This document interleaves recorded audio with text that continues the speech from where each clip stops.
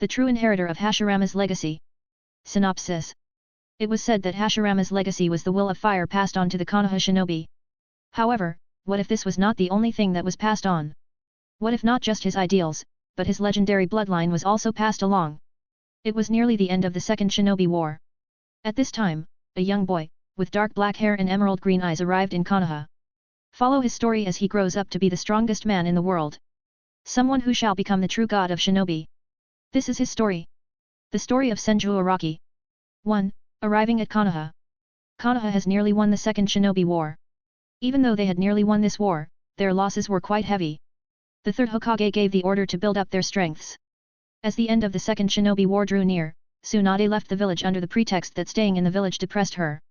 The third Hokage was powerless to convince her to stay. Uzumaki Mito, the wife of Senju Hashirama, let her granddaughter leave so that she could get over her lover's death. Around this time, a young boy entered the Konoha. He was halted at the gates of the Konoha, and some Chunin stepped forward before asking him, "Who are you?" "Senju Araki." The boy spoke out his name while puffing his chest a little. No matter what he says, he couldn't help but be proud of his clan, which had such a great history. However, contrary to his expectations, the Chunin started laughing out loud. They hadn't heard such a good joke. For someone to come while claiming to be a member of the Senju family. It was a well-known fact that only Senju Tsunade was the living descendant of the Senju Hashirama. "Kiddo, at least think about the joke a little. But still, you did make me laugh a lot. Now, tell me your real name." The words of this Chunin really irritated Araki. He stared at the Chunin for some seconds before saying, "Go and ask someone from my Senju clan to come. They would surely know about my father, Senju Reimitsu." Seeing the kid being so stubborn about this matter, the Chunin stepped forward with a stern look, saying, "Kid, I can tolerate this joke one more time. After that, I won't hesitate to take action against you for trying to declare yourself a member of the Senju clan." At this moment, Araki understood, this Chunin before himself wouldn't understand anything no matter what he says. "Humph. Father did say that this could occur if I go to Konoha alone. He told me to not use my special ability unless it's really urgent. Maybe this is the time." Araki stretched out his hand and closed his eyes. He concentrated heavily for some time. The Chunin was growing angry at seeing Araki standing there, not at all going away. He was about to move when suddenly, his eyes focused on the ground right in front of Araki. Something was moving in the ground. What was it? This question appeared in his head. But he didn't plan on thinking about it too deeply. Just as he was ready to make his move again to apprehend this child, the ground right in front of Senju Araki twitched, and a small bud of a plant was released. Its height was only 10 or so centimeters. And its width was quite small. However, seeing this small bud shocked the Chunin utterly. He then raised his head and saw Araki looking at him cheekily. He. Father said this will definitely shock anyone who sees it. So? How do you like it? I have the same ability as my grandpa Hashirama. Does this prove anything? Araki said with an amused tone, happy to have shocked this Chunin. The Chunin immediately turned towards his friend and said, "Go and inform the Hokage-sama. Ask him to come here. This is of utmost importance." His friend nodded and went away to call on for the third Hokage. He also realized just how urgent the situation was. The Chunin meanwhile turned towards Senju Araki and says, "It was my fault to have not acknowledged Senju-sama." Senju Araki rubbed the back of his head shyly as he heard the Chunin and says, "It's all right. Can you bring me to the Senju clan? Father used to tell me all sorts of stories about the clan. I really want to see the Senju clan manor. Please wait for some time here, Senju-sama. Hokage-sama must be on his way to get here. Once he verifies your identity, he will personally take you to the Senju clan manor." "Okay." Senju Araki agrees to wait for some time. He had heard that Hokage was the head of the village. Previously, it used to be his grandpa and granduncle, and now, it was their student, Sarutobi Hiruzen. Soon enough, a middle-aged man appeared, with some wrinkles on his face and a red-colored hat of the Hokage. He was followed by the Chunin's friend from earlier. Araki stared at the Hokage quite curiously, while thinking, so this is the head of the village. Blah. The Hokage stared at Araki for some moments before he asked him kindly, "Are you the one claiming to be from the Senju clan?" "Yups. Don't you see this cute bud? I had to concentrate a lot to create this," Araki said while puffing his cheeks. He was pointing his finger at the bud. The Hokage did saw the small bud which had grown to the height of 10 centimeters. However, he couldn't help but become perplexed about it. He asked a little cautiously, "Who is your father?" Father's name is Senju Reimitsu." Araki says his father's name quite proudly. The Hokage's eyes narrowed at the name. He had indeed heard about the younger son of Senju Hashirama, the one who had left the village shortly after his wife's death to figure out the identities of the preparators. He stared at Araki's face. Where is your father? The bright expression on Araki fell. On that face, a gloomy yet raging expression appeared which stared into the Hokage's eyes. He is dead. Sucking a breath of cold air even though he expected this response, the Hokage couldn't help but become a little melancholic himself. For his teacher to have lost both his sons. He stared at the young child who was only of the only remaining grandchildren of Senju Hashirama. All right, I will take you to the Senju clan manor. Come, your grandma is still there. She will be delighted to see you. The Hokage said, in an attempt to cheer up the young child. Grandma. Yada. Instantly, the gloomy feeling around Araki dispersed. A look of excitement appeared on his face. At that moment, they heard an old, seemingly ancient voice filled with gentleness. There is no need for you to trouble yourself, monkey. I will take my grandson to the clan manor. Only a single person in the whole village dared to call the third Hokage a monkey. It was none other than Uzumaki Mito. Mito had long, bright red hair and large, pupilless eyes. She had a kind look on her face as she gazed at Araki. For some reason, Araki sensed a strange familiarity with this woman. It was like this woman was incomparably important to him like his father was. Who was this woman? Wait. Did she just call him her grandson? Was she his grandmother? At that moment, the Hokage turned towards Uzumaki Mito and speaks with a startled look, Mito-sama. There was no need to personally come here. I was about to take him to the Senju clan manor myself. Nonsense. Do I need a reason to come and greet my dear grandson, monkey? Go and return to your office. Hokage shouldn't be so free to intervene in the matters of the Senju clan. Mito said in a decisive tone. The Hokage had no choice but to return to the office with a gloomy expression. Wah! Are you really my grandma? Father said you would be an old woman by now with white hairs. Are you an imposter?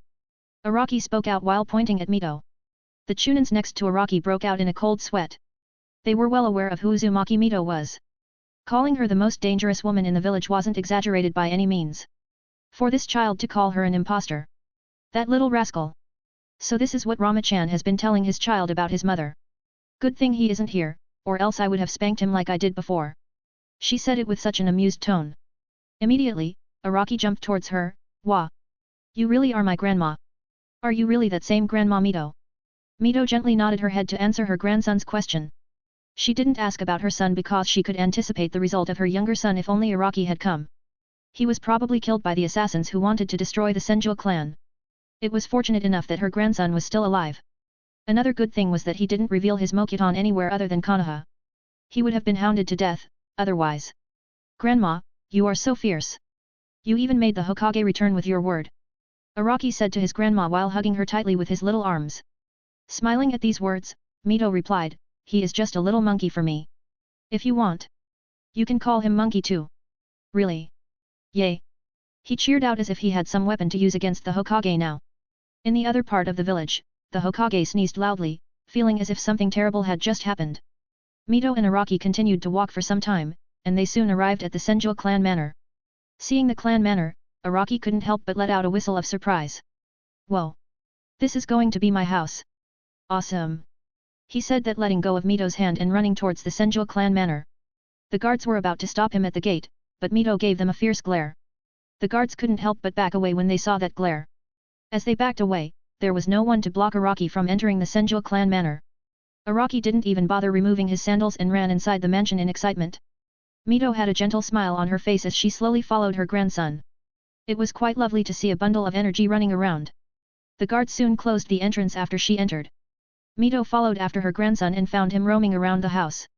It seemed that he was opening one door after another to meet someone else from the Senju clan. However, he was bound to be disappointed.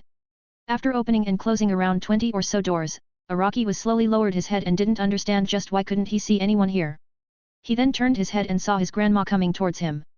An idea appeared in his head as he rushed towards his grandma, asking her with a curious expression, Grandma, Grandma, why can't I see anyone else here?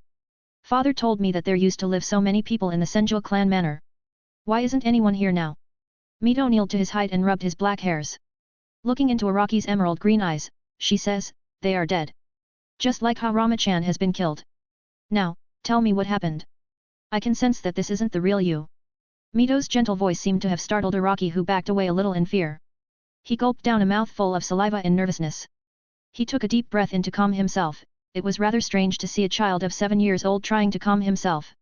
After he did calm himself, there was a sharp gaze from his emerald eyes which caught Mito's attention. Araki asked with a rather emotionless voice, "How did you know?" A smile broke out on Mito's face as she replied, "This grandma hasn't gone senile in her age. I could sense your negative emotions from the other side of the village. Your appearance is also similar to my son.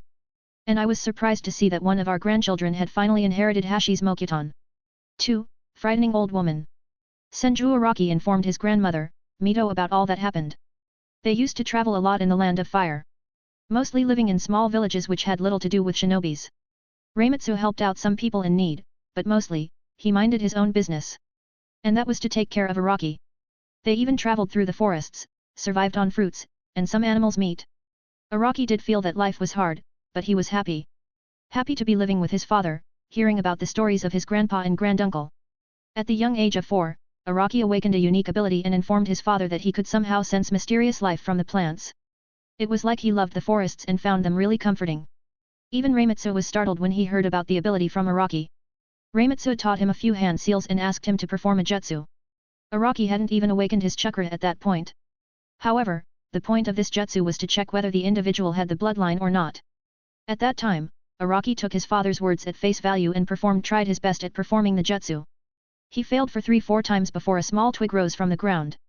Its height wasn't even 2-3 centimeters, but it delighted Reimitsu more than anything.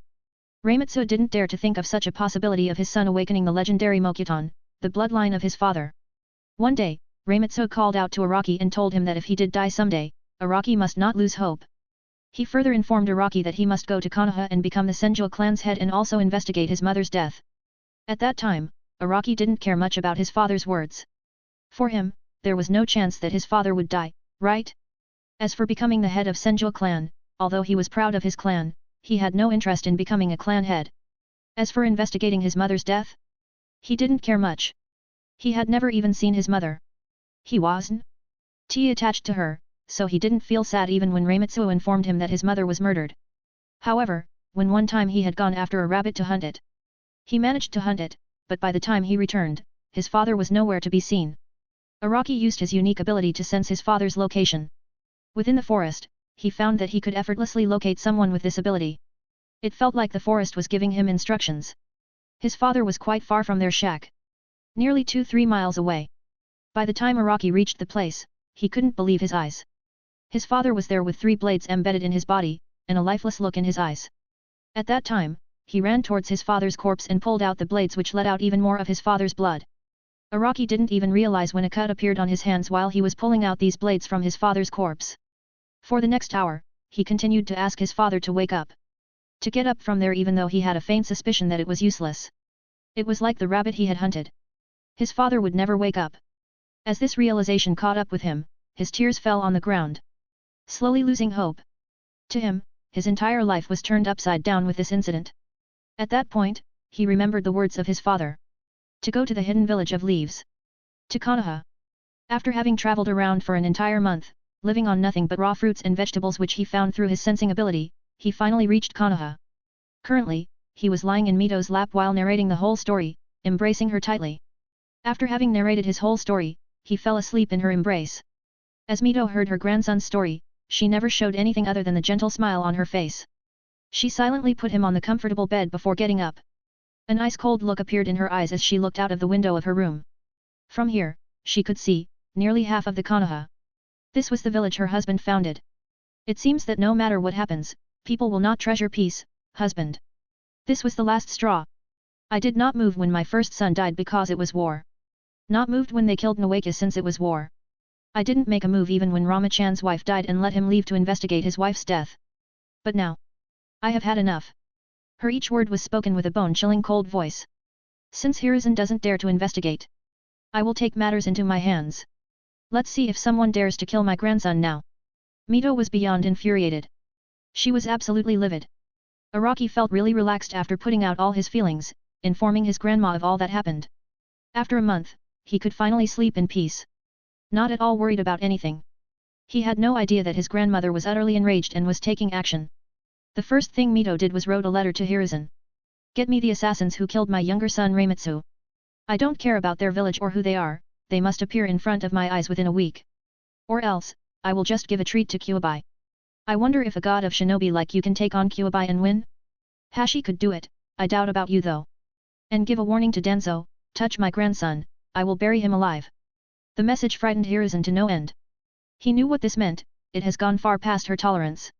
He had a faint suspicion that Reimitsu's wife's death was the work of the hidden village of Stone, Iwa village. They probably hired some rogue ninja and had poisoned Reimitsu's wife. If Hiruzen had decided to listen to Reimitsu at that point and tried to investigate, he could have found the killer. But Hiruzen didn't choose to do so. Why? Because he didn't feel that Reimitsu's wife was important enough that he must send his shinobis to investigate her death. There was also a chance that it could be a work of Iwa shinobi and it could further aggravate the latter. After Reimitsu found out that Konoha wouldn't even lift a finger to search for the killer of his wife's death, he decided to leave the village. It showed him just how ungrateful the Hokage can be. And there was not even a point of speaking to that war mongrel Danzo. As Reimitsu left the village along with his son, Araki, he decided to investigate about the killer's identity by himself. He traveled to the cloud, to Iwa and then back to Konoha when Araki turned 2 years old. 3. Threatening. By the time Araki woke up, he didn't realize, but the Hokage had sent multiple missions to find out the assassins who killed Reimitsu. There was no point of angering that old lady even further. She could really destroy the village if she wished. Moreover, she didn't even need a shinobi under her to accomplish the task. She alone was sufficient with her sealing knowledge and that entity inside of her. Moreover, even if Mito did destroy Konoha, it wouldn't be like she wouldn't have a place to return to. The Uzumaki village was alright for now. Even though he had heard information about the other 3 hidden villages making preparations to take on the Uzumaki village, there was no way they would dare to make their move right now.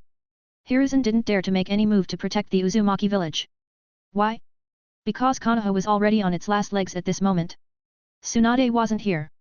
Jiraiya was in AIM, training 3 apprentices and managing his spy network. Only Orochimaru was available from his disciples. And the White Fang, Hatake Sakumo. However, even though Sand Village had lost, they were still on edge. Especially that old lady Chiho, she was still mad about her son and daughter-in-law's death and would show no hesitation in attacking Konoha if they showed a slight weakness on the front lines. Instead of saving Uzumaki village, he had thought up of a crafty scheme to benefit from the destruction of the Uzumaki village. However, he realized that the presence of Araki had pretty much crushed quite a lot his schemes. Why? Because it seemed that upon his presence, Mito wouldn't take things lying down anymore. He pitted his old comrade Danzo even more. He knew that once Danzo finds out that Araki had awakened Mokuton, he would want to make him a root ninja. However, with the presence of Mito Uzumaki, it was all but impossible for him to do anything now. In fact, he would be digging his own grave by crossing that old woman. For the next 3-4 days, Araki continued to live without any worries. He didn't know what he should do, and so Mito was imparting him information of what was going on in the world. About the war, about her other granddaughter, Senju Tsunade. It was said that she was roaming the land, gambling and drinking sake. Although Mito was a little worried about Tsunade, she was aware that with her strength, there was no need to be worried about her. In just 3-4 days, Araki felt like he had been imparted a tremendous amount of information. He didn't realize that the Second Shinobi War was almost over. While Araki had been imparted with a tremendous amount of information, the Hokage couldn't even sleep in peace. Even in his dreams, he saw a giant 9-tailed fox being released and it was destroying the village with every swipe of its tail. Or maybe that fearful Bijutama. He shivered at the mere thought of that blast hitting the village. However, he was relieved when someone finally delivered a piece of good news. It was that the assassins who killed Araki's father were caught. A little relieved and excited that they had been caught, the third Hokage didn't dare to delay and took them to the Senju clan manor while their chakras were sealed. He soon reached the Senju clan manor while dragging the 3 assassins. Mito could easily sense that the third Hokage was coming. She had asked the guard to open the gate and let him enter. With that, the third Hokage waited for Mito and Araki to arrive in the courtyard. Soon enough, Araki arrived with his new clothes with the Senju clan emblem on his back. Mito wanted him to wear the Uzumaki clan's clothes, but Araki wanted to wear the clothes with Senju clan's symbol since he wanted to be like his grandpa, Hashirama. Muttering something along the lines of that emblem is so bad. Uzumaki clan's symbol is so much better. But anyway, she respected his choice and they soon got out of the mansion. Staring at the Hokage, Araki was a little surprised. He looked even more surprised when he saw 3 men in cuffs behind the third Hokage. He asked curiously, "Who are these 3? The Hokage didn't know whether he should answer right now or not. Mito though nodded her head and allowed the Hokage to speak. "These 3 are the ones who killed your father." "What?" Araki let out a shout of surprise. He stared at the faces of these 3 shinobis. His expression changed from curiosity to that of absolute anger. You were the one who killed my father. He was half asking them this question. None of these three moved their mouth. Although these three were scared of what would happen, these three wouldn't speak anything. Why did you do it? Realizing that he wouldn't receive his answer by asking like that, he asked them clearly. Still, he received no answer. I asked. Why? Did you do it? His chakras seemed to have awakened at that moment, and a shockwave was felt by Mito and Sarutobi Hiruzen. Usually, when a shinobi awakens his chakra, it isn't visible to the eyes. Araki's chakra was very much visible to Mito and Hiruzen's eyes. They noticed how it was condensing on Araki's body. Some plants started to grow from the ground as his chakra seeped into the ground. At that moment, the complexion of the three assassins changed. All three of them had the same thought in their mind. Shit! We should have killed him. Their thoughts were because this child had the Mokuton. In other words, he had the bloodline of Senju Hashirama. The one person who posed their village the most significant threat from the Senju clan wasn't going to be Senju Tsunade, it would be this boy. Mito stepped forward, placing a hand on Araki. It was to calm him down. She was well aware of how much Araki hated these three shinobis in front of him. The Kyuubi did give her the ability to sense negative emotions. Calm down. Let grandma take care of this. She said before moving a step further. Her eyes were ice cold as she stared at the three shinobis. She asked them, I wonder if you are aware of me. One of the three shinobis let out a weak chuckle. How can we be unaware of Uzumaki Mito? Good, that makes it easier. Tell me who ordered you to kill my younger son. The three were unsure of what to say at that moment. They could stay silent while Araki asked them, but Mito. She was a monster. Just the pressure generating from her chakra was enough to make them kneel in her presence. They were sure that even without these anti-chakra cuffs, it would be suicide to go against this old woman. My grandchild is kind. He will only kill you and forget this rage. But do remember, I am Hashirama's wife, although I cannot capture all Baijus. But, I can assure you that I do have the power to flatten a village. Do you dare doubt me? Her voice was filled with a strange arrogance. In fact, the three didn't even doubt if she could do this or not. They were sure she was capable of this. Mito was far from finished though, she added with an even intimidating aura, if you think I cannot find out about your village if you remain silent, then you are extremely foolish. This monkey could capture you in 3 days and bring you in front of me. I am sure he can present me with your information in the next 3 days. It's better if you open your mouth or even I won't like what I am about to do next. 4. The true perpetrator. The three shinobis who were kneeling in front of Mito found themselves in a corner. At that point, one of them opened his mouth, the Raikage. It was the Raikage who ordered us to kill Senju Reimitsu after one of his sources found out his location. At that moment, Mito turned towards Araki while telling him in a kind tone, this is how you do it. Okay, Grandma, Araki said absent-mindedly as he stepped forward to get near to Mito. He passed by Hiruzen who was standing there as if he was a statue. There was no change in his expression. The only thing he hoped was for Uzumaki Mito to calm down after this. After Araki looked at them closely, he couldn't help but clench his fists tightly. Closing his eyes, he saw the same scene of his father, laying down in a pool of blood with 3 swords embedded in his body. When he next opened his eyes, there was a determined look in them. He looked at Mito and asked her with an emotionless voice, Grandma, do you have some knife or dagger? Mito's eyes widened slightly when she heard this from Araki. She immediately crouched down and asked him, are you sure you want to do this? You can't go back after stepping on this. I will kill them. I will destroy the Raikage. His words leaked with a determined and vigorous voice which shocked the third Hokage and Mito. Mito asked in a somewhat worried tone, are you sure you want to do this? That would make you the enemy of the entire Kumo. Humph. I will give the Kumo shinobis a chance to run away from that Kumo. I will definitely destroy Raikage, any person who comes in between will be killed. No matter who it is. He said it with a bloodthirsty tone that it shocked Hiruzen. At that moment, Hiruzen stepped forward, saying with a rather calming tone, don't let hate cloud your vision. Shut it. Araki glared at Hiruzen from the corner of his eyes. If Tobirama was here and he had seen that glare, he would have compared it to Hashirama's glare when Tobirama was about to kill Madara. It sent chills down the Hokage's spine. That glare looked like it could kill. The 3 shinobis felt regretful of why they hadn't searched for this boy and killed him. Why did they need to recover their injuries before deciding to find the boy? They should have immediately killed him. Now, they confirmed a threat to the entire Kumo village.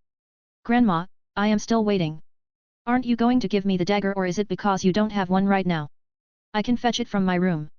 He said with a frowning face. Wondering why his grandma didn't give it to him till now.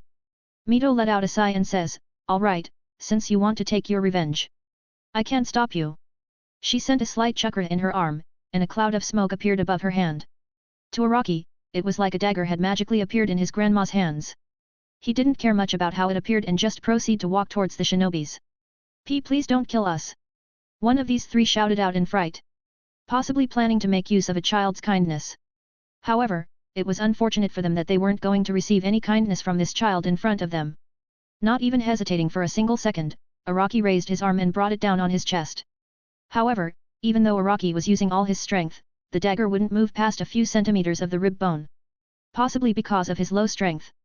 Even though the man who was stabbed was feeling great pain, he still put on a smile on his face before saying, You can't, even, kill me. These words seemed to start another spark. Once again, Araki's chakras seemed to have exploded at that moment. He experienced a sudden boost in his strength, and the dagger went past the man's bones as if it was butter. The other two shinobis muttered, stupid in a low voice. The man who had been stabbed by Araki soon died after that. Araki then turned towards the other two shinobis. He decided to kill these two as well. Unlike the first one, he killed the second one by stabbing his neck. Meanwhile, when Araki was thinking of killing the third one, he felt a branch touching his skin. He lowered his face and wondered what it was. He was a little surprised to see a plant growing at a rapid rate. Its speed was utterly different from how it was in the past. Araki tried to shake this plant which was growing at a rapid rate. He didn't know how much chakra it was consuming for its growth, but he didn't care. When he saw the branch move at his thought, he smiled a little, a seriously bloodthirsty smile which scared that shinobi. Maybe it's better to let it taste some blood as well. The vines of the plant moved at his command. It covered the shinobi's whole body and continued to make the vines tighten. He wasn't really proficient in controlling them as it did take him some time. But with a stationary shinobi as his opponent, it didn't matter. A good practice target he was. Soon enough, the third shinobi felt that the blood had stopped flowing in multiple parts of his body. It wasn't moving from his veins. However, the vines around him continued to tighten. Soon enough, he felt that some of his veins had broken. Internal bleeding was occurring in all parts of his body. Some blood started flowing from his nose, his mouth. It didn't take him 10 minutes to die. The bloodthirsty smile on Araki's face didn't disappear. He seemed really happy by killing these three. However, his revenge wasn't over by any means. The third Raikage was living a seemingly good life. It would be unfair for the true perpetrator to live such a good life. 5. Starting training. For the next 3 days, Mito kept on checking up on her grandson. She was a little worried about him since this was supposed to be his first kill. However, unlike what she expected, Araki felt nothing after having killed those three. In fact, there was a strange sense of satisfaction in his mind. For these 3 days, he would grow a small plant in the courtyard and control it to do all sorts of things. Sometimes write his name on the ground. Sometimes make it a sharp thing. It was strange for him to be doing it without even weaving any hand signs.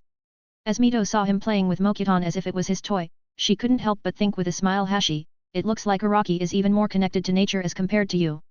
He doesn't even need to weave any hand signs to control these vines. Just his thought is enough. He was slowly growing bored with playing with one plant.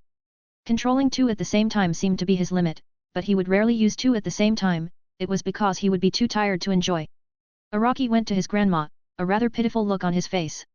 Now, Uzumaki Mito was a lot of things, but she definitely wasn't a mind reader. She didn't understand why Araki was coming towards her with such a pitiful look on his face. Araki spoke with a sad tone, Grandma, I can't play with two plants at the same time. Help me out please. When she heard his sad tone and his reason for coming here, Mito face-palmed. She thought in her head obviously, you can't. You just awakened your chakra a few days. Moreover, such a forceful awakening. Alright, why don't you start training your chakra?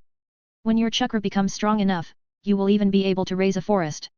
She says with a hint of a smile on her face. Hearing that he would be able to raise a forest, Araki was beyond excited. He immediately said, Train me, Grandma. A gentle smile appeared on Mito's face as she asked Araki, You really want me to train you? Yup. You were so awesome back there. You must be really strong.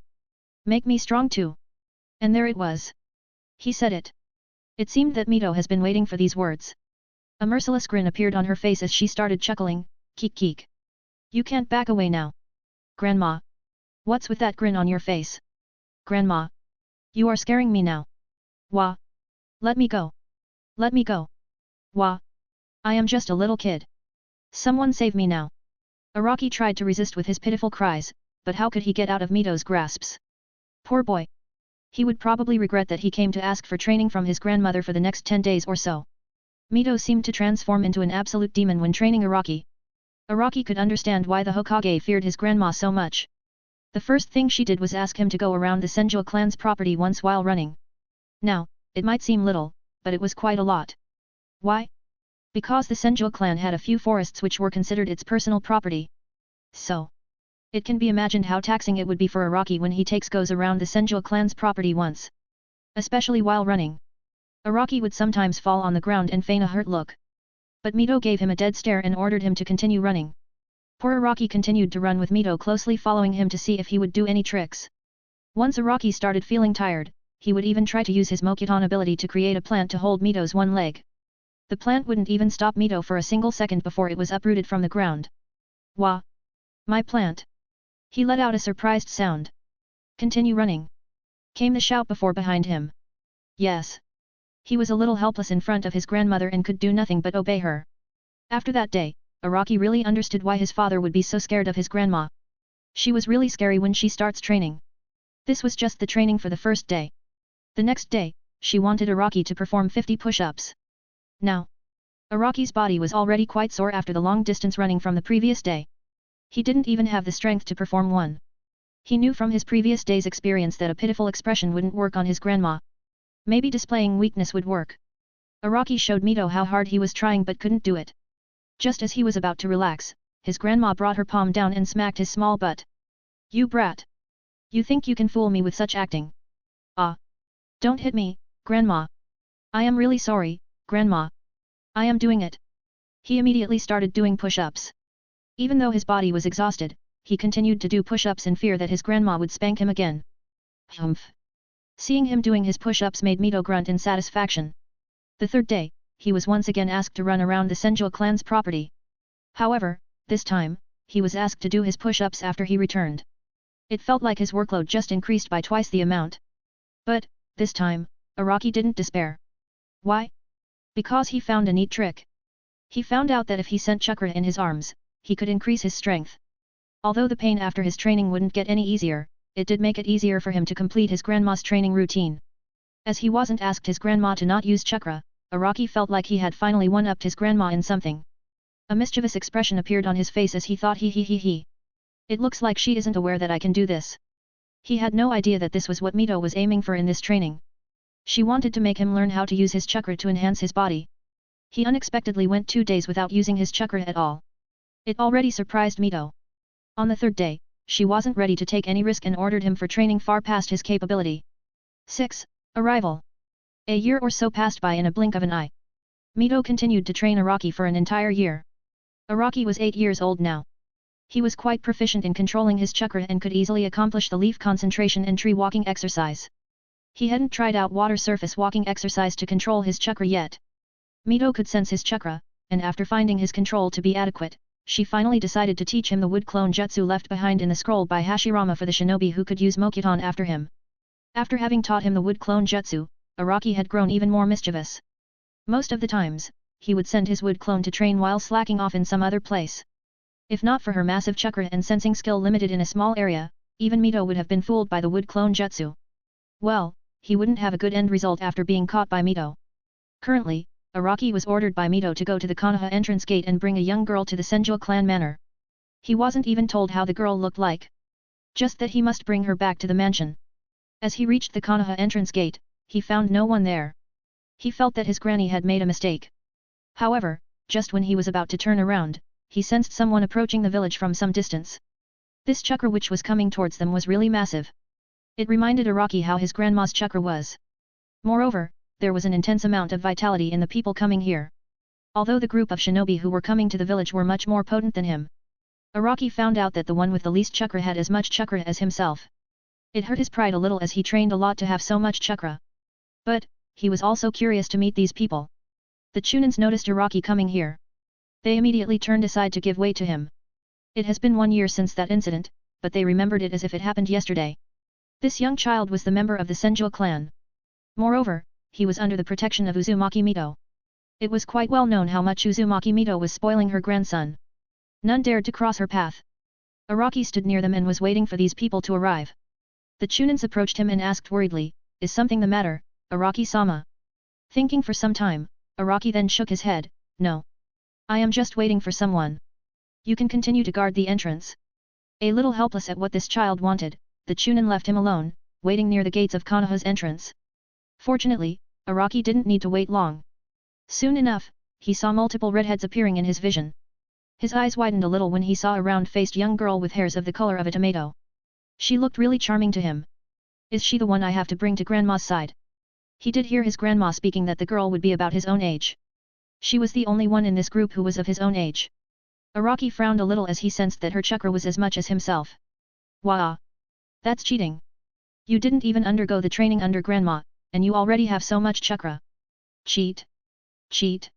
He continued to curse at this unfairness. However, if someone were to hear him speak his thoughts, they would immediately bonk his head so hard he would fall flat-faced on the ground. He had so many advantages that ordinary people could only dream of. Whether it was his identity as one of the only surviving members of the Senju clan or if it was Mokuton. These were advantages that other people couldn't match even if they trained for their whole life. It was just ridiculous how Araki could curse at unfairness when he was a cheat himself. Moreover, he was even thinking of it with a clear conscience, like his words were absolutely correct. If Mito did know about his words, she would definitely ask him to go through twice the training just to beat the shamelessness out of him. After these redheads arrived at the entrance gate, most of the older men and women went to the Chunin guards to inform documents listing their travel. Only a single old lady remained beside the young girl's side. Araki sneaked out of the Konoha's gate and walked towards the young girl. Hey! Who are you? He asked her, curiously gazing at her. Me? I am Uzumaki Kushina, date Bane. Although flustered when she was asked the question, Kushina tried to hide her nervousness and reply to the question. However, Kushina's verbal tic seemed to have revealed everything in her face, flushed with the same color as of her hairs. I am Senju Araki. Nice to meet you, Kushina. He extended his hand for a handshake with Kushina. The old lady who was standing near Kushina narrowed her eyes at him. Kushina didn't think much of it and shook his hand. She felt strangely comfortable when she came into contact with his skin. You are Senju Araki? The next clan head of the Senju clan? Are you living with Mito-sama? The old lady asked these 3 questions in the series, and Araki was a little confused which one he should answer first. He answered in the series he felt like, yup. I am Senju Araki, the next clan head of the Senju clan. Mito-sama? Wait. You know my grandma. You are an old granny yourself. I guess grandma does have some friends. I always felt that she was bored in the mansion. So this was what she was doing, she called out some friends for herself. As if he found the hypothesis to be entirely believable, he even nodded his head at the end. Meanwhile, the old lady standing near Kushina stumbled as she heard Araki's words. She, a friend of Mito-sama? That was just a preposterous thought. There was no way she could even begin to think like this. However, Araki's words did startle her, and she was forced to think of another possibility. Or maybe Mito-sama really thought of her as a friend. She couldn't help but grow touched as she thought that Mito-sama considered her as her friend. Araki didn't give her any more attention. He turned towards Kushina and says, Grandma can play with her friends from her age. You can play with me, right? I don't have a single friend in the whole mansion. He even made a sad expression at the end. At his words, Kushina grinned mischievously as she asked him, do you like pranks? Araki returned the grin before saying, he. You have no idea. Suddenly then, he remembered the consequences of the pranks and dropped his grin. No wait. Let's not prank grandma. She always finds out that it's me and then punishes you. I don't want her to punish you too. Okay. How about the teachers of the academy? Date Bane. Kushina asked with a hopeful and excited look in her eyes. Araki had a confused look on his face as he asked her, you are going to join the academy? Grandma said there is no point of joining the academy for me. She said that I am already more powerful as compared to the students in the academy. Tell me, is the academy fun? This was the question he was most curious about. Kushina shook her head, not knowing if the academy would be fun or not, but she decisively said, but I am still going to join it. I want to become the first female Hokage, date Bane. This time, she wasn't embarrassed by her verbal tic. You want to be a Hokage? What is good about that job? Even grandma asked me if I wanted to become a Hokage or not. Every time I meet the 3rd Hokage, he is buried with paperwork. Writing is definitely not a fun thing to do.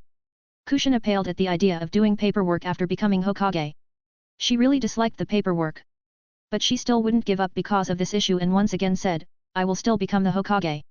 You can help me with my paperwork, won't you? She said with a puppy dog jutsu. This was a jutsu that Kushina found worked on everyone in the Uzumaki village. Unfortunately for her, she was using it in front of someone who regularly used it on his grandma and would feel the brunt of using this jutsu. He definitely wouldn't be moved by her puppy dog jutsu. Just as he was about to speak, the older redheads returned after having submitted their documents. Oh I. What are you doing? Get away from Kushina-chan. The brash one out of these people shouted at Araki. Araki was confused about why this man was shouting at him. At that moment, the old lady who was standing beside Kushina since some time ago gave him a death stare. Stay quiet, Morita. He is the grandson of Mito-sama. Okay, mother. He lowered his head a little as he didn't expect to speak rudely to Mito-sama's grandson. With that, the Uzumaki clan's members had arrived Konoha. 7. Mito's meeting with the Uzumaki clan members.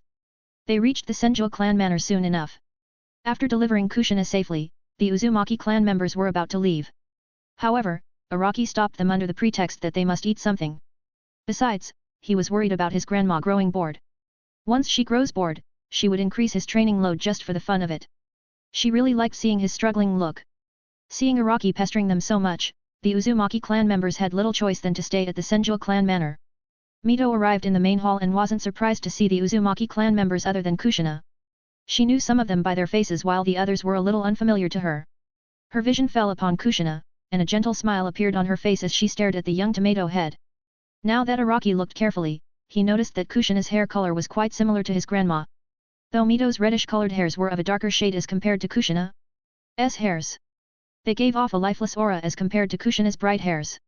Mito gave them a smile, and she said, "It has been some time since we last met, right, Himo?" Himo was the name of the old lady who had a talk with Araki earlier. "It is my pleasure to know that Mito-sama still remembers me." She said this in a quiet voice, but excitement still leaked out of her voice. Mito raised her brow when she couldn't find Araki at his seat. She moved her head towards Kushina's seat and couldn't find her there as well. Her brows twitched irritably, as she thought that brat. He even wants to sneak out of the hall at this moment. He even takes Kushina-chan with him now. I hope he doesn't turn Kushina-chan into a troublemaker as well. From the corner of her eyes, she saw the two children were about to leave the hall through the window. Just as Araki was in the middle of jumping out of the window, Mito called out to him in an extremely sweet voice, "Where are you taking, Kushina-chan, Araki-chan?" This voice made Araki shiver in fright. Oh, no. Grandma found out. He cursed himself under his breath while nervously turning towards Mito. While rubbing the back of his head, he nervously said, "I don't know what Grandma is talking about. I was just showing the courtyard to Kushina-chan." "Right, Kushina-chan." He nudged her and pleaded her with his eyes. Kushina was also quite nervous and said, "Why yes, I just wanted to see those trees, date bane." Her face flushed with red tomato color as she spoke her verbal tick mark. Mito didn't even have the energy to grow angry at them anymore. She let out a sigh and said, "All right, you can go outside. And Araki, show Kushina-chan the trees you grew. Don't do anything dangerous or else." The dangerous glint from her eyes was enough of a reason for Araki to not do anything stupid. "Yes, Grandma." He obediently said the words which he was going to forget very soon. Mito nodded her head and decided to talk with the Uzumaki clan's elders while Araki took Kushina out to play. Taking a seat on the seat of the clan head, Mito stared at the Uzumaki clan members who had arrived. She gestured them to take a seat as well before starting the talk. "All right, now explain why so many of you have arrived. It surely wasn't just to escort Kushina-chan." Mito asked in a serious tone while staring at the faces of her clan members. "You are correct, Mito-sama. Clan head asked us to not only escort Kushina-chan safely to Konoha, but he also wanted us to request assistance from the third Hokage. It looks like 3 of the 5 great nations are preparing for a large-scale attack on Uzumaki village." It was Himo who explained their reason for coming to Konoha. Mito narrowed her eyes at these words. "I anticipated the other 3 great nations to ally and attack Uzumaki village, but it's happening much earlier than I expected." She then went silent for a couple of seconds before speaking. "What has been Konoha's response until now?" "Konoha is acting as if it's unaware of this information. But this should be impossible, right, Mito-sama?" Himo asked Mito curiously. Mito, in turn, nodded her head. "Yes, it's probably that monkey playing his schemes, right now. Unlike Tobi or Hashi, this monkey doesn't seem to hold high regard for the Uzumaki clan. The only reason he listens to me is that he respects me a little since I am his teacher's wife and also because I am Kyubai's Jinchawara-ki. He possibly wants to bring Kyubai under his control." Mito finishes speaking in a grim tone. The Uzumaki clan members were startled after hearing Mito speak in such a grave tone. Himi immediately stood and spoke out, "Doesn't that mean Kushina-chan would be in danger once she becomes the Kyubai's Jinchawara-ki?" The Uzumaki clan members all frowned at hearing those words except Mito. They all treated the other clan members as their family. They weren't thrilled with the idea of letting Kushina suffer in Konoha, no matter the reason. Mito at that time, shook her head, no, he won't try to bring her under his control forcefully. The monkey likes to be subtle about such things. Either he will preach about staying loyal to the village or something else. He won't directly have Kushina-chan under his thumb but make her loyal to Konoha. It can be through supporting her or manipulating the scenes behind everyone's back. As long as she remains loyal to Konoha to give up her life for it, his task will be accomplished. This is what he thinks. So, you can rest assured that he won't harm her. She then turned towards the window from where Araki and Kushina escaped just a while ago. Besides, if Kushina-chan stays with Araki, the third Hokage won't dare to touch her. After all, he can be called the true legacy inheritor of Hashi. Angering him wouldn't be of benefit to Konoha. Even the third Hokage realizes this. Her words relieved the Uzumaki clan members. However, there was a question that appeared in their heads, and someone asked Mito, true legacy inheritor of Hashirama-sama? Does that mean there are other inheritors of Hashirama-sama? The will of fire is Hashi's inheritance that is being taught to all Konoha shinobis. However, his true legacy inheritor shall only be Araki because he has inherited Hashi's bloodline ability as well. As she finished speaking, a tree was visible outside the window, which was rapidly growing. The Uzumaki clan members were startled to see the scene. They didn't expect that the news of a Senju clan member inheriting the legendary Mokuton was real. They were a little relieved of leaving Kushina with him now. She will definitely be safe here. At that moment, they saw Kushina falling from the tree. It seemed that her chakra control slipped and she was falling towards the ground. Araki was quick in creating a branch of the tree and hold Kushina's leg so she wouldn't fall the ground. The Uzumaki clan members' faces darkened and they thought to themselves, okay. She definitely won't be safe here. Mito just facepalmed at the antics of her grandson. 8. Kushina's request. After the Uzumaki clan members who arrived along with Kushina left, Kushina and Araki went to Mito. It was Kushina who wanted to ask something of Mito. Unlike Araki, she wasn't at all nervous in front of Mito. Well, the reason was that she hadn't been trained by Mito yet, but still, she was quite daring. Kushina said to Mito, Oba-sama, I want to join the Konoha Academy. I want to become a shinobi, date Bane. Mito knew that Kushina would say this to her. She let out a sigh and nodded her head, alright, you can join the academy. I will ask Monkey about this. Araki frowned as he also wanted to join the academy. Though he wasn't keen on doing missions, he still said, I want to join the academy too. Oh, really? You are so mischievous. I fear that the instructors would send you home after a day. Mito said with a small smile on her wrinkled face. I don't want to be alone here, Grandma. I would really be bored here. I promise I will do my best in studying. I won't irritate the instructors, I promise. Araki said with a pleading look on his face. Mito's face darkened when she heard him promise. She started thinking, promise? Does your word even has any value? In this 1 year, you have broken promises as if you are eating candies. However, she also didn't want to disappoint Araki too much. He was her grandson, after all. She crouched down on the ground and pats his head, she said, in the next month, if I hear a single complaint from the instructors, I will remove you from the academy. Okay, Grandma. I promise I won't irritate them. He said in his mind, too much that is. Kushina cheered up when she found that her friend could join the academy with her. At least she won't be alone there. Even though she met Araki for the first time here, she couldn't help but be comforted in his presence. It was like he was reeking of a comfortable nature chakra.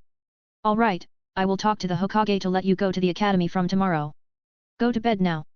Or else, I will kick you until you wake up. Even though Mito said it in a casual tone, Araki felt a chill down his spine.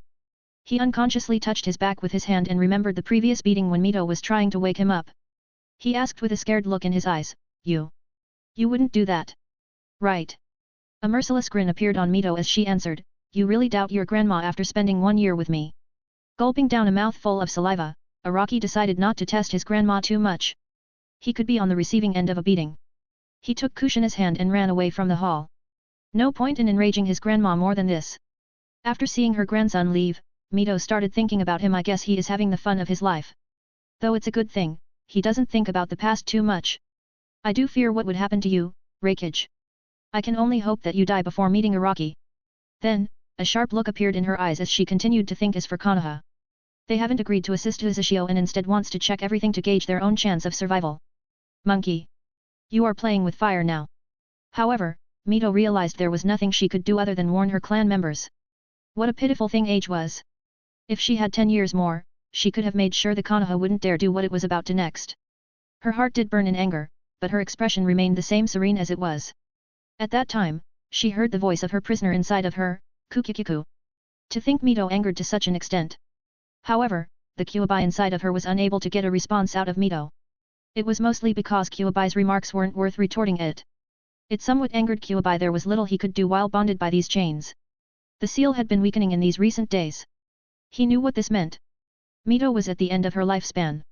A hope did arise in Kyuubi, maybe he could really get out of these chains and be free. How could someone else be as monstrous as Mito and take on his potent chakra? Maybe there was a chance he could use the next host and escape. As long as he escaped, he swore to never interfere with these shinobis again. Fortunately, the two shinobis who could defeat him were already dead. Mito was near her deathbed as well. And in the Uchiha clan, there shouldn't be anyone who has a Mangekyo Sharingan, so he might have a chance to get out and enjoy his freedom. Araki and Kushina slept in the same room. Both were too excited to sleep but still laid on a comfortable bed. Kushina was rather comfortable with Araki now. Being the chatterbox she was, she started to tell him about how her life was in Uzushio. Araki was surprised to find out that Kushina was the daughter of the Uzumaki clan head. From her words, it seemed she had many friends back at Uzushio. So, a question appeared in his head: why did Kushina-chan come here if she was so happy at the Uzushio? Did they force her to come? Is something happening without my awareness? He decided whatever it was, he must protect Kushina from this. Soon enough, Kushina started sleeping as she was growing tired because of the journey and playing with Araki. Araki continued to think for some moments before he also closed his eyes. 9. Academy. The next day, Araki was going to the academy with Kushina. As they were walking to the academy, he noticed they were receiving looks from the people around them. Just after taking a look, they would immediately avert their eyes and whisper something to the person next to them. After that, they would both stare at Kushina as if she was some sort of abomination. Kushina could feel those gazes drilling into her. She unconsciously slowed down as she didn't want Araki to be the target of those gazes as well. However, as Araki found out that Kushina was walking far too much behind himself, he immediately stopped before waiting for her to arrive next to him. What happened, Kushina? Why are you lagging behind by so much? It's nothing. She tried to make a brave face and expression that nothing was wrong. However, Araki could see the fear in those two eyes of her. He let out a sigh before turning to the people around them. Oi! What are you all staring at? Can you go and do your tasks? The people frowned after hearing him. Most of them turned around and started doing their tasks. Well, it would have been okay if everyone obeyed Araki. There were still some fools who didn't obey, though. Senjui-sama! Why are you walking with that outsider? The person who shouted out was sharply glared by Araki. What did you say? Being the target of the glare, the person couldn't help but nervously sweat. However, he still mustered up his courage and responded, why? Are you walking with that outsider? She isn't from Konoha. Oh, really? Does it look like I care? Senju Araki asked in a merciless tone. The man sweated even more as he heard those cold words from the young child of 8 years old. However, Araki wasn't finished and continued ahead. I don't care if Kushina-chan is from Konoha or not. But I can tell you one thing, anyone who has an issue is banished from Konoha. Pack up and leave. What? The onlookers couldn't believe what they heard. I said, anyone who has an issue with Kushina-chan being here can pack up and leave. Get out before I make you. His eyes showed off a terrifying, intimidating intent. You can't do that. My father is a council member of the Konoha. You can't throw me out of Konoha. Someone among them shouted out loudly. He was definitely a stupid one. I am one of the only surviving Senju clan members in the world. It was my grandfather and my granduncle who was first 2 Hokages of Konoha. The Senju clan does have the authority to throw out the citizens it deems unworthy to be living in Konoha. It is your bad luck that I am the only surviving Senju clan member in Konoha. Get out! He shouted the last bit of his words with full energy. The people couldn't help but back away. And it was at that moment, Kushina arrived near Araki and tugged the corner of his sleeves. Don't worry about this. Let's go to the academy. We will be late. Humph. He decided to deal with these idiots later. He had been told to not use his power to hurt weak people, but if they did show off their stupidity, there was no choice but to make them understand it. This time, to not separate from Kushina, he held her hand tightly and took her to the Konoha Academy. Surprised when she felt the tightly grasp of his hand, Kushina didn't let go and followed after him. Soon enough, they entered the academy. They were assigned to the class, which had 2 missing students. Araki stood in front of the class, wholly unaffected how he and Kushina were being stared at. Meanwhile, Kushina was growing more and more nervous from the gazes of kids of her age. Araki went first and stepped ahead. I am Senju Araki. Nice to meet you all. He flashed a smile at them all. Around this moment, his vision fell upon a blonde boy in the class. Unconsciously, he felt a threat from this boy. The class was altogether stunned for several seconds. They never imagined that someone from the prestigious Senjul clan was going to be in their class. As long as they could befriend him, they wouldn't have any issues in the future. This was what the children of civilians thought. Now, it was Kushina's turn. She took a deep breath and tried to follow Araki's example. I am Uzumaki Kushina from Uzushio. I want to become a Konoha ninja as well, Date Bane. She bowed her head a little too hastily and didn't realize when her verbal tick slipped out of her mouth. The students started laughing at her immediately. What a fool! Someone among the students shouted at Kushina. Yeah, an outsider on boot. How could the Hokage let her join the academy when she is an outsider? Why is someone from Senjul clan with that outsider? Is that how it goes? Araki was growing incensed after these children talk. It wasn't these people's fault as they had been raised by their parents with such beliefs. However, he still couldn't believe how stupid they were being. He was about to move ahead and make an example out of one of them. However, Kushina held his arm and prevented him from making a move. She understood the consequences of such an action. First of all, Mito would pull him out of the academy if he did this. Secondly, it didn't hurt her as much as she initially believed. She was relieved to see him standing by her side. Araki didn't need her to explain the reason why she stopped him. He was smart enough to guess that. However, he didn't need to like the reason. Grunting with displeasure written on his face, Araki looked around to check which seats were available. He noticed that 2 seats near Minato were available. He freed his arm from Kushina's grasp and held her arm instead. A/N, now, that was a no-you moment XD. They went on to walk and sat next to Minato. Minato smiled a little as his gaze met with Araki and Kushina. Unlike those Araki saw in the class, Minato didn't have that look in his eyes which suggested that he looked down on Kushina. It was why he chose to sit next to him. Kushina continued to look in front and focused on the instructor. The instructor let out a sigh, not knowing how he should proceed from here. Perhaps he should let the things remain as it is. A little chunin like him shouldn't deal with matters related to the Senjul clan or Uzumaki clan. 10. Pranking. The day in the academy passed by in the blink of an eye. Only Minato introduced himself to Araki and Kushina. Nobody else even came up to them to talk. Araki didn't care as long as these people wouldn't bully Kushina. He had been living alone for nearly 1 year. He was already satisfied to have Kushina as his friend. Meanwhile, he sensed that Minato didn't hold any contemptuous feeling for Kushina. Minato's power, his accuracy with throwing kunao and shuriken, and his control over chakra were beyond anything Araki had seen before. Araki felt that other than surpassing Minato in terms of chakra and his chakra control, he wasn't better than Minato in another else. There was a high chance he would lose against Minato if they fought currently. Well, that was if they fought fairly. Anyway, now that the day had ended, Araki planned to inform about this discrimination that Kushina faced from the Konoha people to Mito. Kushina had no idea that Araki was planning to discuss it with Mito. If she knew, she would have stopped him from informing Mito. After all, she didn't want to trouble Mito-sama. Araki entered his grandma's room silently. Mito gently raises her brow and asks him, "What do you want to talk about?" Informing of everything that transpired in the day, Mito let out a sigh. She muttered her under breath that monkey. So, this is his plan, hey. She then kneeled down to Araki's level and said, "Don't let her be alone.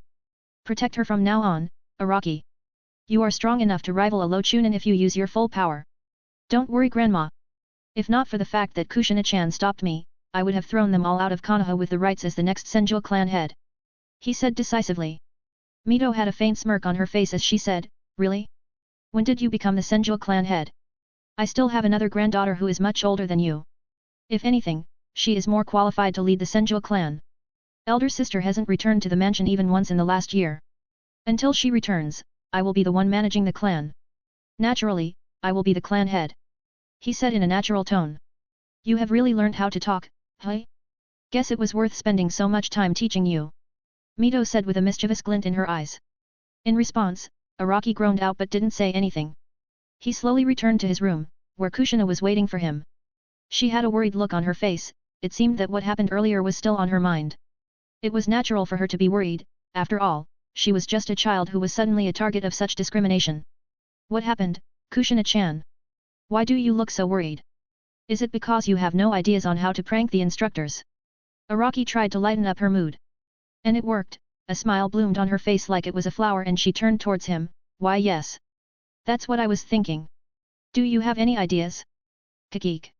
Instead of instructors, I have another group of targets in my mind." he said with a mischievous glint in his eyes. The next day, many of the houses of the civilians who were speaking bad things about Kushina were painted with red color. At some of the houses, with the red paint, some words were written. Those were "Get out. You aren't welcome here anymore. Pack up and leave." As the residents of the house noticed this, they couldn't help but grow so angry that their whole face was filled with red color. Steam was released from their ears due to anger, and they shouted, "Who was it?" At a certain distance, on top of a building, Araki and Kushina heard this civilians shout and started laughing loudly, "Ha ha ha ha ha." They continued to move around and see the various reactions of the people whose house they had painted red. Some were outright angry and were shouting out and calling for them. Some were crying as they had to spend the next hour or two to clean this paint. Poor guys still didn't know that the paint used by Araki wasn't so easily removed. They would need to scrub everything 10 or so times before it would finally be cleared. Meanwhile, the paint of the building or the design on their house would be cleared off as well. They would need to repaint the entire house to make it look good. Though Araki wasn't satisfied with letting them live in Konoha anymore, he decided to let them go after this. The reason behind was Kushina's urging. She didn't want to spread any more hate. This revenge was already enough for her. Another day passed at the academy where nothing much happened other than the boring theory and the kunao and shuriken throwing practices. Araki was mostly anticipating the time when he would have to fight against Minato. He had even started training on his own violation this time. He didn't want to lose against Minato in a fair fight. That would be disheartening. Other than that, he didn't have much interaction with him. Nearly a month passed by without them realizing. Until now, Araki and Minato had never sparred against each other. Both felt a challenging feeling from the other and wanted to prepare before fighting. They had a feeling that it would be a long fight. As this month came to an end, another major thing occurred. Mito's lifespan had nearly come to an end. Her seal was slowly weakening as the Kyuubi's chakra slowly flooded her chakra coils. Due to her unique chakra, she could still retrain the Kyuubi's chakra and prevent it from running wild right now. Well, with what she knew about how Kushina was being treated by the Konoha and the schemes of Hiruzen, Mito had half the mind of letting the Kyuubi run wild in Konoha. Have a day of vacation from the chains maybe. Fortunately, her rational mind won, and she decided to spare these ignorant civilians from the destruction. The time for sealing the Kyuubi into Kushina had come. Mito let out a sigh knowing that Araki was sure to raise a ruckus once he knows of what was going to happen. 11. Meeting Kyuubi. The same day, many ladies escorted Kushina to Mito. None of these ladies said anything to her. They knew what would happen next but didn't know how to comfort the young child who would take on a burden involving the lives of thousands of people of Konoha. Araki was closely following them from within the forest. As he had grown up, his connection with the forest has only enhanced. He was running on trees with his full speed, moving towards the forbidden estate which his grandma had told him to never enter. However, Araki was far too worried about Kushina to keep the warning in his mind. He believed it would be better to come than to regret not coming. Mito was sitting in the altar, and she let out a sigh, knowing her grandson was coming. She prepared herself, and a sharp look appeared in her eyes. She was ready to confront Araki. Araki was the one who reached the estate first. He noticed that there were many seals here. All of them looked incredibly high-level chakra suppression seals his grandma had shown him before. He guessed that even Akage's chakra would be restrained at such a place. He called out for Mito, "Grandma! Grandma! Where are you?" Mito spoke out from the altar room, "Come here, Araki." As soon as he heard her voice, he immediately moved towards the direction from where the voice arrived. He was shocked to see his grandmother seated in an altar formation. It looked similar to the 8-trigram seal formation. However, it looked a little different from the 8-trigram seal formation that he had his wood clone read. His grandma's formation looked to be of even higher quality. "Grandma! Why are you using such high-level seal here? Moreover, why are you seated there? Get up! I will take you to the mansion," he said with a worried look and proceeded to move forward. Mito gently shook her head while saying with a touched tone, "Don't worry, Araki. This is something Grandma must do. There is something I still haven't informed you. The real reason why Kushina-chan came to the village." This did make Araki pause. In this 1 month time, he had been thinking deeply about this question. Just why would Kushina leave her great life back in Uzushio village and come to Konoha where she was a target of discrimination? I have told you about the 9 Baijus. And that your grandfather used those 9 Baijus to end the first shinobi war. Which one did Konoha retain?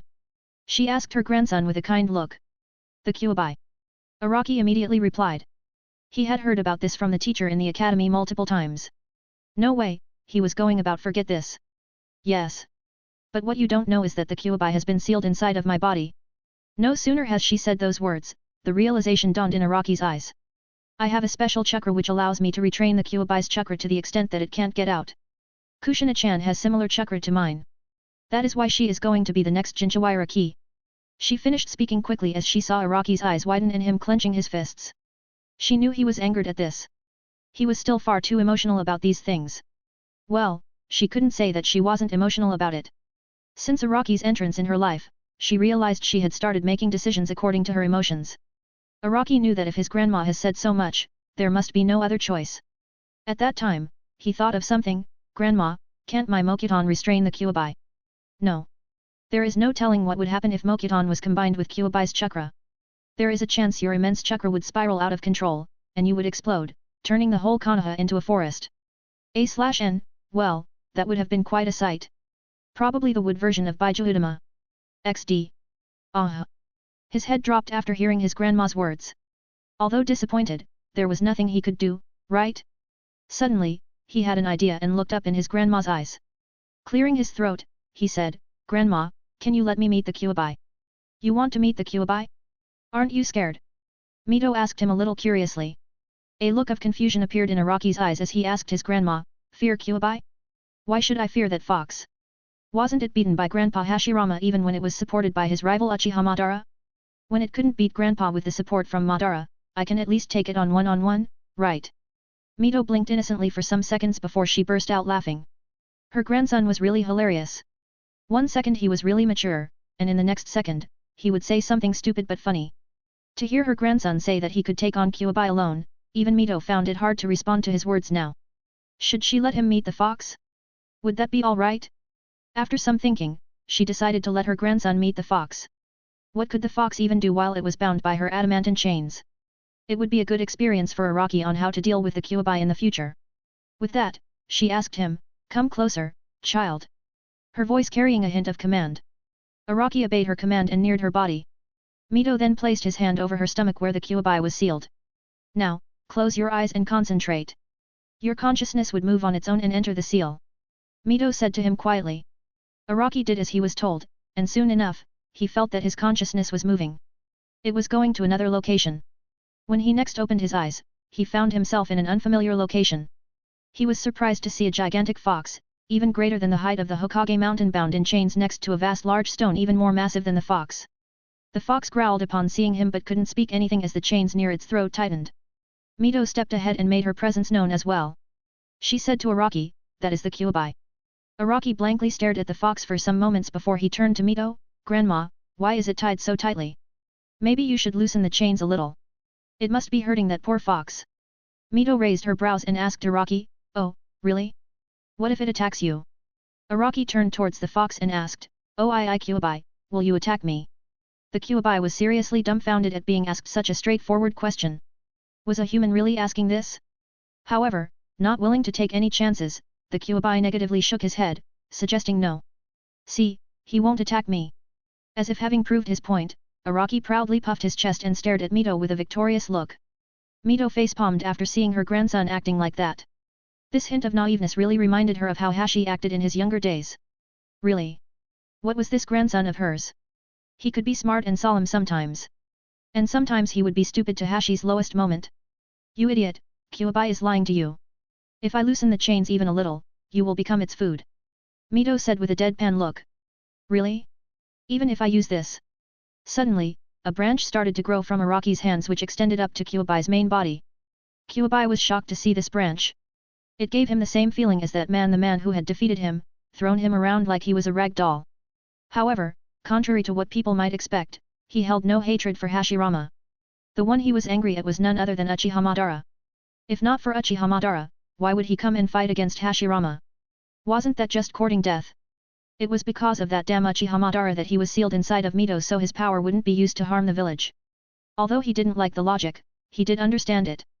The humans would do anything for protecting their beliefs, or for their descendants. However, unlike his hatred for Madara, he did dislike Mito a lot. Why so? Because Mito kept him tied to this damn rock. He couldn't even scratch that itchy spot which had been troubling him for years now. 12. Kurama. For some time, they all remained silent. Finally, Mito decided to loosen the chains around the Kyuubi's throat. It had been a long time since Kyuubi felt like his throat was finally free. He could breathe in and out just fine. He looked at Araki's direction. The young senju who used Mokuton caught his attention. He asked Mito with a somewhat intimidating and hateful voice, is he going to be my next jailer? No. My successor possesses the same chains as me. You can forget about being released in the world. These words irritated Kyuubi.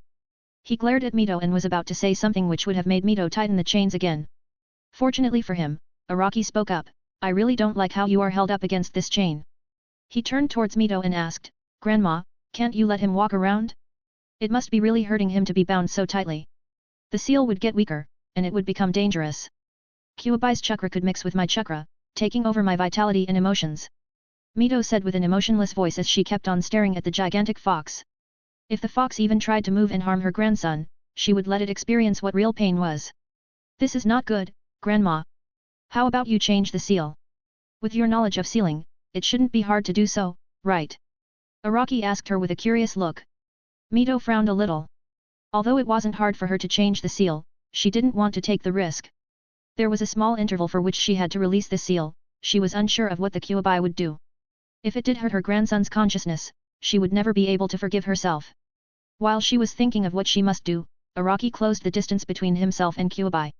They touched the adamantine chains which bound the Kyuubi. The chains carried a strange power of suppression over Kyuubi's chakra, but when Araki touched them, they seemingly lost their power. It was as if Araki's chakra could even suppress the power of these chains. As the chains lost their power, the Kyuubi was quickly able to break apart the chains and release itself from the binding. Araki and Mito were caught by surprise when the Kyuubi swiftly broke the chains. Oh, no. Mito cursed herself for losing in thought and not keeping an eye on her troublesome grandson. She was about to use her chakra to pull over Araki's consciousness so he wouldn't be harmed by Kyuubi. However, unlike what she expected, the tails of the Kyuubi swiped by Araki's face, but it didn't hurt him. Instead, the tails were swiping his face quite gently. As Araki raised his head, he saw the Kyuubi giving him a grateful look, thank you. I appreciate you for trusting me. Mito stopped her actions and kept her chains on standby. It seemed that the Kyuubi had no intentions of harming Araki. This was good enough for her. Whoa. I was definitely scared for some seconds. I knew I was right to trust you, Kyu. Araki shouted a little excitedly and then looked at Mito as if saying that he was right. Kyuubi was trustworthy. Mito was a little helpless when she noticed Araki looked at her with that expression. What could she say in response? Nothing appeared in her mind. Her grandson was too amazing in some aspects. But she was even more worried about what would happen to him in the future. She hoped he wouldn't be cheated by someone. Meanwhile, Kyuubi's face darkened at hearing the nickname from Araki, don't refer to me by that nickname. It's humiliating. But it's such a cute nickname. Do you have some other name which you want me to call you? Araki asked with a curious expression. The Kyuubi thought for some moments as if internally debating whether he should speak or not. Speak, Kyu. Do you have a name or not? Okay, this was the final straw. He couldn't take on that nickname anymore. Better to give his real name than to be called such a cute name. Kurama. My name is Kurama. This was utterly shocking for Mito. Firstly, she had no idea that Kyuubi had a name. Moreover, she couldn't believe the Kyuubi would be willing to give out his own name to Araki. Was her seal really that uncomfortable? She had an embarrassed blush on her face as she always felt like it was necessary to cage Kyuubi. She never realized that the issue could have been solved if only she talked with him. Nice to meet you, Kurama. I am Senju Araki. Firstly, he cheerfully introduced himself. So, Kurama. My grandma said that you would be sealed in my best friend, Kushina-chan. Don't hurt her, please. I will ask her to not use the chains to bind you. I will even create a forest in her mindscape so it would look prettier than this place. Araki promised Kyuubi, and just to prove his words, he used all his strength to raise 20 or so thick trees. A faint blush appeared on his face as he added, this is all I am capable of right now. Don't worry, I will definitely raise a forest for you to live in Kushina's mindscape. And when the time is right, I will release you in the world. You will release me, / you will release the Kyuubi. Both Kurama and Mito shouted at the same time, startled at his declaration. Yup. I don't like to take someone's freedom. Besides, didn't Grandma say that Kurama fought against Grandpa because of being under Uchiha Madara's control? Doesn't that mean Kurama never fought against Grandpa on his own violation or even hurt anyone from Konoha off his own violation? He must have just retaliated against someone who attacked him. Araki gave his reason with a natural tone. That. Mito couldn't help but turn to Kurama as if asking whether it was true. Kurama seemed to be shrugging at the moment as if saying, why would I care about destroying you all? You are the size of an ant to me? Your matters aren't related to me. But you did anger me and made me hate you all when you captured me. I guess we never did try to understand the Baijos at all. Even though you had no connection to the war between us shinobis, you are still involved as weapons. Mito let out a sigh, feeling a hint of pity for the Kyuubi. Humph. Not that it matters to me. Although you look as if you understand me now, I still do not like you one bit, Uzumaki Mito. If not for this child here, I wouldn't mind rushing at you and tearing you to bits. Kurama said with his sharp blood intent. Calm. Calm. Don't threaten Grandma. She gets mad really quickly. She will seal you in those tight chains again. As if giving tips to Kurama about what he must do or not do, Araki spoke in a low voice. 13. Kushina arrives. Kurama let out a sigh and nodded his head. He never expected that he would be listening to the words of a child. But still, this child has freed him from those annoying chains. This was the least he could do. Besides, Kurama honestly wanted to believe in Araki's words that he would release Kurama. He then asked Araki with a curious expression, why won't you release me straight away? If you do free me right now, I promise to not incur my wrath upon this village and just live in harmony in some place devoid of humans. At this, Araki shook his head and replied, that wouldn't work. Even though I have had a short life as compared to you, Kurama, I do know something. Shinobis can't tolerate someone living their life in harmony. They will always plunge them into chaos. Unless I have grown strong enough to surpass the Hokage by a margin, there is no point in freeing you. The Hokage and the others would think of anything method to trap you again. He said while remembering how his father was assassinated. Humph. Like they can. Kurama didn't hold high regard for any other shinobi. The only one who could possibly restrain him at this moment was Mito. Once she died, even her successor wouldn't possibly be able to restrain him at Mito's level. However, Mito shook her head at this point. This disdain is the very reason why Madara could manipulate you and the reason why I sealed you inside me. There are still some seals known to the Hokage. One of them is precisely the Dead Reaper seal. I am sure even you don't dare to look down upon that seal. Kurama had a bit of knowledge about seals indeed. He knew what Dead Reaper seal entailed. I see. You are right, child. I will place my trust in your words. I will not harm my successor as long as she doesn't bind me. A bright smile appeared on Araki's face, which seemed to illuminate the entire place. He turned to Mito's direction and said pleadingly, Grandma. You want me to design a new seal for Kushina-chan? She asked him with a hint of a smile. To think her grandson would one day resolve the hatred between herself and Kyuubi. That would still be dangerous. What if Kyuubi does harm Kushina-chan? I think it would better to be cautious. She was just curious and trying to make her grandson understand that being cautious is better. Araki didn't need to think a lot about his grandmother's question. He casually stated, if Kurama does harm Kushina-chan, then what Grandpa and Grandma did to Kurama would be sweet mercy to what I would do to him. Although his words were said causally, both Kurama and Mito felt a strange, terrifying, and intimidating power from them. Mito was relieved upon hearing his words. Moreover, she could design a seal which would give Kurama enough freedom in Kushina's mental scape and would boost the Mokuton's skill in restraining its chakra. Don't worry, kid. I don't plan on breaking my deal. Well, just make sure you don't die earlier before you fulfill this deal. I can't promise anything past that. Kurama said with a shrug. This was the best he could do, both Araki and Mito understood that. And they were satisfied after having reached such a compromise. I guess we will leave now. Kushina-chan should be about to arrive. Mito said to Kurama and Araki. Araki's eyes twinkled with excitement as he said, let's go. I want to meet Kushina-chan. Mito used her consciousness to remove Araki from her mindscape. It took a bit of her concentration but was relatively easy to perform. After he was released from her mindscape, Kurama stared at Mito for some time before asking her, he doesn't know, does he? The consequences of releasing me out of your seal mean your death. Does it matter to you? Mito said a little indifferently. She felt that her grandson would be too worried if she had told him about this. Well, I don't personally care about you. In fact, I will be happy once you die. Kurama stated with a grin as the hatred of more than 20 years couldn't really be resolved so quickly. Mito didn't care much about his hatred. It's a good thing if the Kyuubi's hatred could be resolved after her death. She didn't wish for Araki to feel the brunt of Kyuubi's hatred because of her husband and her own actions. Their time had already elapsed. The only thing that remained was to place her trust in her grandson. I would be counting on you to protect him in the future. The seal I will design on Kushina will allow you to connect to her senses as long as she wills it. Normally, you would be able to hear what she hears. Mito informed Kurama with a neutral expression. This was an expected bonus for Kurama as he nodded in response, even if you said nothing, I would still assist the kid. If that kid perishes, who knows how long I would have to remain sealed.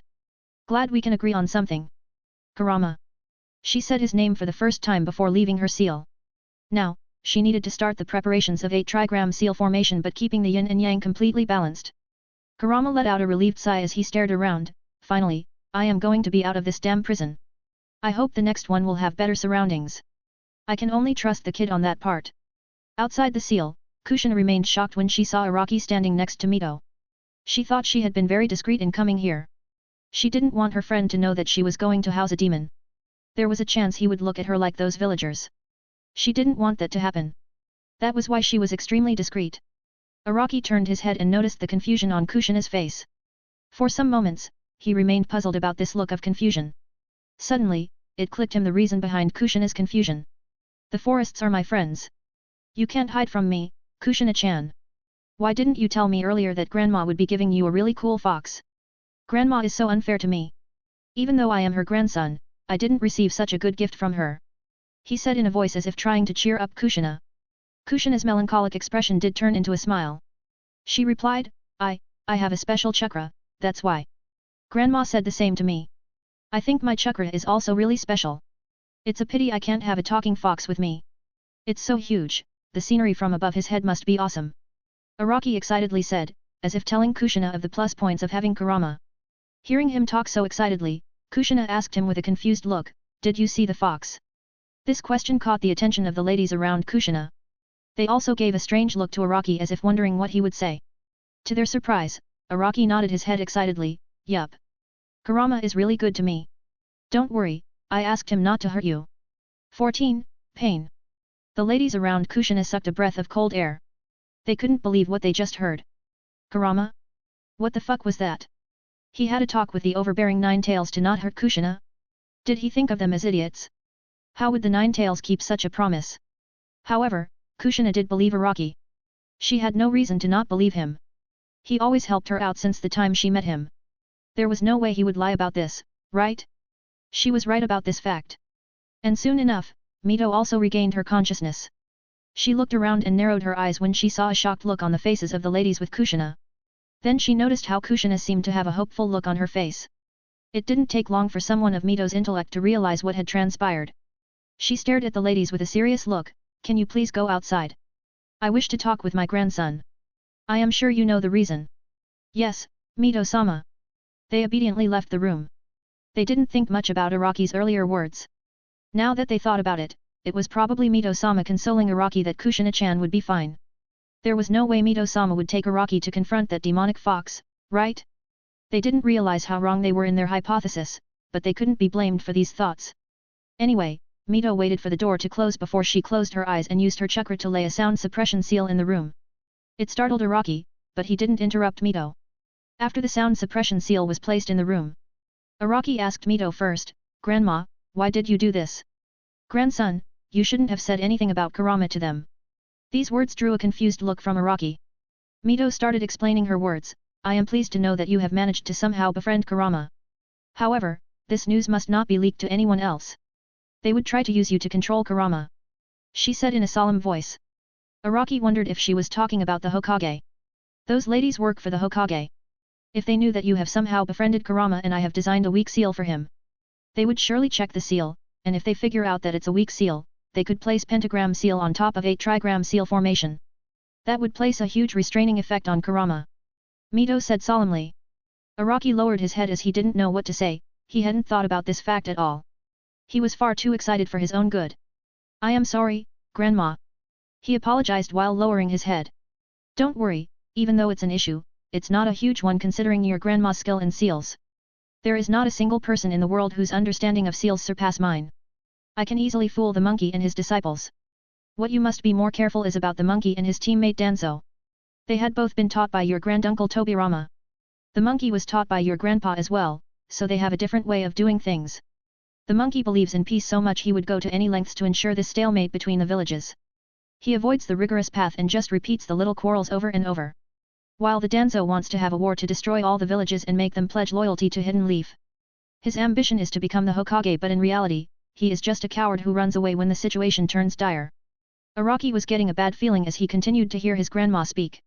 It was similar to the feeling when his father said he must go to Konoha after his death. Grandma. Why are you telling me all this? Are you going somewhere? Even though he felt like he knew the answer, he still asked her. A helpless and gentle look appeared over Mito's face as she glanced at Araki. Grandson, Grandma is really unfair to you. Even though we have spent only a single year together, I have to leave you alone to fend for yourself from now. No. No.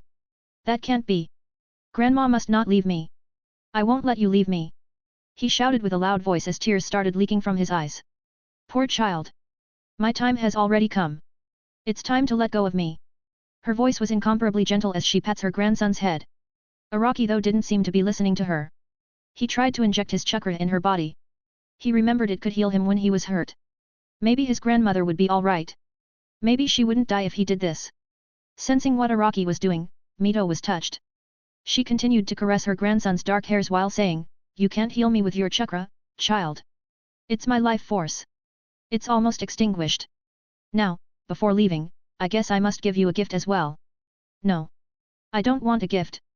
No. I don't want anything. Nothing compares to Grandma. Nothing at all. He shouted while crying his heart out. To him, no amount of gold, or any great jutsu, or power could compare to Mito. Facing his shouts, Mito shook her head gently. In your room, I have already placed all the jutsus personally written by Hashi. It was in the hope someone would come to inherit his bloodline in the future. Make sure to learn them and become strong enough in the future. I will give Kurama to Kushina, and he would protect the two of you until you can protect yourself. It's a bit of pity that Suna-chan isn't here. I can only hope she gets out of her depression soon enough. She then said to him in a little more decisive tone, Now, clear away your tears. Those ladies would laugh at you if they saw you crying like this. Did Araki care about it? Absolutely not. He didn't want his grandmother to leave him. Grandmother loves you the most. Now go out. Ask Kushina and the other ladies to enter. I will transfer Kurama into her. And remember, be careful from now on. I can't protect you from your enemies. After saying that, she asked him to go outside. Grandma. Araki honestly didn't want to leave his grandmother now. You must leave now. Your grandfather is growing lonely in afterlife. I have already made him wait for very long. It's time for me to leave. Mito kindly says this to Araki before asking him to leave. With tears in his eyes, Araki turned around to leave the room. He never expected this would be a day he would lose his grandmother. He was far too disheartened to do anything. After leaving the room, he met up with the ladies and Kushina waiting outside. He told them to go inside. After having informed them of this, he continued to move, feeling extremely melancholic in his heart. He didn't even realize when he left the mansion and was once again in the forest. Typically, when he entered the forest, he could quickly calm down, no matter what had happened to him. However, this time, as he continued to walk, the flowers or plants near him started to wither, dry up, and soon perish. It was like his emotions were affecting the state of his surroundings. At some point, he stopped. It was in front of a giant tree. A tree so thick and gigantic in height that it would take nearly 10 times of his chakra to raise this tree. However, he didn't care about this tree. Frustration had filled his heart, so he punched the tree to vent out some of his frustration. The only thing he managed to do was create a crack of the size of his fist on the tree. Once again, he punched the tree firmly, creating another crack of the size of his fist. He hadn't even used chakra to boost his strength or anything. He was punching with his raw physical strength. He continued to punch the tree over and over as if taking his anger on it while muttering why? Why? Why? Why? In his head. This was the same thing he felt when his father died that day. After 3 or so punches of his full power, his hands started bleeding, but he didn't mind the pain. Slowly, he felt like his mind was numb to this physical pain. 15. Sensing negative emotions. Kurama was safely transferred from Uzumaki Mito to Uzumaki Kushina. Kushina felt extremely regretful that she had indirectly killed Uzumaki Mito. She didn't know how she should face Araki. Kushina had seen firsthand just how close he was to his grandma. Perhaps he might hate her after this. However, she shook her head after that thought. She wasn't that weak. She still remembered Mito-sama's last words, she must take care of him from now. She remembered that he was really emotional. There was a chance he went somewhere just to beat himself up for this. She had to find him fast, but how? At that moment, she heard a voice resounding in her mind. It was the sound of a cheerful laugher. A dead look appeared in her eyes as her soul seemed to spirit away. No, maybe enter her mental consciousness. When she reached the interior of her mindscape, she noticed that it was seemingly barren land. It seemed to be made of soil devoid of nutrients to grow anything. Even the cracks had appeared on the ground. However, this wasn't the thing which really caught her attention. She saw a gigantic fox, large enough to surmount the Hokage mountain stretching its limbs. The fear was visible through her eyes. She remembered. This was the demonic nine-tailed fox she was holding in her belly. It would kill her. Just as this thought entered her mind, she looked around, wanting to take cover. Kurama noticed the flustered look on his jailer's face and was amused. He said with an evil laugh that sent shivers down Kushina's spine, "Kukikiku. For you to come here without even restraining me. It seems you really want me to take a bite of you, my jailer." He said the word jailer with a growl. These words froze Kushina for some seconds, and she didn't move from her spot. Kurama actually found this pretty funny. Maybe he could scare this jailer now and then. However, Kushina wasn't one to let fear cloud rule her mind for long. She remembered Mito-sama's and Araki's words that Kyuubi wouldn't hurt her. Deciding to trust her predecessor, she took a deep breath in and calmed down. Turning towards the gigantic demonic fox, she shouted aloud, "Oh I baka fox! Why did you bring me here? Let me leave. I have to find Araki." Kurama was a little surprised when he saw Kushina pointing her finger at him with the accusation that he brought her here. He blankly stared at her for some seconds, wondering just what she meant. Why would he bring a brat here? Was his head kicked by that tanuki? No, wait. Did she hear him laugh in delight at that moment? He started thinking, I see. That Mito connected my voice to Kushina's thoughts. With her hearing another voice in her head, her unconscious mind brought her here to figure out the reason. I guess I need to concentrate a little to make sure she doesn't hear me. Maybe masking my voice with chakra would work. Now. The only thing that remained was testing it out. Kurama opened his mouth and spoke out loud, "You humans. Go and die." He had masked these words with his chakra, and sure enough, Kushina didn't hear a single sound leaking from his throat. She was instead wondering if this fox was going mad. She was a little regretful and started thinking Grandma Mito died because of this stupid fox. If Kurama could hear her words right now, he would have smashed the promise with Araki and straight away attacked Kushina. Fortunately for Kushina, he couldn't hear her. "I didn't bring you here, brat." "But wait. You want to find Araki? Is he not with you? Where is he?" Kurama asked in confusion. He didn't understand just where the boy would be if not at the side of this young girl who had become his jailer. "I don't know." Kushina unconsciously answered Kurama's question. But, she soon realized that she was talking with the demonic fox. She shouldn't tell him about Araki. What if the Kyuubi hurts him? That could be an issue. Kurama said while closing his eyes for some moments. He was trying to access Kushina's senses. As he looked at the outside world, he was somehow relieved. It seemed that Mito hadn't lied to him. Very well, since she was willing to honor her side of the deal, Kurama wouldn't embarrass himself. He opened his eyes and said to Kushina, "All right then, go away brat. This is your mindscape. You can leave as long as you wish for it. When your consciousness returns to your body, you will have my ability to sense negative emotions. Find Araki with it." "Hey? What?" Kushina didn't think twice about willing herself to return to the real world. Who wanted to spend time with a furry fox? Definitely not her. As she returns to the real world, she looked around and saw the ladies taking Mito-sama's corpse to the Senju ancestral ground where she was going to be buried. Kushina had been the daughter of the Uzumaki clan head and understood what this signified. Araki couldn't miss this. She immediately ran out of the mansion. Deciding to trust that stupid fox this once, she tried to sense her surroundings. Surprisingly, she really could feel something. She turned her distance to a particular distance and felt intense burning hatred from that direction. No. It wasn't just hatred. She could sense a feeling of helplessness as well. Unconsciously, Kushina knew that this was none other than Araki. Not wasting any time, she immediately ran towards the direction. There she saw it. She saw the bloodied hands of Araki and how he was punching a large tree. It was like he kept punching the tree in frustration until his bones had started to crack. Even Kurama inside of Kushina's body was surprised to see Araki in such a state. He couldn't help but sigh out while thinking so. This is what happened to that bright child when he knows of the truth? So that was just one side of the coin. This is his other side. As if realizing that Kushina had come, Araki turned around. He hid his hand behind his body and said with a forced smile, "Looks like the Kurama is with you, Kushina-chan." He knew he was late. Kushina had already seen him like that. But, still, he tried to give her a smile. However, before he realized it, he found himself hugging Kushina. As he was hugging Kushina, he heard her mutter tearfully, "I am sorry. I am sorry." A bitter smile appeared on his lips as he slowly caressed the back of her head. His hands went over her red hairs which were incredibly silky now that he touched them. With Kushina in his arms, he slowly started to calm down. 16. Letter. Kushina informed him that the ladies with her were taking Mito-sama's body to give her a respectful burial. She told Araki that he must be there when it happens. Araki was there when these ladies buried his grandma. He kept holding Kushina's hand as if it was his only support. Kushina tried hard to ignore the gloomy feeling she received from Araki. She was already very sad, and sensing such dense gloomy feelings seemed to break her even more. She tried to turn off these negative emotions sensing skill.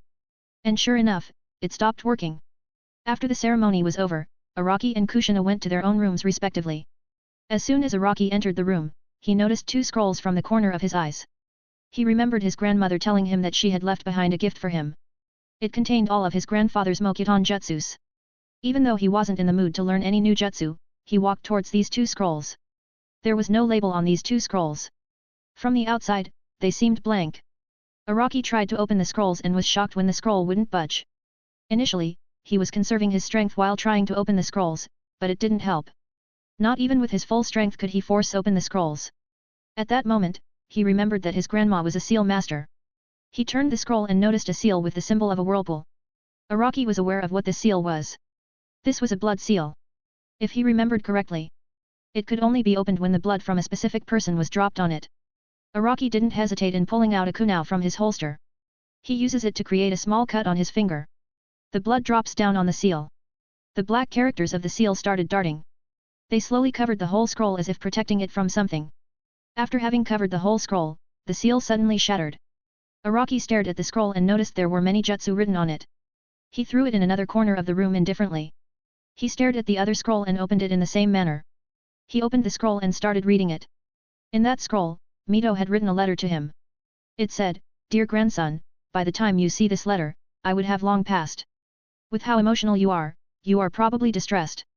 But I need to tell you that there is no time for you to remain gloomy. The village is not how it used to be during Hashi or Tobi's time. This is because of the blind loyalty of the monkey and his teammate Danzo. One wants peace while the other wants war. After I have passed on, they will definitely try to take control of you and Kushina. The monkey would be subtle about these things, but that Danzo might send his root shinobi to kidnap you. You must train extra hard and practice the jutsus I left in the other scroll. Also, this might be a selfish request of mine, but do not abandon the Uzumaki clan.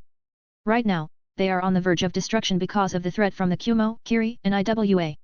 Moreover, there is a possibility that Konoha wouldn't send any help to Uzushio and would instead try to gain from this. I did make some arrangements with the Uzumaki clan members. If you give them a command, they won't disobey you as long it would save the clan." As Araki finished reading the scroll, he clenched his fists tightly. To Araki, his grandma's request was a command. Since she wanted him to save the Uzumaki, then he will. But then, he started thinking, how should I save such a huge clan? I can't make it enter Konoha. The Uzumaki clan head wouldn't like to serve under the Hokage, and there is also a chance that Konoha could sell the Uzumaki clan members in an attempt to pacify the great villages. He was really puzzled at what he should do. At that point, he remembered something. He decided to first burn this scroll from his grandma. It would be terrible if someone else read it. And as for the scroll which contained all of his grandpa's jutsus, he decided to keep it with him. There was a pocket in his vest which could hold the scroll. Anyway, he felt that he needed to be fast. Soon enough, he was in front of Kushina's room. He opened the door and noticed that Kushina was lying on the bed, with her head buried against a pillow. "Kushina-chan, can you come with me?" Araki gently asked her. He knew she was feeling awful, as well. She probably blamed herself for his grandma's death. Kushina looked up to see Araki smiling at her. She asked him curiously, "What happened, Araki? Where do I need to go?" "To Uzushio." And with that, they took off. Since Kushina had come from Uzushio a month ago, she knew the way to return. She took Araki through the fastest way she knew. On the way, Araki didn't talk with Kushina. He was thinking deeply about what he must say to the Uzumaki clan head. He knew that even if the Uzumaki clan head wouldn't listen to him, he should listen to his daughter's request. Besides, he could protect himself from the Hokage and Danzo's clutches for some time. He could also receive the training from Uzumaki clan members. He did hear from his grandma that all of them had an excellent water affinity and Kenjutsu prowess. This was something he wouldn't learn in Konoha. There were a few issues about going to Uzushio though. The Konoha wouldn't remain seated while letting its Jinchuuriki live in the Uzushio. Araki calculated that the most he could extend his stay were 3 months. And in these 3 months, Araki must learn the Kenjutsu style of the Uzumaki clan and some water jutsus. He didn't really know much about how strong his water affinity was. He remembered his grandmother telling him that his Mokuton was a combination of water and earth chakra. She told him that he must have a good water affinity as well. Araki believed her words at that time. Right now, he planned on protecting the Uzumaki clan from the combined attack of 3 great villages, and after spending some more time in that village, he would return to Konoha. 17. Uzumaki Hishin. The way to the Uzumaki clan was through the land of waves. Araki and Kushina took a small break there before they searched for a boat. Usually, no one could enter the Uzashio village through boats. But, since Kushina was a pure-blooded Uzumaki and had lived her life in Uzashio, she knew how to pass through the special seals placed around the village. After reaching the Uzashio village, she could ask an Uzumaki clan member to escort the boatman back to the wave. In this manner, they wouldn't need to divulge the method of unlocking the seal. With Kushina's instructions, they swiftly reached the island where the Uzumaki clan resided. Araki was a little surprised when he could feel a massive chakra from all the residents in this village. The lowest he could sense was low Chunin level chakra, and the greatest was nearly thrice of the Hokage's chakra. Strong. Really strong. He couldn't help but mutter it under his breath. It was like everyone was strong here. Kushina didn't hear his words and led him to the clan head's compound. She asked an Uzumaki clan member to escort the boatman as well. The Uzumaki clan member naturally knew of Kushina's identity, he immediately obeyed her and led the boatman away. As Araki started walking towards the Uzumaki clan compound, he noticed that all the residents of this village seemed to be filled with red heads. The people of the village greeted him with surprised looks. They wondered who this young boy who was walking with Kushina was. Soon enough, they reached the Uzumaki clan compound. From the outside, it seemed much smaller than the Senju clan mansion. However, as he entered the Uzumaki clan compound, he felt a little strange as it was quite a lot larger than he initially thought. The corridors and halls seemed to be never-ending. Just how massive was this compound? Soon enough, Kushina turned around and entered a particular room. Araki really wanted to ask her just how she knew that this was the correct room. To him, all the rooms looked exactly the same. Inside the room, he saw a man who seemed to a middle-aged man in terms of age. His red-colored hairs were bright, and they seemed to be glowing similar to how Kushina's hairs were. Senju Araki greets you, clan head. Araki knew that the essential etiquettes of what he must do in front of a cage. Mito had made sure to drill it into his head. The village head of Ozashio smiled and nodded his head, he then said, I see. You are Mito-sama's grandson. You need not bow to me. And since you are my daughter's friend, you can call me Uncle Hishin. Kushina also held his hand and said to Araki, yeah, you don't need to bow to my father. Just tell him what you wanted to say. I will then show you the whole Ozashio. All right. Not even waiting for the village head to say anything, Araki nodded his head. Well, he was also looking forward to taking a round of this village. Uzumaki Hishin, the village head of Ozashio, was a little helpless as he saw his daughter speaking up for Senju Araki. He wasn't displeased because he knew the identity of this young man here, the grandson of Uzumaki Mito and the inheritor of Senju Hashirama's Mokuton. All right, please tell me what you want to speak. Uzumaki Hishin said while gesturing him to take a seat. Two servants entered and laid 2 cushions on the ground for Senju Araki and Uzumaki Kushina. They were soon dismissed as well. Araki took a deep breath and said, Uncle Hishin, I am sure you are not unaware of the alliance of the 3 great villages against Uzashio. Yes. I am indeed aware. However, there is no way they can enter the Uzashio or even attack it. Uzumaki Hishin was quite indifferent as he stated it. He seemed to hold utmost faith in the seals devised by him. Araki took a deep breath inside and searched for ways to explain in his little mind. After figuring it out, he said, Uncle Hishin, I am not that good in Fuinjutsu, but Grandma did teach me the basics. And from what I could observe, the seals around Uzashio focus on misdirection. Moreover, the whirlpools at specific areas do make it very hard to pass through. Yet, you forget that as long as even one of the great villages knows of the way, they can easily enter Uzashio. Though his words worried Uzumaki Hishin, after some time, he shook his head, that can't happen. How would even one of the great villages know of the way to enter Uzashio? Other than a selected shinobi from Konoha, no one else knows.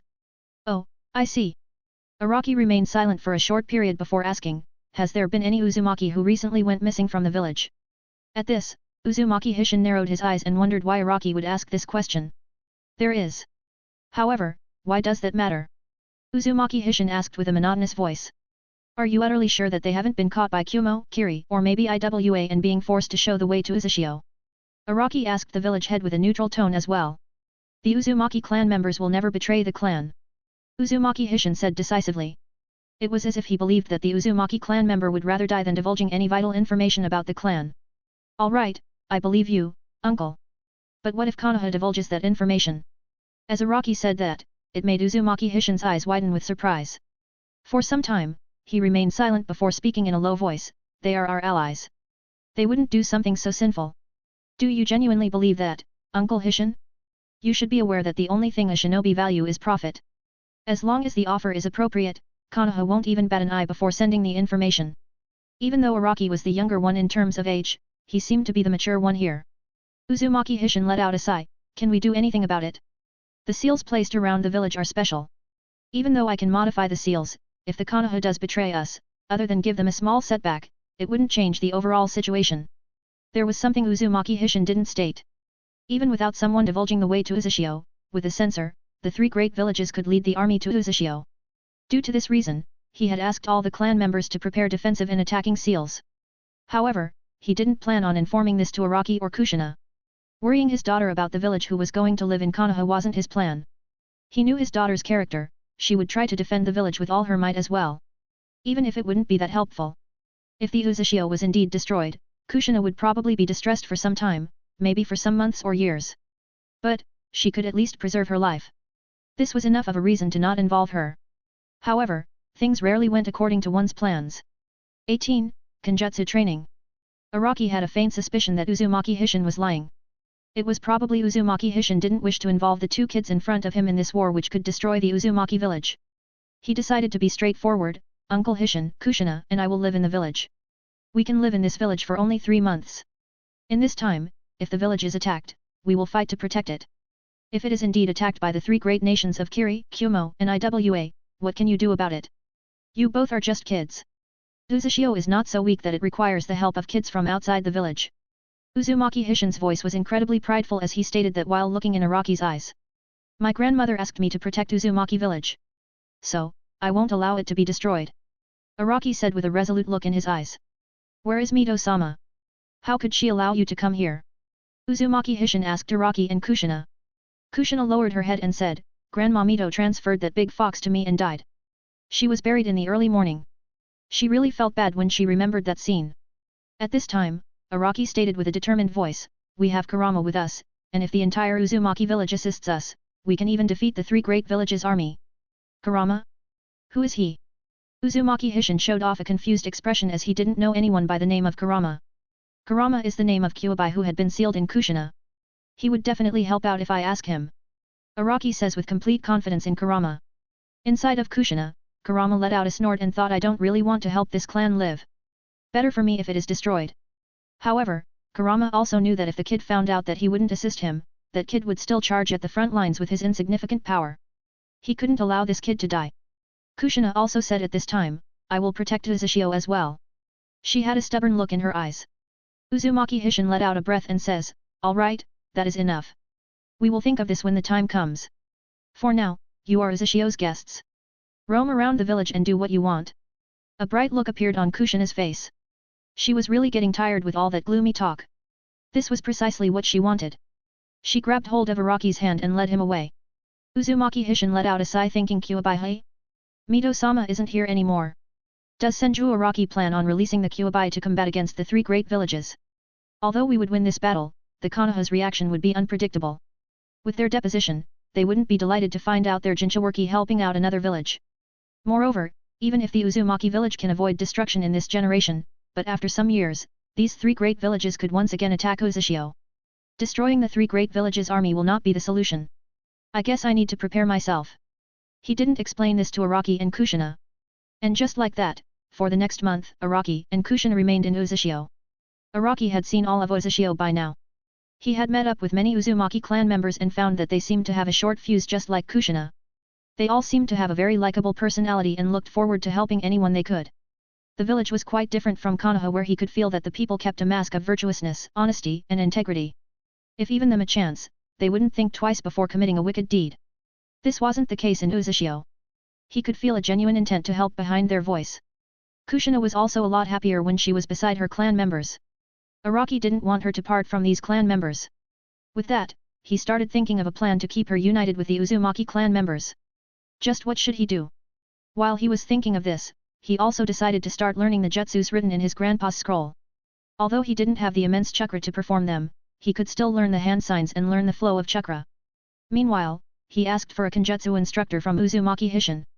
Not wishing to disappoint Araki, Uzumaki Hishin appointed one of the best kenjutsu users to him. There was a prideful look in his eyes as he gazed at Araki. Although he had been ordered by the village head to train Araki, he still showed some reluctance. It wasn't just because he looked down on Araki. It was because he found it incredibly difficult to teach. His methods have been called quite ruthless by the other members of the clan, so even though he had one of the most exceptional skill, he didn't have any confidence in training Araki. His methods didn't include the step-by-step process of showing the Uzumaki Kenjutsu style. Instead, it was to hand over a wooden sword to Araki and ask him to charge it himself. He trained while he was fighting. However, there were none of the children in the Uzushio who could take his training. After a week or so of training, they would switch instructors. Meanwhile, Araki wished to learn the Uzumaki Kenjutsu style in the shortest time. For the first time in his life, he really wished to have strength. He had a feeling that if he was stronger, he could have saved his grandma. It was his lack of strength which limited his abilities.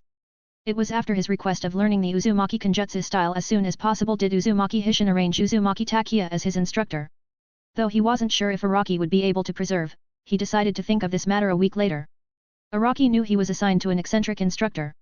He held the wooden sword tightly, and each day, he charged at Uzumaki Takiya with his entire strength as if he was possessed.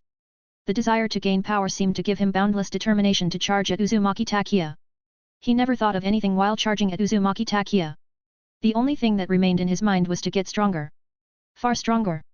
Araki didn't know, but Uzumaki Takiya was utterly shocked by Araki. Why so? Because each day, he would be forced to fight for a long time every single day. Never in his life had he trained a disciple who could even tire him out.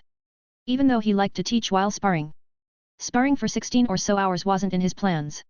Moreover, that too for a whole week with little time to rest, he wasn't distressed at teaching Araki, though. He was excited. Such a hard-working and diligent student was what he always wanted. The stubborn Uzumaki pride within him seemed to force him to work even harder than Araki.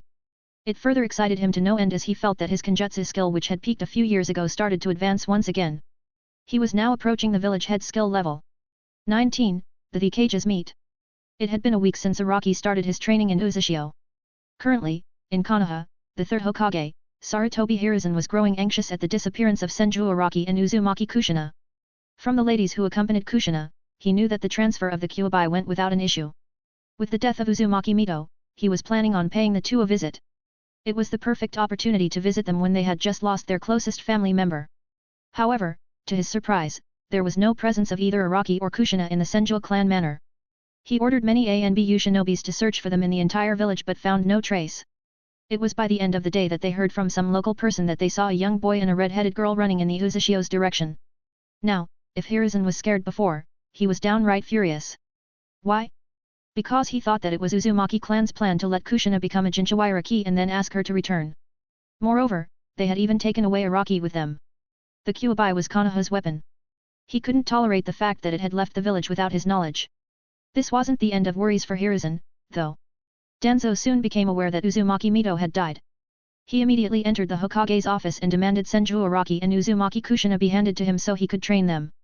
The third Hokage had to control himself and exhibit great patience to not kick out Danzo at that moment.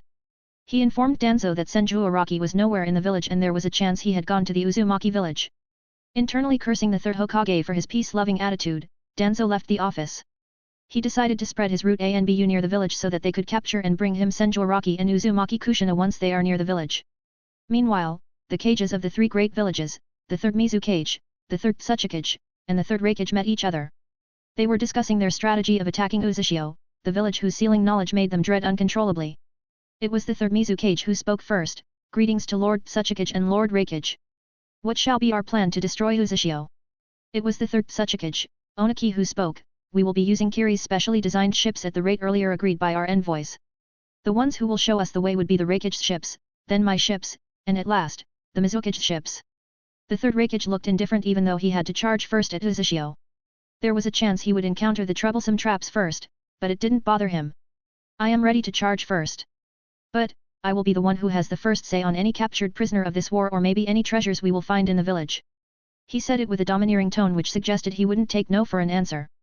The third Mizu Cage and the third Tsuchikage didn't care much about it.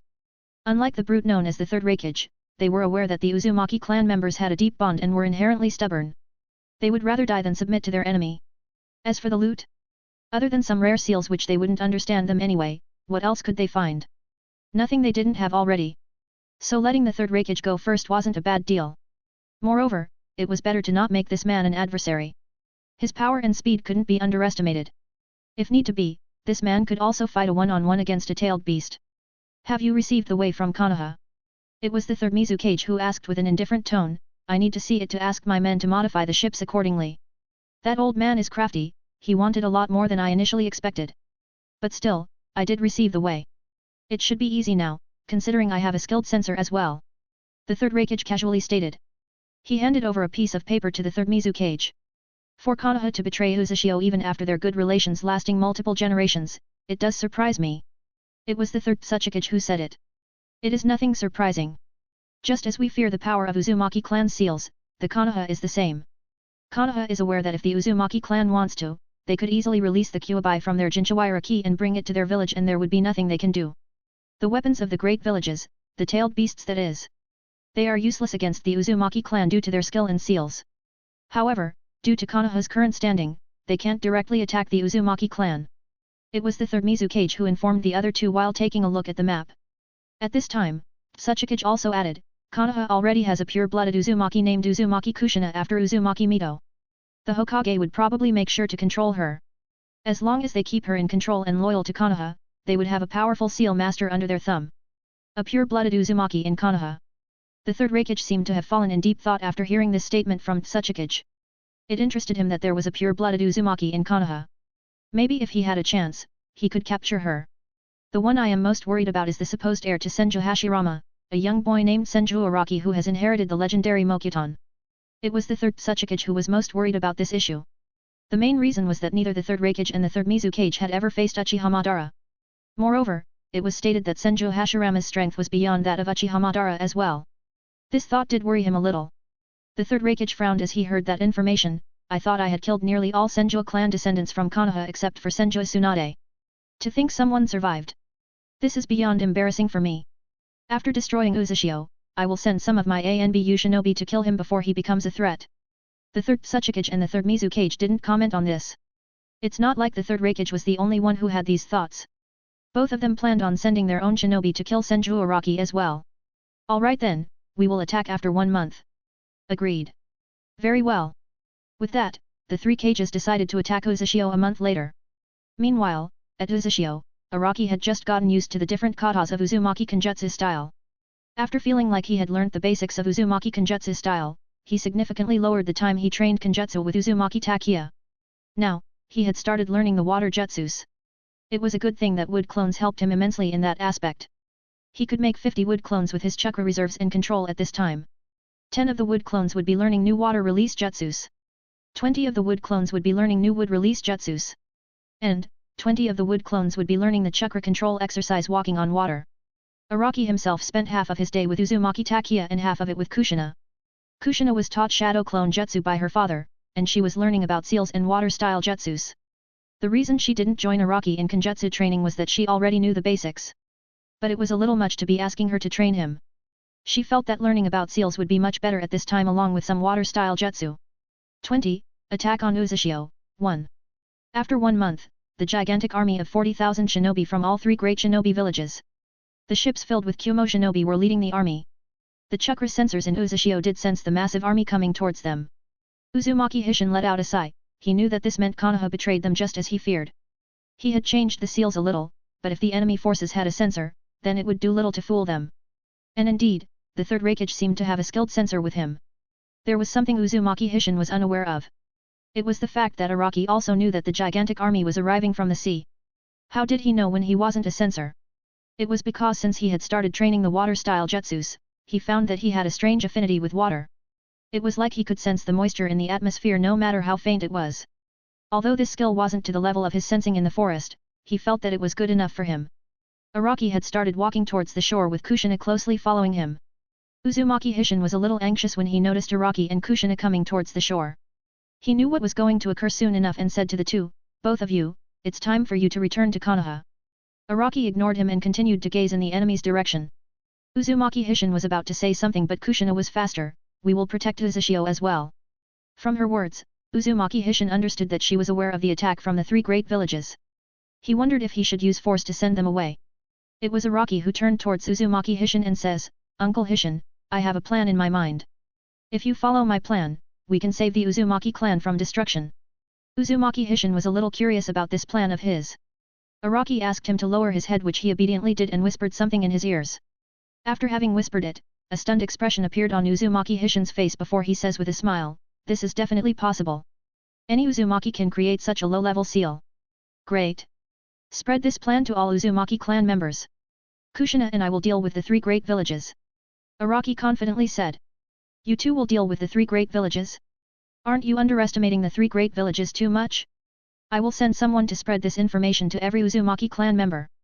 And, these shinobi and I will remain here to protect you too." Uzumaki Hishin pointed at the 1,000 shinobi near him. Nodding his head at the statement, Araki soon turned towards the sea again. He could sense the ships coming. They would soon be visible to naked eyes. The first ships which came into vision were of Kumo. Araki kept his eyes focused on these ships as he remembered that Reikage was the one who ordered his father's death. The same Reikage seated on one of these ships. Unconsciously, he clenched his fists in anger. If not for the fact that he wanted to deal massive damage to the entire army of the 3 great villages, Araki would have attacked these ships already. Uzumaki Hishin stared at these ships and waited for some time. He allowed all the Kumo ships to enter before raising his hand and closing his eyes for some seconds. Uzumaki Hishin flared his chakra and said, "Kai." As if his word could command the forces of nature, a whirlpool appeared in the sea. Moreover, it was quite near to the Kumo ships. The Kumo ships couldn't help and be caught by the flow of whirlpool. The ships started moving towards the whirlpool. The nearest Kumo ship to the whirlpool started to revolve around the whirlpool with a rapid speed. That ship crashed with another 2 ships, causing many shinobi to fall on the water. At this moment, Reikage shouted out, "Everyone, leave the ships and charge at the island. Kill them. Just make sure to leave 1 or 2 alive." The whirlpool was rendered ineffective as the shinobis jumped out of their own ships and charged at Uzushio. Soon enough, Iwa shinobi and Kiri shinobi followed suit and charged at Uzushio as well. Uzumaki Hishin was preparing to lead the 1,000 or so Uzumaki clan members behind him to charge. However, Araki had other plans. At this moment, he shouted loudly, "Come, Kurama! Give them hell!" This was precisely what Kurama had been awaiting.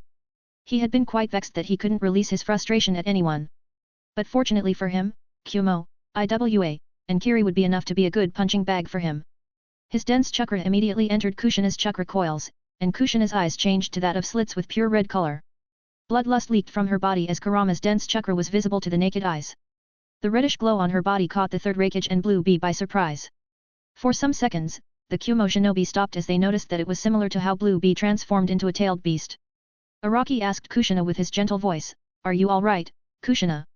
"Yup. This is nothing, Date Bane." She was lying while gritting her teeth. This was far beyond what she expected. If this went on, Kuobi's chakra would be too much for her body to handle. Noticing this, Araki held Kushina's hand and sent a thin streak of his chakra in her body. Immediately, her chakra coils, which felt like they were burning, started to cool down. As Kurama's chakra in her chakra coils was suppressed, some of it entered Araki's body. Araki's body felt like it was filled with pure power at this moment. Currently, the chakra was filled to the brim that he couldn't help but want to release it. He had 2 options, the first was to release Kushina's hand. And the other was to use this chakra in his body. He wasn't going to let loose Kushina's hand and let her endure all that pain. So, Araki immediately decided to utilize all the chakra in his body. He made a sealess wood clone. The wood clone was identical to Araki and stood at the left side of Araki. Araki raised his left hand and placed it on his wood clone's back. Araki was transferring the excess chakra in his wood clone. "You know what to do," Araki said to the wood clone with a small smile. "Got it, boss," the wood clone said with a smirk on his face. He started going through a series of hand seals. It took him around 5–10 seconds before he finished with the hand seals and took a deep breath before shouting the name of his first technique. Wood Release, Deep Forest Emergence. 21. Attack on Uzushio, 2. The 3 great villages' allied army was rushing at the Uzushio island with their top speed. They saw the Uzumaki clan members near the shore and were prepared to take them on. Around that moment, they saw a young boy with black hair and emerald green eyes looking at them with a brutal expression on his face. He had a clone standing next to him. To many of the shinobi present here, his face was unfamiliar. Beside him, they saw a red-headed young girl who was an Uzumaki clan member. They were inclined to ignore these two when suddenly, a dense reddish-colored aura appeared on the redhead's body and she seemed to have been swallowed by that massive and dense chakra. They understood that she was a Jinchawira ki. Although it confused them as according to their information, Uzushio had no Jinchawira ki, they still continued to charge forwards. If the Uzushio had its own Jinchawira ki, then Kumo also had its own. Blue Bee, the 8-tailed Jinchawira ki of Kumo, split off from the main army and rushed towards Kushina's position with his tailed beast mode. Similar to how it was for Kushina, a dense reddish-colored aura erupted from his body, and two tails appeared behind his back. Since Kushina's tailed beast mode only had a single tail, he believed that two tails would be enough. The Raikage noticed that Blue Bee was going off to deal with the enemy Jinchuiriki and was satisfied. He was leading the army from the front and would need to confront Uzumaki Hishin. Around that moment, the entire battlefield went silent when they heard the words. Wood release, deep forest emergence. Blue Bee, who was charging at Araki and Kushina's position, saw a sea of trees charging at them. How many were these? Tens? No, maybe hundreds of trees charging at him with great speed. They couldn't help but let out collectively, ah, sh.it. Some even wanted to return to their homes. They didn't join this war against Uzushio to face this. For some seconds, Blue Bee stopped as he couldn't believe what he saw. Why so? This was the legendary Mokuton, which could easily restrain the chakra of a tailed beast. Even though he was so far away, he could feel a terrifying aura from this wood. Not only the retraining effect from Mokuton but also an intimidating chakra which directly suppressed his eight-tailed chakra. Even the tailed beast inside of him opened his eyes as he sensed this chakra and the wood release jutsu. He spoke out in surprise, Kyuubi? Mokuton? What? The poor octopus was resting in his seal. He couldn't really have a chance of escaping unless his Jinchuiriki used 6 tails. And the situation seemed far from that scene, so he was pretty much chilling in the seal. Yet, he was abruptly woken up when he felt the restraining effect from Mokuton and Kyuubi's chakra. The whole army of the 3 great shinobi seemed to have paused for several seconds as they noticed the wood release attack. Moreover, it was the signature attack of Senju Hashirama. By the time Blue Bee recovered from the shock, the hundreds of trees were far too close to his body. He cut apart 2 or 3 trees and jumped away before looking at Araki's direction with a hint of dread in his eyes. Meanwhile, the Raikage, Tsuchikage, and the Mizukage recovered from their shock and gazed at Araki. They immediately understood that this was the Senju clan descendant who has inherited Senju Hashirama's legendary Mokuton. Moreover, the Jinchuiriki next to him was probably the Kyuubi's Jinchuiriki. At this moment, a thought flashed in their minds: we have been betrayed by Konoha. To them, these 2 Konoha shinobi here meant that the Konoha had decided to protect Uzushio. The Konoha was probably trying to deal massive damage to Uzushio and the 3 great villages. Anyway, although Blue Bee had dodged the incoming trees, the shinobi behind him weren't so fortunate. Hundreds of trees seemed to hit the half of the entire Kumo army at once and cleared them away from the battlefield. It divided the first half of the Kumo army from the other half. These trees were seemingly sweeping off half of Kumo's army. Blue Bee didn't need to turn to understand what had occurred. He felt that this was probably the real aim of the child in front of him. Fortunately, he felt that even if many of the Kumo shinobi were swept away from the battlefield, they regained their footing before moving forward to dodge these trees. Araki had a faint smirk on his face as he whispered something which drifted in the wind. Blue Bee's eyes widened as he realized that something was wrong. He turned around to warn the Kumo army by shouting, "Get away!" Confused at why Blue Bee was shouting this, the Kumo shinobi didn't respond for a few seconds. That was a bad decision on their part. The trees closest to their bodies immediately detonated. The explosion of one tree would have taken out only a small area. But the same wasn't valid for hundreds of trees exploding at the same time. The explosion covered a massive area and took out nearly 1,000 of shinobi with the blast radius. Raikage looked dumbfounded when he saw 1,000 of his shinobi dying before the battle even began. He was growing furious just at this thought. Meanwhile, the other 2 Kage were even more startled. They never expected this to occur. To them, even if someone did inherit Senju Hashirama's Mokuton, it was just a small child. He shouldn't pose a threat to them, right? However, they realized this was just wishful thinking on their part. Fortunately, it was just Kumo who paid a dear price by underestimating this child. The Raikage was confused about what he should do now. Should he go forward and fight against Uzumaki Hishin or return to protect his shinobi from any more large-scale attacks?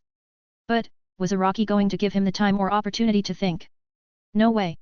He turned towards Kushina and asked her, "Can you take on one more attack?" Even though Kushina felt that she couldn't, she still nodded her head, yes. Araki could feel that she was lying to him and was going beyond her limits to help him out. He was incredibly touched by Kushina's determination to help him. He sent even more of his chakra in her body to suppress the Kyuubi's chakra in her chakra coils and absorb it so that Kushina won't feel pain. And just as he was about to tell her to pull out more chakra, Kushina heard a voice in her head, "Let me take over, brat." "Why? You cannot control my chakra at your current power or state. Let me take over, I will help you out this one time." Kushina remained silent for only a few seconds before she decisively said to Kurama, "You heard Araki, and I will use the seal Mito-sama placed as a backup." Yet. I get it, brat." Kurama didn't seem to care about her threat. Araki was a little surprised when the aura he felt from Kushina became even denser. Even he wouldn't be able to take on such dense chakra in his body. He started feeling pain but didn't complain at this moment. Kurama had now taken over Kushina's body for some time. He spoke to Araki, "Kid, let go of my hand for now. You should recover your own chakra a little. I will handle the situation now." Araki was a little surprised when he heard Kurama's voice, but he still didn't back down. He knew that if he let up right now, Kushina's body would be injured even more by Kurama's chakra. Knowing that this kid won't let go, Kurama stopped urging him. A dark-colored ball started forming near his mouth. The purple-colored chakra condensing near Kurama's mouth was mixed in a ratio of 8:2 of positive black chakra to negative white chakra. Tailed Beast Bomb. 22. Attack on Uzashio. 3. If the wood release, deep forest emergence shocked the three great villages. This next attack that Kurama was creating made them shiver in fright. Especially the shinobi from Kumo. They would be the first ones to take on this attack. They had a faint feeling that this attack wouldn't kill any less than the first attack. This time, Reikage ultimately decided that he must change directions. He shouted out loudly, "Everyone! Charge at the Jinchawira key!" The Uzumaki clan members had also been dumbfounded to see the explosion occur. They also heard the Reikage's loud voice and immediately moved towards Araki and Kushina. They planned to protect the two of them from the Kumo's attack. This time, they weren't going to wait for the attack. Some battalion commanders of Kumo ordered their respective subordinates to charge up and attack. Lightning release, multiple arrow jutsu. Each of the hundreds of Kumo shinobi created 10 or so lightning arrow which charged at Araki and Kurama with blinding speed.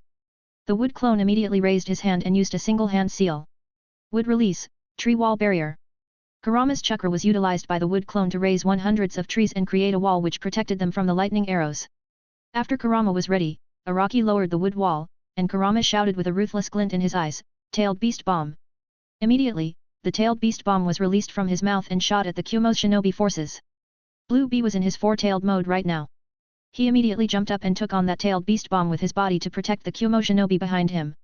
The Kumo shinobi let out a breath of relief as they saw Blue Bee shielding them from the tailed beast bomb. As the tailed beast bomb exploded, Blue Bee took the whole explosion by his four-tailed mode. However, he realized sometime later that he shouldn't have done that. Even his four-tailed mode wasn't enough to protect him from the Kuobi's tailed beast bomb. Half of his four-tailed mode stripped away from his body, and he let out a painful groan. He fell on the sea with some injuries on the right side of his body. The Kumo shinobi though couldn't stay relieved for very long. Why? Because this was not the end but the start. Kurama had a bloodthirsty grin on his face as he said, "It looks like I have become slower. I need to charge up for so long for such a weak-tailed beast bomb. How about the other jutsu? Although a little weaker than this one, it should work splendidly in this situation." Araki had no idea what sort of jutsu Kurama was talking about, but he wanted him to hurry. The Kumo shinobis were quite near to them. Tailed Beast Bomb Barrage. Kurama used his immense chakra to immediately create a tailed beast bomb and release it. He created around 30 small tailed beast bombs at a rapid rate. Around this moment, the IWA shinobi stepped forward and spoke, "Earth Release, Earth Wall Jutsu." The Kiri shinobi also stepped forward and protected the Kumo shinobi, "Water Release, Water Wall Jutsu." The tailed beast bombs were slowed by these walls, but they couldn't stop them. Just as these tailed beast bombs smashed the walls, they exploded after coming in contact with IWA, Kumo, and Kiri shinobi. Nearly 10,000 shinobi died after they were bombarded by multiple tailed beast bombs. Absolute destruction. This was what anyone would say after looking at this scene. After having used this move, Kurama said to Araki, "This is the most this girl can handle. Any more of my chakra and her internal organs will burst apart." "Alright, thank you, Kurama. I won't forget this." "Humph. You better not." With that, Kurama returned to his seal, and his chakra had seemingly disappeared from Kushina's body. Araki still had enough chakra from Kuobai to perform one last jutsu. And that was Wood Release, Multiple Wood Dragon Jutsu. Tens of wood dragons were created. One of them was created right under the feet of Araki, his wood clone, and Kushina. It carried them away while the other wood dragons continued to move around them in strange formations. Araki's complexion was slowly turning ugly as he found that the wood dragons were far harder to control than he initially imagined. It took a considerable amount of his concentration just to raise their head. However, he had Kurama's chakra to use. Even though he wouldn't usually be able to control these wood dragons with his chakra, he was wasting a lot of Kurama's chakra just to control it. It also let him know that just the water walking exercise is not enough. He needs to enhance his chakra control even further to make sure he doesn't waste chakra and boosts his concentration. Anyway, he should be safe for now. Well, these were his thoughts until he saw a man clad in bluish lightning charging at him with the quickest speed possible. So, that's the Reikage, hey. He stared at the Raikage who was approaching him while covered in his lightning armor. The one who ordered my father's death. So, that's him. He halted the wood dragons and turned his head towards the third Raikage. The Raikage noticed the Senjua boy staring at him with cold killing intent. The killing intent he had gained from killing 1,000 of Kumo soldiers was already condensing on his body. However, this didn't bother him one bit. He had a single target, right now, to pierce this Senjua kid's body and kill him here. Suddenly, he was forced to stop and raise his arm to block a sword slash. It was strong enough to even hurt his invincible body boosted with lightning armor. This was none other than Uzumaki Hishin who had arrived to protect Araki and Kushina. He had a resolute look in his eyes while staring at the third Raikage. 23. Attack on Uzushio, 4. The third Raikage asks him with a cold humph, "Are you really trying to overpower me in pure strength? This is beyond foolish." Foolish? I don't know about that. For a decade, there hasn't been anyone in Uzushio who could be my match, whether it is my skill or power. Today, I need to rely on you to figure out where my limits lie. Uzumaki Hishin had a calm gaze in his eyes while speaking to Raikage. His body seemed to contain surprising strength as he could contend against the third Raikage. All the people who said those words are corpses now. The third Raikage, however, wasn't amused by this talk. He used more of his physical strength to push away Uzumaki Hishin. Yet, it seemed to have been for naught as Uzumaki Hishin didn't budge. I see now, you are using the seals to boost the physical strength in your arms. You are just a sham. This is my skill. Talk when you can overpower me, Raikage. Uzumaki Hishin stared at the Raikage with a calm and collected gaze. The sword in his hand moved, this time he tried to stab 3 different spots of the Raikage's body. However, Raikage's thunder armor didn't grant him a very high defense, but it did greatly enhance his speed. Raikage quickly blocked those stabs and shouted, "Lightning release, lariat." He decided to come close to Uzumaki Hishin and used his signature technique. He was planning on hitting Uzumaki Hishin's chest with his full strength. Even if Uzumaki Hishin had boosted his physical strength by his seals, there was no way his physique could take on this attack from the Raikage. At the least, Uzumaki Hishin's chest would be crushed. Naturally, Uzumaki Hishin was aware that taking on this attack wouldn't be wise. He raised his right hand and said, "Kai." Suddenly, his body vanished, and a log appeared in front of Raikage. The Raikage's lariat hits the log and breaks it into pieces. After having destroyed the log, he frowns. This was an empty field. Just how could the body replacement jutsu work when there was no log nearby? He had no idea that this log was pulled out of a seal on Uzumaki Hishin's body. However, that wasn't all, there was something the Raikage failed to notice. And that was the explosive tag on the log. Suddenly, an explosion occurred very close to the Raikage's body which although didn't injure him, it did force him to back away by several steps. Just when the Raikage was looking around to see where Uzumaki Hishin was, he sensed a faint danger to his life and jumped back.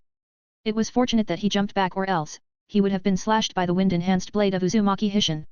Perhaps even his lightning armor could have been pierced by that slash. However, Uzumaki Hishin didn't let up for a single second even though his surprise attack had been dodged. With the same intensity and ferocity as before, he attacked the third Raikage. The third Raikage didn't even have the time to use any jutsu as he was on the defensive and had to dodge multiple sword attacks from Uzumaki Hishin. The wind enhancing his sword was so sharp that the third Raikage was sure that if he tried to grab hold of that sword without his lightning chakra, his hand would be slashed. And if it was the third Raikage's body which would be slashed merely upon contact with Uzumaki Hishin's sword, there was no doubt that any other ninja would be cut up by Uzumaki Hishin. To think you had concealed such strength from us. I guess our decision to destroy you had been correct. If you continued to grow, you could have become the 6th great village. Uzumaki Hishin's facial complexion still remained calm as he heard the third Raikage's word. He continued to attack the third Raikage with the Uzumaki Kenjutsu style. The Uzumaki Kenjutsu style didn't focus on absolute attack or absolute defense. It was the ever-changing style which would switch from offense to defense after a single move. It was used to disrupt the rhythm of the opponent and confuse them. The opponent would be confused when he must attack and when he must defend. After fighting for some time, when the opponent wants to attack, he would feel as if he would be falling into a trap. And when he was defending, he would want to attack. However, to lead the rhythm, great skill was required. Moreover, Uzumaki Hishin was leading the rhythm against the third Raikage, also dubbed as the greatest Raikage. It wouldn't be an exaggeration to say that Uzumaki Hishin was the most skilled man who could take on the third Raikage one-on-one and have a chance of winning. Whether it was his knowledge of seals or his sword skill, it was among the top. All the 1,000 Uzumaki clan members behind him were all fighting against the Kumo shinobi. Although they were all doing their best, they were losing the battle because of their low numbers. Araki continued to stare at the battlefield while he and Kushina were seated on top of the wood dragon's head. 9 wood dragons were roaming in the sky as if they were real dragons. A grave look on his face as he noticed the Kiri and Iwa had caught up. Once they joined the forces of Kumo Shinobi, it would only be a matter of time before the Uzumaki clan members lost. He raised his hand and commanded 8 wood dragons to attack. 2 of these wood dragons were charging at the Kumo Shinobi who were already fighting against Uzumaki clan members. 3 wood dragons charged at the Iwa Shinobi, and 3 wood dragons charged at the Kiri Shinobi. A bead of sweat rolled from Araki's face as he was finding it troubling to control the wood dragon with such great distance between them. That was why he controlled the wood dragon on which he was seated on and another wood dragon to slowly approach the main battlefield. His 8 wood dragons were proving to be more than a handful for the 3 great shinobi forces. Each of these 3 great villages had lost 100s of shinobi to these 8 wood dragons in a matter of minutes. However, fortunately for them, they managed to restrain these wood dragons now. The Iwa shinobi created earth from their chakra to restrain the 3 wood dragons. The Kiri used water to cut apart the tail and to some extent retrain the 3 wood dragons, and the Kumo shinobis used brute strength and their quick speed with lightning chakra to destroy the body of the 3 wood dragons. Only the heads remained for some reason. The heads of these wood dragons were rather durable. A ruthless smirk appeared on Araki's face as he let out a relieved sigh. Explode. 24. Attack on Uzushio. 5. Only after some time did the 3 great village forces understood that the purpose of the wood dragon wasn't to destroy their numbers by crushing them. It was to gather them around it. And suddenly, without any warning, the heads of the wood dragon exploded loudly. It caught the attention of the 3 cages who frowned upon seeing this scene. Each of these wood dragons had taken out nearly 300 or so shinobi of respective villages. It didn't please them to see many of their shinobi die against these wood dragons. That is why the 3rd Tsuchikage and the 3rd Mizu cage closed the distance to these 2 wood dragons flying in the sky. The 3rd Tsuchikage was flying in the sky while the 3rd Mizu cage looked as if he was surfing on water. They were both rushing at Araki's location with their full speed. Seeing them coming at him, a small frown appeared on Araki's face. He decided to turn the wood dragon's head and return to the island. It wouldn't be safe to remain here anymore. However, the wood dragon's flying speed was far too slow as compared to the 3rd Tsuchikage and the 3rd Mizu cage. Araki's eyes moved from the 3rd Tsuchikage to the 3rd Mizu cage. He noticed that the 3rd Mizu cage couldn't fly on his own. His vision fell upon the 3rd Tsuchikage and thought, if this man falls, I could lose them. However, it was wishful thinking on his part to be able to damage a cage.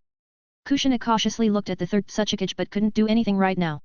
She felt a lot of pain in her body because of having used more of Kurama's chakra than her body could handle. Araki used his thought to control the only wood dragon remaining other than the one he and Kushina were seated. The wood dragon neared the 3rd Tsuchikage and was about to explode. However, Onaki simply snorted upon seeing this. It would have given me some trouble if it was Senju Hashirama who utilized this move, but you are still too green to be using this move, boy. He raised his hand and joined them.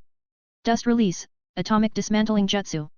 A small white-colored cube was released from his hands which suddenly expanded as the wood dragon came into its range. A white light flashed around which temporarily blinded everyone who stared at this scene.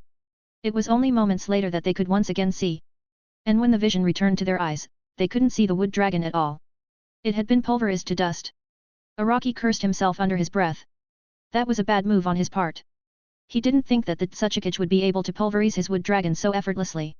He should have used it against the Mizu cage. However, there was nothing he could do at this moment. He got ready to do his best to stop the Tsuchikage. He still had a bit of chakra left in his body. Araki. Kushina called out to him, but Araki didn't respond. He continued to gaze at the incoming 3rd Tsuchikage with a grave look. Water release, finger bullets. Araki pointed his index finger at the 3rd Tsuchikage and started to shoot water bullets from his finger. The 3rd Tsuchikage frowned as he dodged the incoming water bullet by elevating. However, he realized that it wasn't just one water bullet, multiple bullets were approaching him.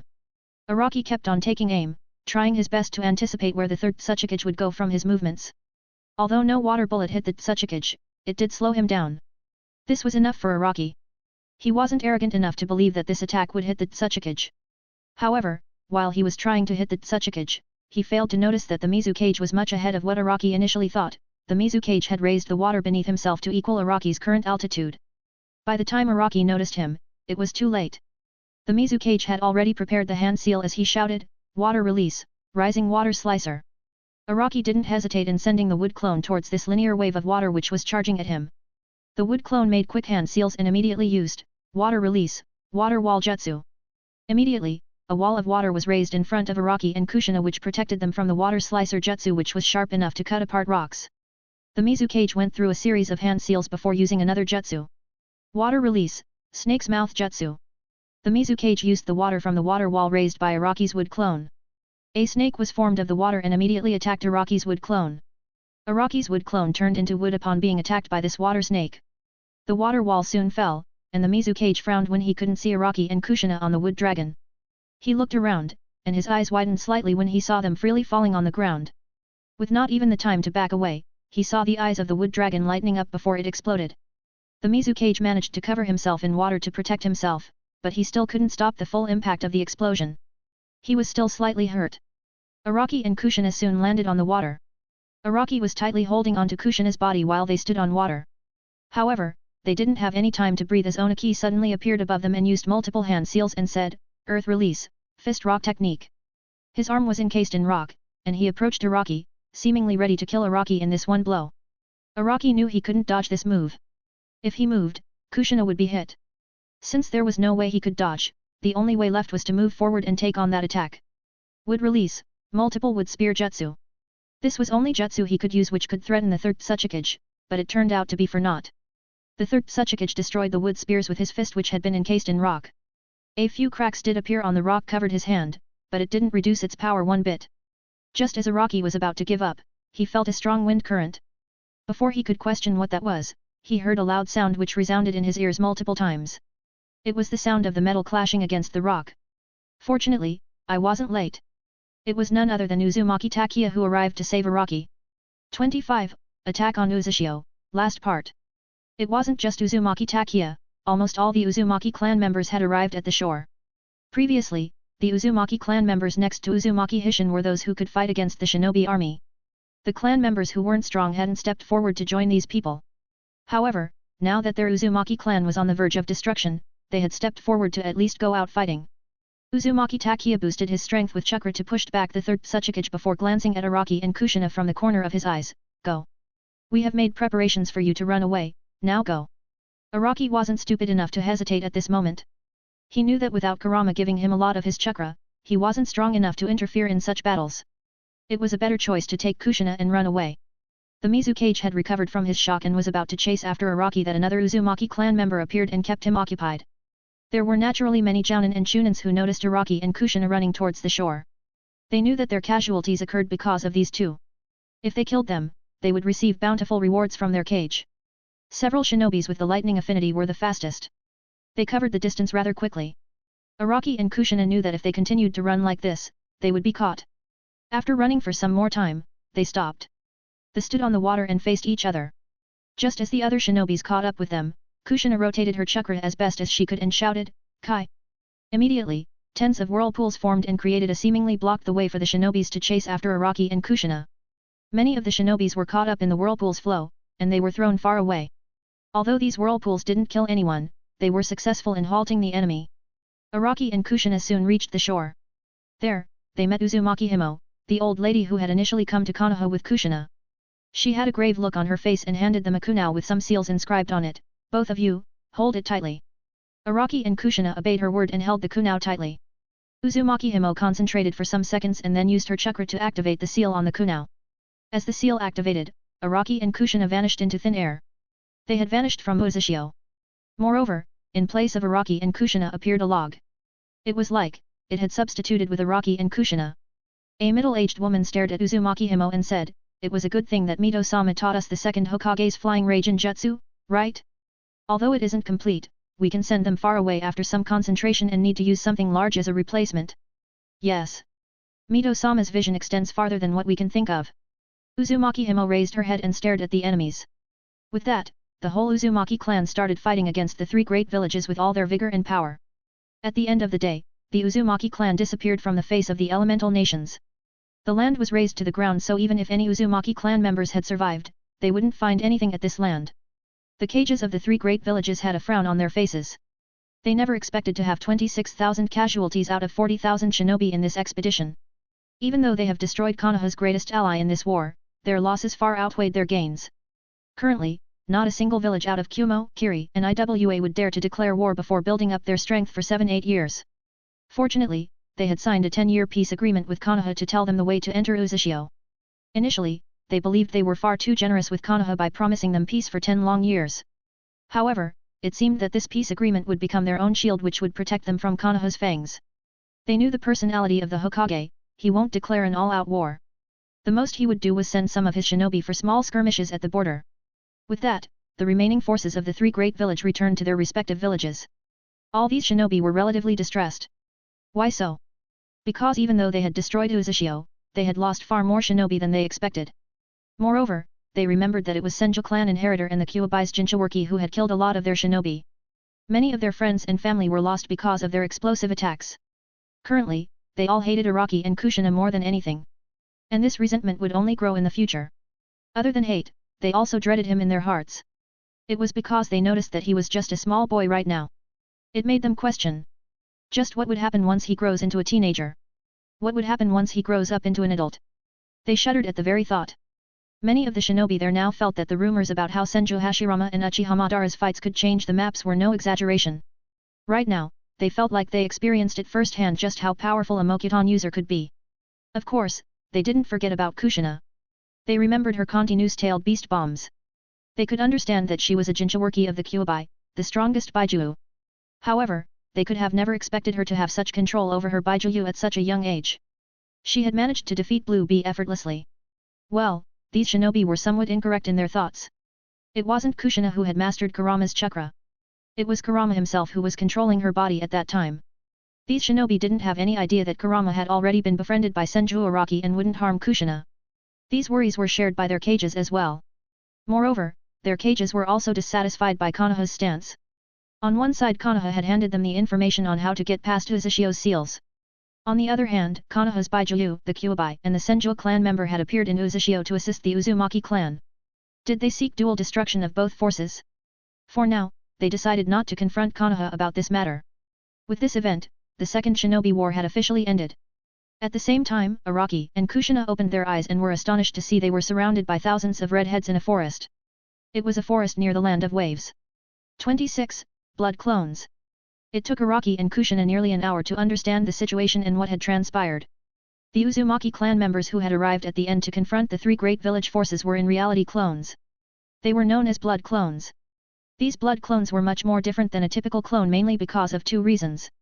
The blood clones needed the blood of the user and the user's vitality and was embedded in the clone using a seal. This meant that the life force of the ones who used the blood clone would be halved. And the second was, the blood clones wouldn't disappear immediately after being hit. They would continue to exist until the blood inside of the body is extinguished. And unlike the shadow clones or wood clones, these clones aren't connected to the consciousness of the user. Meaning, once these clones disperse, the user won't get any memories. However, it seemed that Uzumaki Hishin and the thousands of the Uzumaki clan members capable of fighting who were behind him were indeed dead. The reason they hadn't created blood clones was that their faces were known in the world. At least among the cages of the great villages, their faces were known. They didn't want to take the risk of showing off their faces in the world again. Because once their faces were known, the elemental nations would become aware that Uzumaki clan members still lived. At that time, the Uzumaki clan members would be hunted by these three great nations' elite shinobis. Another reason was because of their own pride. These 1,000 or so Uzumaki clan shinobi didn't wish to keep living in the world while hiding the proud name of the Uzumaki clan. They hid this reason from the other members of the clan because they didn't wish for them to stay and get killed. Besides, Uzumaki Hishin and Uzumaki Takia had utter faith in their heads that as long as Araki and Kushina continued to live, they could help these Uzumaki clan members to revive the Uzumaki clan once again. Araki had a grim look on his face as he remembered his conversation with Uzumaki Hishin nearly half a month ago. At that time, Uzumaki Hishin had told him that he would be leaving everything in Araki's hands. Araki didn't understand him at that moment.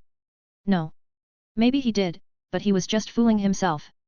Did Uncle feel responsible that the destruction of the Uzumaki clan was going to occur while he was the clan head? That he couldn't protect the clan? Or maybe his decision to trust Konoha? He shook these thoughts from his head. No point in thinking about this right now.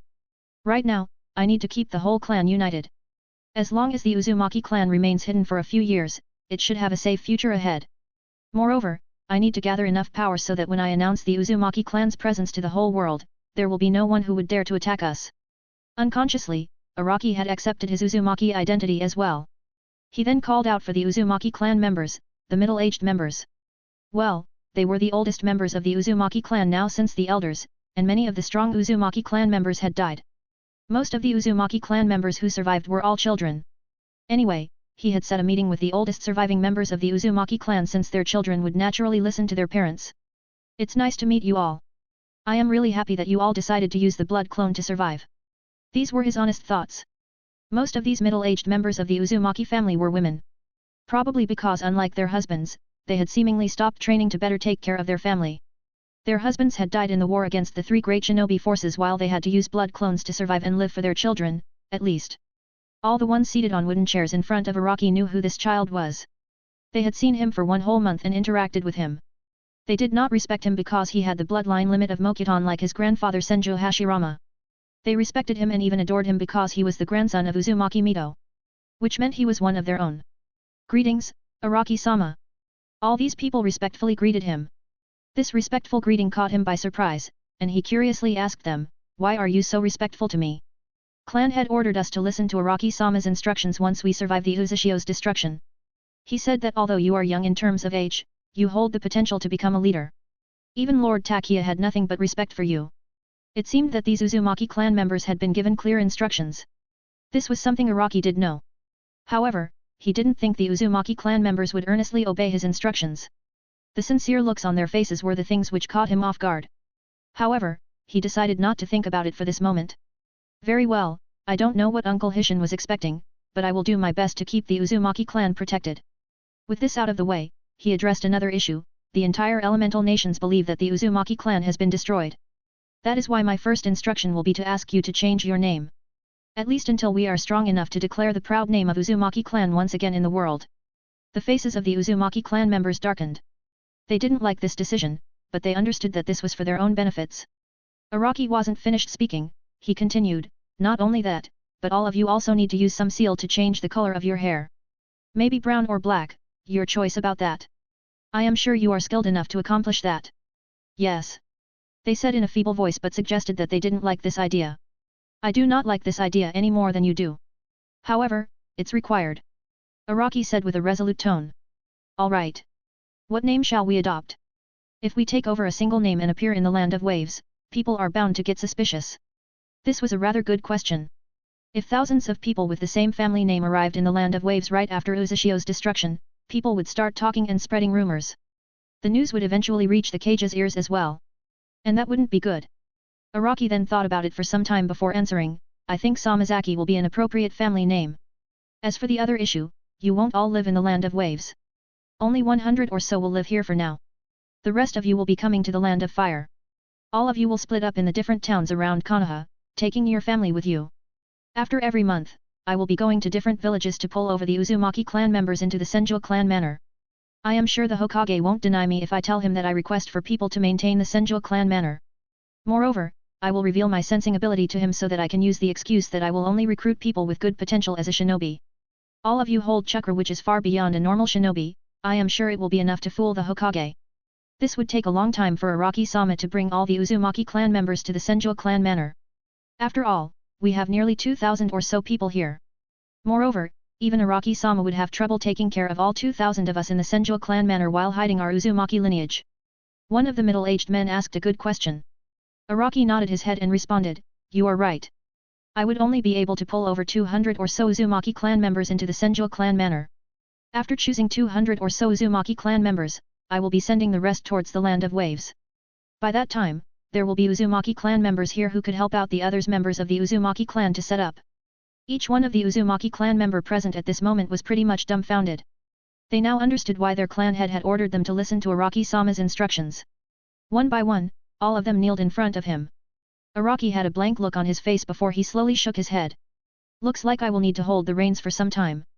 A/N, for all those who are curious why Araki would return to Konoha. I guess I can list you a few points since I didn't mention it in the chapter. Firstly, the Senju clan property, it was in Konoha and had quite a wealth. Secondly, if the wood release user and Kyuubi's Jinchuriki would stay away from Konoha, do you think Konoha would remain quiet? They would search for them down to the hell and force them to return. And once they are found, the Uzumaki clan would be at Konoha's mercy. There are also other reasons which you will see in the future chapters." 27. Recovering. Araki walked towards Kushina and noticed that some of the Uzumaki clan members were healing her injuries. He had a bitter smile on his face because he knew that these injuries were all because of him. If not for his plan to make Kushina use Kurama's chakra to fight against the three great village forces, she wouldn't be in such a sorry state. However, when he had heard that the Uzashio would be attacked by the three great villages, he couldn't remain quiet. The Raikage had taken his father away from him on suspicion. They had a similar reason to attack Ozishio, just because the three great villages thought they could become a threat. Araki felt like he must respond. Even if it shows off his prowess and makes them cautious against himself, he felt that he must still respond. He must show them he wouldn't just sit if they kept on doing as they pleased. Moreover, his determination to destroy the entire Kumo village had reached new heights. Since these three great villages liked to destroy other villages because of a small suspicion, he would give them the same medicine. Not just give them this medicine, he would shove it down their throat and make sure they choke on it. The killing intent on Araki's body was condensing rapidly. He realized the more he thought about these three great villages, his hatred for them also continued to increase. He clenched his fists so tightly that his nails dug deep into his hand. Blood leaked out of these small wounds, but he didn't care. Staring at the fallen figure of Kushina, Araki muttered slowly, "Get well soon, Kushina-chan." With that, he moved towards another location. This time, he had a sword in his hand. There stood 10 or so wood clones in front of him, holding identical swords in their hands as well. One of these wood clone asked Araki with a grave voice, "You sure, boss?" Araki rolled his eyes at the question and responded, "You are me. You should know how serious I am." With that, the wood clones charged at Araki. Araki alone fought against 10 of his wood clones while they surrounded him and attacked him at his weak points. Even though his wood clones were somewhat weaker than himself, 10 were strong enough to pose a challenge to him. Moreover, when they surrounded him, it became even more dangerous for him. Even though he had narrowly dodged attacks on his vital points tens of times in his fight against his wood clones, Araki still didn't feel any terror. He remembered that feeling when the third Tsuchikage was about to punch him with fist rock technique. Although he was prepared to die to protect Kushina, he dreaded that fist immensely. It was because he knew that he wouldn't stand a chance at all. If not for the arrival of Uzumaki Takia, Araki's Kenjutsu teacher, he would have died there and become a corpse. For the whole night, Araki continued to train with his wood clones. After he defeated them all, he would once again create 10 more wood clones and fight them without any rest. By the dawn, Araki's body was filled with cuts all over his body. Moreover, he was huffing crazily as he stared at the one remaining wood clone in front of him. He lost a lot of blood and just fell unconscious in the middle of the fight. The wood clone dispersed immediately after Araki fell unconscious. It was fortunate that he healed rapidly, or else there would be severe consequences. The next day, Kushina also woke up. Her injuries were more or less cured now. It could be attributed to the Uzumaki clan members who had healed her initially and Kurama's chakra dealing with any hidden injuries left. She heard a sound in her head. "You are finally awake, brat.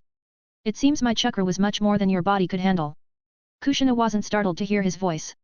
In the 1 month, Araki had stayed at Uzumaki Island, he had informed her that the fox wasn't bad. At least, he wouldn't hurt her until Araki died. She trusted Araki's judgment on this and had decided to treat Kurama a little warmly as compared to before.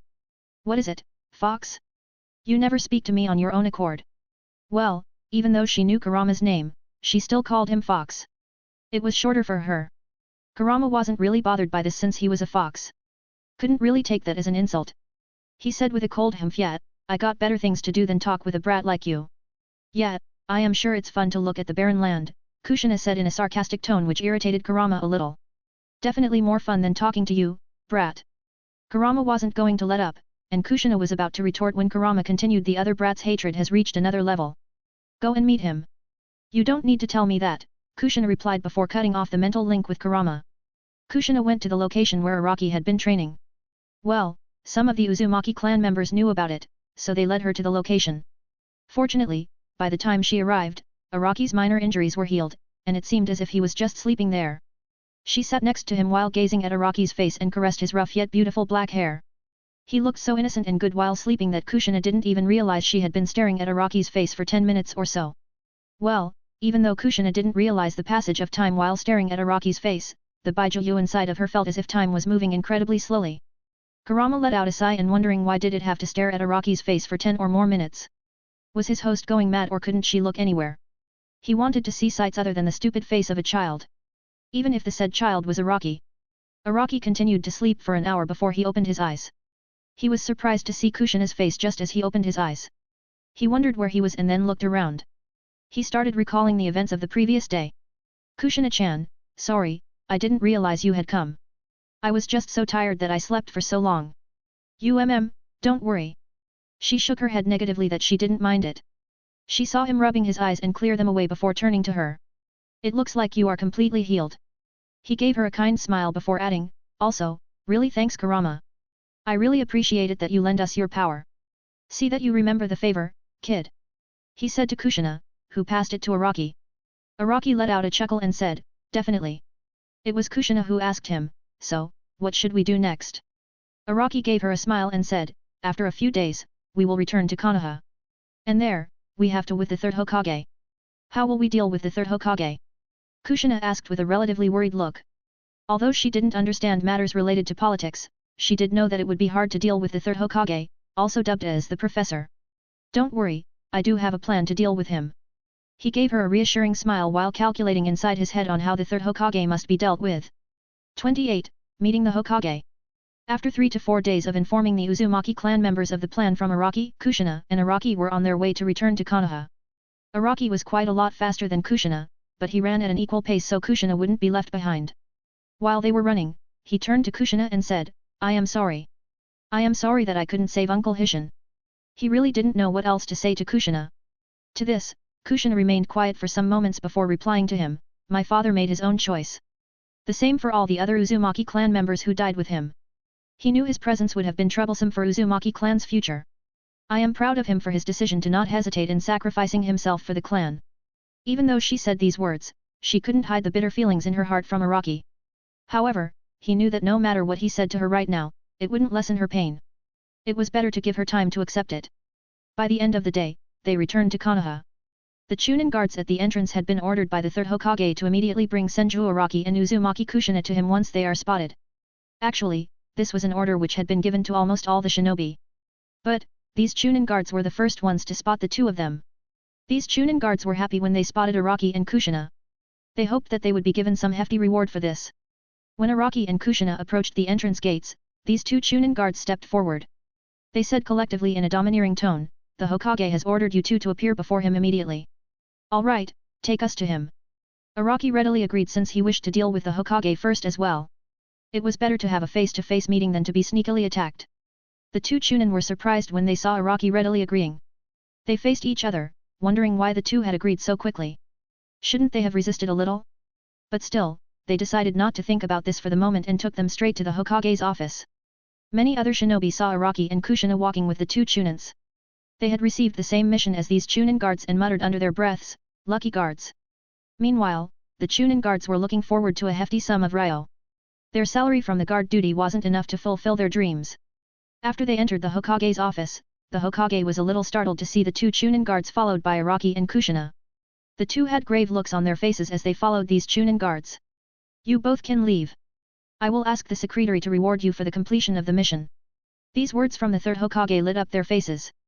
After the two Chunins left the office, the third Hokage had a stern look on his face as he stared at Araki and Kushina. Where were you two? Why couldn't I find you in the village? The third Hokage's stern look demanded the truth out of Araki. Araki decided to be the one to speak here. I have a better question for you, third Hokage. Uzushio was attacked by the allied army of the three great village of Kiri, Kumo, and Iwa. Why did Konoha not send any reinforcements? You aren't in any position to ask me any questions. Give answers to my questions. First, Senju Araki. The third Hokage had the same look as before. No, his gaze was stricter as compared to before. You should know the answers to those questions. I am still curious why the Konoha wouldn't send a single shinobi to assist Uzushio. Do you have any answer?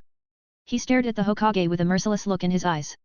Perhaps the Hokage felt compelled by these eyes to answer his question and replied, Konoha had just dealt with the Suna village's forces. We can't make an enemy out of three great villages. Oh, really? And yet, you have enough shinobi who were seemingly waiting for us near the Konoha's entrance gate. Tell them they can't escape from my senses no matter how well they hide. Araki casually stated it to the third Hokage who narrowed his eyes. He guessed it must have been Danzo's root shinobi. Besides, we both know that it's a big fat lie about how you don't have enough shinobi to help out Uzushio. It's just that you felt they weren't worth the trouble, right monkey? Araki sneered at the third Hokage. He didn't wait for the third Hokage to reply before continuing, with allies like Konoha, there is no need for enemies. That is all I have to say. With that, Araki turned around and was walking out of the Hokage's office. Stop. We are still not finished yet.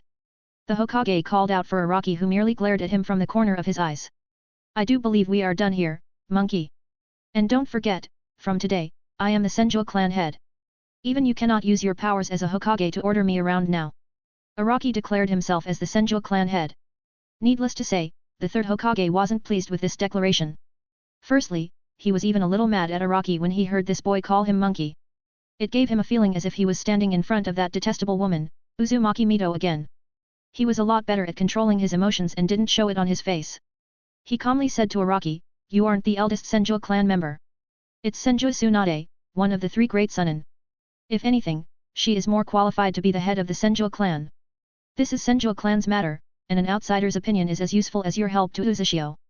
If my elder cousin does have an issue with me becoming the head of the Senju clan, then she can contact me. I don't need any advice from you, monkey." This was the last statement he needed to say before he left the office. Kushina was about to follow him when suddenly, she heard the Hokage call out to her, "Uzumaki Kushina, remain in the room, we need to have a talk as well." Araki didn't stop the third Hokage. He figured it would be better for Kushina to have this talk with the Hokage. The Hokage stared at Kushina for some moments, seemingly thinking of how he should tackle the situation. He gave her a kind smile before saying, "Don't mind Araki's words. I assure you that there was nothing Konoha could do to assist Uzushio. I just wanted to ask you to not go along with Araki from now on. He could place you into grave danger. You carry a great burden. A burden that could endanger your life and lives close to you. I am sure you are aware of it." Currently, Kushina was unconsciously using the negative emotion skill granted to her by Kurama. The Hokage was giving her such a bad feeling that she couldn't tolerate being in the same room as him. "Burden. Fuck you. Who are you calling a burden? I can still beat your ugly ass any day of the week." Kurama seemed to be raging at the third Hokage at being called a burden. Kushina wanted to laugh after hearing Kurama cursing the third Hokage in her head. "Your life is very precious to the whole Konoha. Make sure to protect yourself and Araki. If he does pull you into doing something, inform me about it first." The third Hokage didn't realize that all his words were for naught. No. These words were making Kushina even more cautious of the Hokage. Kushina just nodded her head before she quickly left the office. She couldn't tolerate the sight of the Hokage anymore. She felt that if she remained in front of him anymore, she would be unable to stop herself from shouting at him. As she left the office, she saw that Araki hadn't moved far away from the office. He seemed to be staring at a middle-aged man with a bandage covering his one eye. Araki was staring at this one-eyed man with a strong intensity while the man in front of him returned the stare with equal intensity. "So, you are Shimura Denzo, hey?" 29. Subtle threats. Both Araki and Denzo kept observing each other. Denzo had an emotionless look on his face which made it exceedingly hard for Araki to guess what he was thinking. "You are the inheritor to Mokuton, hey?" It didn't seem like a question from Denzo, but he said that anyway. Araki narrowed his eyes. For some reason, Araki felt that Denzo stared at him as if he was staring at a piece of tool. Araki intensely disliked this feeling. He was about to respond when Kushina approached them. Denzo turned his gaze from Araki to Kushina before speaking, "The Kyuubi, hey? I didn't expect to meet you at the same time." Araki's pupils narrowed at this statement from Denzo. "And I didn't want to meet with a one-eyed cyclops like you," Kushina said with some annoyance in her eyes. She had just met that hypocritical Hokage, and now she was meeting someone even worse. Just great. Meanwhile, Kurama inside of her mind shouted at Denzo, "Meet me? Come here, and fucking meet me. I will show you who the great Kyuubi-sama is. It's such a pity that a great being like me was compared to this brat." Kushina's brows twitched upon hearing Kurama's last line. It felt like she had been insulted by the Kyuubi. "Get out of my way," Araki said while staring at Denzo, who was seemingly blocking their way. Denzo continued to stare at Araki while saying, "There is so much untapped potential in both of you. Train under me, and you will become the strongest in the world." Araki snorted at his words and replied, "Go and become stronger than the Hokage," before giving out empty promises. "I don't need a one-eyed cyclops' help to become the strongest." Denzo didn't seem to care about the insults hurled at him. He turned towards Kushina and said, "I can make you utilize the full power of Kyuubi. You will be a great weapon of Konoha once you master that power. Your assistance is not needed, Shimura Denzo." Araki coldly replied to Denzo's words. "If you don't accept my training, you will find yourself under attack every day until you do accept my training. I do control Konoha's ANBU after all." Denzo gave out a subtle threat while they were still standing in the hallway. Contrary to what he believed, Araki smiled, "Since you are so kind as to give us a warning, let me respond in kind. While I live in Konoha, if there is an assassination attempt on me or on any Senju clan member, and I have even a slight suspicion that it was because of you or the Hokage, I wouldn't think any more and just unleash the Kyuubi in Konoha. Go and have him all to yourself then. I promise I won't lift a finger to help either side." Araki gave his own warning to Denzo before taking hold of Kushina's hand and walking away. This time, Denzo didn't dare to stop them. He could sense that this boy was speaking the truth. He wouldn't bat an eye before unleashing the Kyuubi upon Konoha. It seemed that he just needed a puny reason, and he would erupt in anger. The first one to face his rage would naturally be Konoha. This is all that woman's fault. If only I had taken this boy under my command a year ago, this situation wouldn't have occurred. But that woman. Danzo seemed to be cursing Uzumaki Mito for her interference a year ago. While they were returning to Senju clan manor, Kushina asked Araki, why did you speak like that to Hokage or Danzo? Maybe we should have hidden our discontentment. Araki shook his head at the question and replied, if we had shown a slight weakness, they would have controlled us and forced us to dance in the palm of their hands. Especially that monkey. That is why we needed to show them that we are utterly disappointed with Konoha so that they won't dare to take any action which would aggravate the situation even further. The Hokage would probably start thinking of schemes to make us loyal to Konoha. While Danzo would be looking for an opportunity when I am separated from you and attack me. As long as he holds me captive, he could make use of you. Araki said to Kushina with a smile. Kushina had spirals in her eyes as she didn't understand all this. Araki continued speaking, our trump card is that they don't know that Kurama is our ally. Moreover, once they hear the information that I used Mokuton, and you used Kurama's power to kill tens of thousands of shinobi of the 3 great villages, it ought to restrain the Hokage and this Danzo guy even further. They will understand that we aren't completely helpless against them. With that, Araki finished speaking. He had more or less dealt with the Hokage and Danzo with this move. Now, as long as he remained cautious against them, there shouldn't be an issue in protecting himself and Kushina. However, staying protected wasn't his main objective. His main objective was the destruction of the 3 great villages. For that, the forces under him were far from enough. He needed more allies. And he knew the first one he must recruit. For now, he and Kushina returned to the Senju clan manor. For the next 2 months, all these two did was continue to train. Kushina started training her own water jutsus with the shadow clones. While Araki created 50 or so wood clones. 10 of them worked on water jutsu, 20 on wood jutsu, and 20 on another chakra control exercise. It was the Kunao balancing technique. The difficulty of this exercise was entirely on another level as compared to any other chakra control exercise. Meanwhile, Araki created another 10 wood clones before fighting against them with all his might. Every day, they would be dead tired and would sleep as soon as their bodies fell on the bed. However, Araki was still unsatisfied with his progress. His chakra control had significantly improved, his chakra was much larger as compared to before. Yet, the progress was too slow. Especially regarding his sword skill. He lets out a sigh and decides that training like this wouldn't be that effective anymore. However, a question appeared in his mind: should I return to the academy or not? After thinking for some time, he shook his head. The academy wouldn't be able to train him. The people there, other than Namikaze Minato, didn't seem to have the potential to even keep up with him. Is it time to contact that clan? He mused in his head, wondering if he should do it now or not. Finally making up his mind, he said, all right, I guess I will contact them. He didn't inform Kushina about this and started heading towards this clan. He was walking towards the Uchiha compound. 30. Uchiha clan compound. The Uchiha compound was near the outskirts of Konoha. And there, just next to it was the prison which held all the prisoners.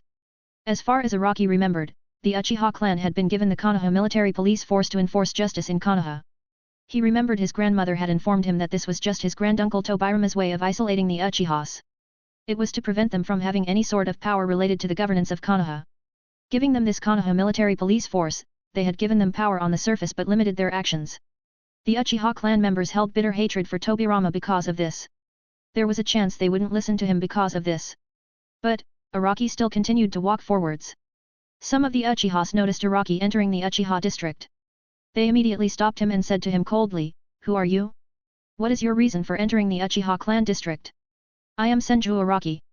I want to meet the Uchiha clan head." Upon hearing that he was from the Senju clan, the Uchihas narrowed their eyes and stared at Araki. They couldn't believe someone from the Senju clan would dare to come here.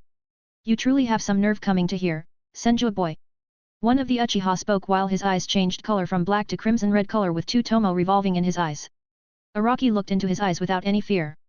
The Uchiha who was using his two tomo Sharingan snorted at this and used genjutsu. It was a genjutsu in which the opponent would feel as if they were thrown into a sea of fire. However, contrary to his belief, Araki's expression never changed. He was naturally experiencing the genjutsu. However, he experienced no pain in this sea of flames. Araki gently shook his head and said to the Uchiha, "Next time, use a better genjutsu. This is far too weak." Just as he finished speaking, the genjutsu shattered. Araki's chakra was strong enough to pressurize all these Uchiha clan members. He gently said, "I haven't come to fight here. I sincerely wish to meet the Uchiha clan head to improve the relations between the Senju clan and the Uchiha clan." The Uchiha clan members recovered from their shock after Araki withdrew his chakra. He continued to stare at them as if forcing them to make a choice. Noticing that the Uchiha clan members were still puzzled, Araki asked them, "Is the Uchiha clan so weak that they can't even let a child like me enter the clan compound?" Just as he imagined, the faces of the Uchiha clan members changed immediately.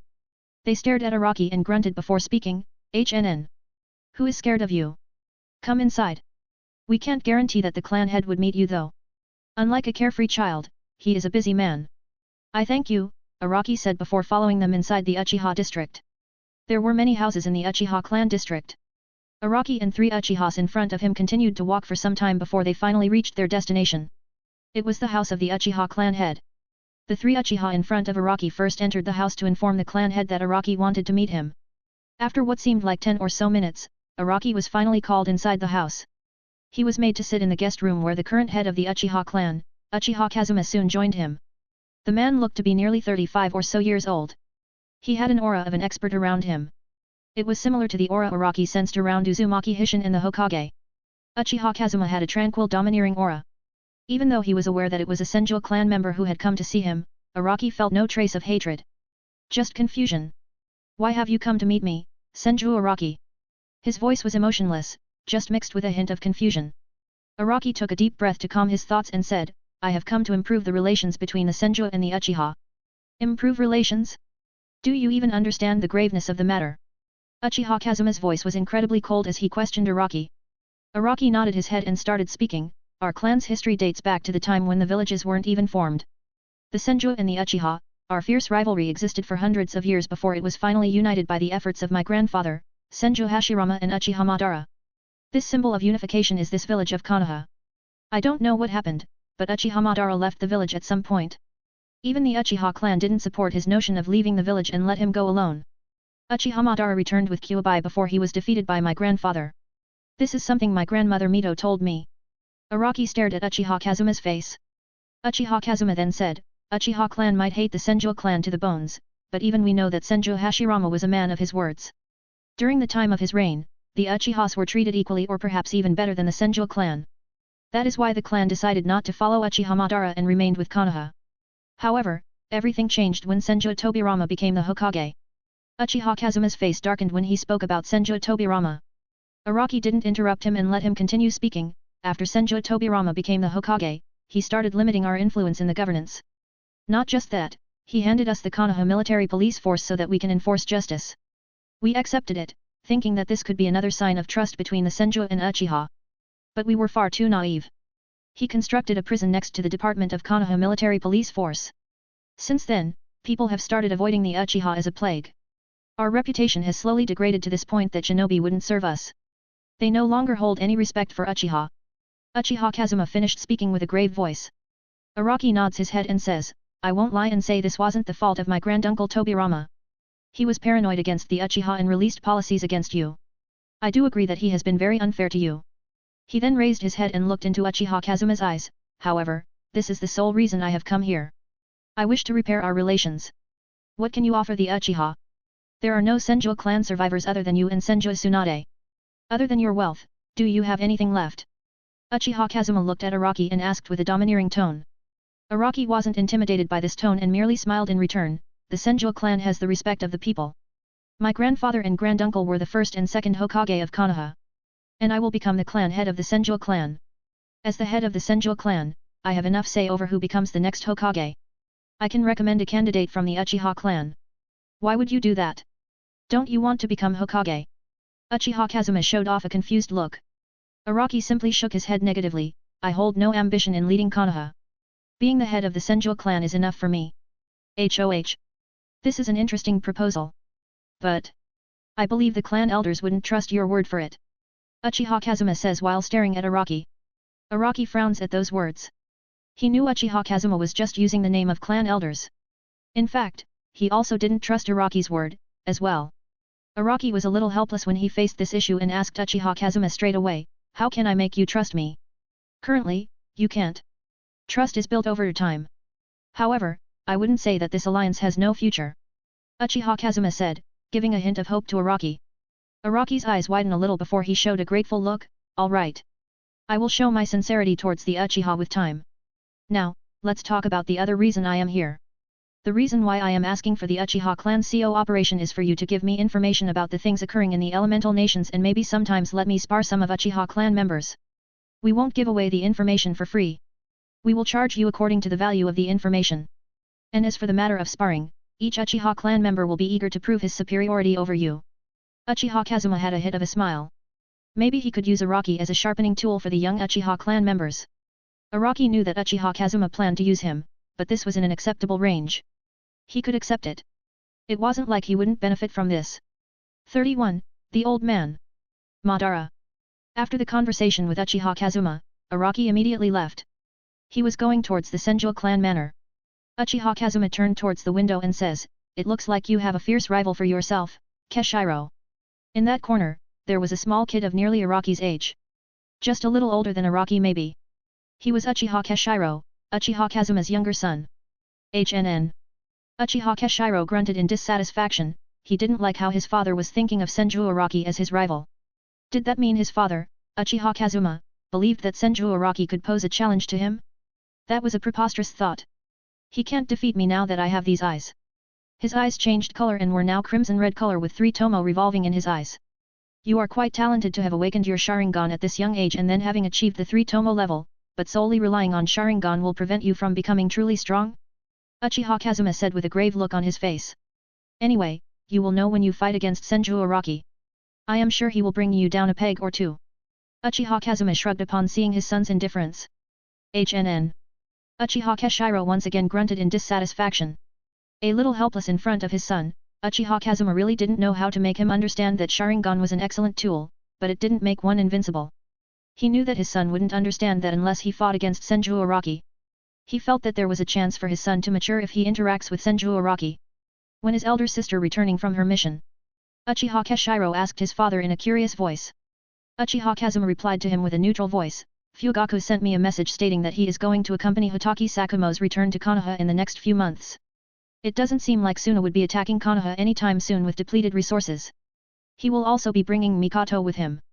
Uchiha Mikoto, she was 13 years old and was the eldest daughter of Uchiha Kazuma. She was a Chunin-ranked shinobi.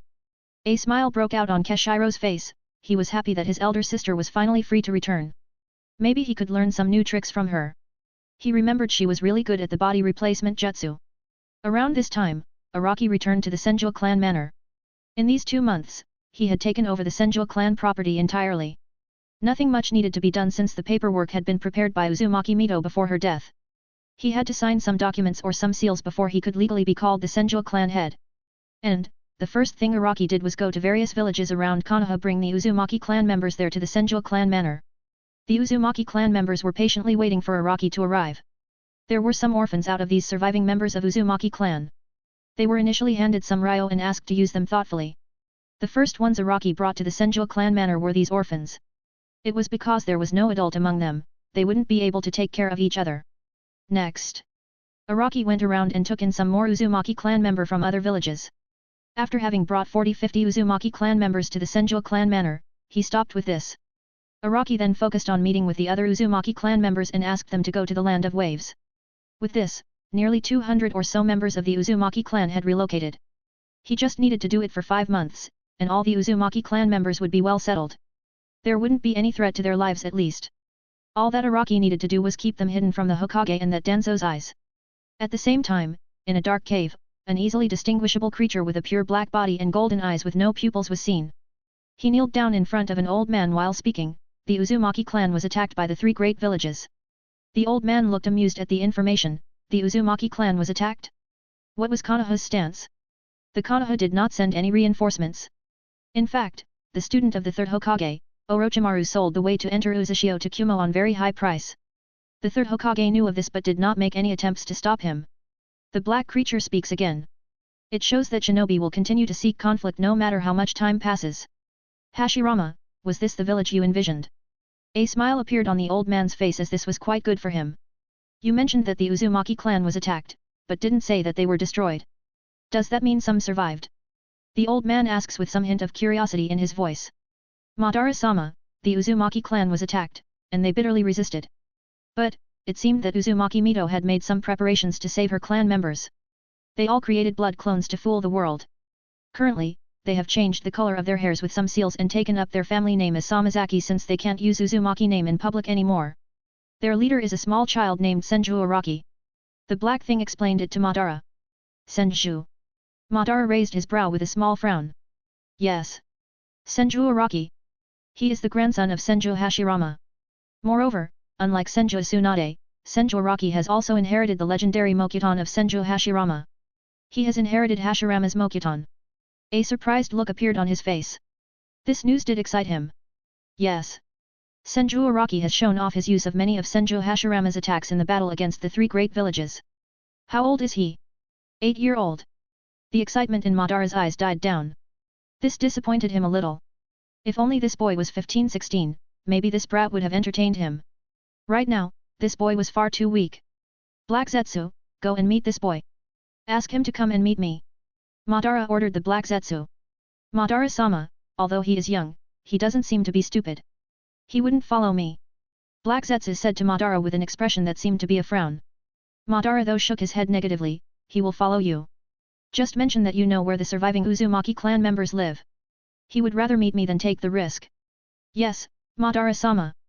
With that, Black Zetsu left the cave. 32. Meeting Black Zetsu. The next day, Araki was very puzzled. Currently, Araki was seated in his room. It was inside the Senju clan manor which was surrounded by the forests in all direction. No matter who it was, Araki would sense the person approaching the Senju clan manor. Yet, when he saw a black thing seemingly standing in front of his body, he couldn't help exhibit his shock. Was he too negligent in his sensing skill? No. That shouldn't be the case. What are you? He asked cautiously, preparing to use a defensive skill in case this thing attacked. Greetings, Senju Araki. I am Black Zetsu. My master has sent me to bring you to him. The black thing opened its mouth while staring at Araki with what seemed like a grin. Araki stared at this thing for some time before asking, who is your master? Why should I meet him? You will know once you meet him. As for why you must come, do you know, the land of waves is a perfect place. A good place for people to hide, I mean. You understand what I mean, right? Black Zetsu gave an eye smile with those golden eyes. Even though Araki tried hard to give no reactions, he still couldn't stop his eyes narrowing at that information. He started cursing in his head, this fucker. He knows. Trying to maintain an indifferent image outside was a lot harder than it sounded. His complexion also changed a little, and he asked Black Zetsu, how do you know? And who else knows of this? I can't answer these two questions. Tell me now, will you come with me or not? Black Zetsu asked him with a small smile. All right, I will come. But not now, I will come with you a month later. Senju Araki replies to Black Zetsu. Black Zetsu was a little stunned when he saw that Senju Araki didn't show any resistance. As for the time, he didn't know how he should approach. Madara hadn't told him anything about it. A month later? Did he want to train even more before coming? Such a naive child. Did he think he could acquire enough power to face the unknown after a month of training? After deciding internally, the Black Zetsu said, very well. Do make sure to not inform anyone about this, especially the Kyuubi Jinchuiraki. My tongue could slip, as well. All right, I won't talk about this with Kushina. Just come and bring me away after 1 month. For this 1 month, I need to assign various tasks to my new retainers. Senju Araki says a little indifferently, which makes Black Zetsu nod his head in agreement. With that, his body phases through the ground. Araki once again frowns, he couldn't sense this thing again. It was as if it wasn't a living thing but some sort of wool.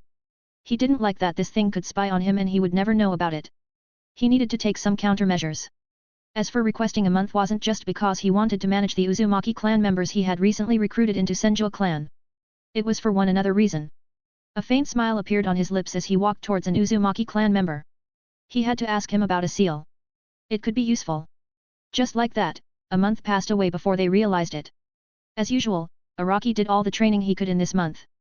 For now, he hadn't gone to Uchiha clan to have his spar against the members of Uchiha clan. Well, it was mostly because Uchiha Kazuma didn't feel that the time was right. He was waiting for the perfect time to ask Araki to fight against many Uchiha youngsters. Perhaps waiting for his daughter, Uchiha Mikoto, to return. His musing was interrupted when he heard a sound behind him, come with me. Araki was startled when he turned to see Black Zetsu there. He frowned a little as even though he was wearing some special seals which enhanced his senses, he still couldn't sense him. Now, he was sure that this thing in front of him didn't have a life force. As he stared at it, he realized that this thing didn't even seem to breathe. This would be somewhat troublesome. Where are we going? Araki asked him with a curious gaze. Follow me. With that, Black Zetsu jumped out of the window and started running through the forest. Araki didn't hesitate in jumping after the Black Zetsu and following him. He kept enough distance between himself and the Black Zetsu so he could immediately back away in case there was danger. After running for what seemed like an entire day, they finally reached their destination. It was near the location where Konoha's borders lie with Iwa. Araki followed after Black Zetsu and entered a dark cave. His eyes widened in shock as he sensed something dangerous. This cave reeked of danger. The chakra he sensed right now. It was so sinister and dense that it was nothing that he had sensed before. Moreover, it made his senses forcing him to run away. Not even Kurama could accomplish that feat. It was like he stood no chance against this person. Just who is he? Who is this person waiting for me? As Araki kept walking, he eventually reached the end where he saw a huge statue and many hosepipes connected to an old man who had kept his eyes closed. The man was incredibly old as his hairs were utterly white and many wrinkles on his face. Araki found it surprising as he thought, this is the old man giving me such dangerous vibes? Just who is he? So, you are Hashirama's descendant, hey? Uchiha Madara speaks while carefully observing Araki through his chakra. Who are you, old man? Senju Araki asks with a straightforward tone. He wasn't going to underestimate this man who gave him such a dangerous feeling. Black Zetsu didn't mention it. Madara questioned Black Zetsu, who merely shrugged his shoulders and replied, I wasn't told to mention your identity. Very well. I am Uchiha Madara. I wonder if you have heard of me. There was a trace of a smile on the Uchiha Madara's old face. What did you just say? This information was far too much for Senju Araki's brain to handle. 33. Returned to Konoha. I am Uchiha Madara. I wonder if you are aware of me. What did you just say? These words utterly shocked Senju Araki. He wondered whether he had heard wrongly or not. However, some time later, he calmed down. There was no point in showing such reactions to Uchiha Madara. In fact, he needed to figure out just why he had been called here. You survived in the battle against my grandpa, hey? Araki asks while narrowing his eyes. I nearly died at that time. Even I was a little unsure of the result, but it seems to have worked out. Uchiha Madara then shook his head. He asks Araki with a neutral voice, what are your views on the current shinobi system? Shinobi system? I don't have any great views on it. I just think that shinobi cannot let people live in peace. It's like they are tortured when they see that people are peacefully living their lives. Araki replies to Madara while carefully gazing at him. HOH. Looks like you don't have the same naive ideas as Hashirama. This was all I needed to know. Madara then turned to Black Zetsu before saying to him, take him away. No, wait, before you leave. A sealess wood clone of Madara appeared. How about you have a fight against me? The wood clone of Madara spoke before staring at Araki. For some time, Araki's eyes remained wide since he couldn't believe that Madara Uchiha was using wood release. After some time, he shook his head as he raised his hand, if it was any clone other than wood, I would have been helpless against it. But, since it's a wood clone, I just need to do this. The chakra released from his fingertips reached Madara's wood clone. As soon as it hits the wood clone's eyes widened. The chakra inside it was slowly transforming. Before he even realized it, the wood clone had turned into a huge tree. HOH. Your control over the wood release is quite magnificent. I thought none other than Hashirama would be able to do that. I didn't think I would ever use this skill since I am the only one with the wood release. I guess I was wrong. How can you use wood release? I don't believe I have seen any records stating that. This is my secret. Madara had an emotionless expression while speaking this. Araki just shrugged his shoulders, so. I take it that you don't want to return to Uchiha clan right now. Sneering at those words, Madara responded, I told them that if they continued to remain in the village, they would be outcasts. That's precisely the situation now. Since they did not heed my words, I won't be returning to that clan. Araki then turned around, alright then, I will take my leave now. There isn't anything left for me to hear, right? Seeing Madara shake his head, Araki didn't hesitate in leaving.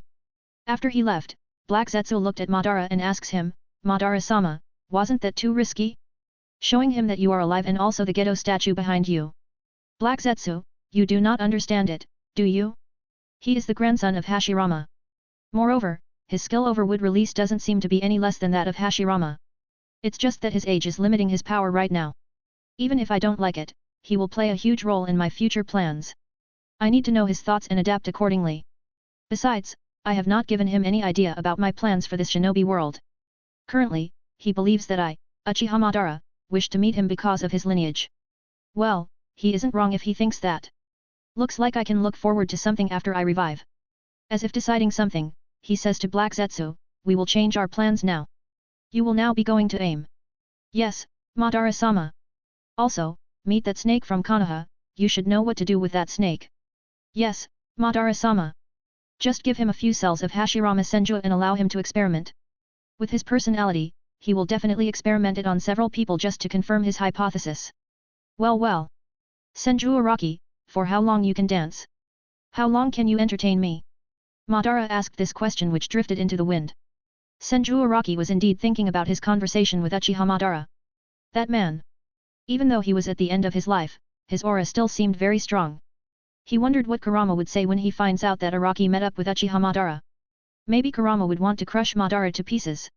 However, from what he sensed, Uchiha Madara's life force was nearly over. There shouldn't be something he can do about his remaining life force, right? Though he was curious about the reason why Black Zetsu roaming around and collecting intel for Uchiha Madara, he thought it was probably because Madara was indeed planning something. He let out a sigh and wondered, if I had fought him there, would I have survived? From what it seemed like, Uchiha Madara could have controlled that giant statue to attack me. Well, even if he has some plans, he can't live any longer than 10 or so years.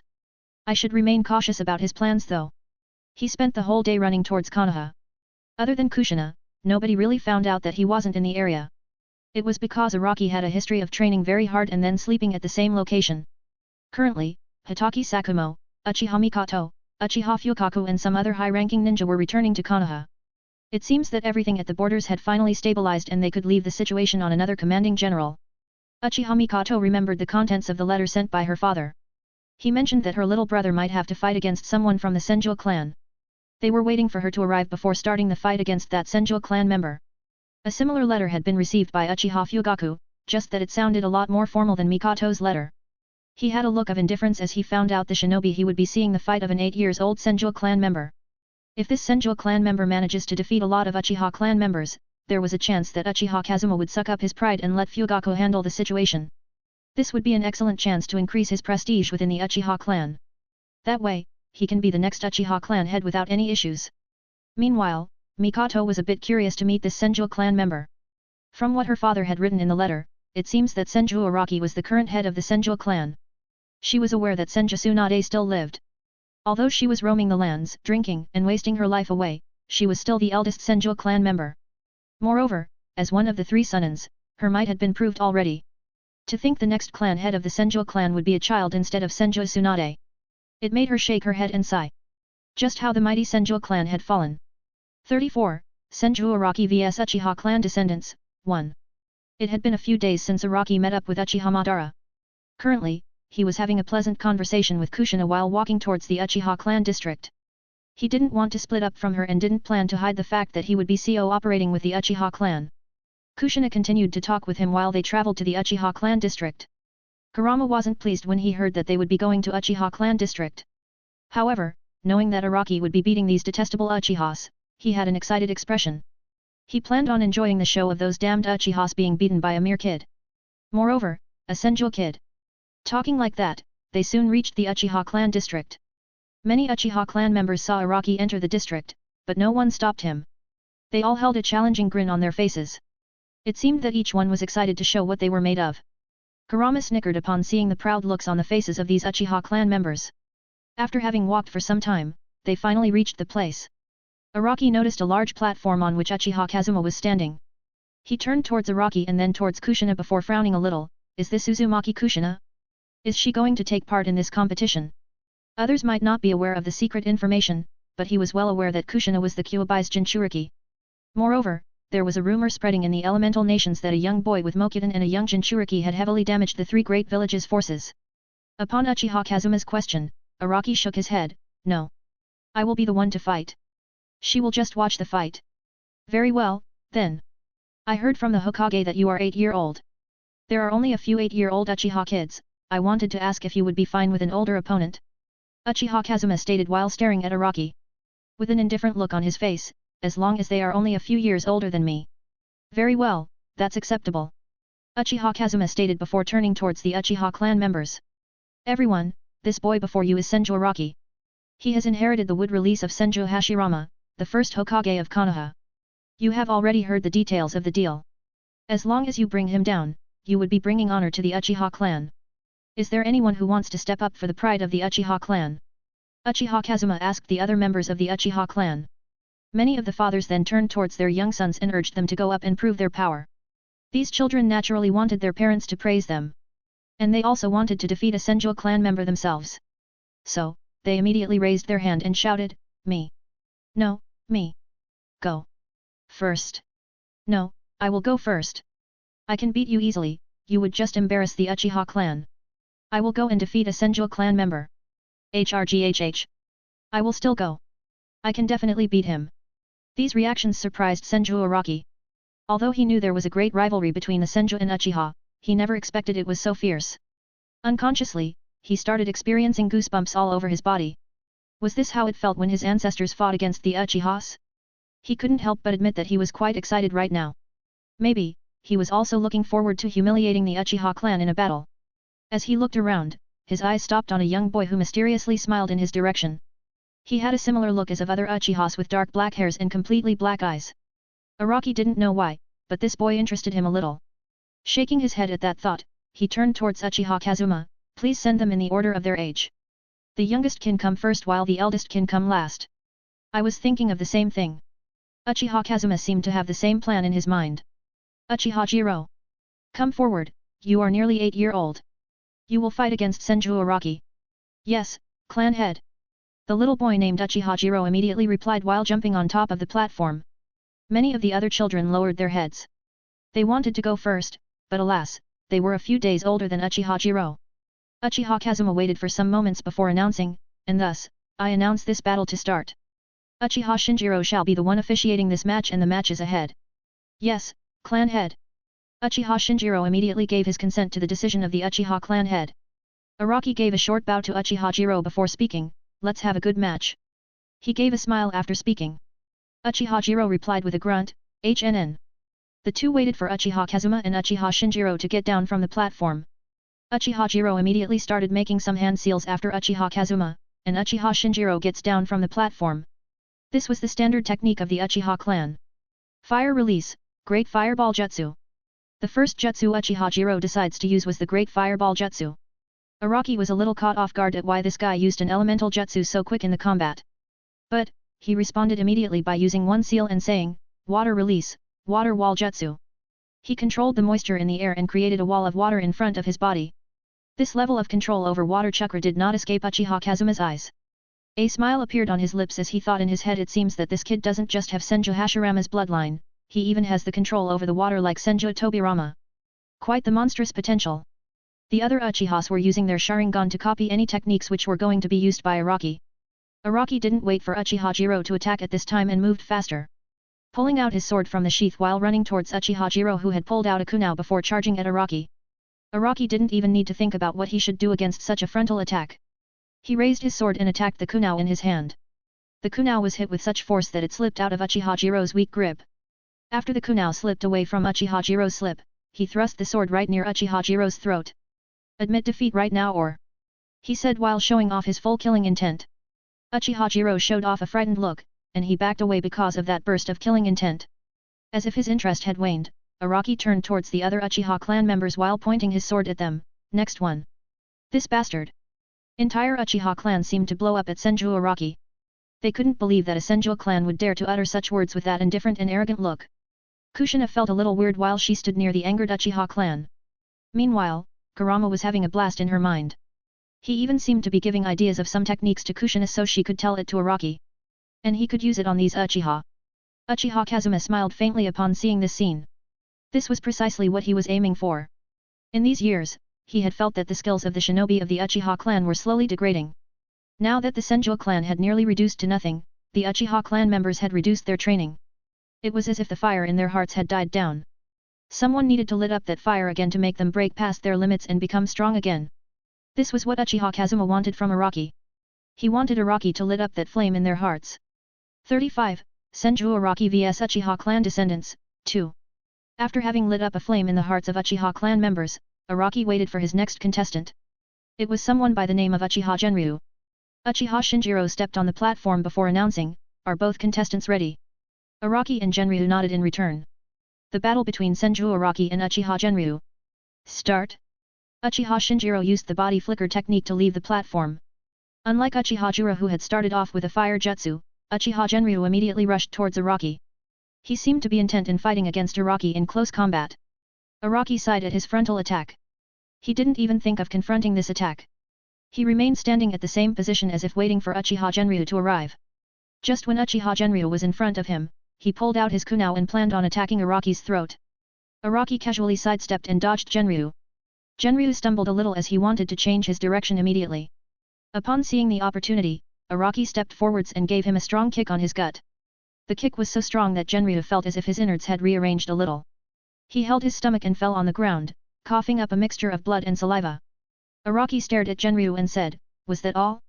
How pitiful." Currently, the Uchiha clan felt like this was not an insult from Araki to Genryu. It was an insult from Araki to the whole Uchiha clan. If Uchiha Jiro's defeat raised their fighting spirit, this defeat angered them thoroughly. The small flame in their hearts had now been raised to an all-destroying fire. Even Araki was confused at his own words.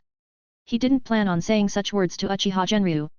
However, he also couldn't hide his disappointment when he noticed that the Uchiha clan members were much weaker than his expectation. The smile on Uchiha Kazuma's face widened slightly. He knew that the situation was dire as the Uchiha clan members were getting riled up far too much. Yet, he felt that this was also good. He needed to see a sort of madness in them when they do start training. However, he also realized that the next one who he sends must not be weak.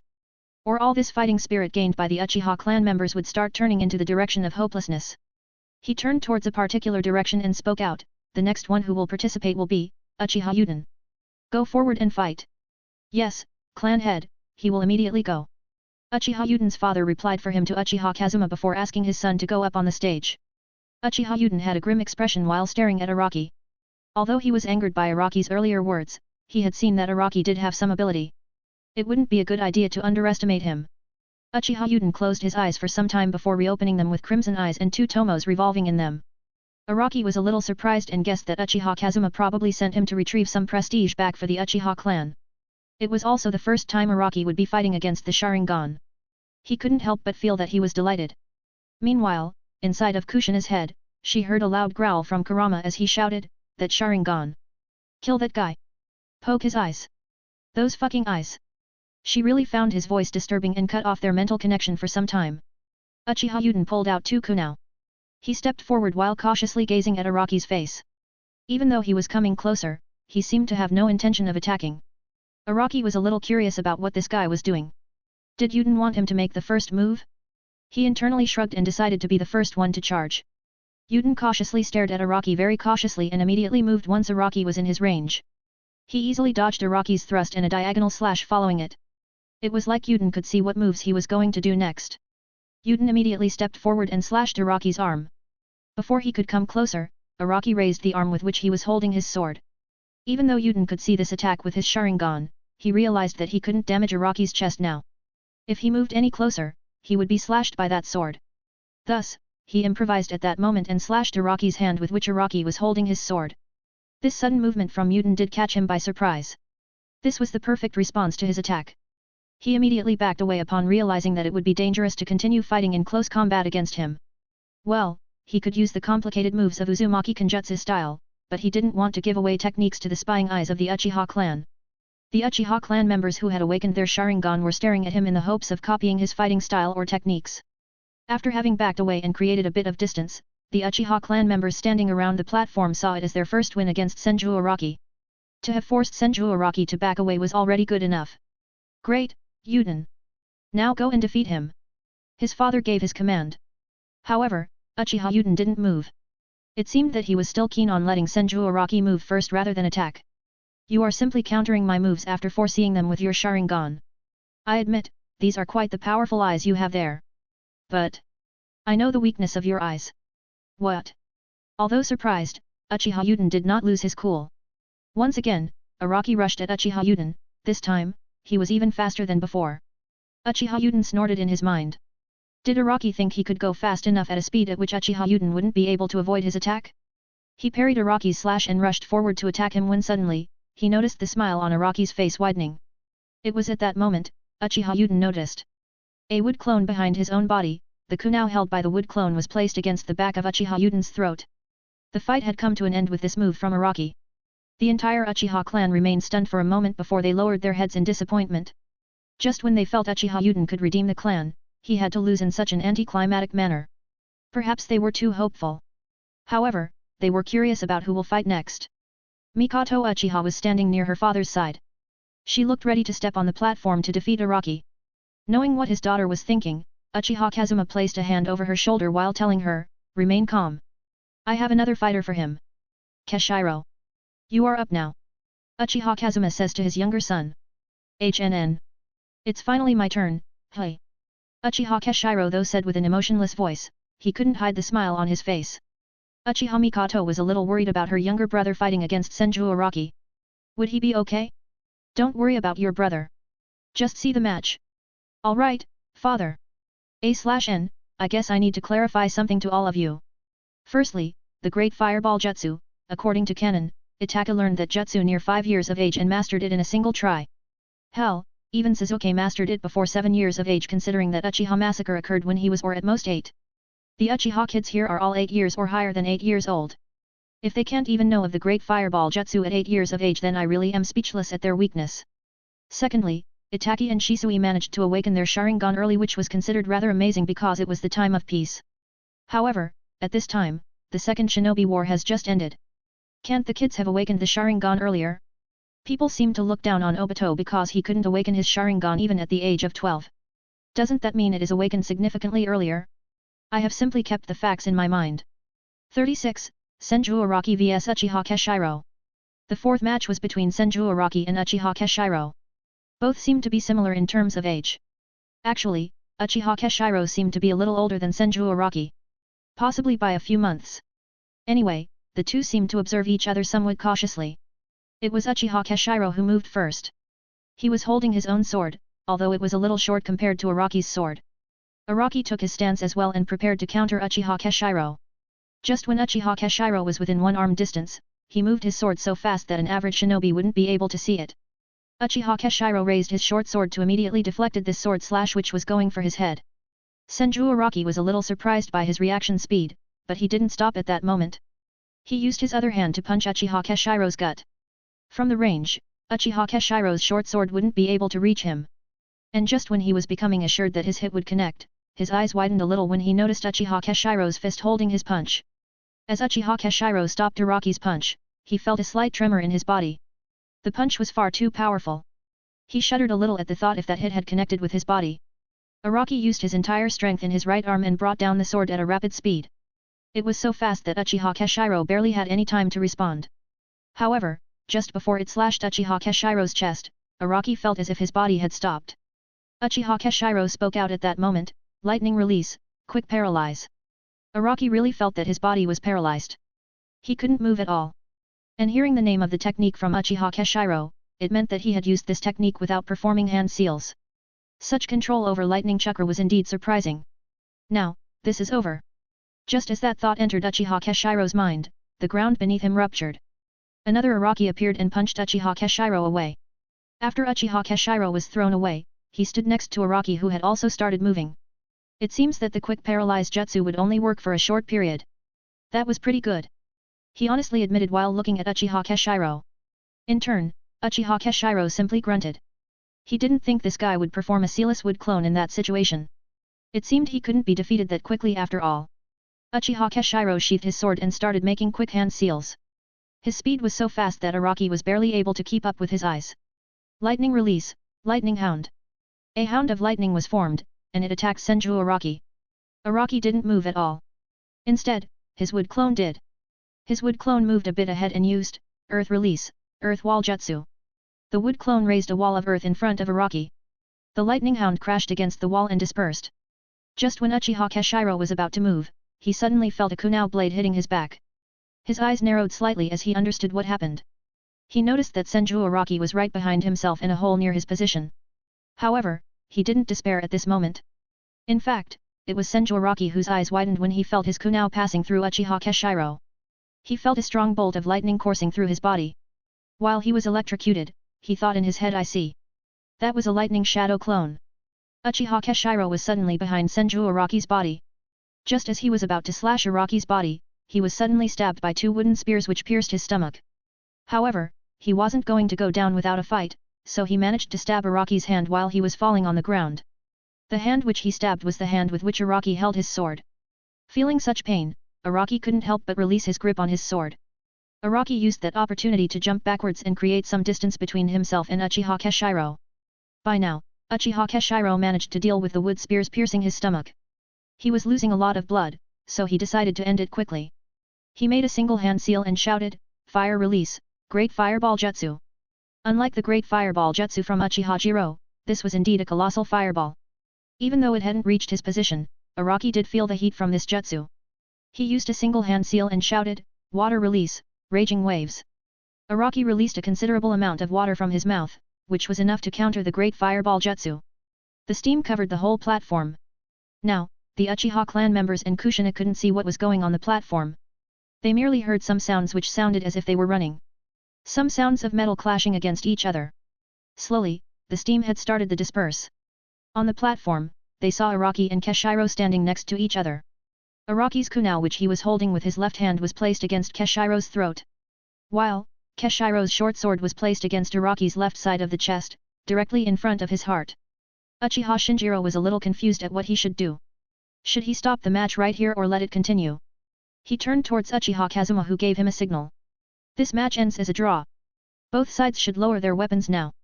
Both Araki and Keshiro tched at this decision. It seemed like they were disappointed that this match ended as a draw. Keshiro started thinking deeply. He got lucky. If I had used my 3-tomo Sharingan, he would have definitely lost. Araki was also thinking in his head, I could have ended this fight much earlier by sending 50 wood clones to fight him. So what, he used Sharingan. At one point or another, he was bound to exhaust himself and lose. They didn't realize, but the two believed with utter faith in their abilities that if they had truly fought, they would have won. During the fight, the two didn't want to showcase their full ability to the opponent since they didn't find each other worthy enough. But now, the two knew that their opponent wasn't some random person. He was strong. Although they didn't say anything, the respect for their opponent did grow in their head. Just like that, this battle between the Uchiha clan youngsters and Senju Araki had come to an end. The other Uchiha clan members were somewhat satisfied with this result. To them, a draw was good enough.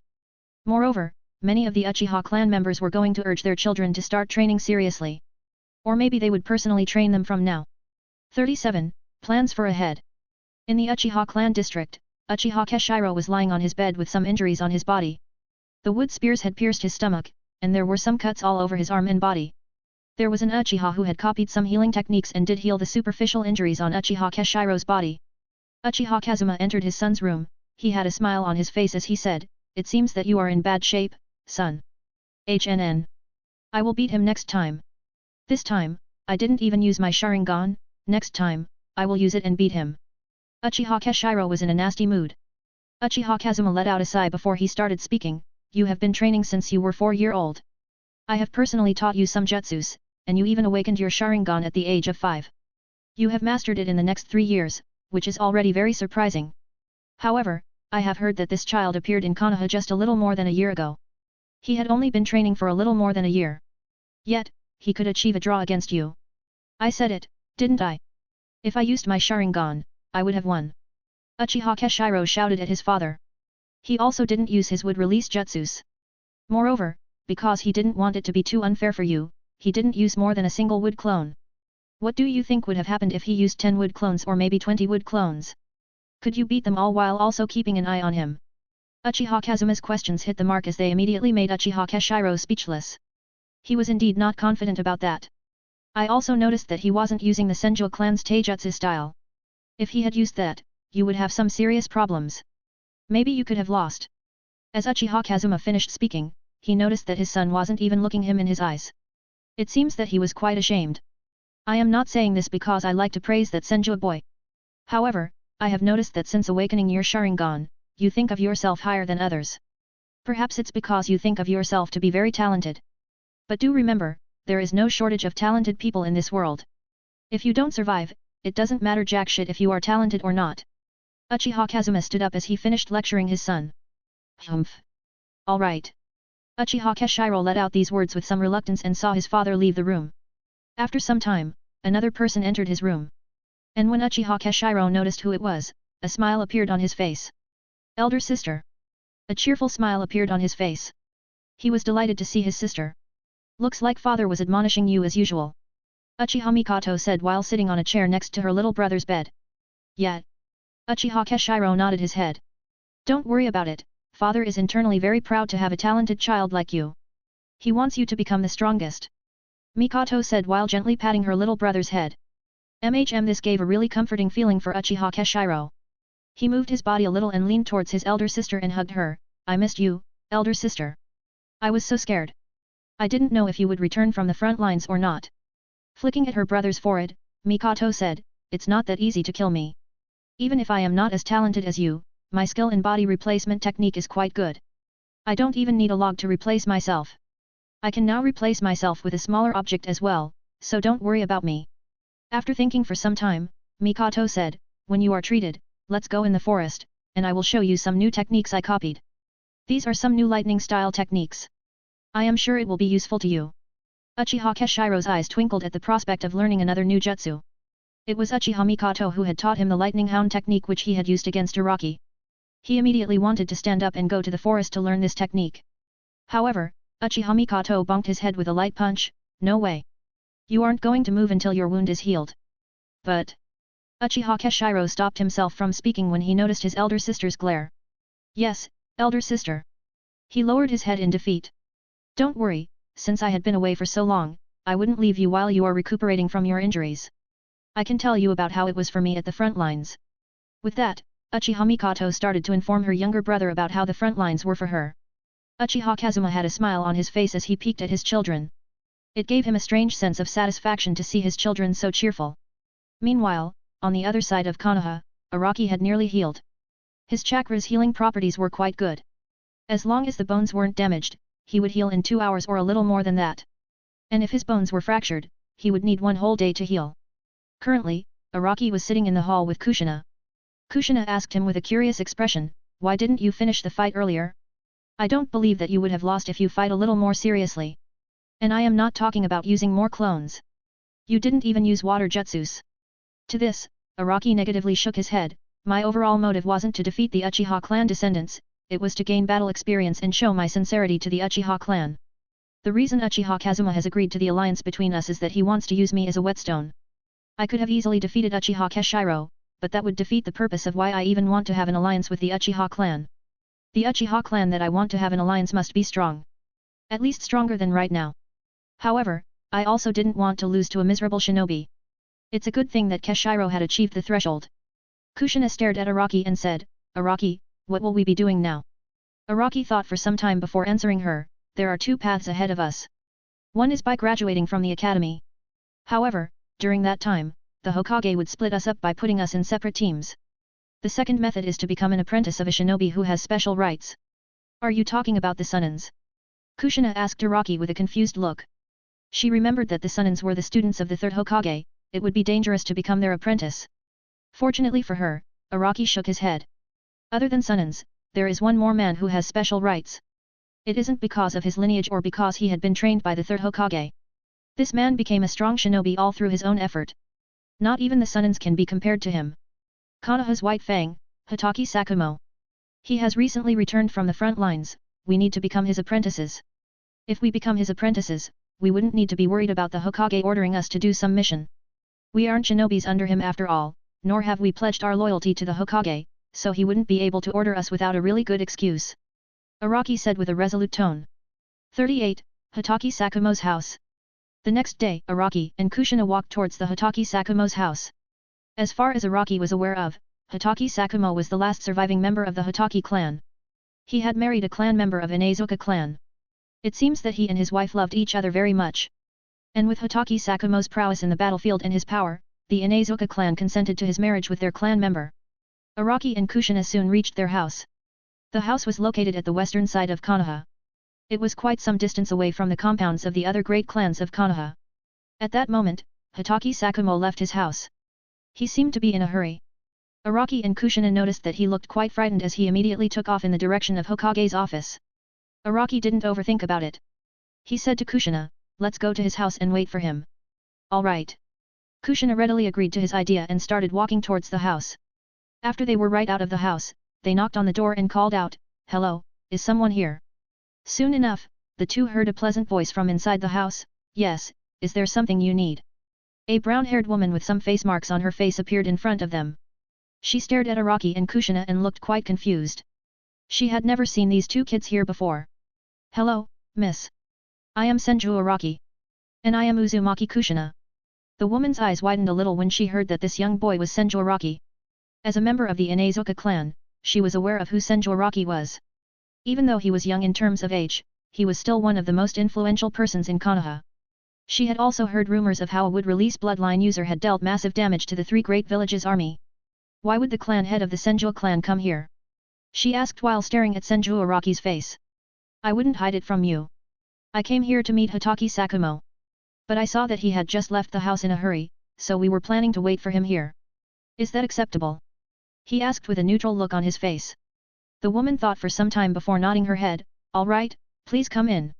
Don't mind our small house."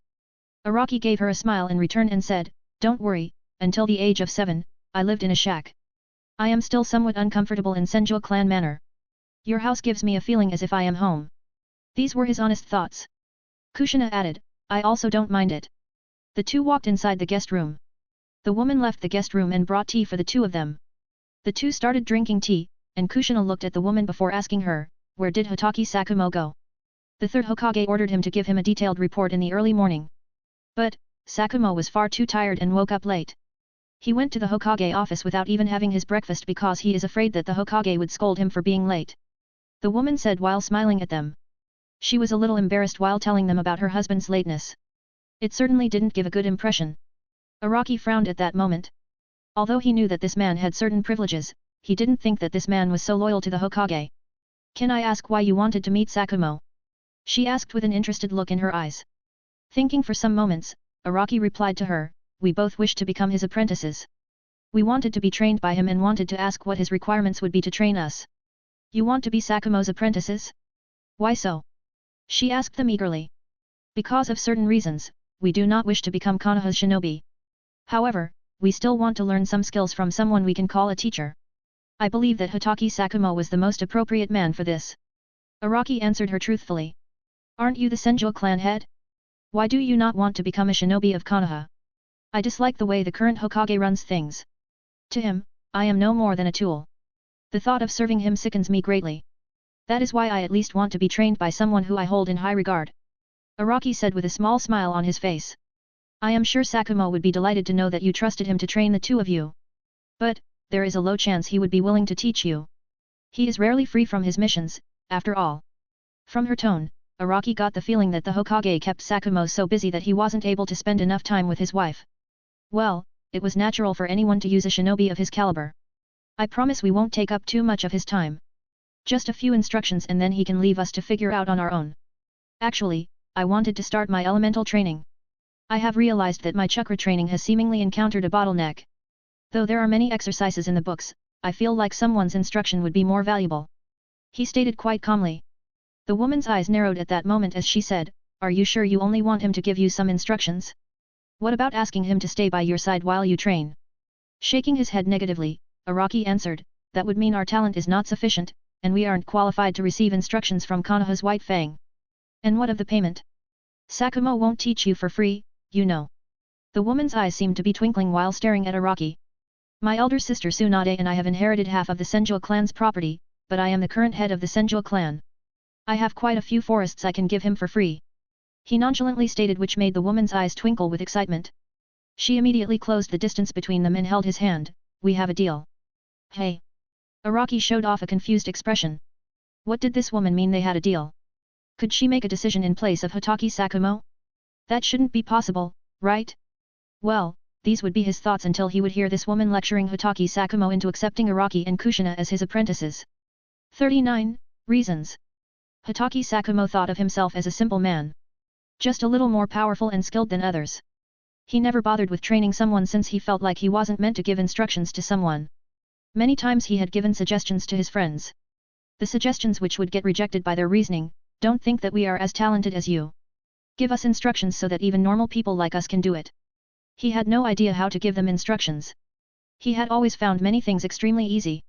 How could he think of them from the perspective of an ordinary person or an ordinary shinobi? So, Hatake Sakumo never bothered to have students. Yet, after he returned home, he was surprised to see two young kids in his house. They were entirely unfamiliar to him. He then stared at his wife, who was looking at him with a mischievous glint. Oh damn! He hated that glint in her eyes. She would have that glint when she was about to throw him into a trap with a smile on her face. The two went to their own personal room before his wife told him about what she had talked with Araki and Kushina. Knowing that it was the Senju clan head and the Uzumaki clan member wanting to receive training from him, Hatake Sakumo couldn't help but feel a little happy. However, he still remained adamant and planned on turning them down. At that moment, his wife held his hand and started debating with him that he should accept them as his apprentice. She even gave him multiple reasons to accept them. Firstly, he wouldn't need to stay there and monitor them while they were training, giving them instructions was fine. Secondly, they could receive a vast sum of money from this. Thirdly, she said it would be an excellent chance to form relations with the Senju clan head. In the future, if they ever need his help, he wouldn't turn them away, right? Hatake Sakumo was not entirely convinced, but he was also not very against it now. He did believe his wife was right in this regard. It wouldn't hurt to form good relations with Senju clan head and maybe get a lot of money in return. It might help in the future. Anyway, with this, Hatake Sakumo had made up his mind over training these two children. Currently, they were standing in the middle of a training ground. It was generally used by Team 10, but it was out on a mission so Hatake Sakumo felt like it wouldn't be an issue if they used it today. The first thing he asked the two was, "How good is your chakra control?" Araki thought for some moments before replying, "I can barely do the kunao balancing exercise with my chakra. I can do the water walking exercise, date bane." Kushina said a little excitedly. She didn't even notice it when her verbal tick slipped out of her mouth. Sakumo blankly stared at her for some seconds before he started chuckling. Even Kushina realized that her verbal tick slipped out and was embarrassed. Sakumo then said to them, "This is quite good for your age. But, before we start, I want to ask you the reason why you don't want to become Konoha's shinobi. Depending on the reason, I might not teach you no matter how much you pay me." Araki blankly stared at Hatake Sakumo before facing Kushina. He gave her a silent nod and said, "All right, I will tell you of our reason. Frankly speaking, I am quite disgusted at the mere thought of serving Konoha. Their actions have been nothing but hypocritical and seem to mock the efforts of my grandfather. Taking the orders from the third Hokage would be a humiliation." Hatake Sakumo's eyes widened when he heard Araki's tone, which was filled with disgust and hate for the third Hokage. He was curious about the reason why Araki would hate the third Hokage. "Hatake Sakumo, I am sure you have heard of the news about Uzushio's destruction." Naturally, Hatake Sakumo was aware of it. He knew that this village was Konoha's greatest ally. He even wanted to take a few thousand shinobi from the battlefield and to go and assist Uzushio. However, the Hokage ordered him to stay put. The Hokage gave the reason that he didn't want his shinobi to put their life on the line for Uzushio. He also mentioned that Uzushio was beyond saving, so Sakumo must not think about it too much. At that time, Sakumo did believe his words and didn't overthink about it. And some time later, another small-scale battle broke out on the borders, and he was busy with those matters again. It had been quite some time since someone mentioned the Uzushio's destruction to him. Araki, though wasn't finished speaking, he continued with a grave tone, "Maybe you aren't aware of it but do you know, there are special seals placed around Uzushio to misdirect someone and prevent them from reaching the island? Only a few people in the world were aware of the secret passage between the seals. And, I highly suspect that it was Konoha who gave the passage to the three great villages. This. Do you have evidence about this claim?" Hatake Sakumo naturally wouldn't believe the words from Araki's mouth. Araki shook his head and replied, "Currently I don't. But, I do not need evidence to remain cautious of Konoha, do I? Do you find my reason acceptable now?" Hatake Sakumo thought for some time before nodding, "All right. If this is your reason, then it's all the more reason for me to not leave you alone. At the very least, I will make sure you don't harm Konoha." Araki and Kushina nod their heads. Currently, even though they knew of Konoha's treacherous deeds, they weren't planning on doing anything against them, for now, that is. "We have chosen to become your apprentice not only because you are a strong ninja, but also you are someone who gives more importance to righteousness and comradeship." Araki solemnly spoke to Hatake Sakumo. Thanks. But, since you are cautious of Konoha, don't become too attached to me. At the end of the day, I am Konoha's shinobi. There are some orders I cannot defy."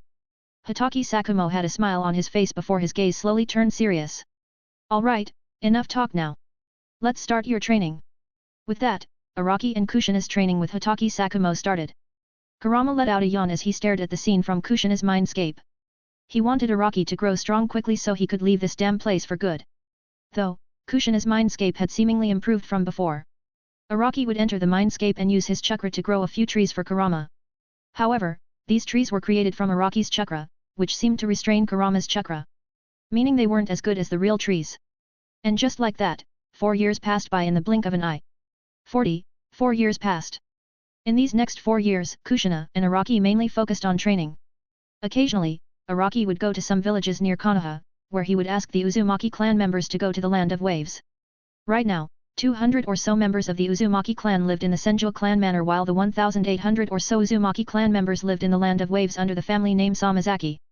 The Uzumaki clan members living in the Senju clan manor had been given the surname of Senju. When the Hokage had asked about the reason, Araki indifferently stated that he was going to be adopting them into the Senju clan. The Hokage was curious about these people who had been adopted into the Senju clan. However, he couldn't investigate them without a good reason. After all, even the head of the village couldn't interfere with the respective clan matters. The Uchiha clan had also started to express their support for the Senju clan in the meetings, so it was next to impossible for Hokage to make his move against the Senju clan manor. However, Danzo wasn't like the third Hokage. He didn't dare to make his move against the Senju clan for an entire year, but, after the passage of that 1 year, he did send some of his shinobi to kidnap the Senju clan members because he felt that they were quite weird. A chakra sensor under him had informed him that all these Senju clan members seemed to possess immense chakra. Moreover, it still showed incredible signs of growth. He remained cautious as he always sent his shinobi when he knew that Araki and Kushina weren't in the village. However, many of his shinobi he sent to the Senju clan manor to kidnap some of these Senju clan never returned. The ones who did return informed him of what occurred. Every time they stepped inside the Senju clan's property, the land beneath them would explode, injuring a lot of shinobi. These were like landmines which were placed quite strategically. Sometimes, the shinobi would fall into some sort of pit and were able to get out because they didn't have the power to break the seal or knew the seal combination. These shinobi died by starvation in these pits. Kunao, shuriken, and all sorts of traps were placed. It was like, they were expecting a lot of intruders to attack them. Danzo had a headache as he couldn't understand how Araki could find such talented shinobi who could even keep of the village's ANBU forces. Many of the ANBU died before they even realized anything.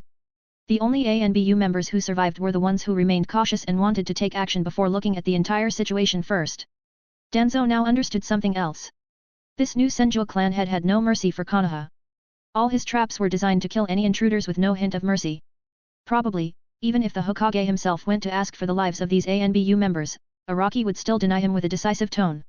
Even the Hokage was aware that many of his ANBU members died while infiltrating the Senju clan manor. However, he never raised this issue since he was aware that all the other clan heads would be in support of Senju clan's response. Moreover, the Senju clan was one of the founding clans of the village. Trying to infiltrate them was indeed deserving of death. But, this didn't mean he didn't hold any resentment over this fact. Another thing which angered him was how Kushina and Araki seemed to have avoided the academy entirely. They weren't even bothering to train in Konoha's academy to become Konoha's shinobi. Instead, they had become the apprentice of Hatake Sakumo. The Hokage knew of Hatake Sakumo's loyalty to Konoha. And he was also aware of his strength. For these two reasons, he was unwilling to make any move against his apprentices. He knew that the man might be humble and loyal, but if he does cross his bottom line, then there was no saving it. The Uchiha clan also seemed to hold quarterly competitions between Araki and some of the most talented Uchiha clan members. The only one who seemed to give Araki a challenge was the young boy named Uchiha Keshiro. Araki was growing strong at a demonic speed, but the same was true for Uchiha Keshiro. Uchiha Keshiro now needed to use his Sharingan to keep up with Araki. Meanwhile, Araki had slowly started to use more of his wood techniques in his fight against him. Currently, the results of their fight were slightly tilted towards Araki's favor. It was 7:6 with Araki winning 7 of them and Uchiha Keshiro winning 6 of them. Although they used quite some exquisite techniques against each other, they never fought with their full power. Winning or losing didn't seem to be their motive anymore. Instead, they were aiming for something more. And whether it was consciously or unconsciously, Senju Araki and Uchiha Keshiro were aiming for the same time. The news of how Senju Araki was fighting against the Uchiha clan members spread in the Konoha. Almost all the residents had heard of the stories of legendary battles between Senju Hashirama and Uchiha Madara. They felt slightly regretful that they weren't born in that era to witness the fights between the Senju and the Uchiha.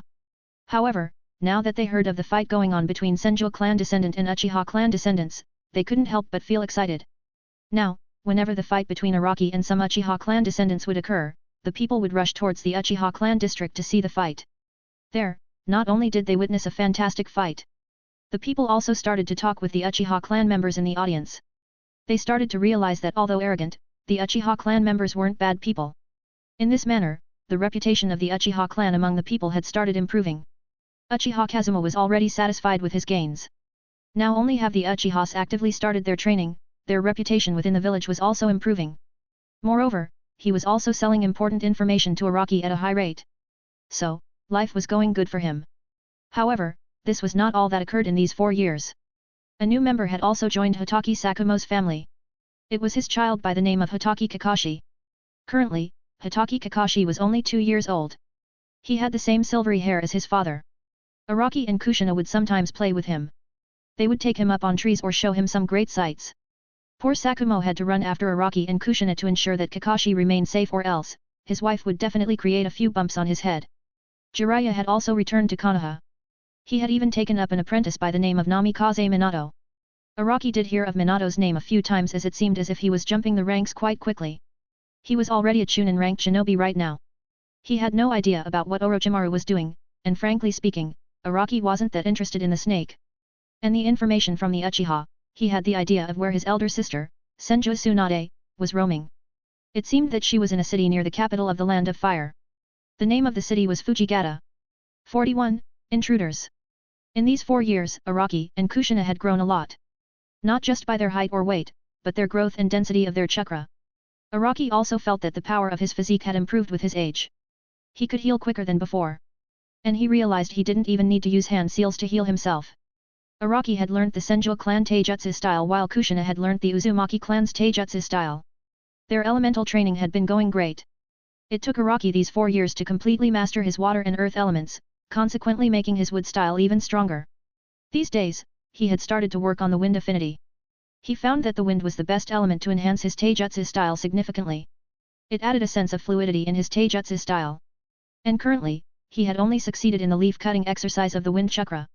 He had a long way to go before mastering it. Kushina had mastered her water affinity with the use of shadow clones. She also had pretty good control over her wind chakra. However, she did prefer to use water chakra more. Right now, Araki was seated in the Senju clan manor with a faint smile over his lips. He was reading a paper stating that some foreign shinobi had entered Konoha as envoys to express their goodwill. Araki threw the paper with away while saying, "Looks like they have finally come." They came quite a bit later than expected. He then called out for 10 or so Uzumaki clan members and ordered them to disable all seals. The Uzumaki clan members were confused by this order. They wondered why their leader had given them such an order. There was a teenager of age 16-year-old named Uzumaki Isao. He had a confused look on his face as he asked Araki, "Araki-sama, are you sure it would be alright to disable all the seals around the manor? Wouldn't someone use this opportunity to enter the manor?" To which, Araki shook his head and replied, "Nobody will know whether the seals around the manor have been disabled or not. I wonder if Danzo's men will dare to enter this manor after their unsuccessful attempts from before. Well, I certainly hope he does send them." He whispered the last line with a low voice, but Uzumaki Isao still heard it. He shivered upon hearing that voice.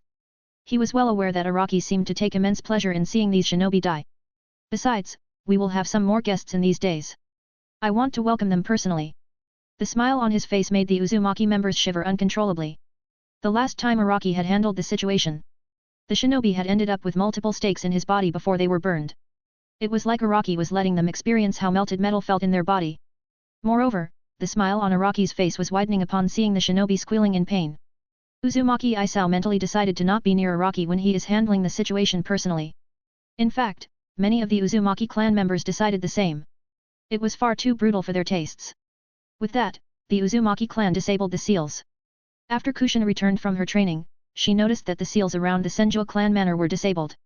Later in the evening, Kushina asked Araki, "Did you order the Uzumaki clan members to disable the seals? Why did you ask them?" Araki informed her with an indifferent gaze, "I am waiting for our guests. It would have been a pity if they couldn't even enter the manor." "Our guests? Do you mean someone from Uchiha clan?" Kushina asked him with a surprised look on her face. Araki though shook his head and responded, "Don't worry, you will know soon enough. They are quite near to the manor." Kushina showed off a puzzled look on her face. She used Kurama's negative emotions ability and sensed 5 unfamiliar chakra signatures of shinobi. All these 5 seemed to have some kind of wicked thought in their heart. However, it seemed to be nothing compared to what she felt from Araki. She could feel his negative feelings were explicitly directed at these 5 shinobi. They didn't need to wait for too long. It seemed that after 10 or so minutes, these shinobi entered the Senju clan's territory. All of them wore dark clothes along with a black mask which covered their face. One of them spoke, "The Raikage ordered us to kill that Senju clan descendant who killed a lot of our comrades 4 years ago. And also kidnapped that Uzumaki girl who was with him. It's reported that she has unique chains which restrain a Baijuyu's chakra. Alright, what will be our formation?" 221 sounds alright. Although these two may be kids, Raikage informed us that we must not underestimate them. One of them spoke with a grim look. They continued to remain outside the Senju clan manor and were running around it as if trying to find Araki and Kushina's position from the windows. They soon found Araki and Kushina in a room west of the Senju clan manor. All 5 immediately gathered after finding them. Araki and Kushina were seemingly sleeping from what they saw outside the window. However, just to be cautious, they threw a smoke bomb inside the room. The smoke released from these bombs caused even a Jounin-ranked shinobi to faint. This should be enough. With that, they took some sort of pills which was an antidote for this smoke, and 2 of these shinobi entered Araki's room. The first thing they did was stab Araki's stomach while he was sleeping. After that, another one picked up Kushina's body and left immediately. However, these 2 shinobi who had entered Araki's room were shocked to find that their comrades were missing. They noticed some leaves were falling and looked up. There they saw their comrades tied by thick vines and raised above the ground. The vines were tightening around their body. The 2 shinobi immediately moved and cut apart those vines with their swords and kunao enhanced by lightning and wind chakra respectively. Their 3 comrades gracefully landed on the ground. "Let's leave. We have accomplished our objective." One of them spoke to his comrades. This place was far too strange. He had a bad feeling the longer he stayed here. "Oi! Why are you returning so early? I have still not given you a warm welcome in the Senju clan manor." They heard an amused voice from above. They unconsciously raised their heads and noticed Senju Araki seated there with a cold yet humorous look in his eyes. The smoke inside Araki's room cleared away, and a piece of stabbed wood revealed itself in place of Araki. Unconsciously, they all gulped down a mouthful of saliva as they realized that they had jumped into a trap. The kushina on the person's shoulder dispersed in a cloud of smoke. The Raikage really likes to court death. He probably has some sort of fetish with it by now. Don't you agree? He gave them a pleasant smile which made them shiver unconsciously. The Kumo shinobi looked around and noticed there was no one around. If it was a trap, there was a possibility that other shinobi from Konoha could be on standby before they attack. "Are you worried about someone attacking us? Don't be so worried. If I needed help to deal with you, then I would have wasted these 4 years." Araki said with a cold tone before jumping down on the ground. "Humph. If it's you alone, we can take care of you quickly." One of them seemed to have quite some nerves as he said it to Araki. You have some spunk. I will leave you for the last, your friends come first." Araki said before staring at these ANBU members from Kumo. 42. Destroying Kumo ANBU. Araki stared at the Kumo shinobi and waited for them to make the first move. And they did. 2 of them disappeared in a lightning flash and were quite close to Araki's body. Both of them had their own weapons in their hands, namely, a kunao and a sword. However, before they could touch Araki, 2 earth walls suddenly appeared in their way which blocked their attacks. At this time, 2 more Kumo shinobi were attacked from a distance. They were using the respective jutsu. Lightning release, multiple lightning arrow jutsu. Water release, water bubble jutsu. 10 or so lighting arrows appeared in the air while a giant water bubble appeared as well. It seemed to cover all the lightning arrows. The lightning arrows had seemingly become even more powerful when charged with the impure water. After feeling that the charge was enough, the lighting arrows shot towards Araki with blinding speed. Araki didn't even blink when he was attacked by these lighting arrows. The lightning arrows struck him but didn't damage him. He wasn't even paralyzed. This surprised the shinobi from Kumo. Araki seemed to be in a good mood as he explained, "I used earth chakra to guide the lightning in the ground. So, what will be next?" At that moment, the 5th person whispered something in an inaudible voice. Suddenly, Araki felt his surroundings change a little. He saw a fearful snake appearing in front of himself while charging at him with a quick speed. The snake looked incredibly ferocious and would definitely swallow in one bite. This was the feeling it gave. Yet, Araki's expression never changed. He simply continued to walk forwards and the illusion around him shattered. The man who used the genjutsu backed away a little with a cautious look in his eyes. Araki spoke, "That was a pitiful attempt. Your illusions really can't be compared to the illusions from a Sharingan. Now, I have been kind enough to let each one of you make the first move." The glint in his eyes changed. He had more of a feral look as he glanced at them all. "Let's get started, shall we?" With that, he first decided to deal with the 2 Kumo shinobi nearest to his position. The two Kumo shinobi realized the danger and immediately backed away using lightning chakra. After boosting their speed with lightning chakra, they should have been fast enough to evade Araki. However, they were utterly dumbfounded when they noticed Araki closing the distance between them. He didn't even seem to be enhancing his body with any element. This meant it was his base speed. Just as Araki closed the distance between them, Araki suddenly stopped and punched the ground with a strong fist. The ground beneath him shattered into tiny pieces, and the two Kumo shinobis running in front of Araki were revealed there. The two Kumo shinobi who were still running suddenly dispersed with streaks of lightning. These two were lightning shadow clone. The two Kumo shinobi who had been hiding in the earth were forced out by Araki's punch on the ground. Just as they were about to attack Araki with their quickest attack, a tree branch pierced their stomach, and their bodies started rising in the sky. Naturally, the other three Kumo shinobi didn't remain silent. One of these three was using his jutsu to hit Araki while the other two were moving forwards to save their comrades from the branches of the tree. Earth style, earth punch jutsu. The earth near the Kumo shinobi's feet crumbled before it turned into an earth punch. The earth punch launched itself towards Araki's position. A water wall appeared to block the earth punch. The eyes of the Kumo shinobi widened because there was no water around them, and they hadn't even seen Araki performing any hand seals. Meanwhile, the two Kumo shinobis who were jumping towards the tree which held their comrades captive suddenly noticed they had been attacked by some wooden spears. Noticing that 20 or so wooden spears were coming towards them, the two Kumo shinobis tried to control their body in the air to some extent to dodge some of them. Well, they were successful in that regard. Only a hand or leg was pierced. The Kumo shinobi managed to keep these wood spears from hitting any of their vital points. However, Araki smirked at this moment.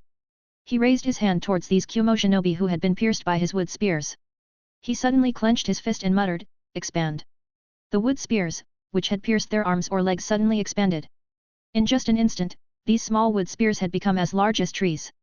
Naturally, the Kumo shinobi lost their arms or legs in the process. The reason they could save their lives was that they decisively cut apart their arm and leg. With an arm and a leg missing respectively, they fell on the ground, bleeding heavily. Only a single one remained out of these 5 Kumo shinobi, and he started running from the area. He didn't want to be caught or killed at this moment. He felt that saving his life would be the most effective. Fortunately for him, Araki didn't plan on pursuing him. The Kumo shinobi continued to run for 10 or so minutes. It was then, he met a red-headed girl on the way. He realized this girl was similar to the report of Kushina Uzumaki who had unique chains which restrained a Baijuyu's chakra. However, he felt that he had seen her somewhere before. His memory wasn't that strong, but he did know that this girl had given him a strong impression the last time he saw her. Kushina hatefully stared at this person in front of her while muttering, "You wanted to kill Araki. You really wanted to kill Araki?" The Kumo shinobi thought about some seconds and decided to run away. He felt that Araki could appear at any time. So, it would be better to run away. However, how could Kushina let him go so easily? She moved later than him but had quickly closed the distance between them. Just as the Kumo shinobi was about to counter Kushina by stabbing her with a kunao, Kushina punched his gut solidly. The Kumo shinobi couldn't help but hold his stomach and back away while coughing out blood. Kushina didn't feel any pity for him. She moved forwards and kicked his face so strongly that it detached from the rest of his body. The head splattered upon hitting a tree while the rest of the body fell upon the ground. Meanwhile, Araki had tied the 4 Kumo shinobi who had fought against him. He had a dark grin on his face as he stared at these 4. "Now, I wonder, which one among you will have the loveliest screams?" The smile on his face was somewhat contrary to his actions. Out of these 4, one of them spoke, "We won't tell you anything no matter how much you torture us." Araki stared at them for some time before laughing out loud. His laugh confused them. Wasn't this what he was planning? "You think I am going to torture you to extract something as worthless as information? Don't overestimate yourself. Do you think you know something while I don't? I already know this was a tactic from the Raikage. Next, the Raikage is probably going to accuse me of attacking the Kumo envoys, right?" These words terrified the 4 Kumo shinobi so much that they started to sweat immediately. "I don't need to torture you to extract information. I am going to torture you because I find your screams pleasurable to hear. Now, let's get started, you will be the first one." He pointed towards the guy who had his arm cut off. With this, the suffering of Kumo shinobi had started in Araki's hands. 43. Meeting Kumo envoys. After he was satisfied with Kumo shinobi's performance, Araki killed them all. He then started sleeping with a peaceful expression on his face. Kushina entered his room and noticed the peaceful smile on his face. She touches his hairs and gently pats him before laying next to him. She closed her eyes and started sleeping soon enough. They woke up in the morning. After the morning exercise, they returned to their house. Around this time, Araki received a summon from the Hokage, stating that he must immediately come to the Hokage's office. Araki knew what it was about, but Kushina had little idea about it. Reassuring her with a smile, he left the Senju clan manor. Meanwhile, Kushina ordered all the Uzumaki clan members inside the manor to reactivate the seals. The Uzumaki clan members immediately obeyed her order. They were seemingly waiting for this order and immediately went to reactivate the seals. On the other hand, Araki had reached the Hokage's office. The secretary glanced at him before giving him a short bow. He entered the office with an indifferent expression on his face. There, his eyes fell upon the third Hokage, and two dark-skinned men standing in front of the Hokage. Just from their skin complexion and what had happened the previous night, he could guess that these two were from Kumo. So, why have I been called, Hokage-sama? He said Hokage-sama with a mocking tone. The third Hokage noticed it, but the two shinobi from Kumo didn't. They stared at him for some time before turning towards the third Hokage. Hokage-sama, I believe we asked you to call for the Senju clan head. Why has this child come instead of the Senju clan head? The third Hokage retained a serious look on his face and said, he is the Senju clan head. Whatever you want to talk with him. The Hokage seemed to want to wash his hands off this matter. Araki didn't care much about it. He also wanted to have a pleasant conversation with these two. The Kumo shinobi went to call out for you yesterday night. Do you know where they are? The two Kumo shinobi asked Araki with a stern look on their faces. Araki adopted a thoughtful look and then asked, are you talking about the 5 Kumo shinobi appearing in middle of the night wearing dark clothes? The two Kumo shinobi nodded their heads. Although they knew that the mission must have failed, they knew the Raikage wouldn't forgive them if they returned without those 5. Those 5? Do you want their heads or bodies? Araki asked them with a smile on his face. But this question didn't please the Kumo envoys. They stared at Araki and spoke, what do you mean? They raised their tones in frustration. Araki indifferently stated, can't you understand my words? I said those 5 are dead. To be honest, I don't even have their heads or body. After torturing them to my complete satisfaction, I fed their bodies to the Inyazuka clan's dogs. The dogs were thrilled with the meal. Ask Raikage to send a few more. Maybe send 10 or so every week. That should be enough food for the dogs for a week. The more Araki spoke, the angrier the Kumo envoys became. It was as if Araki was comparing them to a dog's food. Just how could that be tolerated? They angrily turned towards the Hokage and said, Third Hokage, is this your sincerity in peace between our villages? If you do not give us an explanation, Raikage-sama wouldn't be pleased with it. The third Hokage let out a bitter laugh. This was far beyond his hands right now. He realized that the peace negotiations had fallen off now. On the one hand, he couldn't touch Senju Araki because of his status, while on the other hand, he didn't want to anger the third Raikage too much. He knew that in these 5 years, the 3 villages had been heavily supported by their respective nations' daimyo. Not just the money, the daimyo had even provided the 3 great villages with resources to turn more of people into shinobi. Although the third Hokage had been aware of it, he decided not to take any action because he thought that the destruction of their army at Uzushio's hand would be enough to contain them. However, today's Kumo's envoys made him understand that Kumo was still not satisfied. The purpose of sending these peace negotiations wasn't to build better relations, it was to extort Konoha into accepting their demands. Or else, Raikage would probably ally with Konoha's bitter enemy, Iwa, and start a war.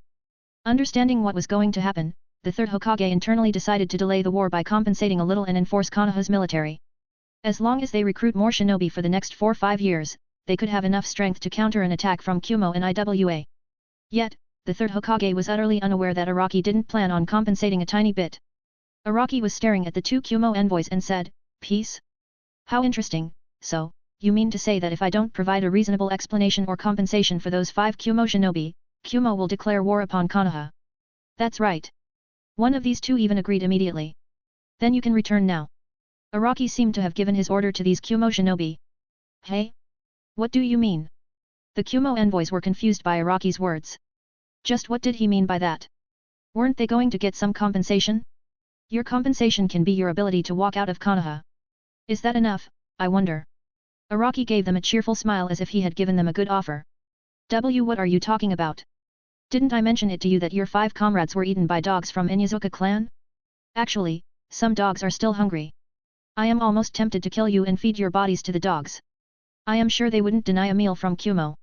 The cheerful smile on Araki's face, plus the ruthless look in his eyes made them believe that this was entirely possible. At this moment, the Hokage spoke to not let the matters get worse. Senju Araki, you should know that your words are incredibly important. Tens of thousands of Konoha's shinobi may die due to the consequences of your words. Oh, really? So, Does that mean we must lower our head for something as worthless as peace when even these dogs can come and threaten Konoha? Araki asked the Hokage with a casual look on his face. Who are you calling dogs? Sorry, my bad. I made a mistake. Dogs must not be insulted by comparing them to you. They are quite lovely animals. Your status isn't any higher than a dog's food. Araki didn't even glance at the Kumo envoys at this point. He felt that they weren't even worth gazing at. In fact, he continued to look at the Hokage, who narrowed his eyes. You have heard his response. You can leave now. The Hokage seems to want to dismiss these Kumo envoys. These two Kumo envoys were extremely angry that the Hokage wasn't going to take a decision in their favor. The fact that they hadn't been compensated for such humiliation didn't help the situation. However, they had little choice now and left the office. Araki continued to stare at the Hokage for some time before he asked, the way you are trying to use me. It's quite funny, monkey. What do you mean? The Hokage just stared at him blankly. 44. Explosion. You knew I wouldn't compensate them. You are using me as a shield to reject the Raikage's envoys. That is the whole reason you let those Kumo envoys leave. You want them to inform the Raikage that it was me, the Senju clan head, Senju Araki, who didn't want to give any compensation to Kumo. Now, even if Raikage wants to find fault in someone, he can only do it against me. Saving Konoha while sacrificing the Senju. Araki had a mocking smile on his face while he stared at the third Hokage. The third Hokage visibly flinched upon those words, but he didn't deny them. Konoha is so pathetic that it can't even take stand for its founding clans. The Uzumaki clan has already been destroyed, you are already targeting the Senju clan. I wonder if the Uchiha clan is next. Araki asked the Hokage with a smile which sent shivers down the Hokage's smile. You are just overthinking about the situation. Why would I take any action against the founding clans of the village? The Hokage tried to say it with an indifferent voice, but his heart was trembling with frustration. This wasn't what he planned. Araki was pretty amused by the Hokage's reactions and turned around, well, not as it matters.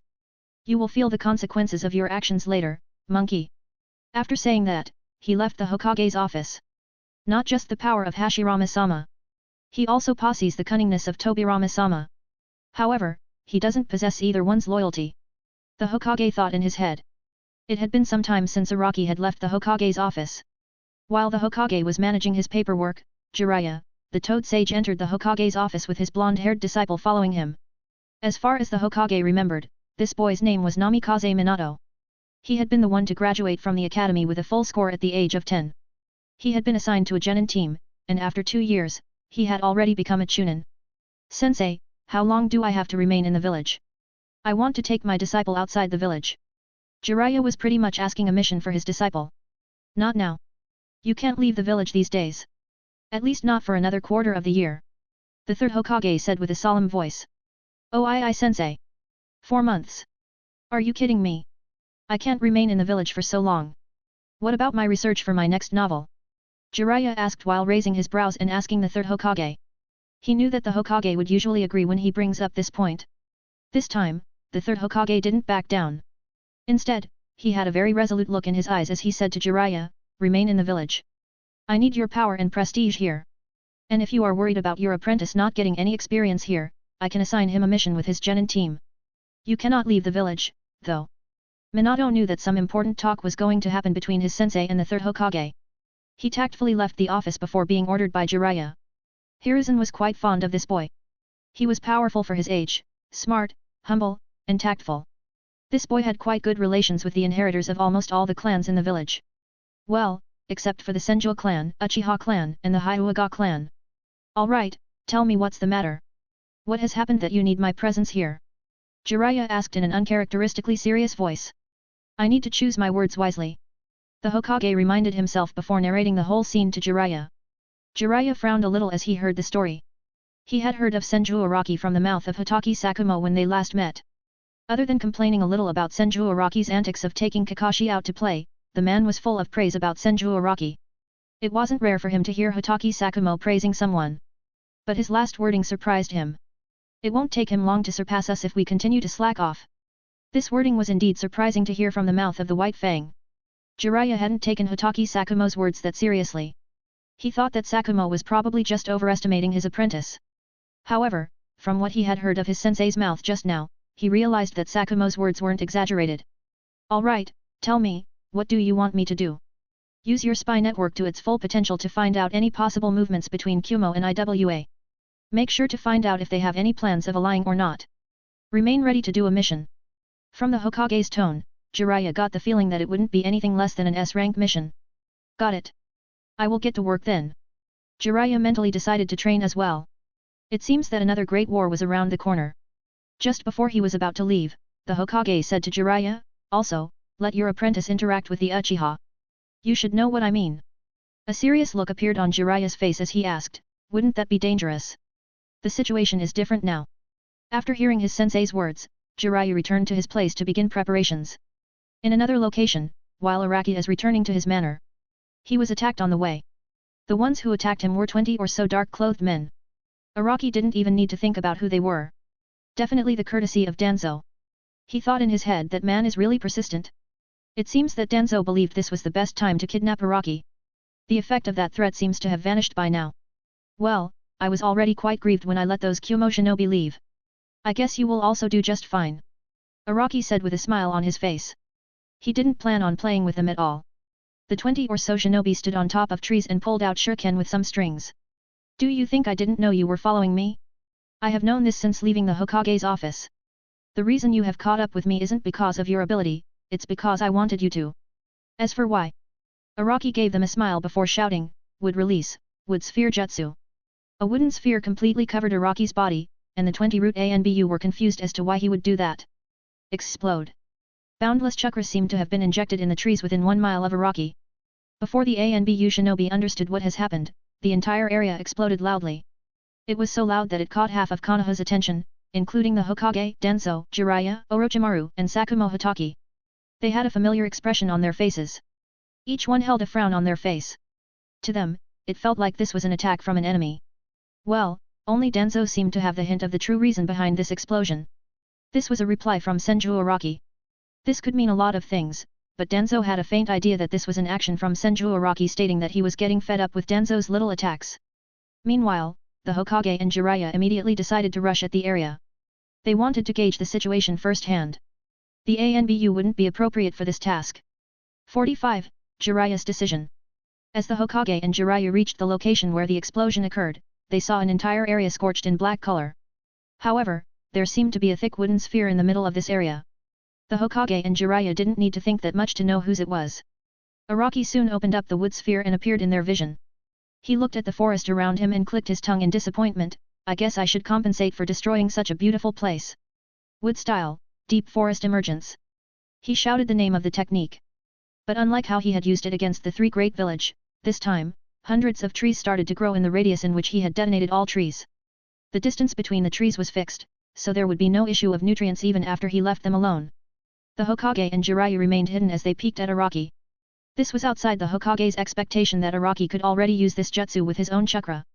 From the reports of the spies, Araki could only use this jutsu against the three great villages through the Kyuubi's chakra.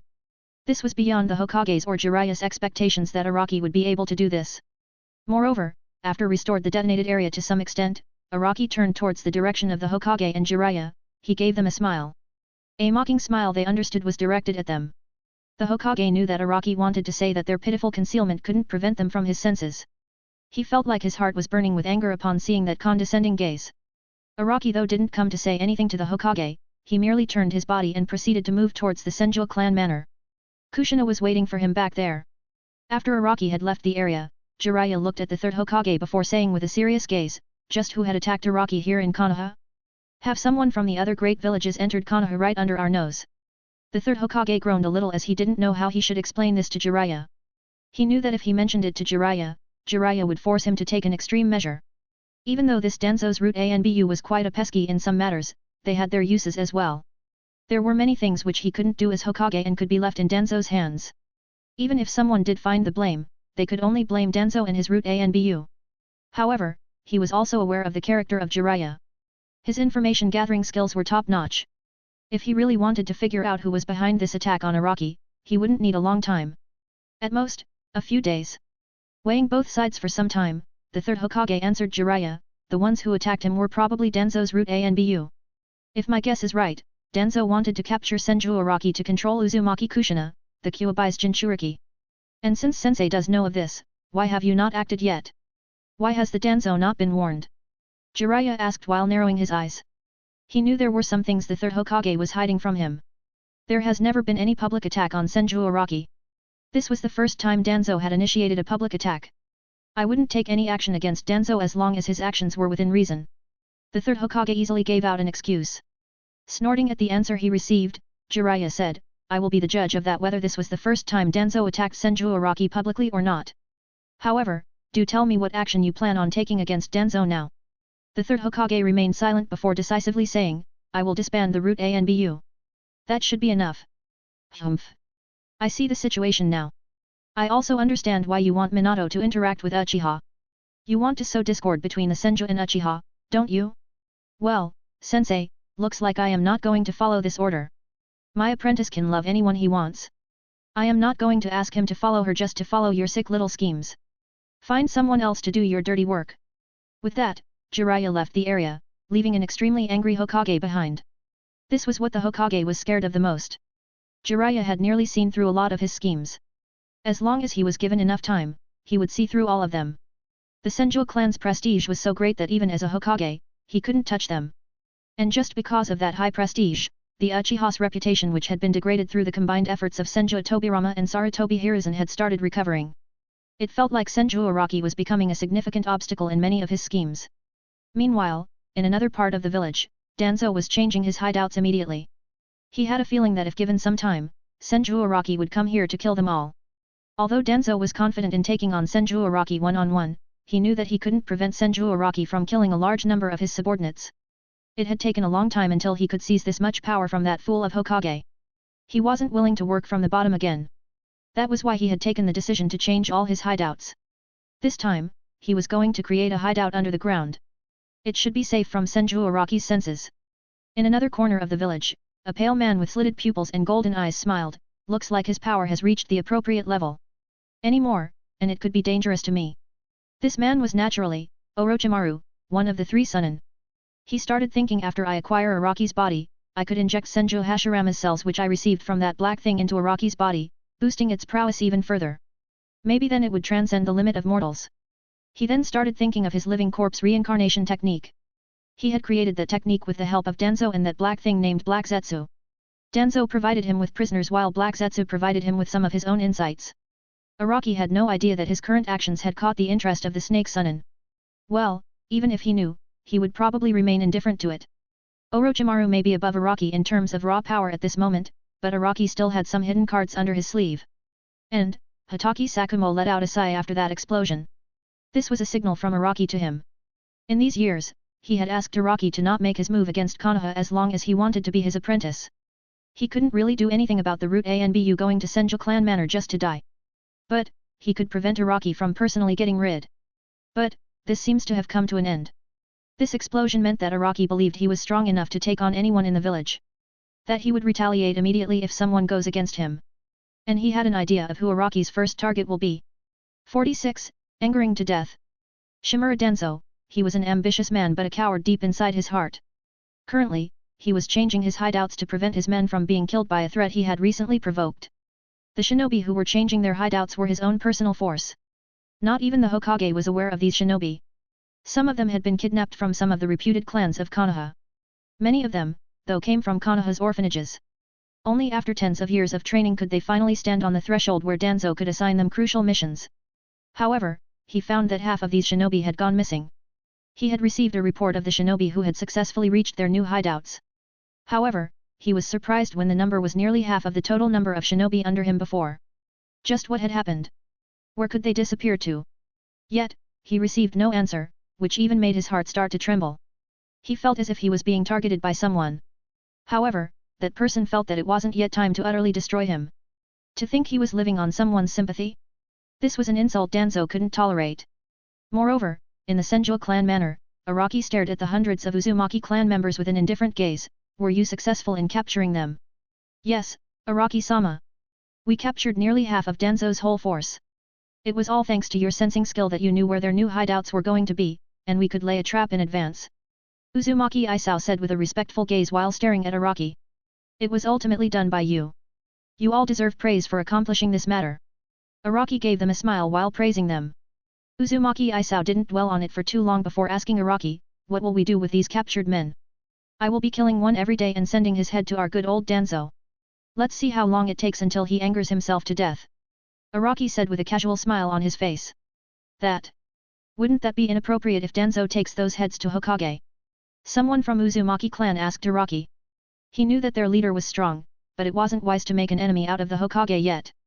This is Danzo's personal force. To Konoha, these men do not exist in their records.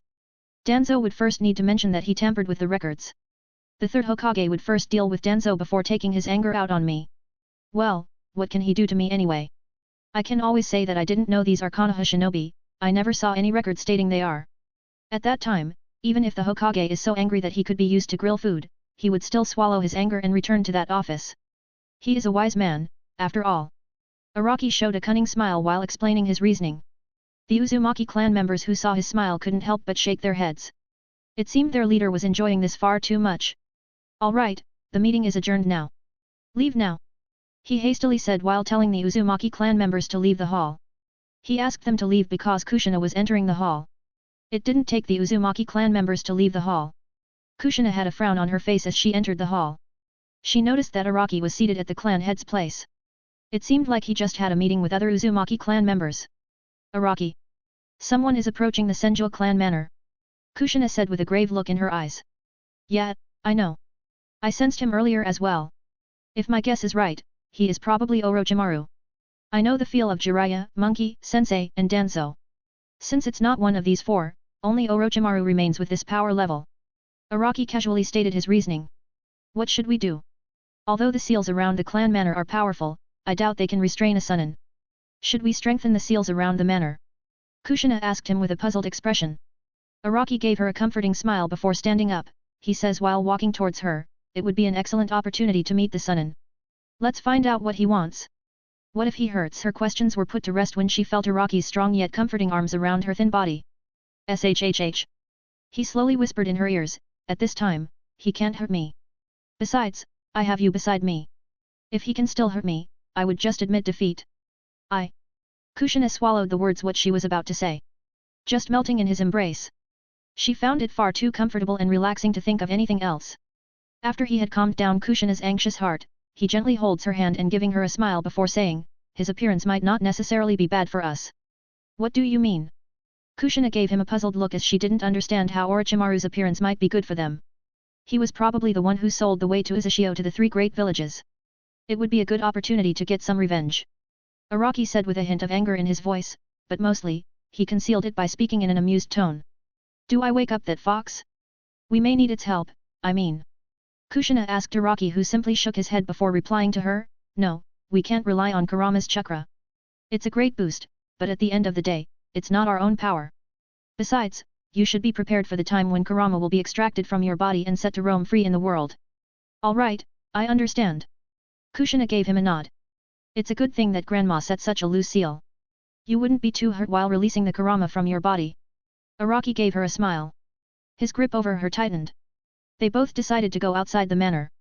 It wouldn't be a good idea to let Orochimaru break the many seals placed around the manor. It took quite some time to set them up. After waiting for half an hour, they finally saw the visage of the white snake. This was Orochimaru, the smartest disciple of the third Hokage. Upon noticing that Araki and Kushina were standing outside the mansion, Orochimaru gave them a smile. This made his objective easier. As he looked at Orochimaru, Araki greeted him with a smile, Hello, Orochimaru. This has been our first meeting, right? Greetings, Senju Araki. And yes, this is our first meeting. 47, Judgment. Both gauged each other for a few seconds. Araki stepped forward in front of Kushina. He asked Orochimaru with an emotionless voice, I have always been curious to know why the Snake Sunin would sell the pathway to Uzushio to the three great villages. So, why did you do it? Orochimaru's eyes narrowed a little upon hearing this question from Araki. He let out a laugh before answering, I am a shinobi. Obeying the order of my superior is natural. If it was Jiraiya who said that, I might have believed him. But since it's you, I am sure you have your own reasons. You wouldn't obey an order which wouldn't be beneficial for you. So, why did you obey this order from the Hokage or from Danzo? Araki asked with a sharp tone. I had no reason to deny his order. It wasn't related to me. I want to become Hokage to realize my ambition, so I need to make sure that Sensei continues to favor me over anyone else. Besides, it was a good opportunity to gather Uzumaki cells and conduct tests on them. As Orochimaru said this, Araki couldn't help but clench his fists. He understood now. Orochimaru also wanted to know the secrets in Uzumaki clan's blood. He was experimenting on Uncle Hishin, his own teacher Uzumaki Takia, and other Uzumaki's cells. Well, I can't hide my disappointment since the number of bodies was far lower than what I expected. There should be more according to my calculations, and I started to wonder where they were. And then, in a matter of few months, Senju clan received 200 or so members. A clan named Samazaki also appeared in the Land of Waves. Although there were only 100 people when they initially arrived, I merely thought of them as refugees from Kiri. But just after 1 year, the Samazaki clan has nearly 1,800 or so members. Isn't it a little suspicious? Orochimaru continued to speak to Araki with a smile on his face. Araki's eyes narrowed at that moment. He knew this snake has figured out the truth. Now, the question remained. Why did this snake not mention it to the Hokage or anyone else? Why have you kept it hidden till now? Why do you think so? I am not like my sensei. My sensei is far too loyal to Konoha and overthinks about it that he doesn't care about consequences which would be harmful to himself. But I love my life. I know that making you an enemy was a massive mistake on my part. I shouldn't have become your enemy by selling the Uzishio's pathway to Kumo. However, since I have already done that, I needed something to offset that. By keeping my mouth quiet, I have saved the lives of the Uzumaki clan for such a long time. I am sure you won't forget this favor. Orochimaru had a smile on his face while staring at Araki. In turn, Araki sharply responded, you were the reason why Uzishio's destruction happened. You were the reason why 1,000s of Uzumaki clan members died. You think you can just wash off your crimes by this? Don't kid yourself. You can hardly expect any mercy from me. Orochimaru seemed to have thought about this point already. I already know that. But, even if it wasn't me who sold that information, Sensei or Danzo could have sent someone else. Why shouldn't I take advantage of the situation when it's favorable to me? Orochimaru, do you think of me as a fool? You think understanding your situation will let me forgive you? In fact, I want to kill you even more now. I agree that if it wasn't you, the third Hokage or Danzo could have sent someone else, but do not forget that you received favor because of these actions. Since you have received the favor, you will naturally need to bear the consequences of those actions as well. Araki said with a straightforward tone. Kushina was getting ready to attack Orochimaru. From Araki's words, she felt that they would soon fight the snake Sunin. However, Araki's hold over her hand tightened as if telling her now was not the time. Your age is quite deceptive. Even though you are just a brat, you do not have the naiveness of one. Orochimaru couldn't help but compliment Araki at this point. Araki shrugged off his praise. Being praised by a snake didn't excite him. He said, the most I will give you are 6 years. Make sure to do all you can in these 6 years. Whether it's building a powerful force, a village, or just hide. Once these 6 years are over, I will start my search for you. And when I do find you, pray to whatever you believe in that you receive a quick death. Araki said with an impassive voice. Orochimaru had a bitter smile on his face. You really don't plan on letting me off, right? These 6 years, you want to increase your strength even more just so that you are strong enough to completely suppress me because you aren't confident in taking me on at this moment. Araki though shook his head negatively. This wasn't the reason why he was letting Orochimaru live for these 6 years.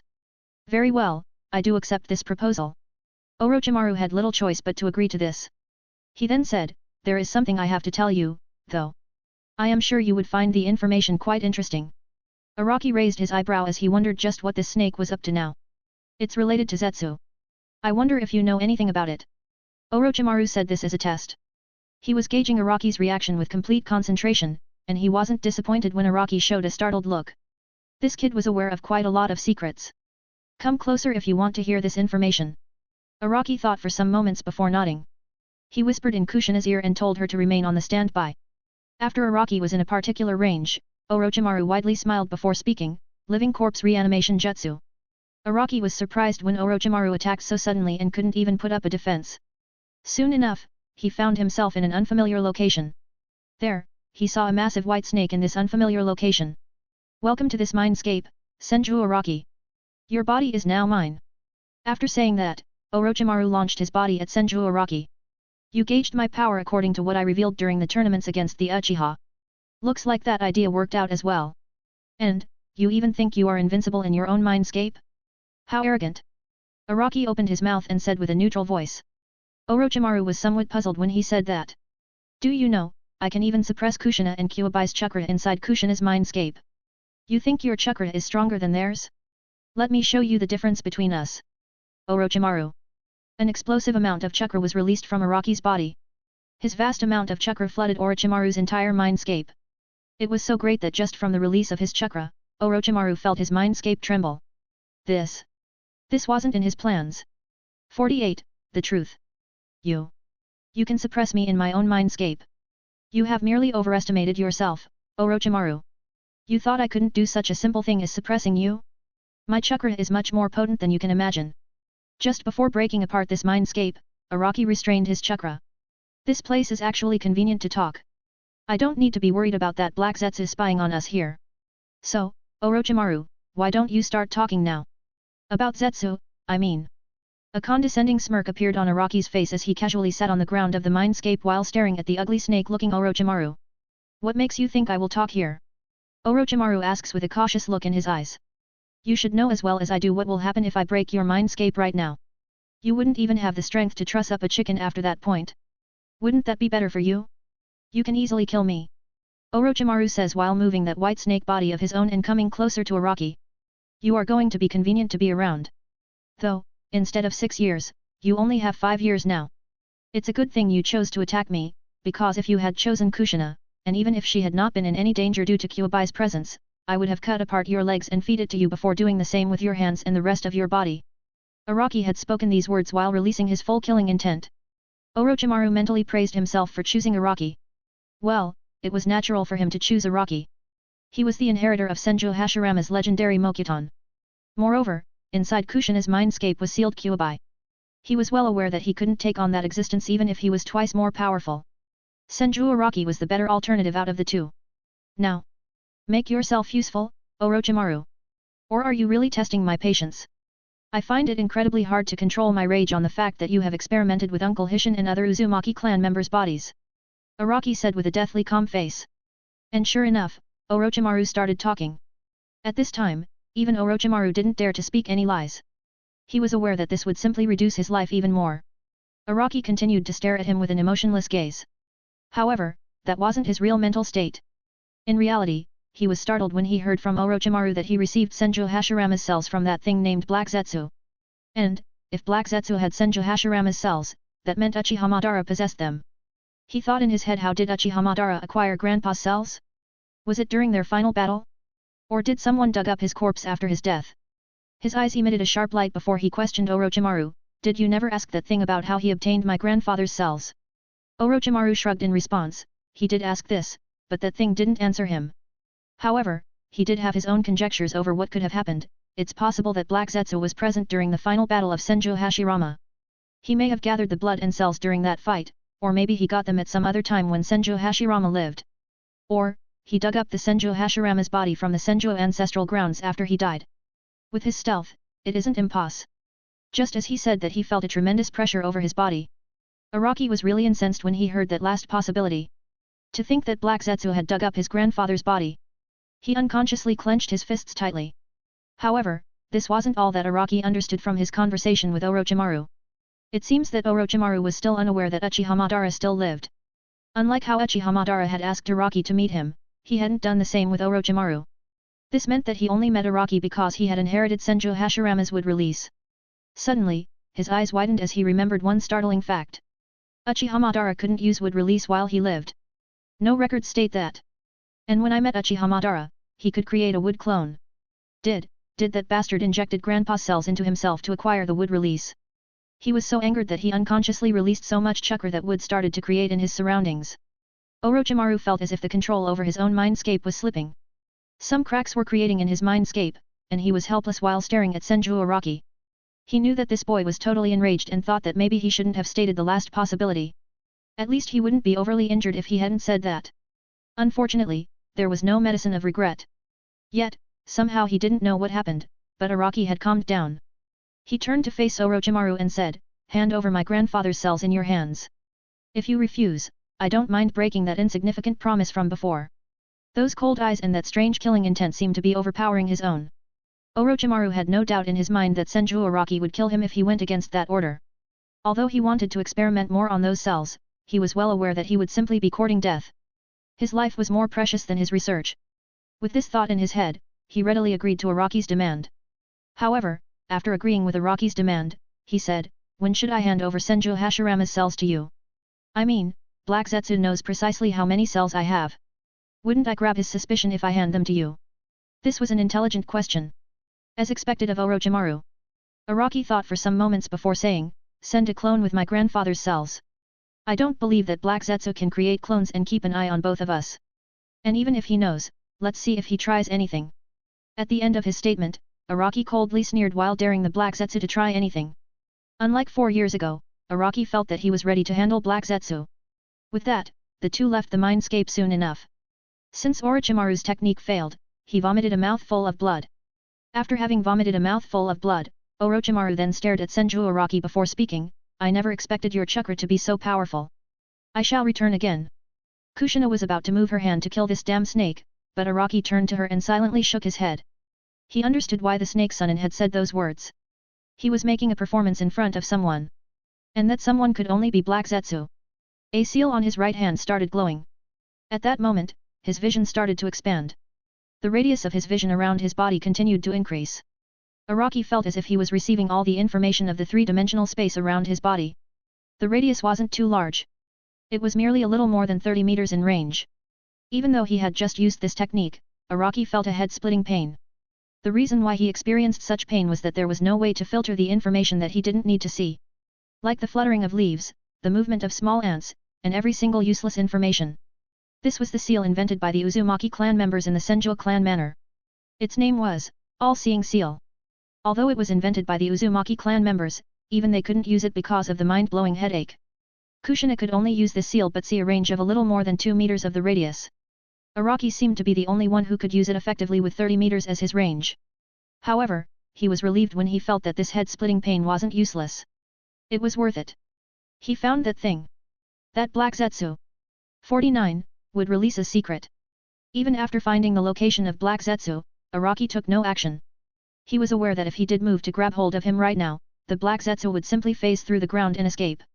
The fact which infuriated Araki, even more, was that he had met up with Uchiha Madara 4 years ago.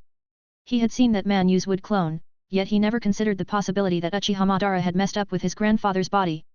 If he had known this, he wouldn't have cared about anything and just killed Madara then and there. Consequences be damned. And certainly enough, he was planning on killing Uchiha Madara if he was still alive. However, before that, he wanted to catch that damnable Black Zetsu.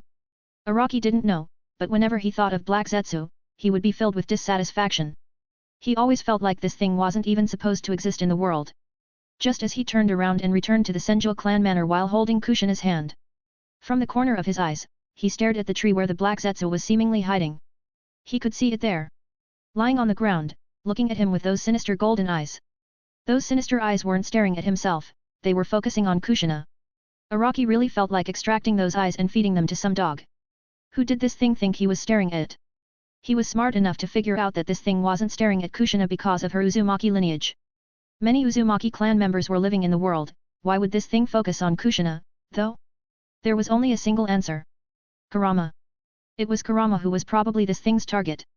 Araki had no idea why Kurama was the target, but he didn't care at this moment. He would get those answers once he grabs hold of this Black Zetsu. Around this time, even the Black Zetsu had no idea that another Araki was sneaking towards him. He was meticulous while moving and seemed to make sure he was quiet. After he felt that he was close enough, Araki made a hand seal, and the earth below them rumbled strongly. Black Zetsu was immediately surprised and was about to phase through the ground when suddenly, he felt that its body couldn't phase through the ground.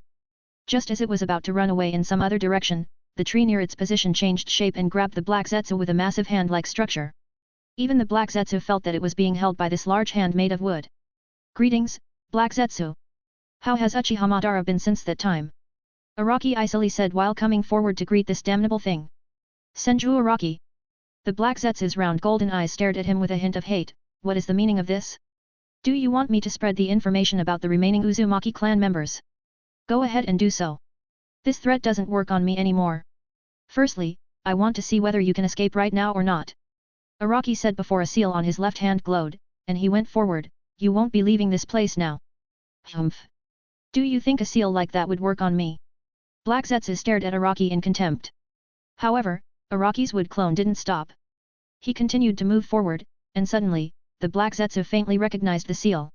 His eyes widened as he shouted, this. This is the seal for trapping shadows. That's right. I have understood your true nature. You aren't a living thing, you are a shadow. A shadow which has been given form by some strange power. Araki seemed rather proud as he didn't stop his movements while speaking. This was something the Uzumaki clan members in the Senjo clan manor had invented on Araki's demand. You have, indeed, understood my true nature. But you made one more mistake. Black Zetsu said before it suddenly started to merge with the wooden hand which held it firmly. Merging with Mokyuton? This was absurd. This was the first time Araki had seen something like this happening. He had a great belief in his Mokyuton. He thought that with it, he could suppress Black Zetsu for some time. But he never expected that this Black Zetsu would merge with the tree holding him. After having merged with the wood, Black Zetsu let out a strange laugh. You don't even understand the true nature of your wood release. Not even Senjo Hashirama understood that. Why do you think that the wood release can suppress the Baijuyu in almost all type of chakra while no other chakra can? This question really did shook Araki. Although he knew that Black Zetsu was making fun of his ignorance, he didn't take those to heart. What mattered was that there was a chance that he was telling the truth at this moment. True nature of his wood? Indeed, why could his wood element suppress any chakra? Was it because it had formed from the strange balance between two elements? This wasn't right. He had heard that Onoki and the second Tsuchikage had created Jinten, dust release with the combination of three elements. However, there had never been any reports or even rumors of Jinten suppressing a Baijuyu's chakra. Why could the wood release suppress the chaotic Baijuyu's chakra? It was at this moment that the Black Zetsu realized that Araki had fallen into deep thought. He internally cursed himself for blabbing right now. Maybe he should have just remained quiet. The Black Zetsu now decided to leave. Araki didn't spare him a glance, not like he could prevent him from leaving. It was better to plan his next move. With that, the wood clone dispersed as well. When Araki inside the mansion received the set of memories of this wood clone, he furrowed his brows. It seems that there were more mysteries related to his wood release than he imagined. However, he decided to think of it on some other day. Right now, he had another thing he must do. He sent his consciousness inside Kushina's seal. There, he saw the large fox, seemingly sleeping at the moment. Surrounding the large fox was a massive forest which Araki had created in these 4 years. Araki noticed that upon his arrival, Kurama's ears perked up a little. However, seeing that Kurama had still not woken up to greet him, Araki understood that Kurama was just faking his sleep. Looks like you are asleep, Kurama. And here I was thinking of letting you have your chance at revenge. At a guy named Uchihamadara.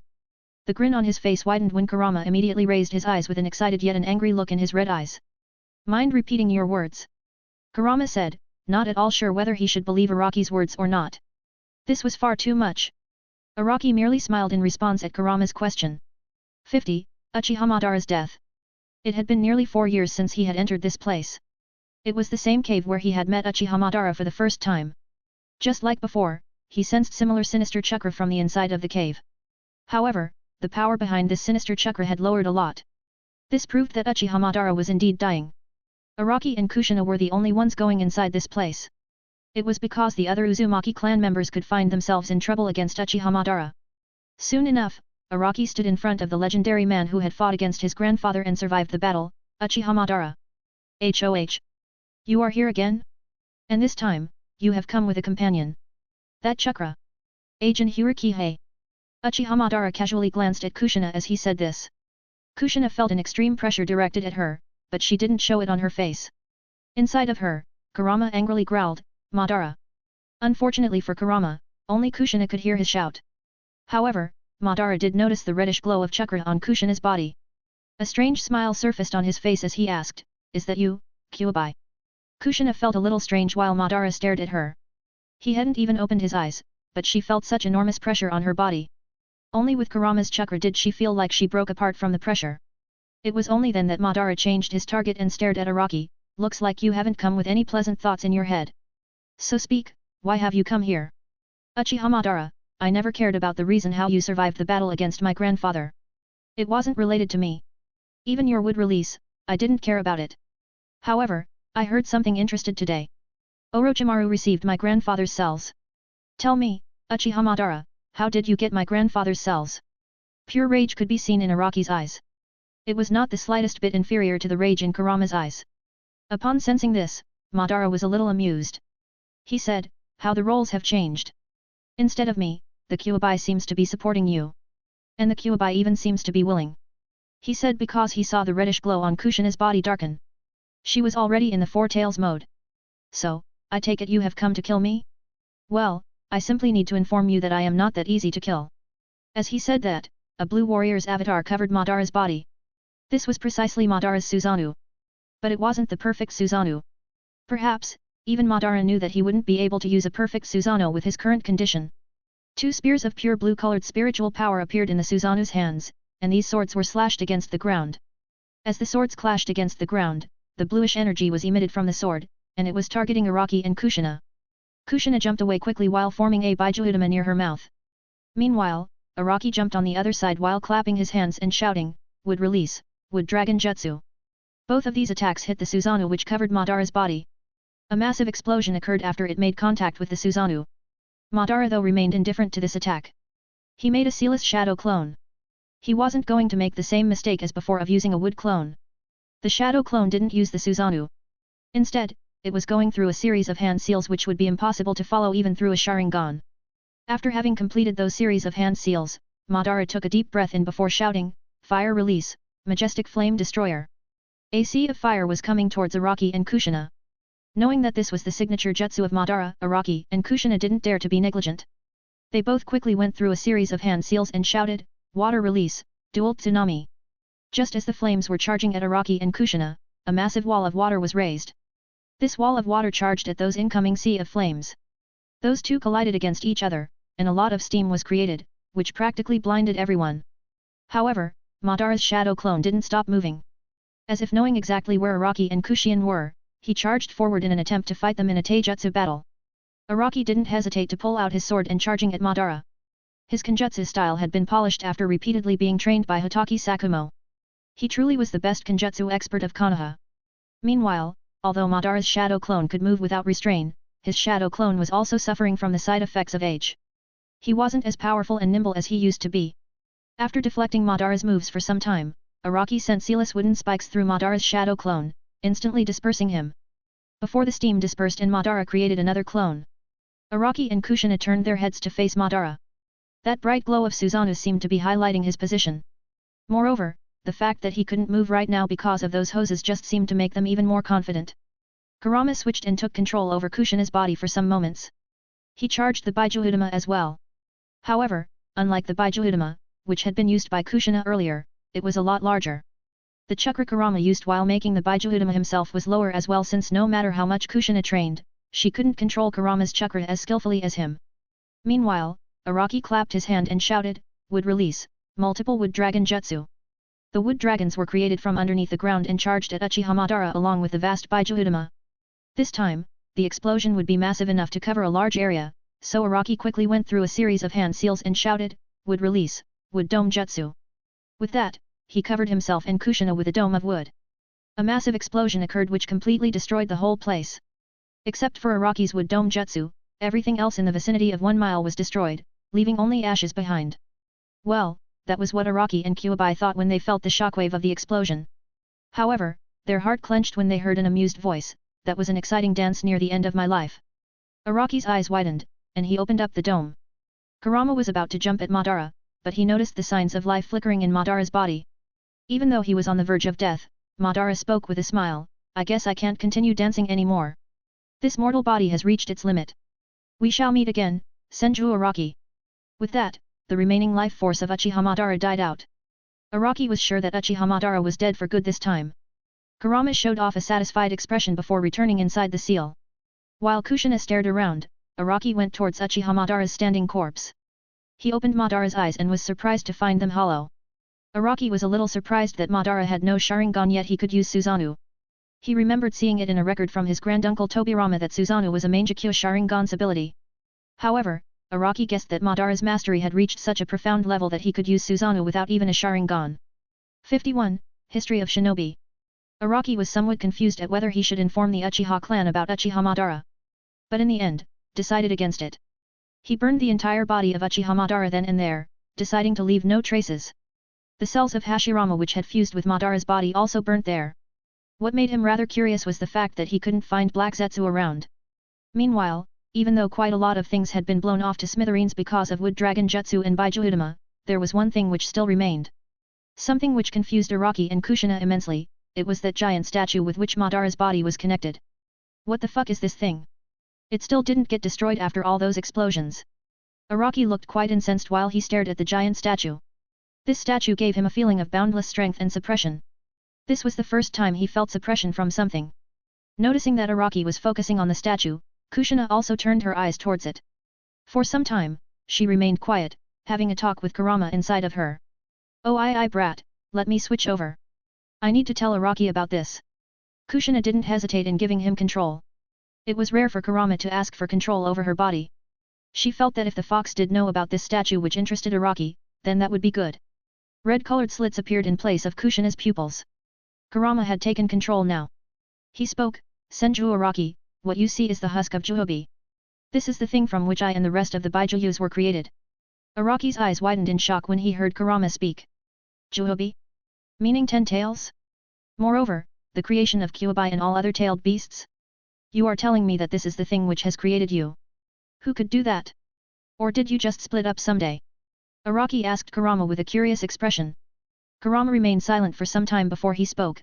Looks like I need to narrate a lot of things to you. About what Baijus are, and also the true history of Senju and Uchiha clan.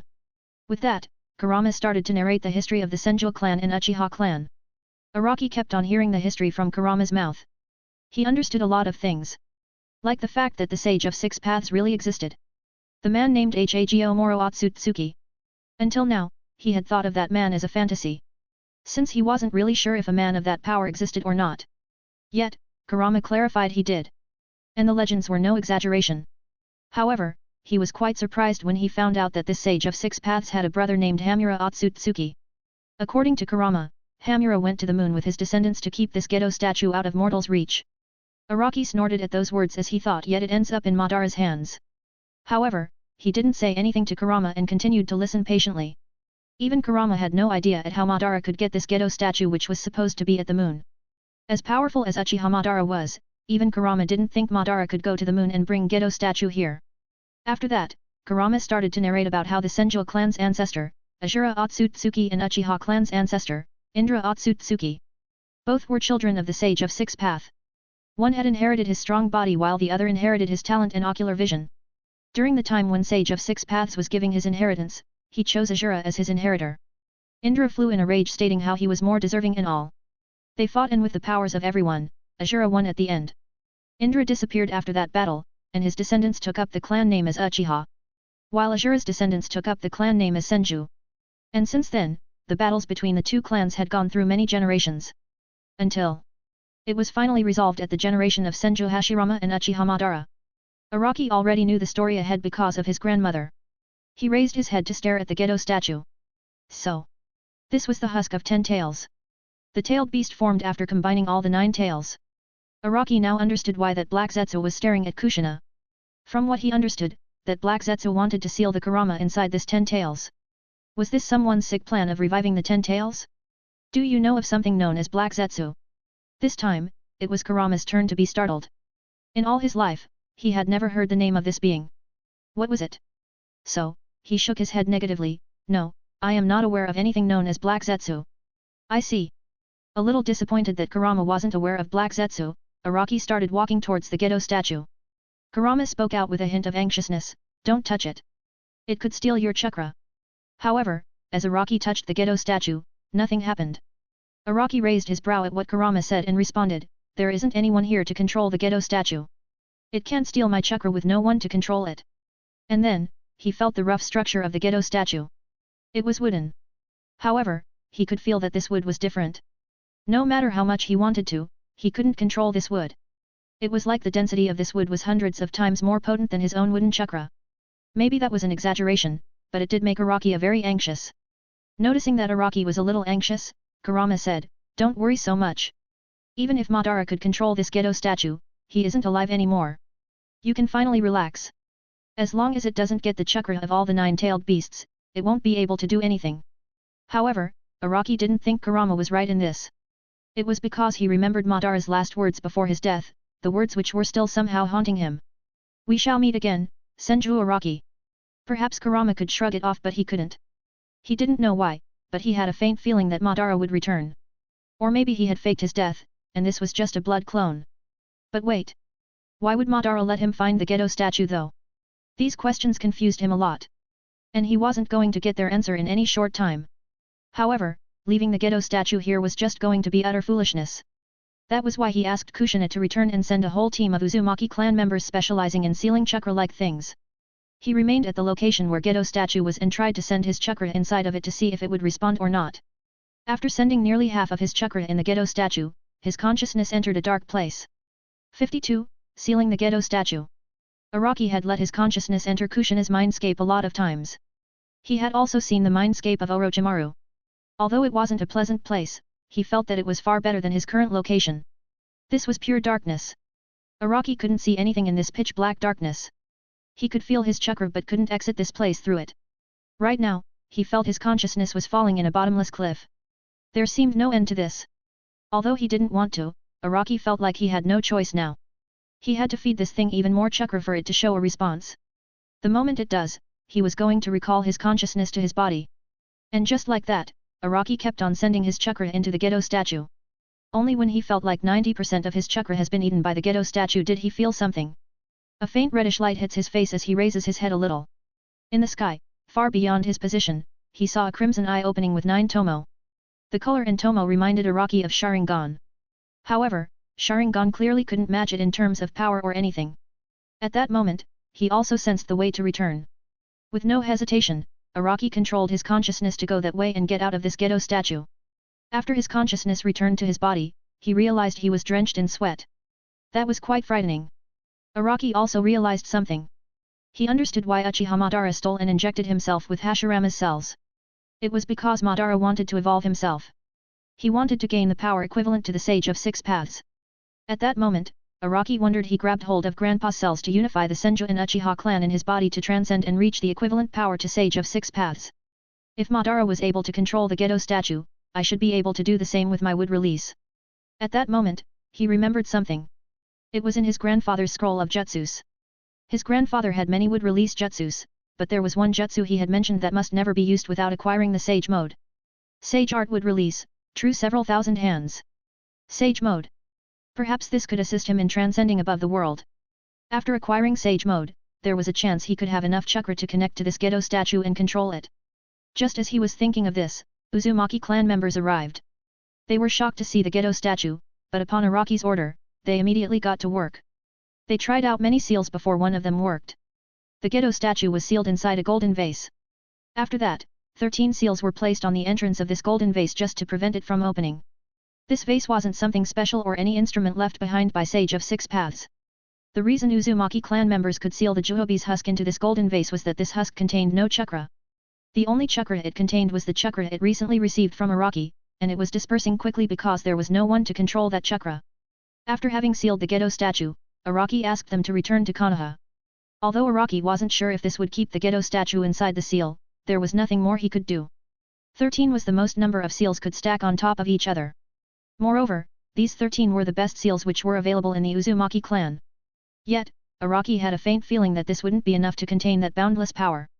The strength which had suppressed him entirely at that moment. He had heard from his grandmother Mito that his grandfather was able to suppress 8 Baijuyu at the same time with his wood release.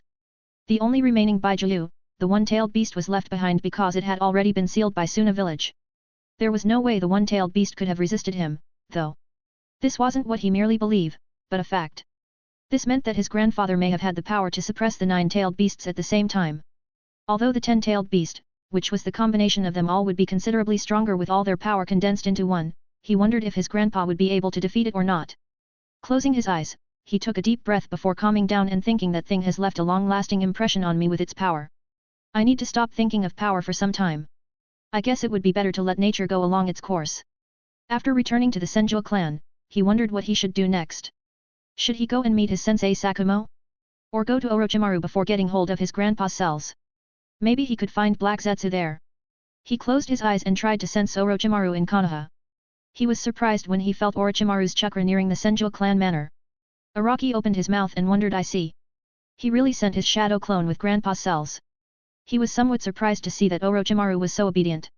It seems Orochimaru feared him more than he imagined. Yet, just as that thought entered his mind, he shook his head. No. I can't underestimate them. In fact, I need to overestimate them. Let's see. If I was at their position. Grandpa's cells that Orochimaru sends me can be all that he has or maybe not. Let's say if he does send all the cells he has, but what if he maintains contact with that annoying Black Zetsu? Wouldn't he receive another supply of Grandpa's cells from somewhere? Even in that cave, I saw no signs of Grandpa's body or his cells. Although this was all his speculation, he didn't believe he was entirely wrong. Dealing with this snake, he needed to be trickier. If only he knew that this snake had his Grandpa's cells, he could have used a better tactic earlier to force him into a dead end. Now, he was a little late to be changing tactics. He needed to adapt to the situation. Soon enough, Orochimaru's shadow clone handed over Hashirama's cells to the wood clone of Senju Araki who had gone out to grab them. The two didn't even exchange a word before Orochimaru's shadow clone dispersed.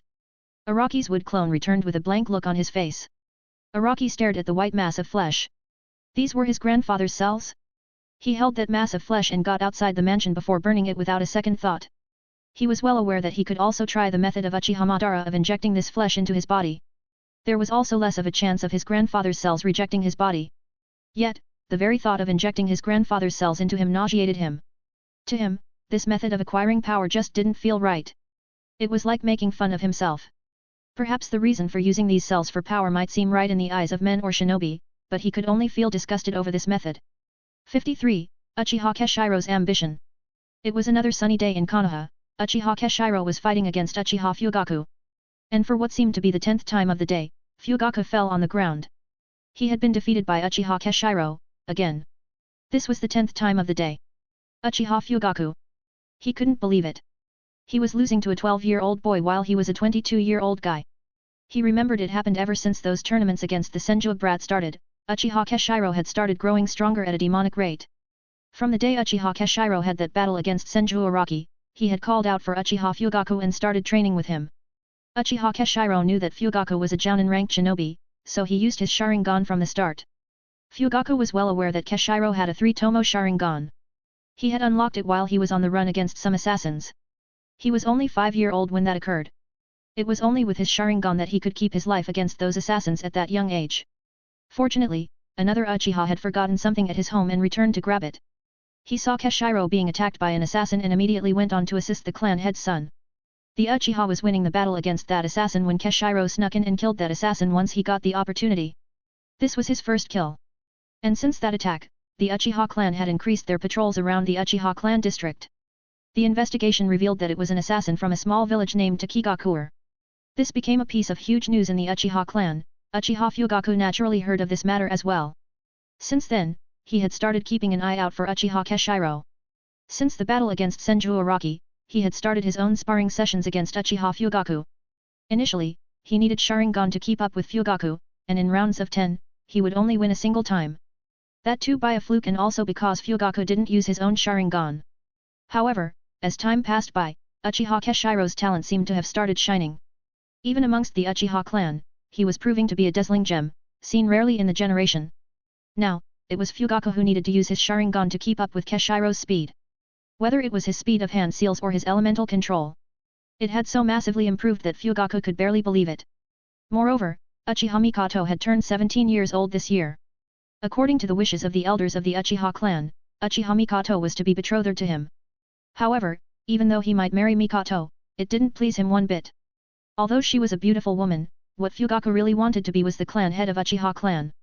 If the things had remained as they were before, he would have married Uchiha Mikoto and become the clan head as her husband. But, with the talent displayed by Uchiha Keshiro right now, he had little doubt about who would inherit the position of clan head of Uchiha clan. His talent was already incredibly brilliant. His decision-making skill was good as well. He was ambitious, and if Uchiha Keshiro did show his full power, perhaps only his father could defeat him. Or maybe that might not be possible as well. After all, he had no idea about the peak of his strength. And currently, Keshiro was staring at Fugaku with a thoughtful look on his face. 4 years ago, he hadn't chosen Fugaku as his training partner just because he had drawn against Senju Araki. That did bother him, but he wouldn't choose Fugaku as his training partner for that reason. He chose Fugaku because he had heard several elders and his father discussing the matter of his elder sister's marriage with Fugaku. Keshiro wanted to keep an eye on Fugaku and see if he was worthy of his elder sister. In these 4 years, he had rarely seen Fugaku contact Mikoto. Moreover, Mikoto also didn't like to be in his presence. She didn't repel him only because of the wishes of the clan elders. Perhaps it was at that moment he had decided to break the marriage before it reaches fruition. He didn't know who would be perfect for his sister. No. That was the wrong question. There was no need to find someone perfect for his sister. As long as his elder sister remained happy, he wouldn't let out a complaint even if that person wasn't an Uchiha. However, this wasn't the only reason he had to become the Uchiha clan head. The second reason was because of Senju Araki. He felt a massive pressure from Senju Araki. Every time he faced him, he felt that he didn't stand a chance against him. There was also a secret concerning Senju Araki that have never been mentioned in the entire clan. It was that each time Senju Araki had lost, he would turn into wood. For the first few times, it confused Uchiha Keshiro and Uchiha Kazuma. However, soon enough, they understood, Senju Araki had stopped coming to the Uchiha clan personally. He would merely send a wood clone with a large quantity of chakra. After the fight against Uchiha Keshiro, Senju Araki would disappear from the arena, so many people figured he had left quickly during the smoke. Although both Uchiha Kazuma and Uchiha Keshiro came to know of this fact, they hid it from their fellow clan members. It would be quite a blow to them. Uchiha Kazuma was quite worried about the mental state of his son after knowing about this. After all, Senju Araki hadn't even come personally to fight him. But, it seemed that his worries were baseless. Uchiha Keshiro cared little about whether he defeated Senju Araki or not. This whole competition felt more like a farce, but he was going along with it anyway. Besides, he was sure that the Senju clan was sure to prosper under the leadership of Senju Araki. That is why he felt like he must grab the reins of the Uchiha clan to make sure the Uchiha clan would rise as well. He didn't know how Fugaku would rule, but he held absolute confidence and arrogance in himself. He was sure that the Uchiha clan would rise to even greater heights under his own leadership. After having defeated Uchiha Fugaku, he returned to the clan. He buried himself in the library and started reading books related to politics while keeping his Sharingan on. He was well aware that if this knowledge was required to let the Uchiha clan rise to great heights. Araki had started training his wind chakra training. His hundreds of clones were training his wind chakra and managed to cut apart a waterfall after training for 1 month. Sakumo was satisfied with his progress. It was tens of faster than he expected. It wasn't every day that someone could master an element for which they didn't have any affinity. Currently, Araki was seated within a vast forest created by himself. He was keeping his eyes closed while seated there. Suddenly, the blades of wind started to shoot out of his body. Many of the trees around his body were slashed by these wind blades. These wind blades didn't pierce the trees, but they did manage to cut apart quite some bark of the tree. The blades slowly grew fiercer and managed to cut apart the first trees which came in contact with them before their power considerably lowered. The wind blades suddenly lost much of their sharpness. Instead of their sharpness, there was a hint of softness around the wind gusts.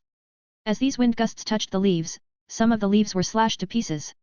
Araki increased his control over the wind, and soon enough, the leaves stopped getting slashed into pieces. Instead, they were gently gliding with the wind. Sharpness and softness. I guess I need to practice the softness part, even more, to make it useful in my taijutsu style. Araki said while staring at the forest around him. I wonder how long the Raikage is going to hold himself back. It has already been 1 month since those Kumo envoys returned. When is the declaration of the war gonna come? Araki shrugged his shoulders before getting ready to leave. 54. Hokage and Danzo's discussion. Currently, the third Hokage met up with Shimura Danzo. With a decisive and resolute tone, he asked Danzo, were you the one who launched that attack against Senju Araki which forced him to utilize that explosion? Danzo didn't answer that question. In turn, he asked the third Hokage, why did you allow them such free rein over these years? If you had ordered Hitaki Sakumo, he could have grabbed Senju Araki and brought over here. With him in our custody, the Kyuubi wouldn't have dared to make a move. He seemed to spit on the third Hokage's decision while also calling Kushina as Kyuubi. Well, he couldn't be blamed for the foul mood. Half of his personal agents had suddenly disappeared. And he had a faint idea that it was the Senju clan who were involved in that matter. The Hokage remained silent over this question. He could have indeed done that. Knowing Hitaki Sakumo's loyalty, perhaps he would have brought Senju Araki to the Hokage, tied in chakra restraining things. However, there was also a small chance that Sakumo wouldn't fight against Araki for real and let him go. The man valued comradeship much more than that of a mission. If he did let Araki go, there was no telling what Senju Araki would do in response. He had quite the control over Kyuubi's Jinhyuriki, so there was no point in taking any chances. Danzo was becoming a little angry as he noticed that the Hokage was ignoring him. The Hokage then coughed a little before asking, what is the news of the other great villages? At this, a solemn look appeared on Danzo's face as he replied to the Hokage, the Kumo and Iwa are recruiting shinobi like crazy. Moreover, my spies have caught the information that the daimyo of Land of Lightning has given entire authority to Kumo to declare war against Konoha. The daimyo of Land of Earth hadn't taken such a measure, but they are still bolstering their military crazily. I see. Knowing Onoki, he wouldn't have much trouble in convincing his daimyo to assign him war funds. The third Hokage stated with a frown on his face. When will they attack by the earliest? 3 years at least. In that destruction against Uzushio, many of their elite soldiers lost their lives because of the attacks from Kyuubi. Danzo calmly said while staring at Hiruzen. Internally, he couldn't help but curse Hiruzen and Uzumaki Mito for not giving him Kyuubi. If he had the Kyuubi under his control, he would easily be Hokage and could destroy the 4 other nations by now, bringing them all under the land of fire. 3 years, hey. Hiruzen frowned at the short time limit. It has only been 4 years since the Second Shinobi War ended. In another 3 years, it would be 7 years since the last war ended before a new war would start. Not just that. Many rumors are surfacing that the Hakubi has a new Jinchuira key now. Moreover, this Jinchuira key has shown better control and strength than previous Jinchuira key. The third Raikage son is also growing up rather quickly and could prove to be a dangerous opponent after another 3 years. Danzo continued giving information to the Hokage. It wasn't that he wanted to give this information to the third Hokage. It was because there was no choice left for him. Half of his personal force had vanished without a trace. If he withheld this information, Konoha could suffer quite a bit of destruction. He didn't want to become the head of a rundown village. Besides, he had another aim to give away so much information. It was to pressurize this monkey so that he would be forced to take drastic measures. What of the Jinchuira kiss in IWA? Although Hokage was surprised that Danzo was giving him such information for free, he guessed that the explosion gave him a more significant scare than he imagined. The 2 Jinchuirkis of IWA, Han and Rashi. The Jinchuira key of 5 tails and 4 tails respectively. You are already aware of Rashi's powers, so I will skip him. Han is rather young, but he shows good control over the abilities inherited by him from the 5 tails. The steam release. Moreover, he can also use the chakra of his Baijuyu to some extent. In 3 more years, he would grow up to be a great weapon. Danzo's facial expression never changed as he narrated this information. Hiruzen's expression did change, though, he thought in his head this could be troublesome. If we do not have the power of Kyuubi, we won't be able to resist an attack from both Kumo and IWA. And also, if the sand also takes hold of that opportunity, Konoha would be attacked by the third sides. Suddenly, his eyes widened as he thought of the last great village left, the Kirigakuer. What of the Kirigakuer? The Hokage asks Danzo, who responds solemnly, the Kirigakuer shows no signs of joining up this time. They aren't supported by their daimyo to go on another war so soon. He wants them to focus on defense and keep the economy stable. This was an unexpected boon. The Hokage said with a slight smile on his face. It would have been terrifying if they had been attacked from all sides. Hiruzen, we need the strength of Kyuubi to deal with such an attack. At this moment, the Hokage remained silent for some moments before asking, Uzumaki Kushina is not a shinobi. She won't listen to my order. The only one who can control her is Senju Araki. And you and I should know who can control Senju Araki, Danzo stated while looking him in the eye. Hiruzen knew what this meant. It seems you are right in this part. If the situation does remain as it is, we will have some serious issues on our hands. Besides, her presence would also be a boost for our military and medical strength. The third Hokage said to Danzo. So, who will you send to recall her back? I don't think Jiraiya or Orochimaru would be appropriate. Jiraiya is far too soft to say anything drastic to her, and I doubt Orochimaru will even agree to go. Danzo asked the third Hokage clearly. The third Hokage showed a determined voice and said, I, myself will go. Only I can convince her to return to Konoha and once again face the war for Konoha. Meanwhile, he was thinking moreover, there are some things that only I can tell her and not Jiraiya or Orochimaru. She needs to inherit the Senju clan and become the head. At that point, even Senju Araki wouldn't be able to refuse her. Maybe, I could also interfere in the matters using my status as her sensei. Several reasons were revolving in the third Hokage's scheming head. And with that, he called for Jiraiya and asked for the current position of Senju Tsunade. Jiraiya took nearly 3 days before he returned with information of Senju Tsunade's position. She is in a city named Fujigata with a young girl named Shizuan. This girl is Tsunade's apprentice and Kato Dan's niece. 55. Convincing. Senju Tsunade. If you asked a shinobi about her, they would call her an excellent medic and a strong shinobi. She was after all one of the 3 great Sunin. However, if you asked a gambler, they would respond that she was a legendary sucker. She had never won a single gamble against anyone in which she bet wealth or personal property of hers. Because of the wealth inherited by her, all kinds of gamblers were excited to gamble against Tsunade and win some money. It was quite surprising that although Senju Tsunade had never won a single gamble, she was still not under debt. It just proved how much wealth she had inherited. Well, it had only been 6-7 years since she started gambling like crazy. So, she still wasn't in debt. Nobody knew of the future, though. Currently, while she was preparing to pack up from Fujigata and move from this city with her niece, she was approached by a surprising individual. It was none other than her sensei who had come. She knew that Konoha's state must be quite dire for her sensei to come here. She asked the third Hokage, "Why did you come here, sensei? You should know full well why I am here. What I want to ask you is when do you plan on returning, Tsunade?" The third Hokage asks her clearly. Shizune, who noticed that it was her sensei's sensei, she immediately goes to fetch some water for the old man. "I won't be playing some games right now, Tsunade. Return to Konoha." The third Hokage stared at Tsunade with a resolute and stubborn look in his eyes. Tsunade was quite surprised when she saw how adamant her sensei was being. She spoke with a relatively helpless tone, "Why? It has only been a few years since I have left. I still haven't gotten over my fear of blood. I don't think I will be that useful to Konoha." After saying that, she was about to turn away when the third Hokage spoke, "I won't be hearing your excuses, Tsunade. During that time, I let you go away in your sorrow because I believed this journey would be better for you to get over it.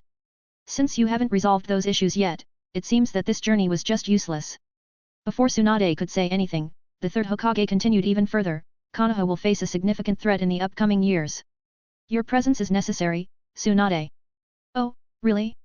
Isn't there my cousin who is the Senju clan head in Konoha? He has even recruited quite a lot of people in the clan. Do you really need my presence there?" Tsunade asks offhandedly.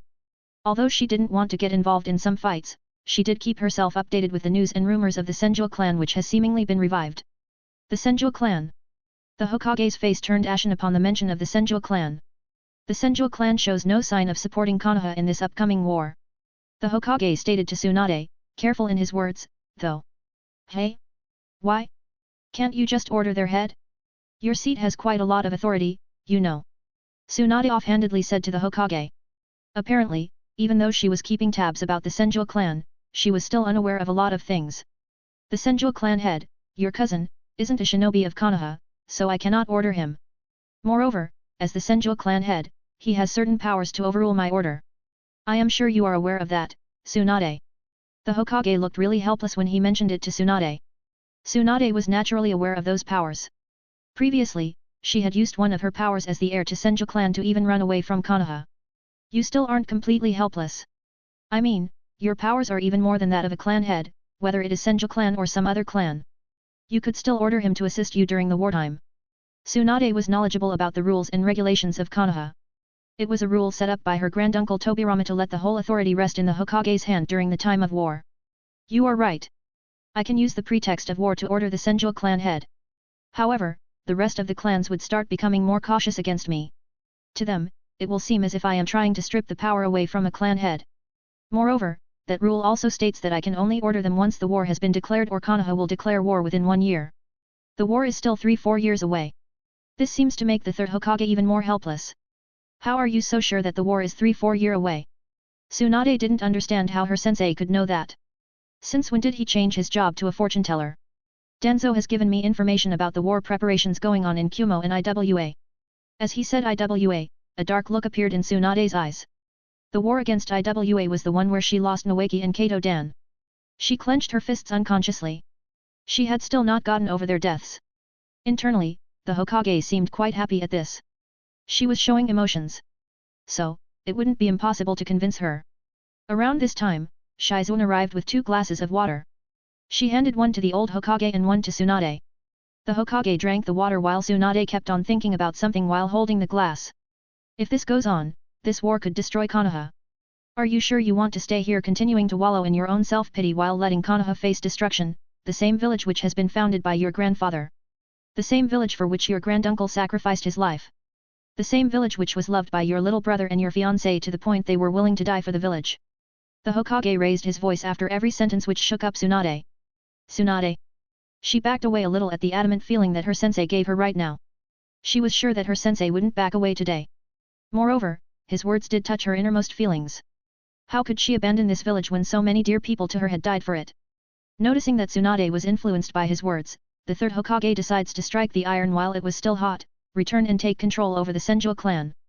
The Senju clan members shouldn't have an issue if you take control of the Senju clan, considering that you are the elder one, your power and prestige as well. If you return, the Konoha still has a chance of survival. Tsunade nodded her head while she heard her sensei. Maybe it was finally time for her to stop looking down and raise her head to look up front. Alright, let's return to Konoha. But you will need to give me some time to deal with my fear of blood. Tsunade said to the third Hokage. The third Hokage nodded and replied, you won't be fighting right now. Just your presence would be enough to boost the morale of shinobi. Moreover, they would be more assured of fighting while putting their lives on the line knowing that the legendary medic has their back. He internally thought, and if Senju clan does come under you, I would be able to order both Araki and Kushina. This would be perfect. However, unknown to the Hokage or maybe Danzo as well, this time, they had blundered.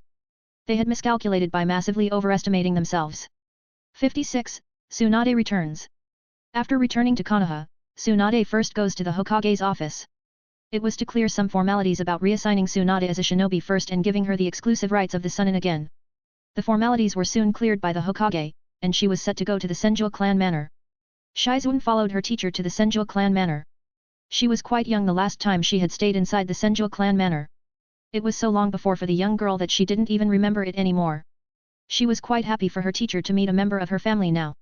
She had seen that her teacher was quite sad in these years. She was simply drowning in her grief, and there seems to be no end of her sorrow. Maybe she could finally move on now that she would be meeting her cousin. Meanwhile, Araki naturally sensed a familiar chakra. Although he had never sensed this chakra before, he could feel it was someone close to himself. Moreover, this person was walking towards the Senju clan manor. There seems to be no more than a small chakra source accompanying this person. Maybe that of a child. He understood that this person could possibly be Senju Tsunade. Just as he thought that this was his elder cousin, he unconsciously clenched his fists tightly. That monkey. He really is adamant on involving himself in the Senju clan's issues. As for Tsunade, he nearly growled upon that name. He remembered his grandmother's near-death scene as if it occurred yesterday. At that time, his grandmother wanted to see Tsunade. Araki could still tolerate that. He knew that Tsunade probably wouldn't receive the news of Mito's death that early, so she couldn't return. Yet, even after months or fucking years, she had never returned to even pay her respects. This made him so angry just thinking about it. And if what he guessed was right, that monkey wanted to poke his nose into Senju clan's business by involving Tsunade. Kushina noticed that Araki was getting angry and gave him a tight hug. She also asked him gently, what happened? Her gentle voice did bring him out of his rage, and he started to calm down. Kushina, she is returning. My elder cousin. And I really don't know if I will be able to hold back myself. Araki honestly said to her. Kushina's eyes widened a little, but she didn't release him from her hug. She said, let me talk to her first. Let you talk to her. Araki frowned a little. Kushina gave him a nod and stated, yes, let me do the talking. Since you won't be able to remain calm, you wouldn't be suitable for talking to her, right? Alright. This was something he had said to Kushina long before. If for some reason, he couldn't remain calm, she needed to take control of the situation since he would just make a foolish decision at that time. Kushina didn't need to think long to decide that this was the correct time for her to take control of the situation. She was well aware of how dissatisfied Araki was with Tsunade. Moreover, the fact that she had come at such a timing meant that it was none other than the third Hokage pulling strings. Unlike Araki though, she could think calmly and believed that Tsunade still wasn't aware of the whole situation. If Araki did talk to Tsunade, their arguments would probably lead to a fight. Whether Araki defeated Tsunade or Tsunade defeated Araki, the point remained that the Senju clan property would split up. And by law, even the Uzumaki clan members living in the Senju clan manor would have to go to the Tsunade's place. At some point or other, she was definitely going to realize that they were Uzumaki clan members. And it would turn everything useless. While thinking so much, she let out a sigh. Araki needs to think so much regularly. Just what sort of pressure has he been under all this time? Even I don't know completely. Meanwhile, Araki was already very thankful for her support at this moment. As Kushina's arms around him loosed, he turned towards her and hugged her as well. I trust you to do everything right. And even if something does go wrong, I will be there. Worst comes to worst, I will announce the Uzumaki clan's reappearance. Let's hope it doesn't come to that just yet, Kushina says, knowing full well about the repercussions. The seals around the entrance of Senju clan manor were deactivated. It was to allow Tsunade to enter the Senju clan safely. After around 10 or so minutes, Tsunade arrived at the Senju clan manor. She started feeling nostalgic upon seeing this Senju clan manor once again. This was the place where she had spent her childhood. She entered the manor with Shizuan following her closely. There. She met up with Uzumaki Isao, who said, we have been waiting for you, Princess Tsunade. Let me escort you to the clan head. He turned towards the other Uzumaki clan members, you both, take this little girl and show her the manor. This was a signal from Uzumaki Isao to Tsunade that it wouldn't be appropriate for this young girl to enter the main hall. Understanding his signal, Tsunade turned her head towards Shizuan before speaking, "Alright, go and have fun, Shizuan. I will go and meet my cousin." "Yes, Tsunade-sama." Shizuan was honestly happy that she got to roam around the mansion. She wanted to see this place completely. Moreover, she also didn't want to ruin this reunion between Tsunade-sama and her family member. With that, Shizuan went away. Tsunade was escorted to the main hall by Uzumaki Isao. After he had escorted her there, he was given the signal to return.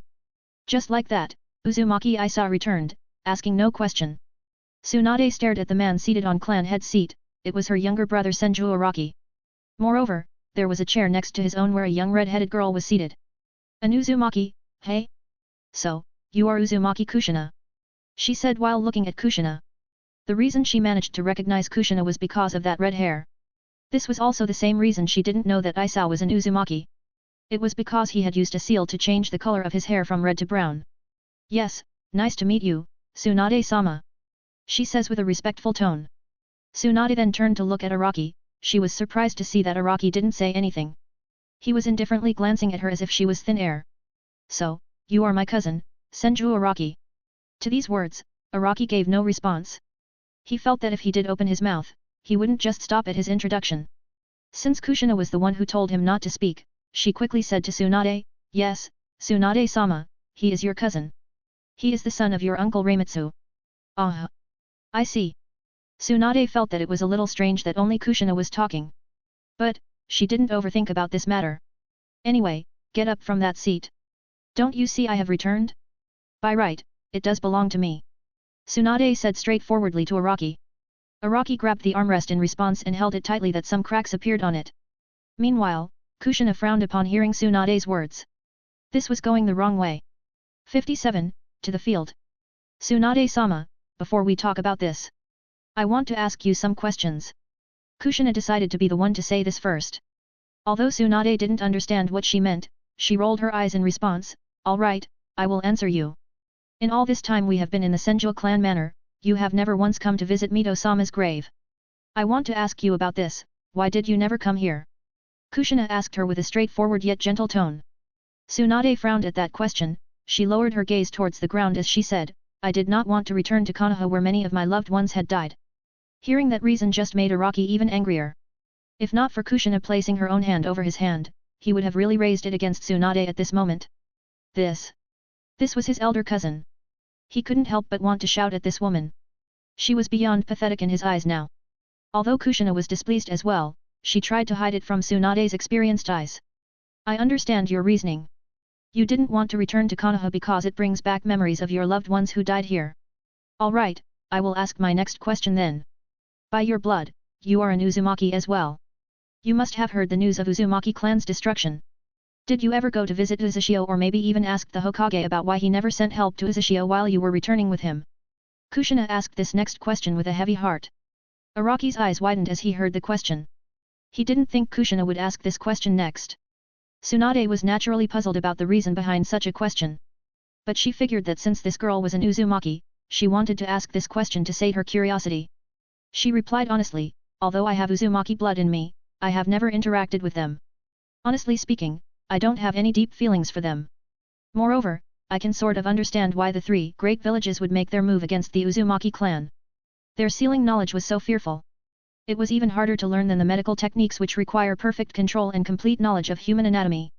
Now, if previous words of Tsunade only angered Araki, these seemed to rub some salt on them. It was like she was purposefully making the situation harder for herself. Even Kushina clenched her fists. She couldn't believe that Senju Tsunade, someone who had Uzumaki blood in her, could also have such thoughts. Half of her mind was screaming at her to just let Araki free rein. However, she still managed to control herself. She asked Tsunade her next question, "You mentioned that you did not want to return to Konoha during Mito-sama's death because it reminded of the death of your other loved ones. Tell me, Tsunade-sama, why have you come now?" Tsunade was a little shaken up at this question. She didn't think Kushina would use the answer from before and put it in a question here. Fortunately, she soon found the answer to her question. Taking a deep breath, she answered Kushina, "It was because Sensei himself appeared and asked me to return to Konoha. A fierce war is about to erupt, my presence is required. I don't want to let the village founded by my grandfather be destroyed. As she said that, she stared at Araki who was seated on the clan head seat. You know, I can tolerate that you are sitting on the clan head seat. You have, after all, managed the Senju clan all these years in my absence. Tell me, why isn't Uzumaki sitting next to you, though? This time, it was Tsunade's turn to ask a question. Kushina wondered if she should speak at this time or not. However, she didn't need to speak at this time. Araki opened his mouth. She will be my wife in the future, so her status is naturally equal to mine. Hearing Araki's casual words, Kushina couldn't help but blush. Coincidentally, the color of her cheeks was the same as her hair. She heard a laugh in her mind. You still get flustered so easily. Ha ha ha. Kushina shouted in her mindscape. Shut up, fox. Don't disturb me. Brat and another annoying brat, sitting on a tree, kissin'. The mental link was suddenly broken between them. And, if possible, Kushina's cheeks were even redder after hearing Kurama's words. I see, but still, you should get up from the seat. I know of what you both have done in Uzushio. Sensei informed me of the situation briefly. I know you have inherited wood release of grandfather and are pretty proficient in it. And Uzumaki Kushina is the Jinhyuriki of Kyuubi. Tsunade said this while carefully gauging their reactions. Other than the deepening of his frown, Araki gave no other reaction. As for Kushina, she couldn't help but be a little nervous. Because you have inherited grandfather's bloodline, you will naturally become the Senju clan head in the future. But not now. Currently, the war is going to be upon us in nearly 3-4 years. You are significantly talented, but I need to take over the Senju clan and use our funds to prepare for the upcoming war. Tsunade righteously said that while looking straight into Araki's eyes. You think you are more capable than me to lead the Senju clan? Araki asked her while raising his brow. It took great effort to maintain this indifferent face while he was burning with rage. You should know that I am one of the 3 Sunnins.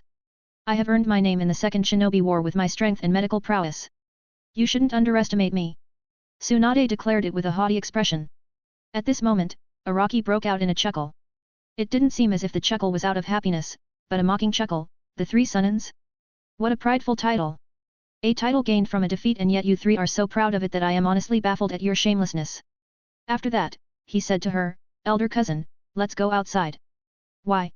Tsunade asked him while frowning. She could hear that mocking tone of his and understood he looked down on her. I really want to see this amazing strength of yours, cousin. Araki still hadn't stopped with his mocking tone as he gazed at his cousin. Tsunade's frown deepened upon hearing him, but she figured it would be better to just show it to him. Kushina didn't even try to stop Araki at this point. She was well aware that Araki was far beyond his boiling point. Now, he really wanted a release of all his discontentment. After the two entered the field, Tsunade gazed at Araki and noticed that he still wasn't looking serious. Moreover, other than that disdain present in his eyes, there was a trace of hatred as well. She was quite puzzled over why he would have an angry look. All right, since this will be a competition between us, why don't we two bet something? Araki asked Tsunade with a neutral voice. Tsunade's eyes twinkled a little at the mention of a bet. She immediately asked, all right, what will we be betting?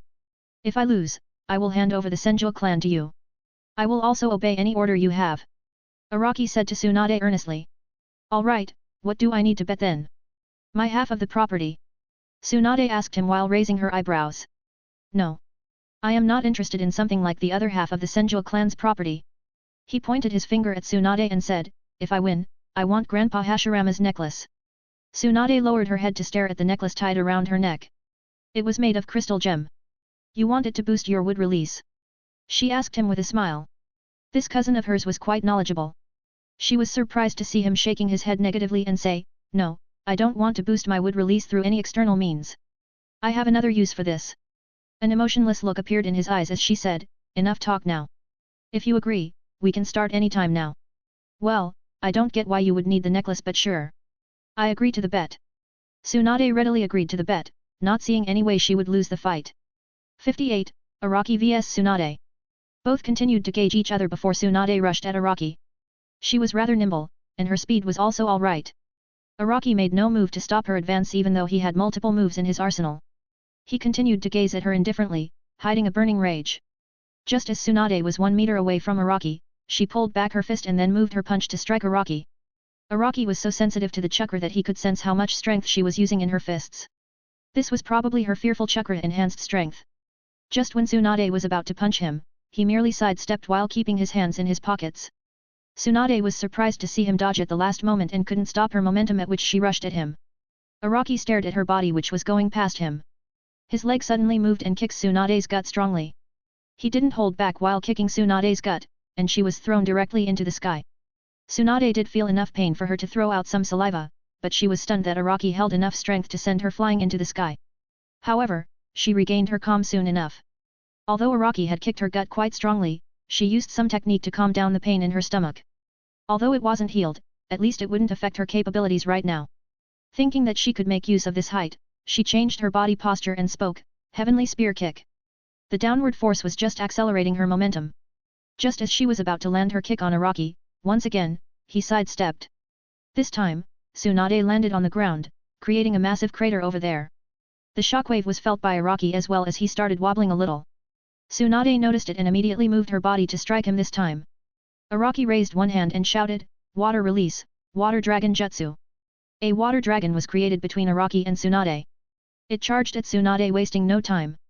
Tsunade slowed down and prepared to punch the water dragon, which was going to strike her from the sky.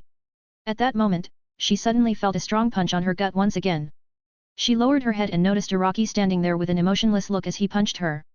Just after Araki punched her, the water dragon also charged at Tsunade. It struck both Araki and Tsunade. Tsunade felt as if a strongly pressured water was thrown on her body. However, she still endured it. She tried to open her eyes and look at Araki's condition, and her eyes widened when in place of Araki was wood. She understood what happened. Either Araki had substituted himself with a wood clone, or this wood clone was the one who punched her just now. Just as the water dragon jutsu was done, she turned her head to her left and noticed a slight movement. Feeling quite confident in her observation, she immediately jumped over there while enhancing her legs with chakra. Araki showed off a stunned expression when he saw her appearing over here so quickly. Tsunade felt proud of her observation and was about to strike him when she felt someone touching her back before hearing, "Water Release, Water Prison Jutsu." Tsunade was suddenly trapped in a sphere of water. She felt that the pressure on her body was quite significant while she was inside this water sphere. It restricted her movements a lot. The Araki in front of her turned into wood. Tsunade tried to move her head to her right side and noticed that Araki was there with his arm submerged in this water sphere. "You can admit your defeat now, elder cousin," he said in an icy voice. Tsunade shook her head internally. The seal on her forehead expanded, black lines appeared on her face. This was Tsunade's mitotic regeneration, the 100 Healings Jutsu. With this, she somehow managed to shrug off the pressure of the water prison jutsu. Araki was honestly surprised to see her shrugging off that pressure. He immediately dispersed the water prison jutsu and backed away. Tsunade pursued him immediately as she jumped at him with her full speed. This time, it felt like her speed had doubled. He landed on the ground and waited for Tsunade to arrive. Taking a deep breath, he let the wind chakra condense around his body. Tsunade could feel intense pressure from wind chakra, but she could still move without any problems. When it felt like she was about to strike Araki now, Araki dodged her. No, he didn't dodge, but it felt like Tsunade had slipped a little. This was a jutsu of Araki's own creation. He named it, Wind Release, Wind Armor Defensive Mode Jutsu, and this was the first version of this jutsu. For now, he felt like he didn't need to use the other version. Araki took advantage of that moment and dispersed the wind chakra around him before swiftly kicking her away. Tsunade was kicked to quite some distance. However, this still wasn't enough to bring her down. She stood up and was about to charge at Araki when Araki suddenly joined his hands before saying, "Wood Release, Wood Prison Jutsu." This was also a jutsu of his own creation. Though with his level of control over wood, he didn't need to spend that much time to create it. Half of Tsunade's body was trapped in a dense wooden box which restrained her movements completely. Other than turning her head, she couldn't do anything. She tried to use her immense strength to get out of this wood prison, but it turned out to be impossible. It was because she couldn't move her arms and legs at all. With no way to even minutely move them, she wasn't able to apply any pressure and break apart this wood prison. Araki started nearing her with an icy expression. "Cousin, you didn't return to Konoha on Grandma's death. Not even after her death to actually pay a visit to her grave. However, you returned to Konoha because of that monkey. You really have some nerve entering the Senju clan manor and demanding me to hand it over to you. Someone who hadn't even been here all this time." His voice was getting colder, the more he spoke. Just as Tsunade was about to speak something, he raised his hand and slapped her face hard. The sound of the slap seemed to resound in the entire field. Kushina grimaced when she heard that loud slap which struck Tsunade's cheek. He really didn't hold back on his strength. Even Tsunade was dumbfounded. All her life, there had never been one incident where she had been slapped by someone. Yet, here she was, being slapped by her younger cousin. However, that was far from what could satisfy Araki. Before she could speak anything, Araki raised that hand once again and slapped her face. This one also resounded in the entire field. I have long since wanted to slap you to oblivion. I have heard of this seal of yours, it heals all the damage on your body. But still, if I slap you, you will experience pain. I want to let you feel that pain. After having said that, he slapped her face again and again. With each slap, Tsunade's cheeks would turn red before they were healed by her 100 healings jutsu. He slapped her nearly 20-25 times before Kushina arrived and placed a hand over his shoulder, mumbling softly, "This is enough now." Araki stopped at that moment. Tsunade was feeling the shame of her life. Firstly, she never expected to lose against her younger cousin. However, this was still fine. He had inherited her grandfather's bloodline, and she hadn't even fought in these recent years, so her senses had dulled a lot. But for him to slap her so many times, she never expected it. 59. Jiraiya's advice.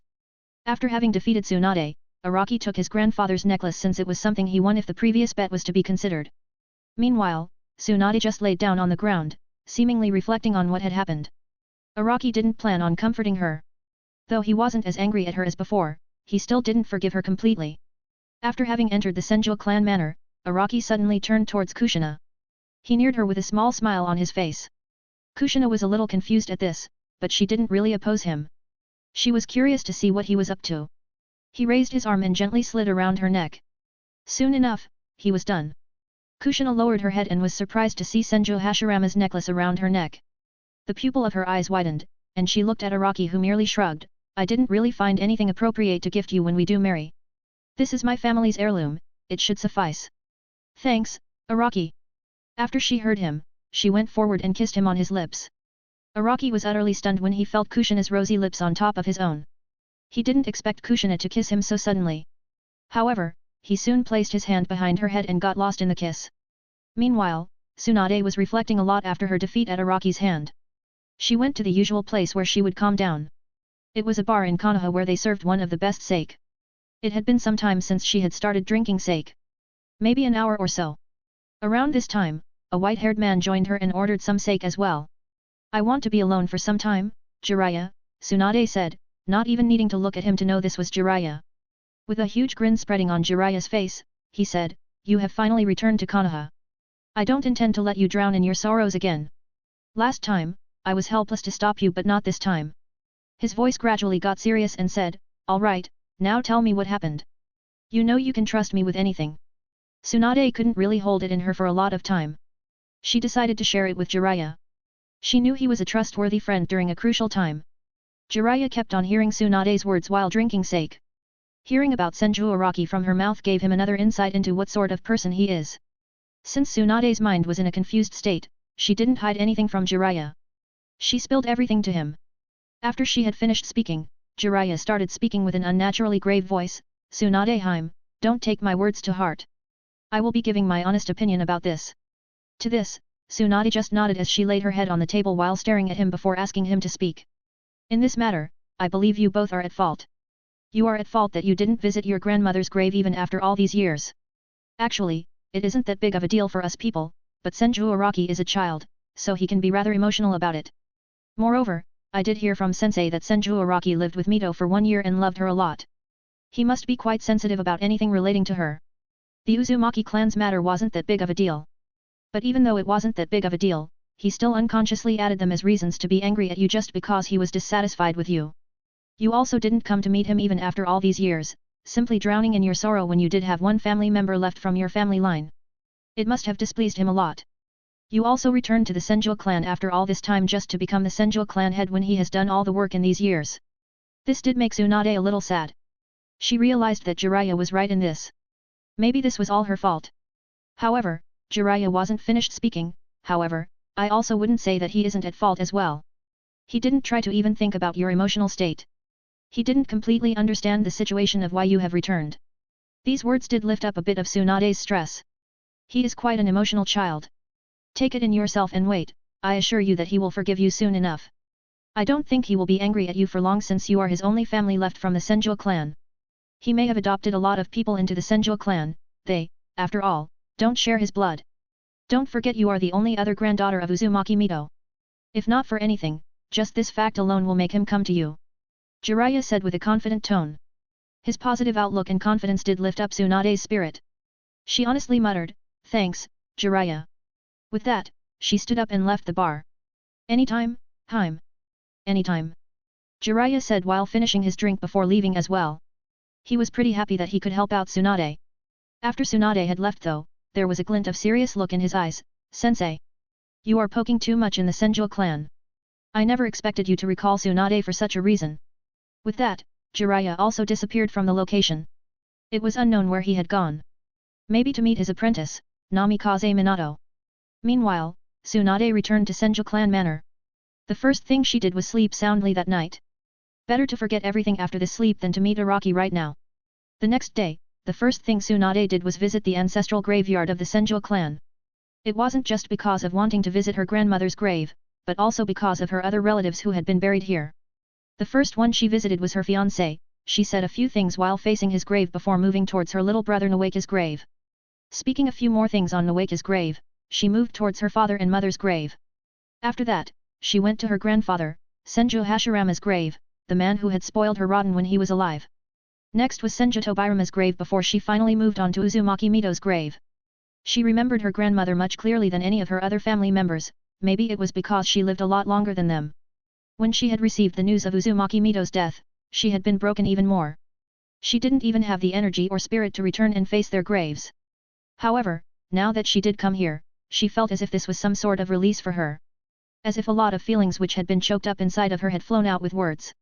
She never expected she would feel so much better after talking in front of a grave. She returned after having her heart-to-heart talk with her deceased family. Araki did know about this fact, but he remained indifferent to her. Nothing significant happened on that day. The next day though, it was different. It was the nighttime of this second day since Tsunade had returned. Araki heard someone knocking his room's door. Without even opening the door, he knew it was Tsunade. He opened the door and stared at his cousin's sister. "Something you need, cousin." His voice was emotionless just as before. "A/N, I would like to thank you all for supporting this fanfic. I wanted to tell you all that I have published an original novel on a.ma.zonk.indel, for all those who want to check it out can do so at the link. http://bit.do/risingwarriors. Well, I won't tell you much but can just say, if you like this fanfic, then you are going to absolutely love it. Oh, and before someone asks it in comments, I won't be dropping this story. XD. Thank you. 60, warning Tsunade. For some moments, Tsunade kept on staring at the face of her cousin. Now that she stared at him closely, other than that emotionless expression, she could see a distressed look which he was trying to hide. She lowered her body and placed her hand over his head which he was about to slap away but paused for some reason. Tsunade gently started speaking, "I realize that I haven't been fair to you, Araki. No matter what excuse it is, I had pretty much abandoned you for all these years. I won't be telling you to forgive me so quickly, but all I can say is, just give me time, and I will make it up to you." After she finished speaking, she got up and was about to leave when Araki grabbed her hand tightly. Tsunade stared at him with a surprised expression and heard him speak, "I also don't like the fact that I hit you, elder sister. I remember that grandma used to tell me about you when I lived with her. She wanted you to be there with her. I have always heard that you are a great medic. I thought that if you were here, you could have saved her. And if you were here, I never would have to take up such a stressful position. His voice choked with emotion as he stared into Tsunade's eyes with a helpless expression. Before he could continue further, he was hugged by Tsunade tightly. She kept her eyes closed and slowly patted his head. "I also regret it. I really do. And I am here to make it right again." For some time, the two continued to hug each other. After the two parted, Araki wiped the few tears from his eyes before a serious look appeared on his face. "Elder sister, a lot is going on that you aren't aware of. However, you must remember that you cannot trust the third Hokage blindly."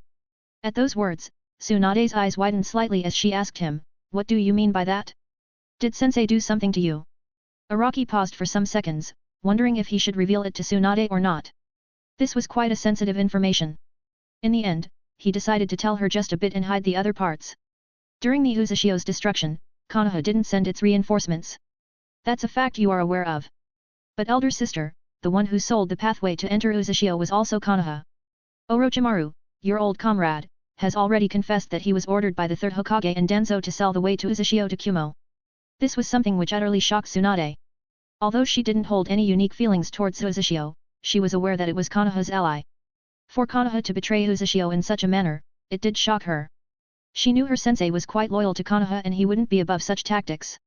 But still, hearing it from Araki's mouth dumbfounded her greatly. She didn't even have any idea if she could trust Araki's word that much. It wasn't that she didn't trust Araki, but she thought that someone might be fooling him. However, there was also no harm in staying cautious of her sensei. She remembered how her sensei had been adamant in making her return to Konoha. Moreover, he kept on mentioning how she must bring the Senju clan under control and start the preparations for war. And also to bring Kushina to the Hokage's office so they could think of a method to train with the Kyuubi's chakra. I will stay cautious of him, she said with a blank expression, wanting to investigate this information further. And she knew just the right person who could investigate this issue. Araki noticed that Tsunade wasn't entirely convinced, but it did satisfy him. Entirely convincing her wasn't possible unless she hears it from an even more reliable source. However, he was satisfied that at least he managed to convince Tsunade to remain cautious of that old man for some time. Alright, you can go to sleep now, Tsunade said to Araki before rotating her body and moving towards her own room. Araki also turned his body and went to his own bed. The next day, Tsunade left the Senju clan manor in the morning. It was the time when Araki and Kushina would be doing their exercise, so the two did sense her leaving the manor but didn't stop her. Tsunade kept on walking towards the center of Konoha. Soon enough, she reached her destination. It was the house of none other than the Toad Sage, Jiraiya. She knocked on the door to his house. Jiraiya soon opened the door while rubbing his eyes as he let out a yawn. Who the heck is here so early in the morning? He really was quite annoyed at this person who had come to visit him while he was having such a good dream. However, his eyes went wide when he noticed the person. He wondered, am I still dreaming? I mean, why would Tsunade Hime appear in front of my house though? Wait, it might be a genjutsu. He tried to control his chakra and felt that everything was alright. Tsunade noticed that Jiraiya was pretty much dumbfounded and let out a sigh. Jiraiya, I need your help. Yes, Hime. Jiraiya was pretty damn excited knowing that Tsunade wanted his help. Although he faintly remembered their talk when they were drunk, he didn't think it would affect Tsunade that much. Alright, come meet me in the Senju clan's training ground. I will explain the situation to you and what I need you to do. Tsunade said to Jiraiya with a serious look. I will meet you in 15 minutes, Jiraiya said to Tsunade before he saw her leave the place. He immediately entered into the bath. Now, Tsunade first entered the Senju clan manor and just when she was about to enter the Senju clan training ground, Kushina arrived. Wait, Tsunade-sama. You can't go there like this. She called out for her, a little worried about Tsunade. Fortunately, Tsunade hadn't stepped into the training ground. Tsunade was quite confused why Kushina had appeared and stopped her. There are multiple seals on the ground to prevent intruders. The seals might activate if you take the wrong step. Hearing this, Tsunade furrowed her brows. The Senju clan needed to be protected by seals? She then spoke, I have called for someone here, though.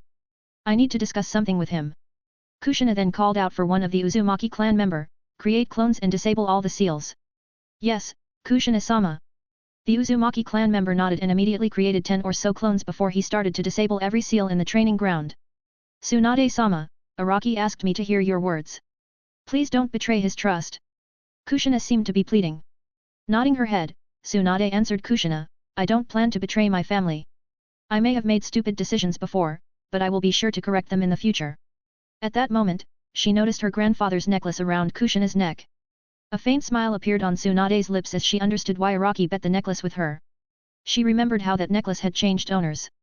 She hoped that this curse wouldn't take Kushina's life now.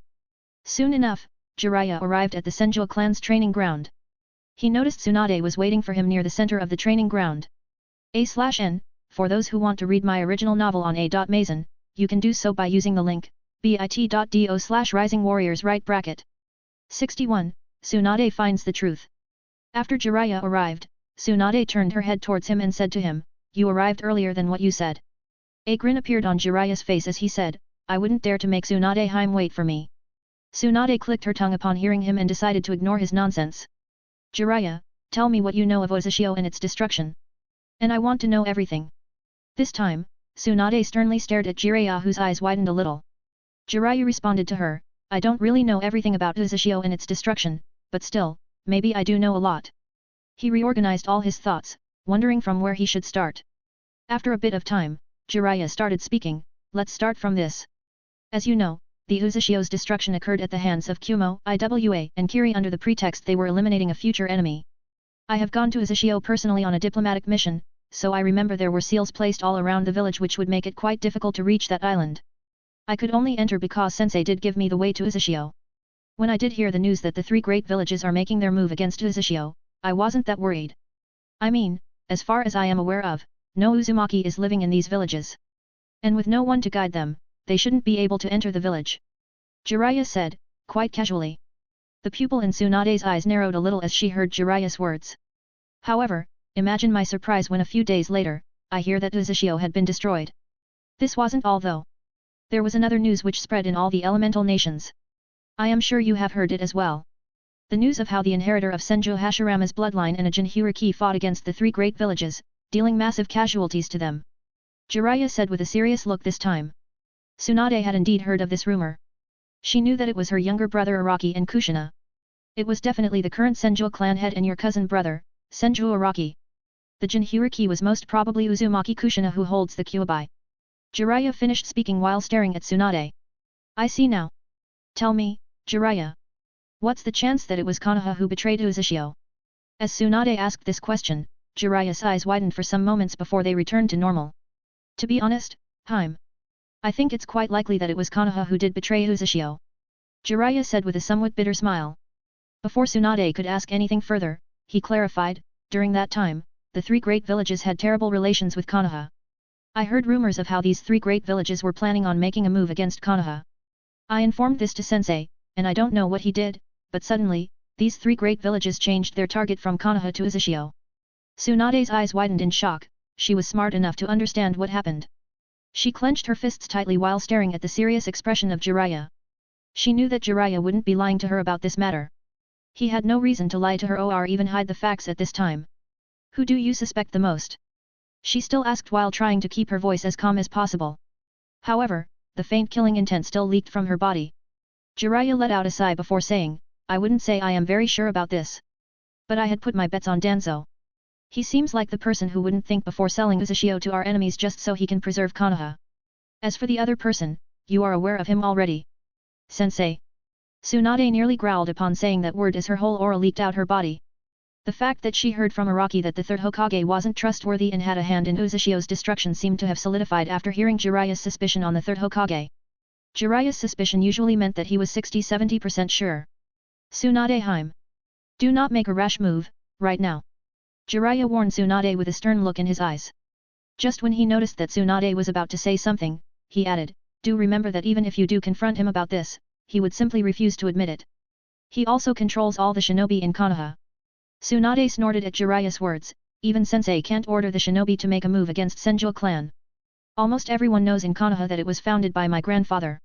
Jiraiya nodded his head, and even agreed with her, you are right about that, Tsunade. In normal circumstances, even the Hokage can't make a move against the Senju clan or maybe any clan. However, the situation would be different if you make a move first. If my guess is right, at this moment, Sensei wants to find a reason with which he can label the Senju clan as rebels and put them down. Tsunade now understood what Jiraiya was talking about. I see now. Tsunade suddenly started chuckling. It was sort of a bitter chuckle as if she realized something. Now I understand why Sensei was so anxious and wanted me to return to Konoha. The Senju clan is not under his control, and he wants me to control it. If it was before, I might have even obeyed his instructions. Tsunade said with a hint of anger on her face. Jiraiya didn't really give his opinion on this. This might have been the case. He thought for some time before asking Tsunade, I know you are angry, Tsunade, but restrain yourself. After all, if you don't do anything, even Sensei would be helpless. Don't worry, I know how to differentiate between anger and foolishness. But, when I do get the chance, he won't be able to escape from my fists. Tsunade said with a hint of ruthlessness. Alright, Jiraiya. Thanks for telling me about this. Tsunade was indeed grateful to Jiraiya for telling him such information. Jiraiya grinned mischievously upon hearing Tsunade's words, it would mean a lot if you don't kill me next time I peep on you. Tsunade's eyebrow twitched upon hearing Jiraiya's words, and without even think much, she swung her fist and hit his abdomen strongly. Jiraiya was thrown far away after being hit by Tsunade. Though he seemed to be mumbling, I really did miss this version of Tsunade. After he was thrown away, Tsunade let out a sigh. She then turned towards the Senju clan manor and noticed Araki standing there, observing her quietly. Araki came closer and asked her, do you trust my word, elder sister? I do, Tsunade told him before she followed him inside the Senju clan manor, so. What is your plan, right now? Naturally it's to prepare for war. Araki gave her a shrewd smile while walking inside the manor. War? Against who are you planning to fight first? You have a long list after all. Tsunade asked him with a curious look. The third Raikage likes to fight and wage war a lot. It would be a pity if he died before we fight. So, the first one I will deal with is Kumo. But not now. I need a few years to finalize my preparations. Araki said with a ruthless smile on his face. A/N, check out my original novel on a.mazon, bit.do/rising warriors right bracket. 62, Sakumo's stance. The first thing Araki asked Tsunade to do was to start her training. Moreover, he wanted her to train in lightning chakra or maybe wind chakra first. He felt these two affinities would be perfect for Tsunade since she liked to fight a taijutsu battle. With these two affinities, she could boost her speed. This was the main reason he won against her. If her speed was sufficient and she had managed to hit Araki, there was a chance he would be fatally injured. After a few days, Araki decided to meet Sakumo at this time. He was alone while moving towards Sakumo's house. Soon enough, he entered the house. He could feel that Sakumo was inside the house. He was near his wife, but the aura of his wife was strangely weak at this moment. Kakashi was probably sleeping in the other room. As he slowly stepped inside, Sakumo turned his head towards the door and asked with an emotionless voice, "Who is it?" "Sensei, it's me," Araki said from behind the door. He knew that Sakumo must have heard his footsteps. "Oh. It's you, Araki. Come inside." The door opened, and he saw Sakumo seated on a chair next to his wife's comfortable bed. His wife's complexion was slightly red, and she was taking quick breaths. A little worried, Araki asked Sakumo about his wife's condition. "What happened to her?" "I don't know. She just isn't feeling well from 3 days. I have shown her to multiple medical shinobi in the village, but no one can cure her." Just from his voice, Araki could feel that Sakumo was greatly distressed. "Maybe I can help you out in this matter, sensei," he said in a reassuring manner which made Sakumo turn towards him in confusion. "Are you going to push your chakra in her and see if it heals?" Sakumo asked Araki while trying to keep his voice calm. Araki responded, "I will naturally try out, but if it's a disease, I don't think my chakra will do much to it." This did make Sakumo sigh out in depression, but he knew this was the best Araki could do. However, Araki wasn't done yet, he added, "But, I can ask my elder sister, Tsunade to take a look at your wife's condition. I am sure she should be proficient enough in treating your wife." "Tsunade?" At that moment, Sakumo remembered that Tsunade has returned. Hope lit up in his eyes as he remembered that Tsunade's medical prowess was the best in the village. He was about to pick up his wife and take her to Senju Clan Manor when Araki places his hand over Sakumo's shoulder before saying, "You don't need to take her to Senju Clan Manor. My sister has been informed about this matter and should be coming here anytime soon." Sakumo understood what he was talking about. The connection between Araki and his wood clone. He used it to inform Tsunade that she must immediately come to Sakumo's house. Tsunade soon arrived at Sakumo's house. She greeted Sakumo before she started to check up his wife's condition. Araki and Sakumo walked outside the house. "All right, why did you come here today?" Sakumo asked him with a straightforward tone. He was aware of what Araki had done in these months. "I only wanted to know of your stance, sensei. Are you going to take up the Hokage's side or mine?" Araki frankly asked him this question. "It depends on what your stance is. If you are planning on rebelling against Konoha, then I am against you. If not, I can stay out of this matter." Sakumo responded with a light-hearted tone. "Rebelling against Konoha, hey? I wonder what you mean by that. I will be frank with you, sensei, sooner or later, I will fight the third Hokage. And I won't show him any mercy," Araki said with intense killing intent in his eyes. "If you make the first move against the third Hokage, I will fight against you, Araki. And I also won't hold back." There was a sense of seriousness, as Sakumo said this to Araki. "However, if it's the third Hokage who orders to destroy the Senju clan, I will go against that order. At that time, you can consider me your ally. Not in any other case." Sakumo finished speaking to Araki. "All right, sensei. I will respect your decision. Don't worry, even if we end up as enemies, I won't ever touch your family," Araki truthfully said while staring at Sakumo. He turns around and decides to return. "Is that all you wanted to say?" Sakumo asked him with a bitter smile. Araki turned his head and nodded. After a few hours, Jiraiya, the Toad Sage appeared in the Senju clan manor. Along with him was his blonde-haired apprentice, Namikaze Minato. Araki was quite curious to why these two would appear in the Senju clan manor, but nonetheless, he let them enter. Jiraiya stared at Araki for some time. The two seemed to be gauging each other quietly. Just as Jiraiya had expected, there wasn't a hint of naiveness in Araki's eyes. The only thing he saw was a cold rage. He felt as if he was looking at a compressed rage which would blow up any time soon. Finally, Araki opened his mouth and asked Jiraiya, "Why have you come here, Jiraiya? Is there something you need?" Jiraiya rubbed his nose and started speaking, "Actually, I didn't come here for myself.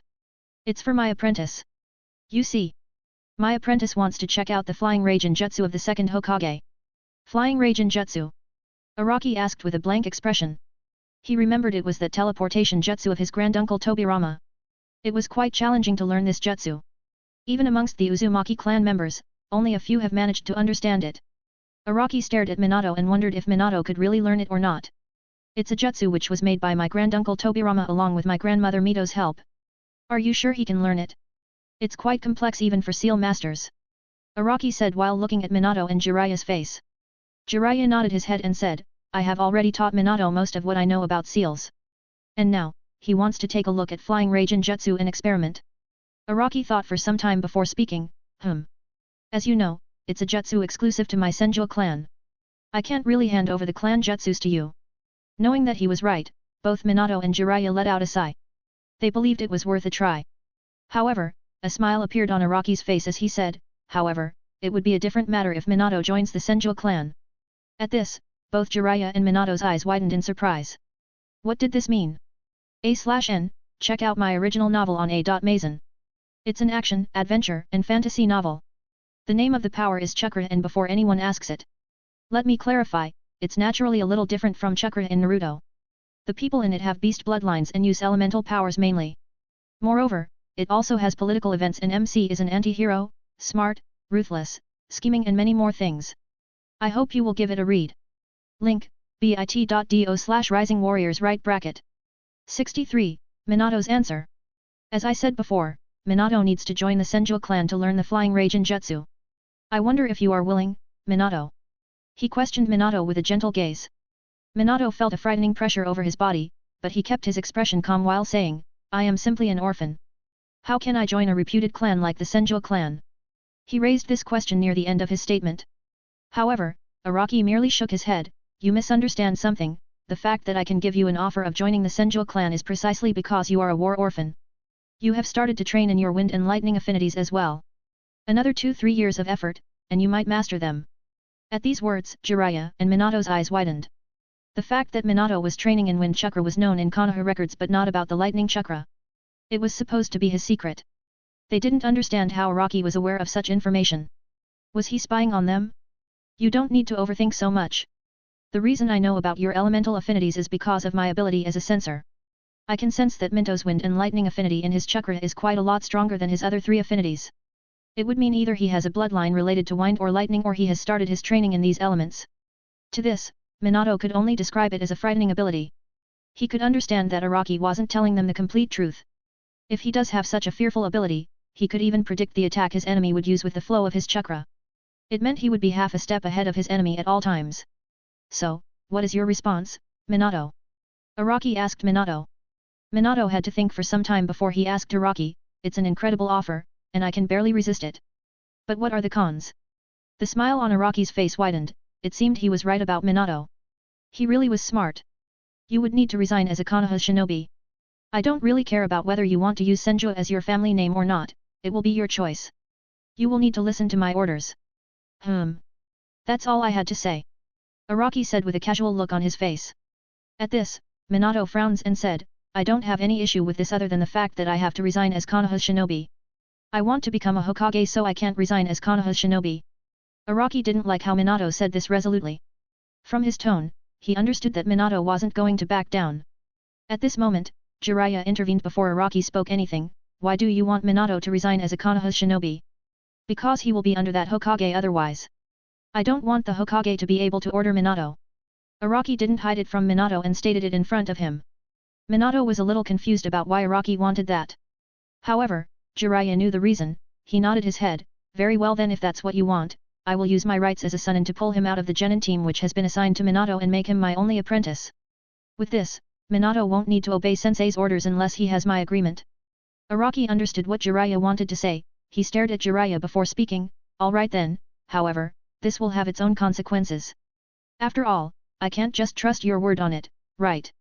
Jiraiya did expect this, and asked Araki, "So, what are you going to do? With a ruthless look on Araki's face, I will be placing a seal on Minato's body. If he does betray the Senju clan, I will kill him. Jiraiya's eyes widened, and he immediately stood up with some anger in his eyes. You think I will let you place such a dangerous seal on my apprentice's body? He could take that seal upon himself but not on his apprentice. However, at this time, Minato chuckled a little. Sensei, you are getting too excited. Didn't Araki say that he will only kill me if I betray the Senju clan? Besides, as a shinobi, you should know that acquiring information comes at a price. The fact that I can acquire the second Hokage's jutsu just by risking my life is already pretty cheap price. Before Jiraiya could even say anything, Minato said to Araki, as long as you don't make me do something immoral, I promise to abide by your orders. However, the day I feel that your order has crossed the limit, like killing innocents for no reason, I won't hesitate to go against you even if you can kill me with that seal. The clear and resolute look in Minato's eyes showed just how determined he was. For some reason, Araki had a feeling that Minato would really go through his words. Well, I guess that's good enough from you. I didn't expect you to agree so easily, though. Araki said to Minato before adding, I will call someone to draw the seals on you. After that, you can study any jutsu you want. After that, he turned towards Jiraiya, don't get riled up so much, I won't be killing him unless he betrays the Senju clan. If he doesn't, we are good to go. It's not like I have something against him. He shrugged at the end, and Jiraiya calmed down a little. You could threaten him with that life-threatening seal on his body, Jiraiya said while looking at Araki. Araki shook his head and replied, as your apprentice just replied, I won't be able to make him do something he doesn't want to. He would prefer death than do such a thing. I also wouldn't want to kill a talented member of my clan. So, don't worry about it too much. It's just an assurance. Jiraiya looked at Minato and asked him with a worried expression. Minato gave him a reassuring smile. He really was okay with it. Only after that did Jiraiya sit down. Araki had a small smile upon his face. He was a little happy upon seeing Jiraiya's reaction and the fact that he cared for his apprentice. A seal was placed on Minato's back, and Jiraiya kept on observing the whole process. Although he didn't have any idea about the seal, he was still proficient enough to understand what would happen once the seal activated, and he found no issues regarding the seal. A seal was placed on Araki's right shoulder. The seal was in such a manner that Araki couldn't accidentally activate during his fight or so. After having been given the seal, Minato was handed the scrolls of the Flying Rage and Jutsu. Araki even told Uzumaki Isao to help Minato and solve any problems he might encounter. He was a little excited. If Minato did manage to master this jutsu, he would have a great shinobi under him. As for why Araki didn't learn this jutsu, he found it far too complicated for himself. But, since Araki also didn't want to be helpless against someone who could use a space-time ninjutsu, that was why he asked the Uzumaki clan members to invent a counter seal for the space-time ninjutsu. The seal they invented was on the left shoulder of each of the member of Senju clan member. This was an anti-space-time seal which would suppress all space-time ninjutsu within 50 miles or so of the radius. He wasn't the only one with the seal, all the Uzumaki clan members had the seal on their body somewhere. A/N, check out my original novel on A.Mazen, I assure you that you won't be disappointed with the world. You will like the fights and interactions. MC will be anti-hero, manipulative, strong from the start, a genius, and his friends would be awesome as well. It will certainly be different from clichés. bit.do/rising warriors right bracket. 64, lying is bad. Now that he had dealt with Minato and Jiraiya's matter, Araki dismissed them and requested for some Uzumaki clan members. After meeting up with the Uzumaki clan members, he followed them to the underground location where they had kept the root shinobis. Well, they were all dead now. Upon seeing that all the Danzo's root shinobi had died, Araki felt a sense of emptiness. This is really sad.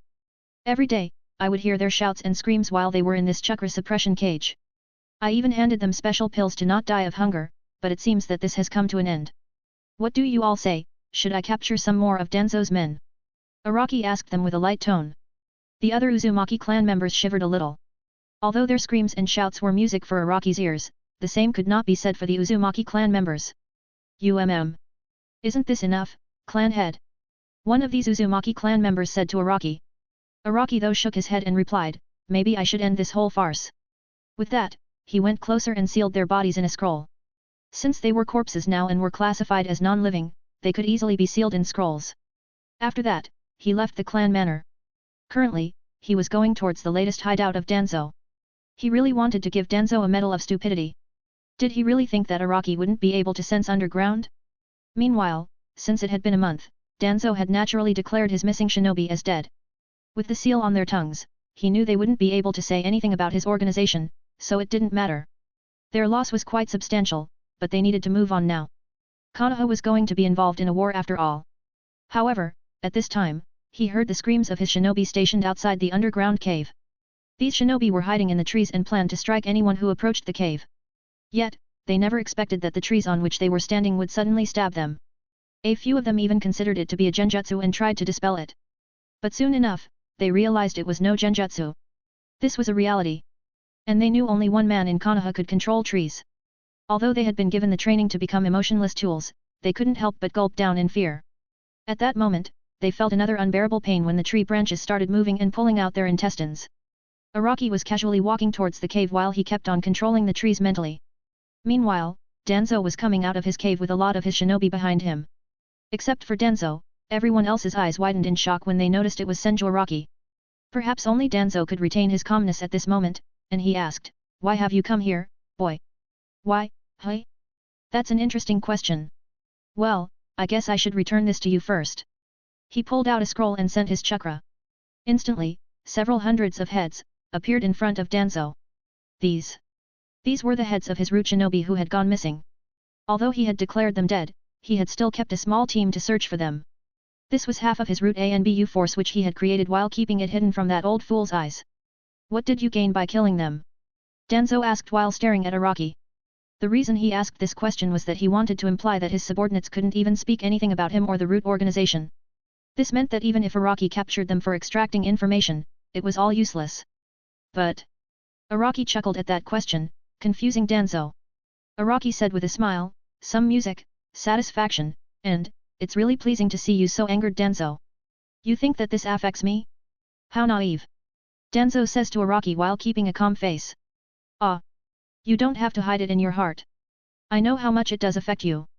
I can practically feel your heart burning with fury. Do you know why I have personally come here? I was wondering if you really do dare to attack me or not." Araki asked Danzo with a grin on his face.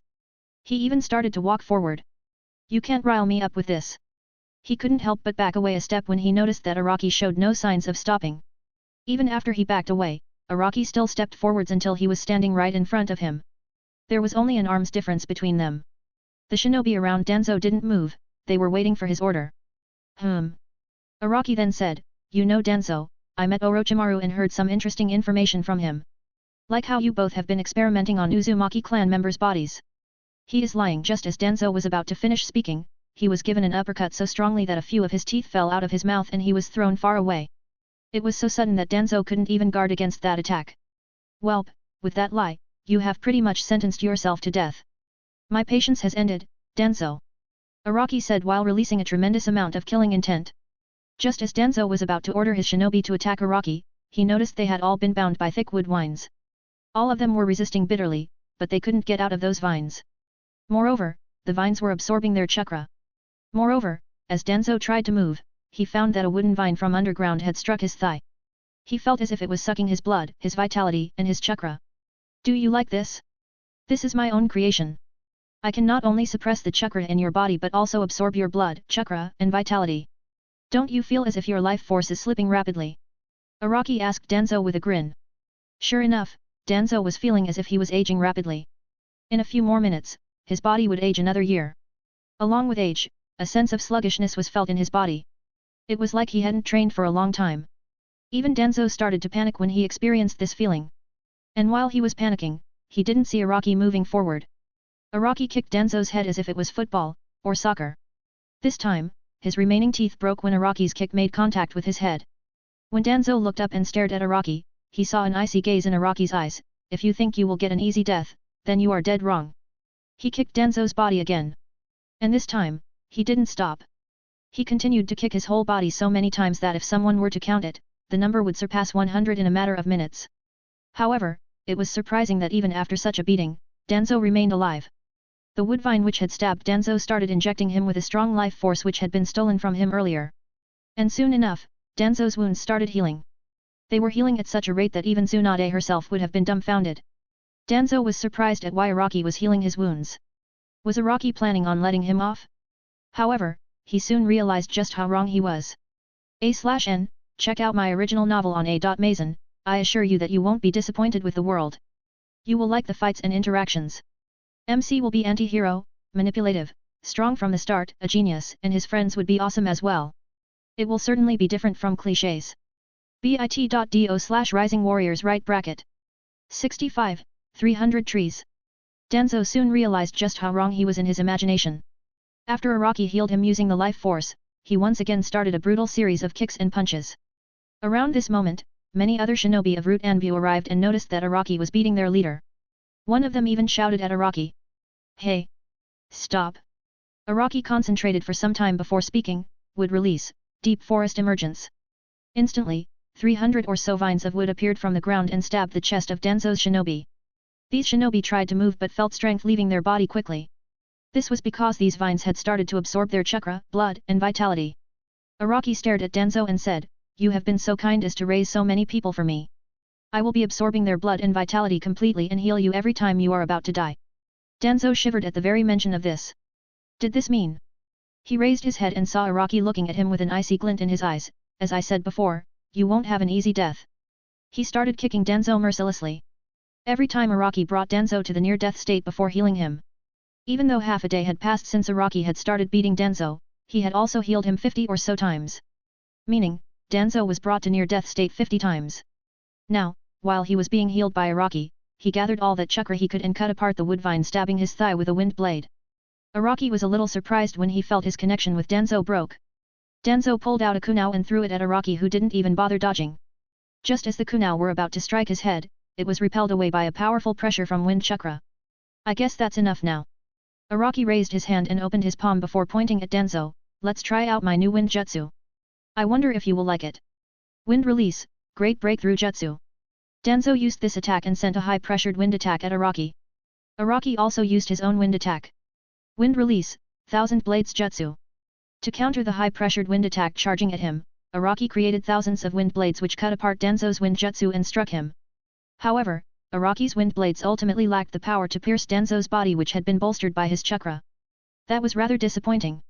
I guess I need to add more power. Hearing that Araki could strengthen those terrifying wind blade, even more, Danzo grew a little fearful. He felt it would be better to just run away. A few smoke bombs appeared in his hand, and he threw them on the ground before making a run for it. At that moment, he heard a cold chuckle. You are rather stupid, aren't you, Danzo? You think smoke bombs would be enough for you to run away from my grasps? Don't forget that I am a censor. You sealed your fate the moment you met me that day in front of Hokage's office. After that, every attack on the Senju clan or on me was just adding fuel on your funeral fire. Araki appeared from the smoke while staring at the panicked look on Danzo.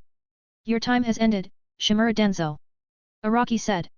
This was the last sentence Danzo heard before he saw a faint flash and his body was cut apart into two. Araki was on the other side of his body now, and he stared at the red blood on his sword. Filthy, tch. He threw away the sword which had this filthy blood. There was no need to take it home. Now, what to do with you all? Araki turned towards the 300 or so vines which had absorbed the blood and vitality of Danzo's men completely. The men were dead, but the vines still had their vitality. It would be a waste to let it remain like that. Instantly, an idea appeared in his head, and he used his chakra to grow these 300 vines into huge trees. Well, I guess it will be quite useful to me. The life force in these trees can be considered life-saving. With that, he walked away from the location. Nobody other than him would be able to utilize the life force in these trees, so it didn't matter if he kept them here or not. Soon enough, he returned to the Senju clan manor where he saw that Tsunade had returned. He asked her, is her illness all right now? It was a liver problem. I have suppressed it for today. Tomorrow, I will be able to deal with it entirely. Tsunade said while yawning. It seemed that she was tired since she had been training in the morning and treating Sakumo's wife in the latter half of the day. Araki returned to his room and slept. He was pretty happy with this day. Not only did he manage to recruit a talented shinobi in the Senju clan, but he also killed Danzo. The death of Danzo remained a secret from the world for a week or so. It was contributed to the fact that his hideout was quite secretive. The only reason Araki knew about it was that he had been keeping an eye on Danzo and his movements. Moreover, his sensing ability was quite a boost. The first one to know about Danzo's death was unsurprisingly Orochimaru. It was mostly because he had come to ask for Danzo's assistance about some matters. However, all he found were massive trees in that area. As he got closer, he saw Danzo's body thrown in some corner. Just from the state of how things were, he understood it was the work of Senju Araki. Orochimaru didn't dare to stay in Konoha for a second longer. He knew that the reason why Danzo was targeted was most probably the experiments on Uzumaki clan members. Although Senju Araki said he won't target him for 5 years, there was no telling when that eccentric brat would attack him. Maybe Senju Araki's patience would end the next day, and he would come to kill him. Or was Senju Araki waiting for him to do something? Orochimaru started growing fearful of this threat looming over his head. He needed to do something about him. If not fight Araki, he needed someone strong enough to defend against Araki. He thought of several schemes in his head and finally decided to leave Konoha. Even though Senju Araki was an excellent sensor, there was no way he could sense him from a country away, right?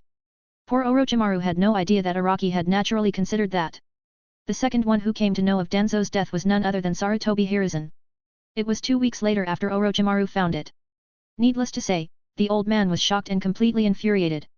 He understood from the trees around that location that this was done by none other than Senju Araki. A/N, check out my original novel on Amazon. The name of the book is Rising Warriors and my real name is Anshul Gupta. You can also use this link, bit.do/risingwarriors right bracket. 66, Family Card. The old man, Sarutobi Hiruzen, was absolutely livid as he found out that Danzo had been killed by Senju Araki. Even though there was a slight possibility that Senju Araki didn't personally kill him, he definitely had a role in Danzo's death. Although the third Hokage wasn't fond of Danzo's presence, the man had his talents. His methods were messy, but he got the job done. Moreover, he was aware of quite a lot of weak points about the other villages. To know that they had all vanished into thin air, naturally, the third Hokage grew angry. It has been nearly 3 weeks since Tsunade returned. Don't tell me she couldn't even become the head of the Senju clan. Or was this on her order? He really was so angry that he couldn't even decide who he should blame at this moment. Clenching his fists tightly, he sent a message to Tsunade through one of his guards to meet him in the Hokage's office. They needed to have a long discussion. It soon reached the Senju clan manor. A smile appeared on Araki's face as he thought that old fool finally found that Cyclops' body. I thought I would have to inform him of his death myself. And then, he thought about the message from the Hokage. Is he calling out for elder sister scold her in not having restrained me? Does he think that elder sister has managed to become the clan head? Alright, I will be going. Don't mention anything about this note to my elder sister. He said to the Uzumaki clan member in front of him who had handed over this note. Yes, clan head. We won't mention it at all. With that, Araki walked out of the Senju clan manor. It would be an excellent opportunity to see that old monkey's face. Araki wondered, is he boiling with anger? I wonder? Will he attack me upon seeing me? He was a little excited upon thinking that. If the Hokage did attack him, that would simplify a lot of things. Well, I just need to make sure that many people see him attacking me. At that time, even Sensei wouldn't be able to hold it against me. Soon enough, he did reach the Hokage's office. The third Hokage had informed his secretary that Tsunade would be coming in to let her in immediately. However, her eyes widened when she saw it was the Senju clan head, Senju Araki. She wondered if she should stop him here or not. After all, from the Hokage's words, he had a meeting arranged with Tsunade. She thought that Araki was somehow unaware of this meeting and had come. Araki-sama, the Hokage has scheduled his meeting with Tsunade-sama. Please come later. Hearing the words of the secretary, Araki paused for some moments before turning towards her. Don't worry, I have come regarding that meeting. You can think of me as representing my elder sister. Well, although he didn't need to reply to her, Araki still did it anyway. Maybe because he was amused at her question and decided to humor her. And Araki entered the door. There he saw the old monkey looking seated on his chair, reading some sort of document. As the door opened, the Hokage raised his head to look at who it was. Preferably, it was Tsunade. Alas, it was the person he least wanted to see. Instantly, a tremendous amount of killing intent overflowed from his body which covered his whole office and other departments near it. Many people who were sensing this killing intent for the first time simply fainted while the rest struggled to breathe. Unconsciously, all of them knew who it was. The only man present in Konoha to be able to unleash such killing intent here was none other than the third Hokage. The man who had mastered all 5 elements to a frightening degree, the man who had already seen 2 great shinobi wars, the one titled as the Professor because of his knowledge of many jutsus.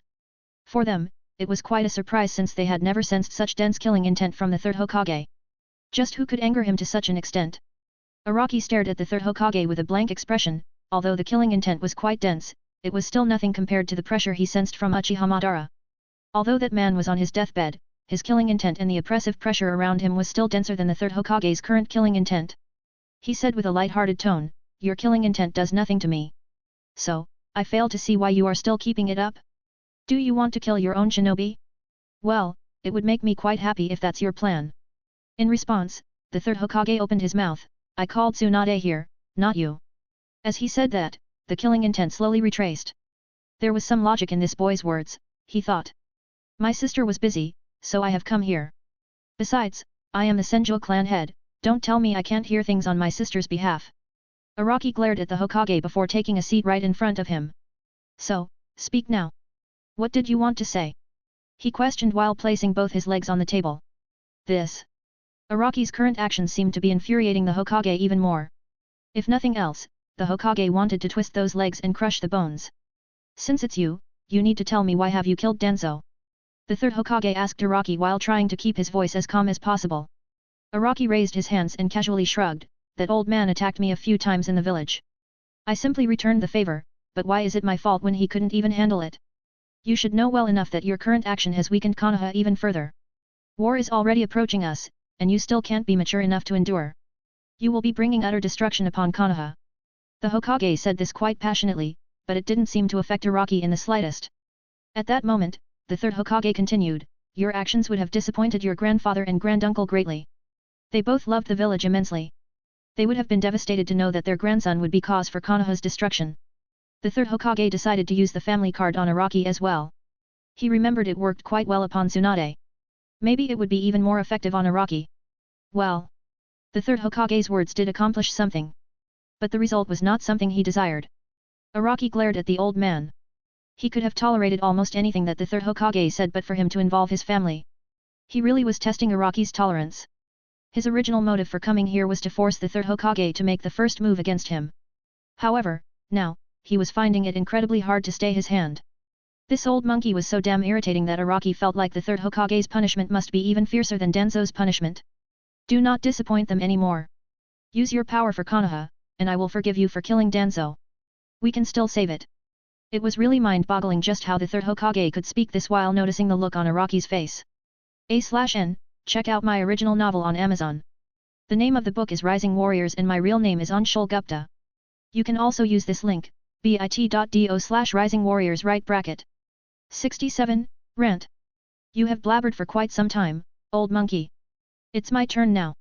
Araki folded his right leg on top of his left leg before starting with a cold glint in his eyes. Now, you just said something which struck my nerve. Let me start from there. You just mentioned how my grandfather or my granduncle would be disappointed in me, right? Oh please.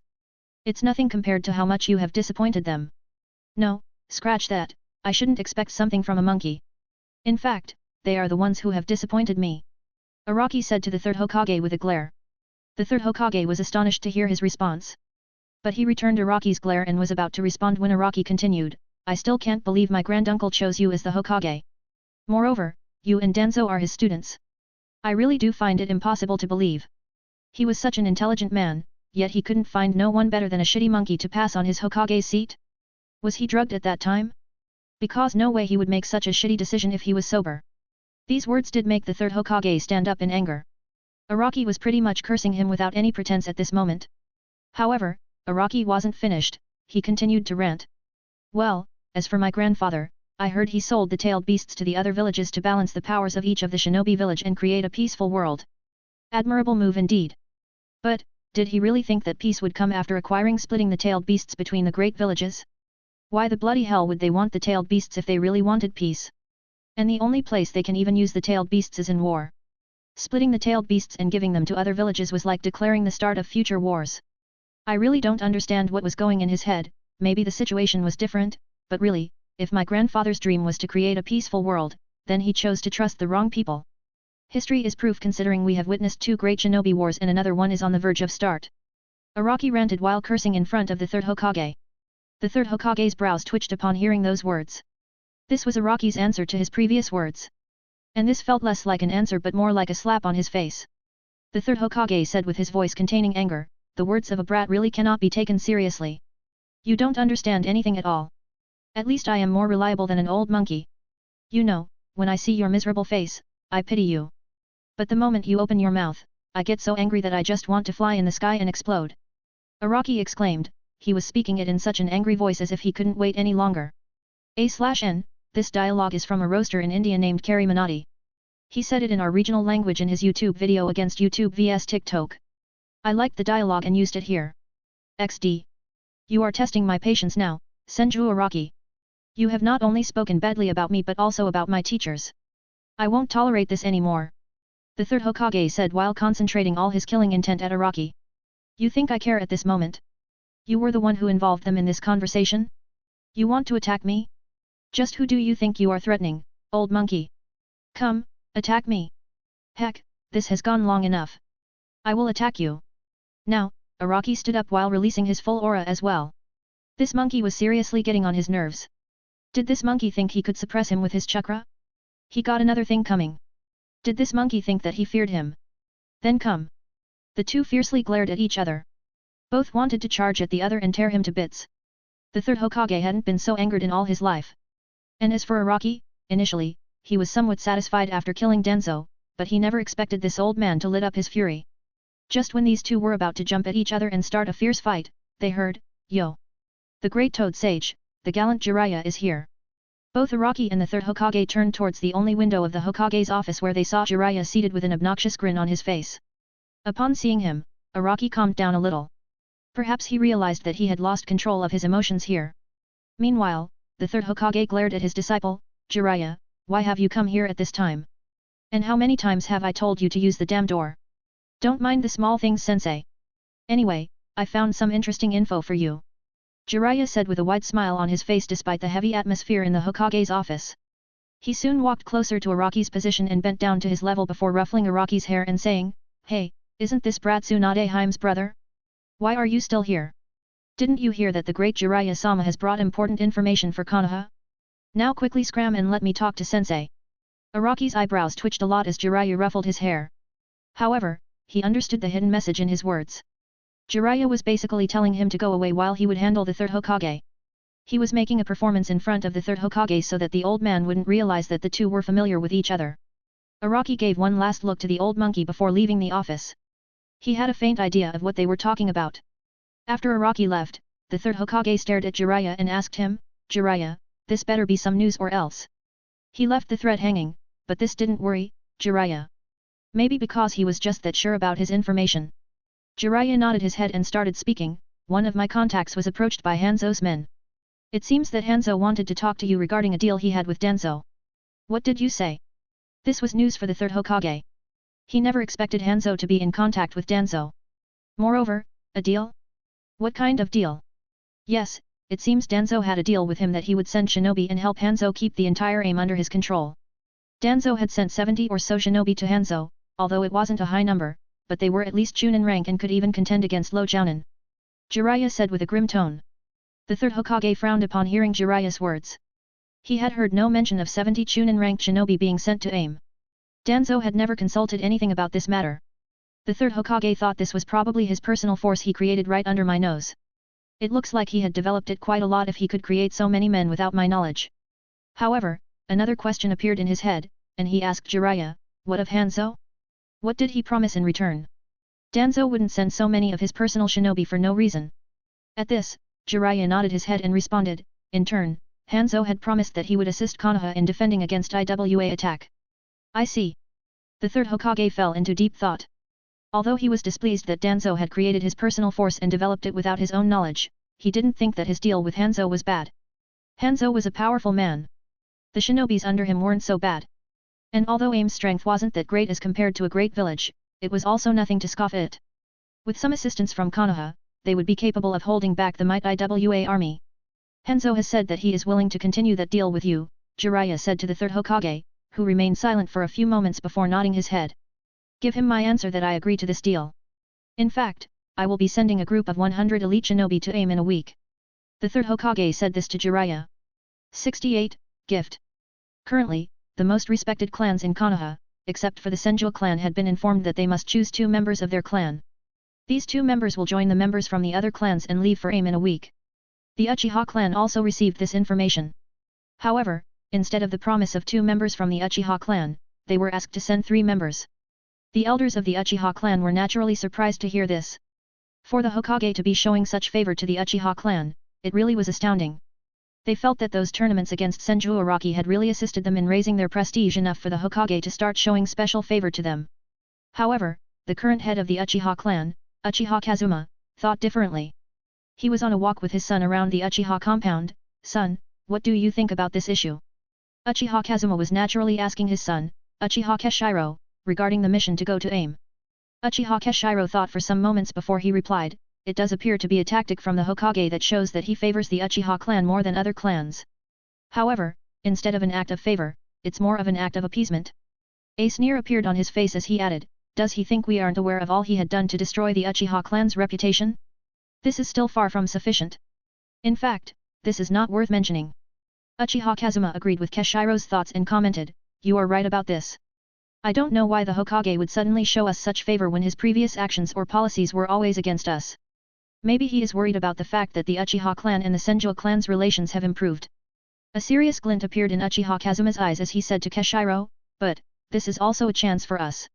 "No. Specifically speaking, it's an excellent chance for you. Until now, you have only participated in small skirmishes. Or maybe fought against a group. However, AIM's borders touch Iwa's borders. In fact, you can be assured that multiple battles occur there occasionally." A faint killing intent was released from his eyes as he added, "You must participate in those battles and attain enough prestige that it would resound in the entire Konoha. Moreover, this would also be a chance for you to evolve. You would accomplish minuscule results unless you some true life-threatening experiences." Keshiro dryly replied to his father, "You are really cold to be asking your son to have some life-threatening experiences. Are you that interested in seeing my dead body?" He was only joking with his father. "Experience calamity and grow. This will be my final lesson to you, Keshiro. After that, you can only depend upon yourself." Uchiha Kazuma replied to his son. Keshiro obediently nodded his head. He was well aware that the teachings of his father were always good for him. Upon seeing his son's face, a gentle smile appeared on Uchiha Kazuma's face. He patted his son's head and said, "If you do accomplish enough prestige there, I will give you a gift on your next birthday." Uchiha Keshiro blushed as his father treated him like a little child. But he still didn't deny the gesture. It was rare for his father to do this, so he was quite happy. After some time, he asked Uchiha Kazuma, "Who will be coming with me?" "I was thinking of sending Uchiha Shuji and Uchiha Akemi to accompany you. You are already friends with them. And, although they aren't that strong, they would assist you in terms of team coordination." Kazuma informed Keshiro about his companions. When Keshiro found out that his companions would be his friends, he was naturally delighted, but he didn't show it on his face. Uchiha Shuji and Uchiha Akemi were the children of other clan elders of Uchiha clan, and in his age group, these two could be said to be his only friends in the Uchiha clan. Although they weren't as strong as him, they should still be a match for Chunin. The two only had a single Tomo Sharingan, but Keshiro believed that this new experience would maybe allow them to reach the 3 Tomo level of Sharingan. Keshiro then had an immediate question in his mind, "Wait. How long do I need to stay in AIM?" At this, a thoughtful look appeared on Kazuma's face. The third Hokage mentioned that the shinobi would need to stay in AIM for at least a year. Only after a year could they return. That. Keshiro lowered his head. He really wasn't happy with this. "I will miss elder sister." Hearing his son's words, Kazuma's eyebrows twitched in irritation. He spoke with his voice dripping with sarcasm, "Nice to know that my son would be missing his elder sister more than his father." To this, Keshiro just humphed and replied, "Why would I remember a stinky old man like you? Elder sister is always nice to me, so I would definitely miss her more." At this moment, he remembered an important matter. "Oh right. What will we do about my match against Senju Araki?" Kazuma shrugged in response and replied, "I will just send him a message stating the situation. He would naturally understand the reason.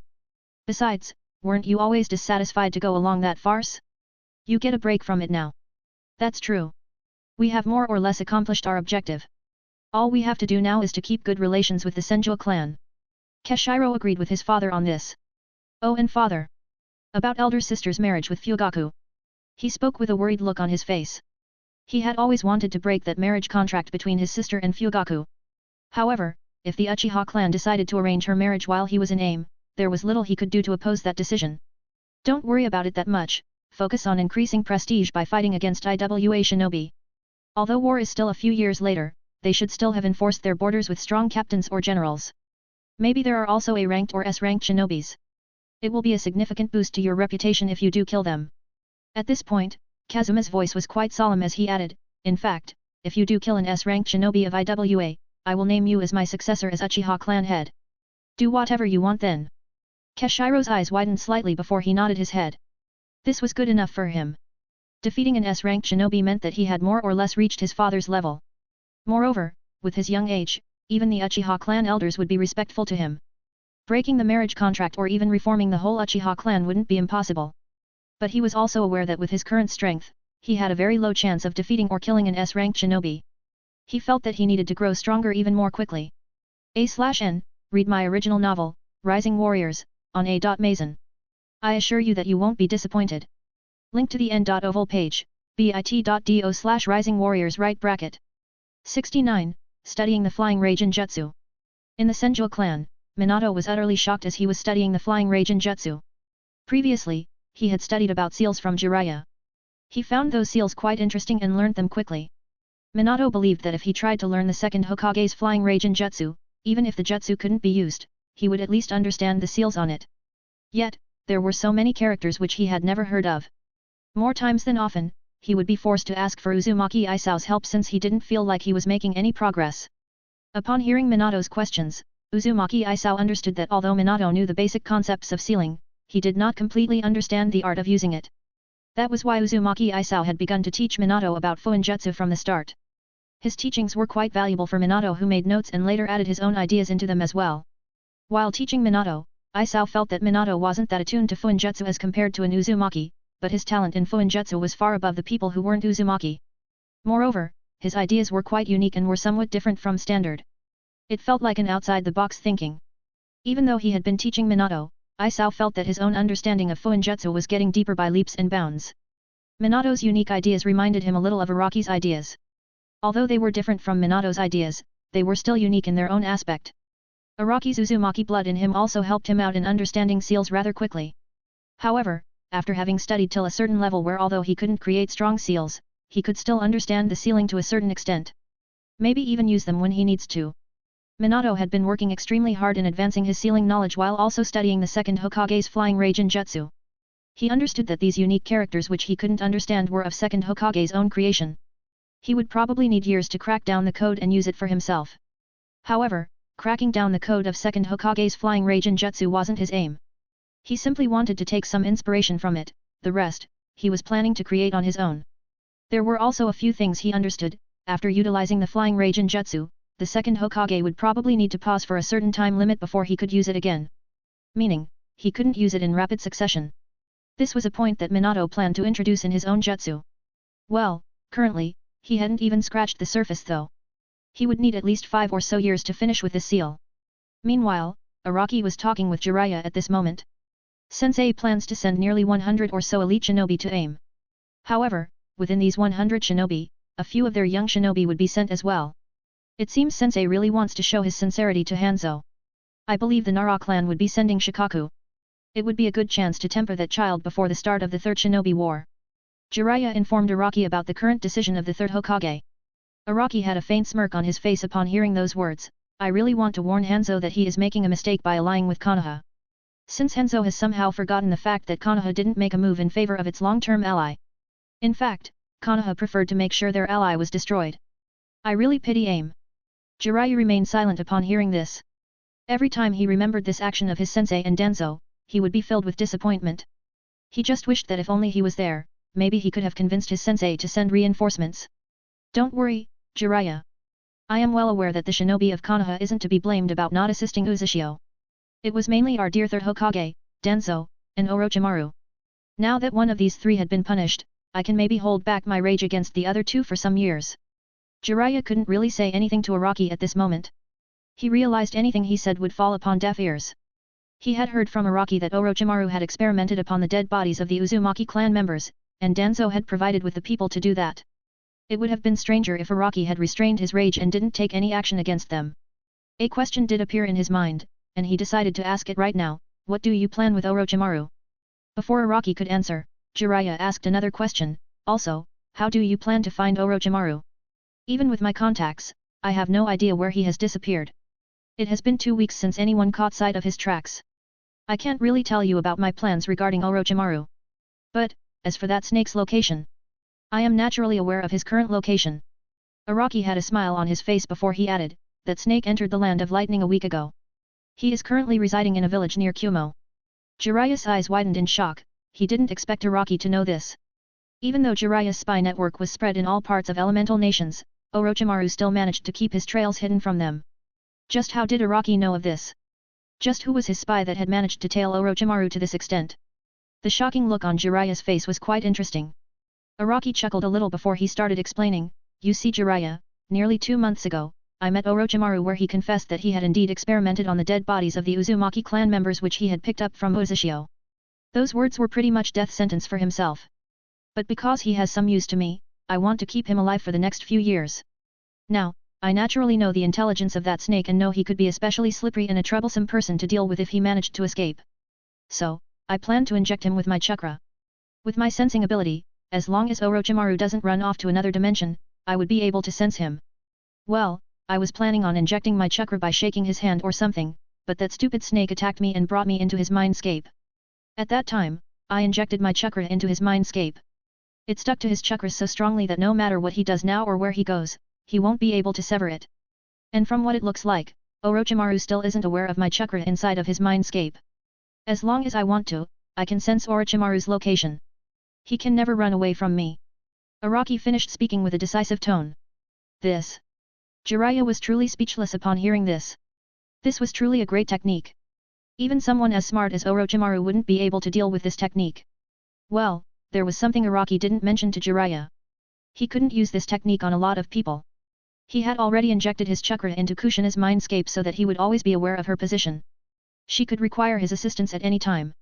And the week soon passed away. 70. Storage Seal.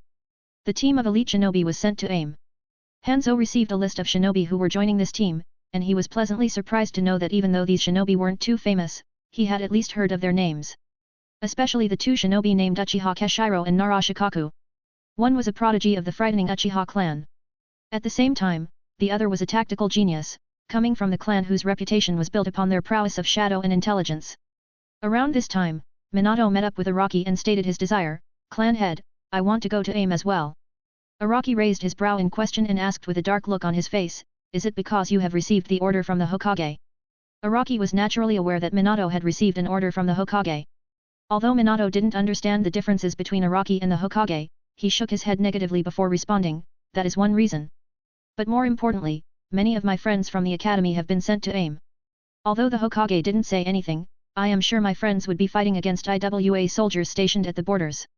I don't want to remain here with the knowledge that my friends are out there fighting, or maybe dying. I want to go by their sides and protect them." This. Araki couldn't deny Minato's wishes. He couldn't help but smile when he heard the value of friendship in Minato's words. "You know, you could die out there as well. You have just scratched the surface of the flying Raijin Jutsu," Araki said to Minato, trying to persuade him quite gently. To which, Minato replied, "Learning a jutsu, even if that jutsu was created by the second Hokage, isn't worth it if I don't help my friends when I can." An interesting analogy, good for you that I think the same. Araki gave his agreement to Minato. Minato was relieved when he heard Araki's agreement. Araki continued speaking, "However, you won't go there as someone under the Hokage." Hey! Minato was confused by what Araki meant.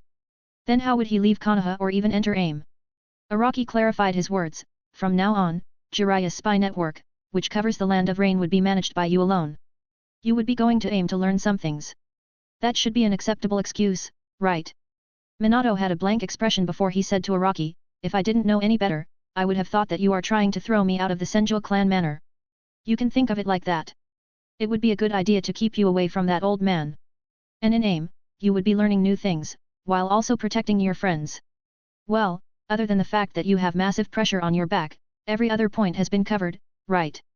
Araki said it quite casually. "Now that I think of it, that would be a lot of tasks for myself," Minato said with a nervous laugh. "Alright, now go away. I don't want to see your face any longer." Araki shook his hands, ordering Minato to scram. After he left, Uzumaki Isao soon entered his room. He first bowed in front of Araki and then said, "Araki-sama, I received a letter from the Asamazaki clan. They have mentioned that their storage seals have grown quite popular and they have amassed massive wealth." "Had. That's good." At this moment, Isao curiously asked, "Araki-sama, why did you allow them to create storage seals and sell them? Although it's a low-level seal, wouldn't it have been a difficult situation if someone realized that they were Uzumaki clan members?"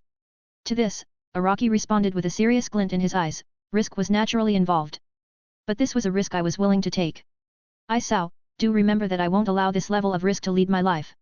I have been well prepared for the consequences." He rolled his eyes and continued, Besides, even if we had remained very cautious, someone like Orochimaru would have still figured out the truth. Uzumaki Isao agreed with the words of his clan head.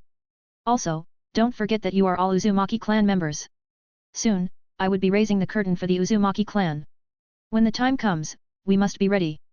Araki said with some compelling power in his voice. Yes, Araki-sama. I understand now. He was about to turn ahead and leave when Araki suddenly called out for him. Alright, I wanted to tell you something. You will be accompanying Minato to AIM. Minato is going to AIM? Why? This was news to Uzumaki Isao. He didn't know of Minato's plans. He has his own reasons to go there. I want him to continue to study the flying Raijin Jutsu there. You will have to trouble yourself. Only Kushina and a few others can understand the flying Raijin Jutsu better than you. Besides, you are also quite familiar with Minato, so it's natural I would choose you for this task. Araki gave his reasons. I don't need to fight, right? Isao asked Araki. Though he was quite proficient at seals, he wasn't that good at fighting. Araki shook his head. I would prefer it if you don't fight.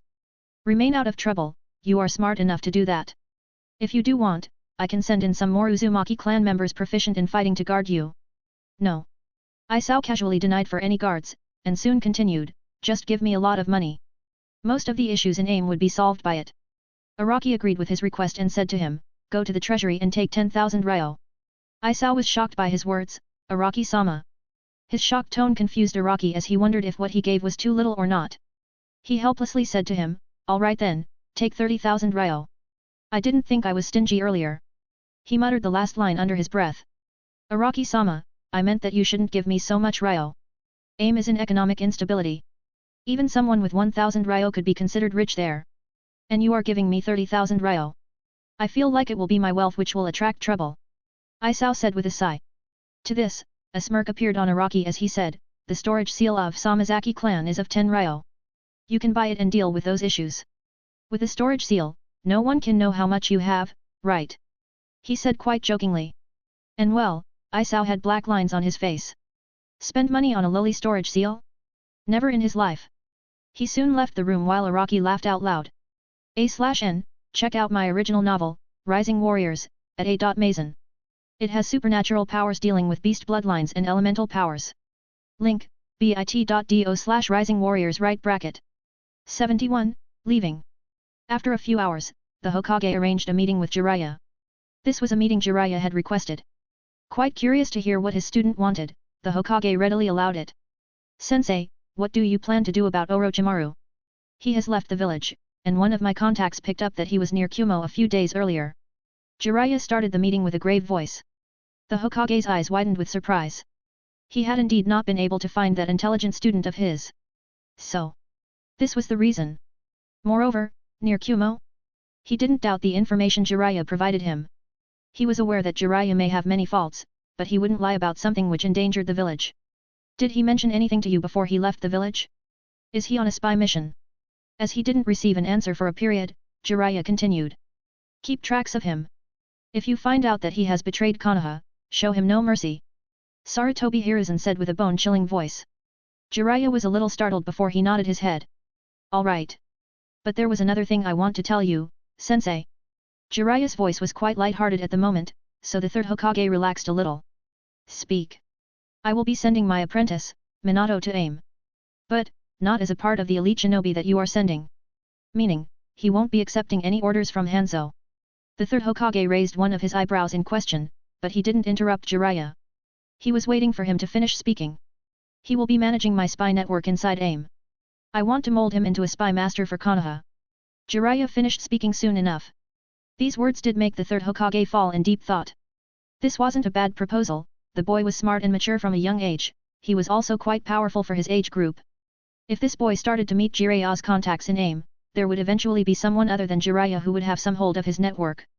Currently, even the third Hokage had little to no idea about Jiraiya's spy network. The code words they used or anything else.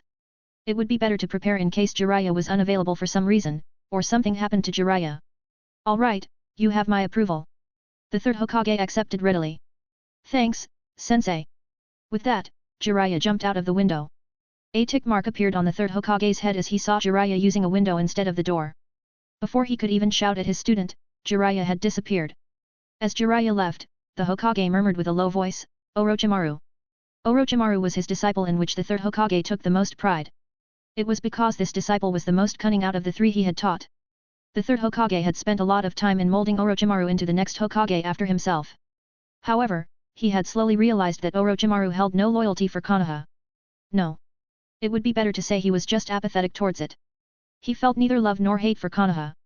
Orochimaru just felt that it was convenient for himself to stay there.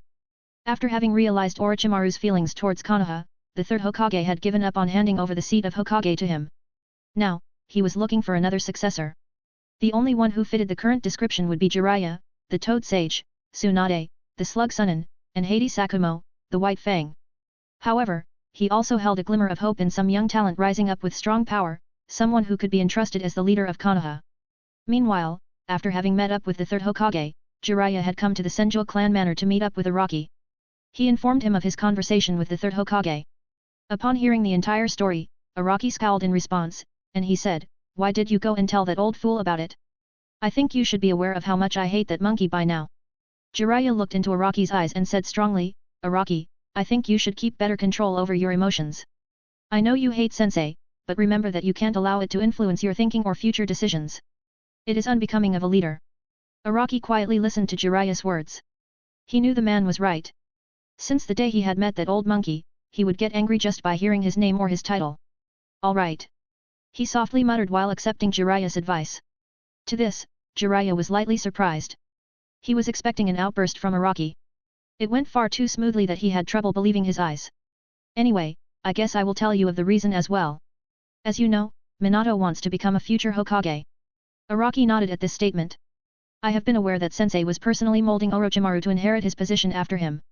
However, now that Orochimaru has now left the village, sensei would naturally start thinking of other people for the Hokage's post. I think he might be considering my name, Sakumo's name, or even Tsunade Haime's name. However, he is unlikely to make any decision until he feels his power slipping. And for that to happen, another decade would pass." To this, Araki simply snorted and thought he definitely won't be alive to see the next decade. "Not if I can help it." Although these were the thoughts in Araki's head, he didn't interrupt Jiraiya. Jiraiya continued from where he left off, "I wanted to give a hint to sensei that Minato could grow up to be a reliable person who could be handed the seat of Hokage." Araki rolled his eyes in response after Jiraiya finished speaking. By that time, the third Hokage would be long buried in the ground. "I would have enough of a say in who becomes the Hokage. You could have left it to me, you know." To this, Jiraiya shrugged and replied, "I must do all I can for my apprentice." "All right. Was that all you said to him?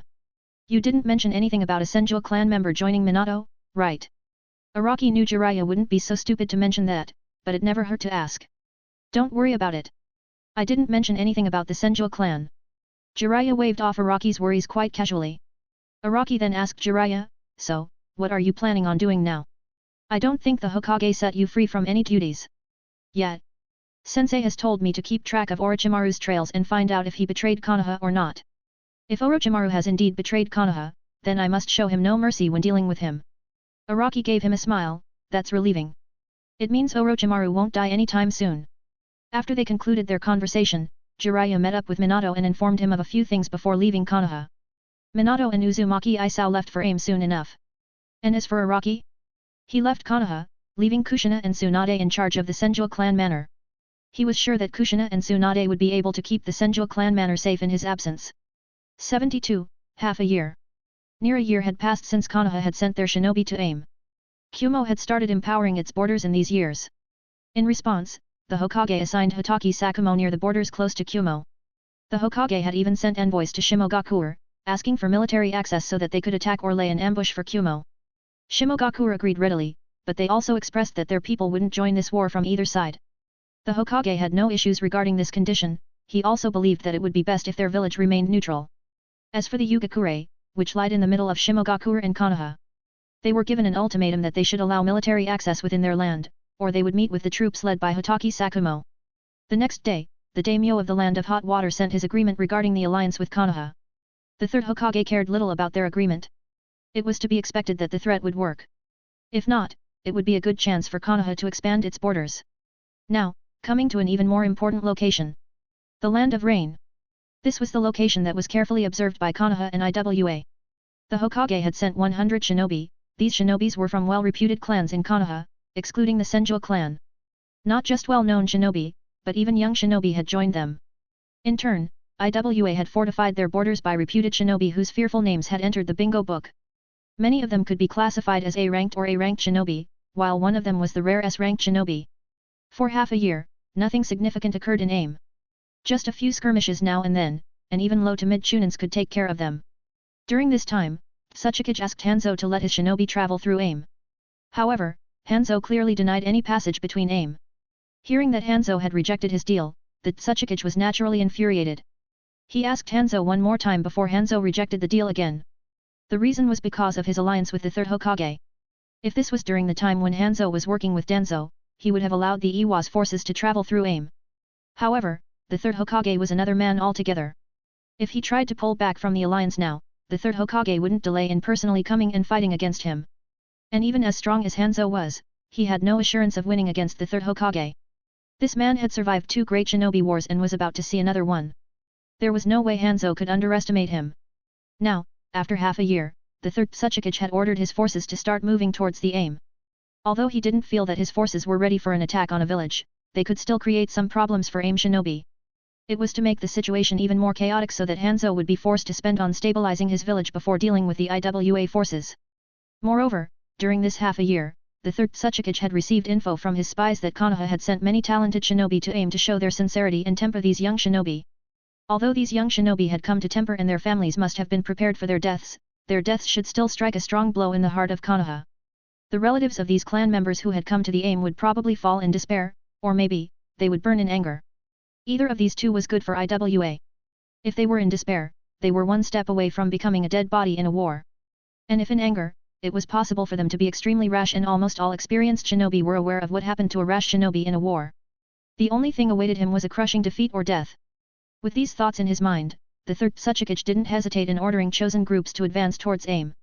He was well aware that with public in chaos, and Uegaku were charging at AIM, Hanzo wouldn't hesitate in sending Konoha shinobi along with the AIM shinobi to hold them off. This was quite a good tactic from the third Tsuchikage. However, he still couldn't anticipate what actually happened on the ground.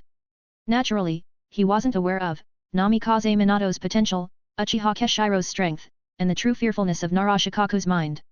There was also the fact that Minato was in AIM. However, he rarely met his friends at AIM. It was mostly because for half a year, other than small skirmishes, IWA hadn't taken any real action.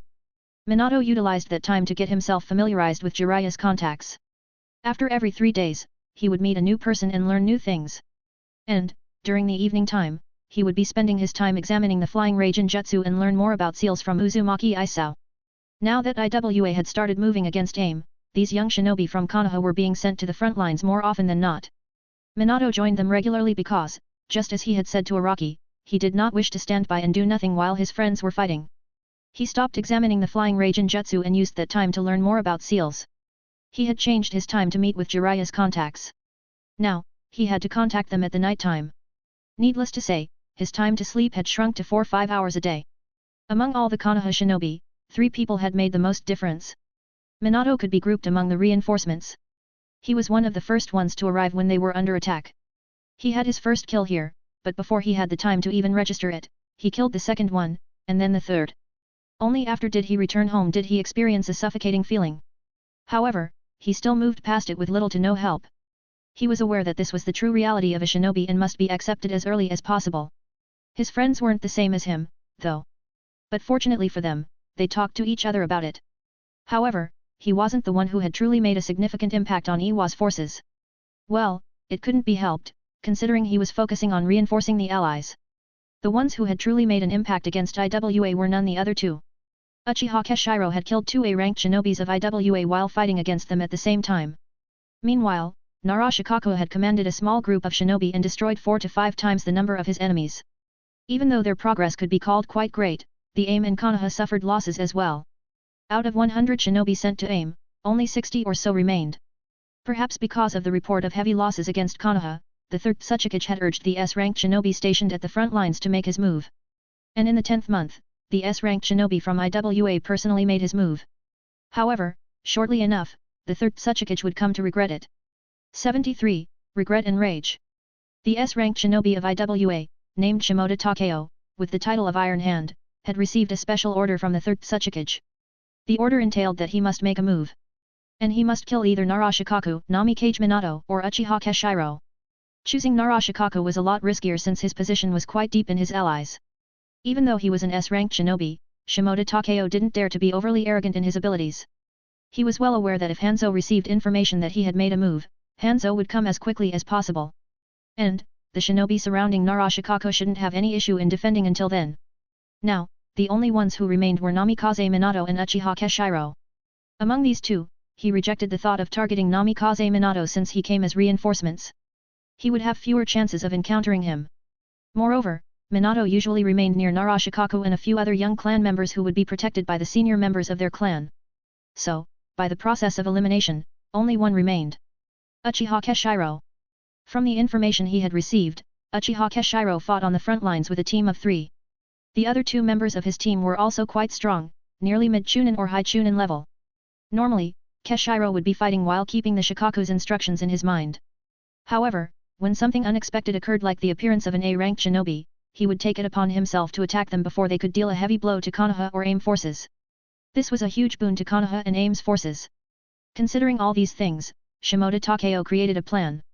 From Konoha and AIM's side, they had no inkling of an idea that the S-ranked ninja was about to make his move. So, naturally, they couldn't plan ahead for this situation. Shimoda Takeo came forth on the battlefield and killed 2 or 3 attacks with which the IWA shinobi had the advantage of terrain and numbers. Now, as usual, Uchiha Keshiro went forward to combat him. Considering Shimoda Takeo's skill in Earth Chakra, he could empower his whole body in chakra and even some excellent quality weapons would find it challenging to pierce his body. And it was said that he had a jutsu named Adamantine Fist which would instantly kill a person upon impact. This was the jutsu which had raised Shimoda Takeo's reputation and one of the reasons why he was classified as S-ranked shinobi. Although Uchiha Keshiro knew that his opponent was strong, he didn't have a clear idea that this man was the S-ranked shinobi. Just as always, he went forward to fight him. Normally, these A-ranked shinobi would target him. Which was good enough for him. Shimoda Takeo was fighting against Keshiro and frowned when he couldn't land a hit on his target. As if Keshiro knew when exactly he would be hit, he would back away. His movements were nothing short of excellent or maybe coming close to perfection. After fighting for an hour or so, Shimoda Takeo was starting to get tired. He realized that although he wouldn't lose against Uchiha Keshiro if this fight went on, he also wouldn't be able to accomplish his objective. Understanding this, he raised a huge pillar made of earth. Uchiha Keshiro effortlessly dodged it and threw a fireball at Shimoda Takeo. Shimoda Takeo blocked the fireball by raising an earth wall. After the fireball dispersed, he was forced to raise his arm and block a slash from Uchiha Keshiro's short sword. Uchiha Keshiro was coldly glancing at him and empowered his sword with lightning chakra before proceeding with attacking Shimoda Takeo. However, at that moment, he heard a call for help. Moreover, from the voice, he could guess that it was from Uchiha Akemi. In the middle of his attack, he stopped.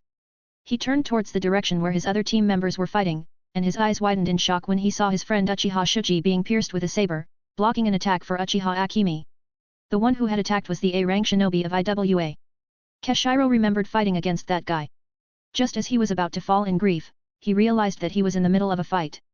Turning his eyes ahead, he saw Shimoda Takeo coming to punch him. Even though he saw Shimoda Takeo's movements, he didn't have the time to dodge it. Gritting his teeth, Uchiha Keshiro raised his sword and blocked that punch from Shimoda Takeo. Unfortunately, his sword broke apart into 2 and he was punched by Shimoda Takeo. But, the sword did manage to lower the power of the punch by a considerable amount so, although Keshiro felt like some of his bones had broken apart, he could still move. After he was punched, he didn't even try to continue his fight with Shimoda Takeo. He rushed towards his comrade. He saw Uchiha Akemi surrounded by several IWA shinobi. He knew she wouldn't be able to survive if this goes on any longer. Akemi, jump! He shouted out for her. Although Akemi was disturbed by her friend's death as well, she didn't dare delay upon hearing Keshiro's command. Just as he had ordered her, she jumped up as high as she could. And in turn, Uchiha Keshiro went through a series of hand seals before using Fire Release, Fire Dragon Jutsu. A huge dragon of created while Keshiro ran towards Akemi. The fire dragon charged towards the shinobi on the ground. In turn, the A-ranked shinobi immediately used Earth Release, Earth Dragon Jutsu. A dragon created out of earth was created and interrupted the flame dragon from harming the IWA shinobi. Uchiha Keshiro had expected them to counter this move, so he was already going through the hand seals of his next jutsu. However, in his recklessness, he had forgotten about the S-ranked shinobi after himself. Shimoda Takeo was also moving as fast as he could. He was well aware that Uchiha Keshiro's mind wasn't in the right place. This was the perfect chance to kill him. He went through a series of hand seals and subtly used, Earth Release, Earth Hand Jutsu. Just when Keshiro was about to use his jutsu, he felt an earth hand grabbing hold of his leg before suddenly pulling him into the ground. However, Keshiro flared a bit of fire chakra in his legs to release himself from the earth hand. However, he was late in using his jutsu. And just as Uchiha Akemi landed on the ground, her body was stabbed by multiple shinobi from different angles. Akemi! Uchiha Keshiro let out a shout. To this, Uchiha Akemi simply turned to him and gave him a bitter smile. That expression seemed to stab Keshiro's chest more than anything. He fell on the ground with a distressing feeling looming over his heart. This scene broke him apart. He cursed himself for being weak. For not being by her side. First, it was Shiju, and now Akemi. In just a span of 10 or so minutes, he had lost both of them. Moreover, other than regret, he felt another even fiercer emotion exploded in himself. Rage. Not just rage at the ones who killed his friends, but it was also fury directed at himself. Shimoda Takeo approached Keshiro and smiled when he saw Keshiro fall on the ground with. This was the perfect opportunity to kill this brat. However, unknown to anyone at this moment, the pattern in Keshiro's eyes changed from a 3-tomo Sharingan to a 3-bladed shuriken. A/N, I will be releasing a preview of my original novel, Rising Warriors, on web novel. It will be of 9 or maybe 10 chapters, 3 more chapters than A.Mazon's preview. If you like the novel, you can check it out on A.Mazon. 74, Amaterasu.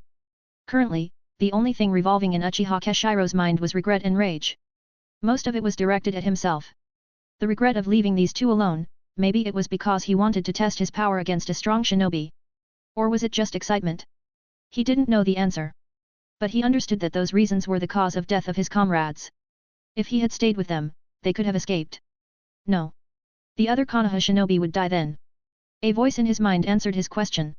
Yet, another voice said that they weren't of the Uchiha clan, why should he care about them? They weren't even related to Keshiro, why should he care about them? As these two voices in his mind were seemingly arguing, Keshiro turned his head at Shimoda Takeo, who was coming forward to stab him. At that moment, a thought entered his mind: maybe I should just die. How could I have thought that I would be able to protect and make the Uchiha clan grown when I couldn't even protect the comrades so close to me? However, as he had seemingly given up on himself, he felt his life flashing in front of his eyes. In those few milliseconds, he felt like he had replayed this life. He remembered things that he had long forgotten. And he remembered his father's words which had been forgotten in the drift of time. He remembered it was during the time his father had visited him when he had experienced his loss in the hands of Senju Araki. The time when everyone in the entire Uchiha clan who had high hopes for him started to show their disdain for him. Perhaps it was because he had lost publicly to the Senju clan member. They hadn't fought against Senju Araki or hadn't even considered how Senju Araki was the bloodline inheritor of the great Senju Hashirama. What they remembered was how their Uchiha clan prodigy lost to a Senju clan prodigy. He remembered training madly after having been shown such disdain. His popularity had grown to the point where he was seemingly in love with it. He urgently wished to reattain it. One time, he was training and his father, Uchiha Kazuma, arrived. At that time, Keshiro was far too distressed to hear anything that his father said, but he reluctantly did hear his words. Looks like he did a number on you. And I don't mean those physical wounds, but that blow on your arrogance. Well, this is also good. You have a chance to see the world from another outlook. From the outlook of a loser. At your current moment, you can be said to be reached quite low. Maybe the lowest point of your life. But do you know, the lowest point is quite convenient. It's because you any lower and you will die in this world of shinobi. So, the only way thing you can do is rise. Rise to the point you were before or maybe even far beyond it. Keshiro remembered asking his father, can I really win? Can I really against Senju Araki? Do you really believe it? Realistically, I don't think you can win against Senju Araki. These words from his father had seemingly destroyed any and all hope in Keshiro's heart. But I can't say I am not idealistic about it. As a father and the head of the Uchiha clan, I do hope you can win against Senju Araki. However, more than that, I hope you grow from this loss. Because only that is how you will become truly strong. This is not even true despair that you are feeling. When you do, you will wish for death. I just hope you aren't swallowed by that feeling at that time and lose your life. I want to die after entrusting the Uchiha clan to you. This is my one wish. After Uchiha Kazuma had spoken those words, Uchiha Keshiro hadn't changed immediately. In the next fight against Araki, he had lost again. However, it wasn't as miserable as his beforehand loss. This didn't matter to the Uchiha clan members though. Many of them looked down upon him even more in fact. But Hashirama didn't feel that bad. In fact, it was like he could see the world even clearer at that time. And before he realized it, his training started showing results. He felt as if he had evolved. No, not in terms of power. But mentally, he did. Every day, new ideas would appear in his head to surpass himself from the previous day. And during their next match, he had somehow defeated Senju Araki after a close match. This time, the Uchiha clan members who were cursing him for losing against Senju Araki were coming forwards to praise him for his victory. At that time, Hashirama wasn't delighted by their praise. He understood that winning or losing meant nothing. As his father said, growing from the loss, that is the way to strength. And in the current situation, Uchiha Hashirama felt as if he was experiencing what his father had said later. The true despair. He bitterly smiled. This is cruel, father. It's like you are begging me to live for the Uchiha clan even with these regrets. It's like someone is repeatedly stabbing my heart, and you are still telling me to remain alive. You really are cruel, father. He raised his head and stared at Shimoda Takeo. Moreover, he looked into his eyes. Shimoda Takeo was a little startled when he noticed the pattern in Hashirama's eyes had changed. Hashirama opened his mouth. You know, I find it strange that I can't even feel any anger towards you when you are the reason why my friends died. Maybe it's because I pity you. Unknown to himself, new techniques appeared in his head. Amaterasu. He gently called out the name of his technique. He experienced a sharp pain in his right eye, but he didn't care. The mane seemed to be soothing him instead. To him, this pain felt like his punishment for choosing to live at this moment. This was good. Meanwhile, Shimoda Takeo was startled when some strange black flames attacked him. They were latched onto his body and were burning him so strongly that he had started screaming in pain. Just what is with these flames? They are burning my body even though it's reinforced by a strong amount of earth chakra. Someone use water jutsu on these flames. Shimoda Takeo called out for his allies immediately. Meanwhile, some other people started at Hashirama, who was still on the ground. Die. One of them said before jumping towards Hashirama. Hashirama didn't understand why, but the shinobis around himself were moving quite slowly. Their speed even seemed quite pitiful. He opened his mouth and once again used the technique, Amaterasu. However, this time, he didn't choose a single target. All the IWA shinobi who were surrounding him were targeted. The pain in his right eye was far beyond what he imagined, but Hashirama embraced that pain. The reinforcements in the form of Konoha shinobi and AIM shinobi arrived at their location, but they were shocked when they saw a whole group of shinobi were enveloped by black flames. They saw some shinobi using water jutsus at each other to extinguish the fire, but it didn't seem to affect these black flames.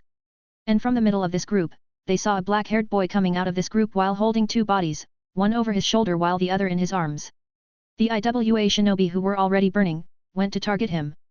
Since they knew they were about to die, then they thought that they must at least kill this boy. Konoha shinobi and AIM shinobi were charging at IWA shinobi to prevent them from harming Hashirama at this moment. However, they were still at some distance. It would take some time before they reached his position. Meanwhile, Uchiha Hashirama didn't seem to hate that these IWA shinobis were coming forward to stab him. Yet, just when they were about to stab him, he would dodge at the last possible moment by sidestepping. Some of them even threw out wide-ranged jutsus at him, but Uchiha Hashirama simply vanished from that spot and appeared at some distance. It was like he hadn't been there at all. Genjutsu. The answer soon appeared in the mind of IWA shinobis, Konoha shinobis, and the AIM shinobis. And by the time they were about to target him again, they were forced to fight against the AIM shinobi and Konoha shinobi. Uchiha Hashirama had successfully escaped. In this battle, IWA lost 1 S-ranked shinobi, 4 A-ranked shinobi, 10 or so B-ranked shinobi, and many genins. 75, returning. As Uchiha Hashirama returned to the camp, he met up with the commander of the force. It was an AIM jounin. The AIM jounin noticed how Uchiha Hashirama seemed to have returned even though he had been given no orders. Moreover, he seemed to be holding two bodies. What is the meaning behind this, Uchiha Hashirama? Why have you returned from the front lines? No orders have been dispatched for your return. Where are you going while holding the bodies of your comrade? The AIM jounin was staring at Hashirama with a stern look. I must return to the Uchiha clan and bury them. Simple as that. Uchiha Hashirama gave a short answer before he started walking. Wait. You can't leave like that. You need to listen to my orders. Hashirama paused, he turned to stare at the AIM jounin who was shouting at himself. I give you my word that I will return within 4 days. With that, he simply vanished from the spot. Just as the AIM jounin was about to order some shinobi to go after Hashirama. A few of AIM shinobi and Konoha shinobis returned from the front line. All of them had a bright smile on their faces. Meanwhile, the AIM jounin was growing incensed. He had heard that the front line was attacked by the S-ranked shinobi and some A-ranked shinobi quite suddenly. He thought that these people had escaped and was naturally growing angry. However, before he even had the chance to open his mouth, a Konoha ninja said, "Commander, Shimoda Takeo, the S-ranked shinobi, also known as the Iron Hand, has died." Moreover, not just him, but several A-ranked shinobi had died. "We don't know what happened, but when we reached the location, we saw several of our own men lying on the ground, the IWA shinobi burning by some strange black flames while Uchiha Keshiro carrying the bodies of his teammates and coming out." At that moment, the AIM Jounin's eyes widened. He looked at the faces of the AIM shinobi who were right next to Konoha shinobi. "Is that the case?" "Yes, Commander. The others will be joining us soon." And soon enough, the remaining shinobi from the front lines returned. The AIM Jounin's head finally started working, and he understood this was the work of Uchiha Keshiro. Perhaps his actions could be excused in light of this. However, he still didn't dare to make such a decision. It would be better to inform this matter to Hanzo and await his order. And naturally, Hanzo allowed this.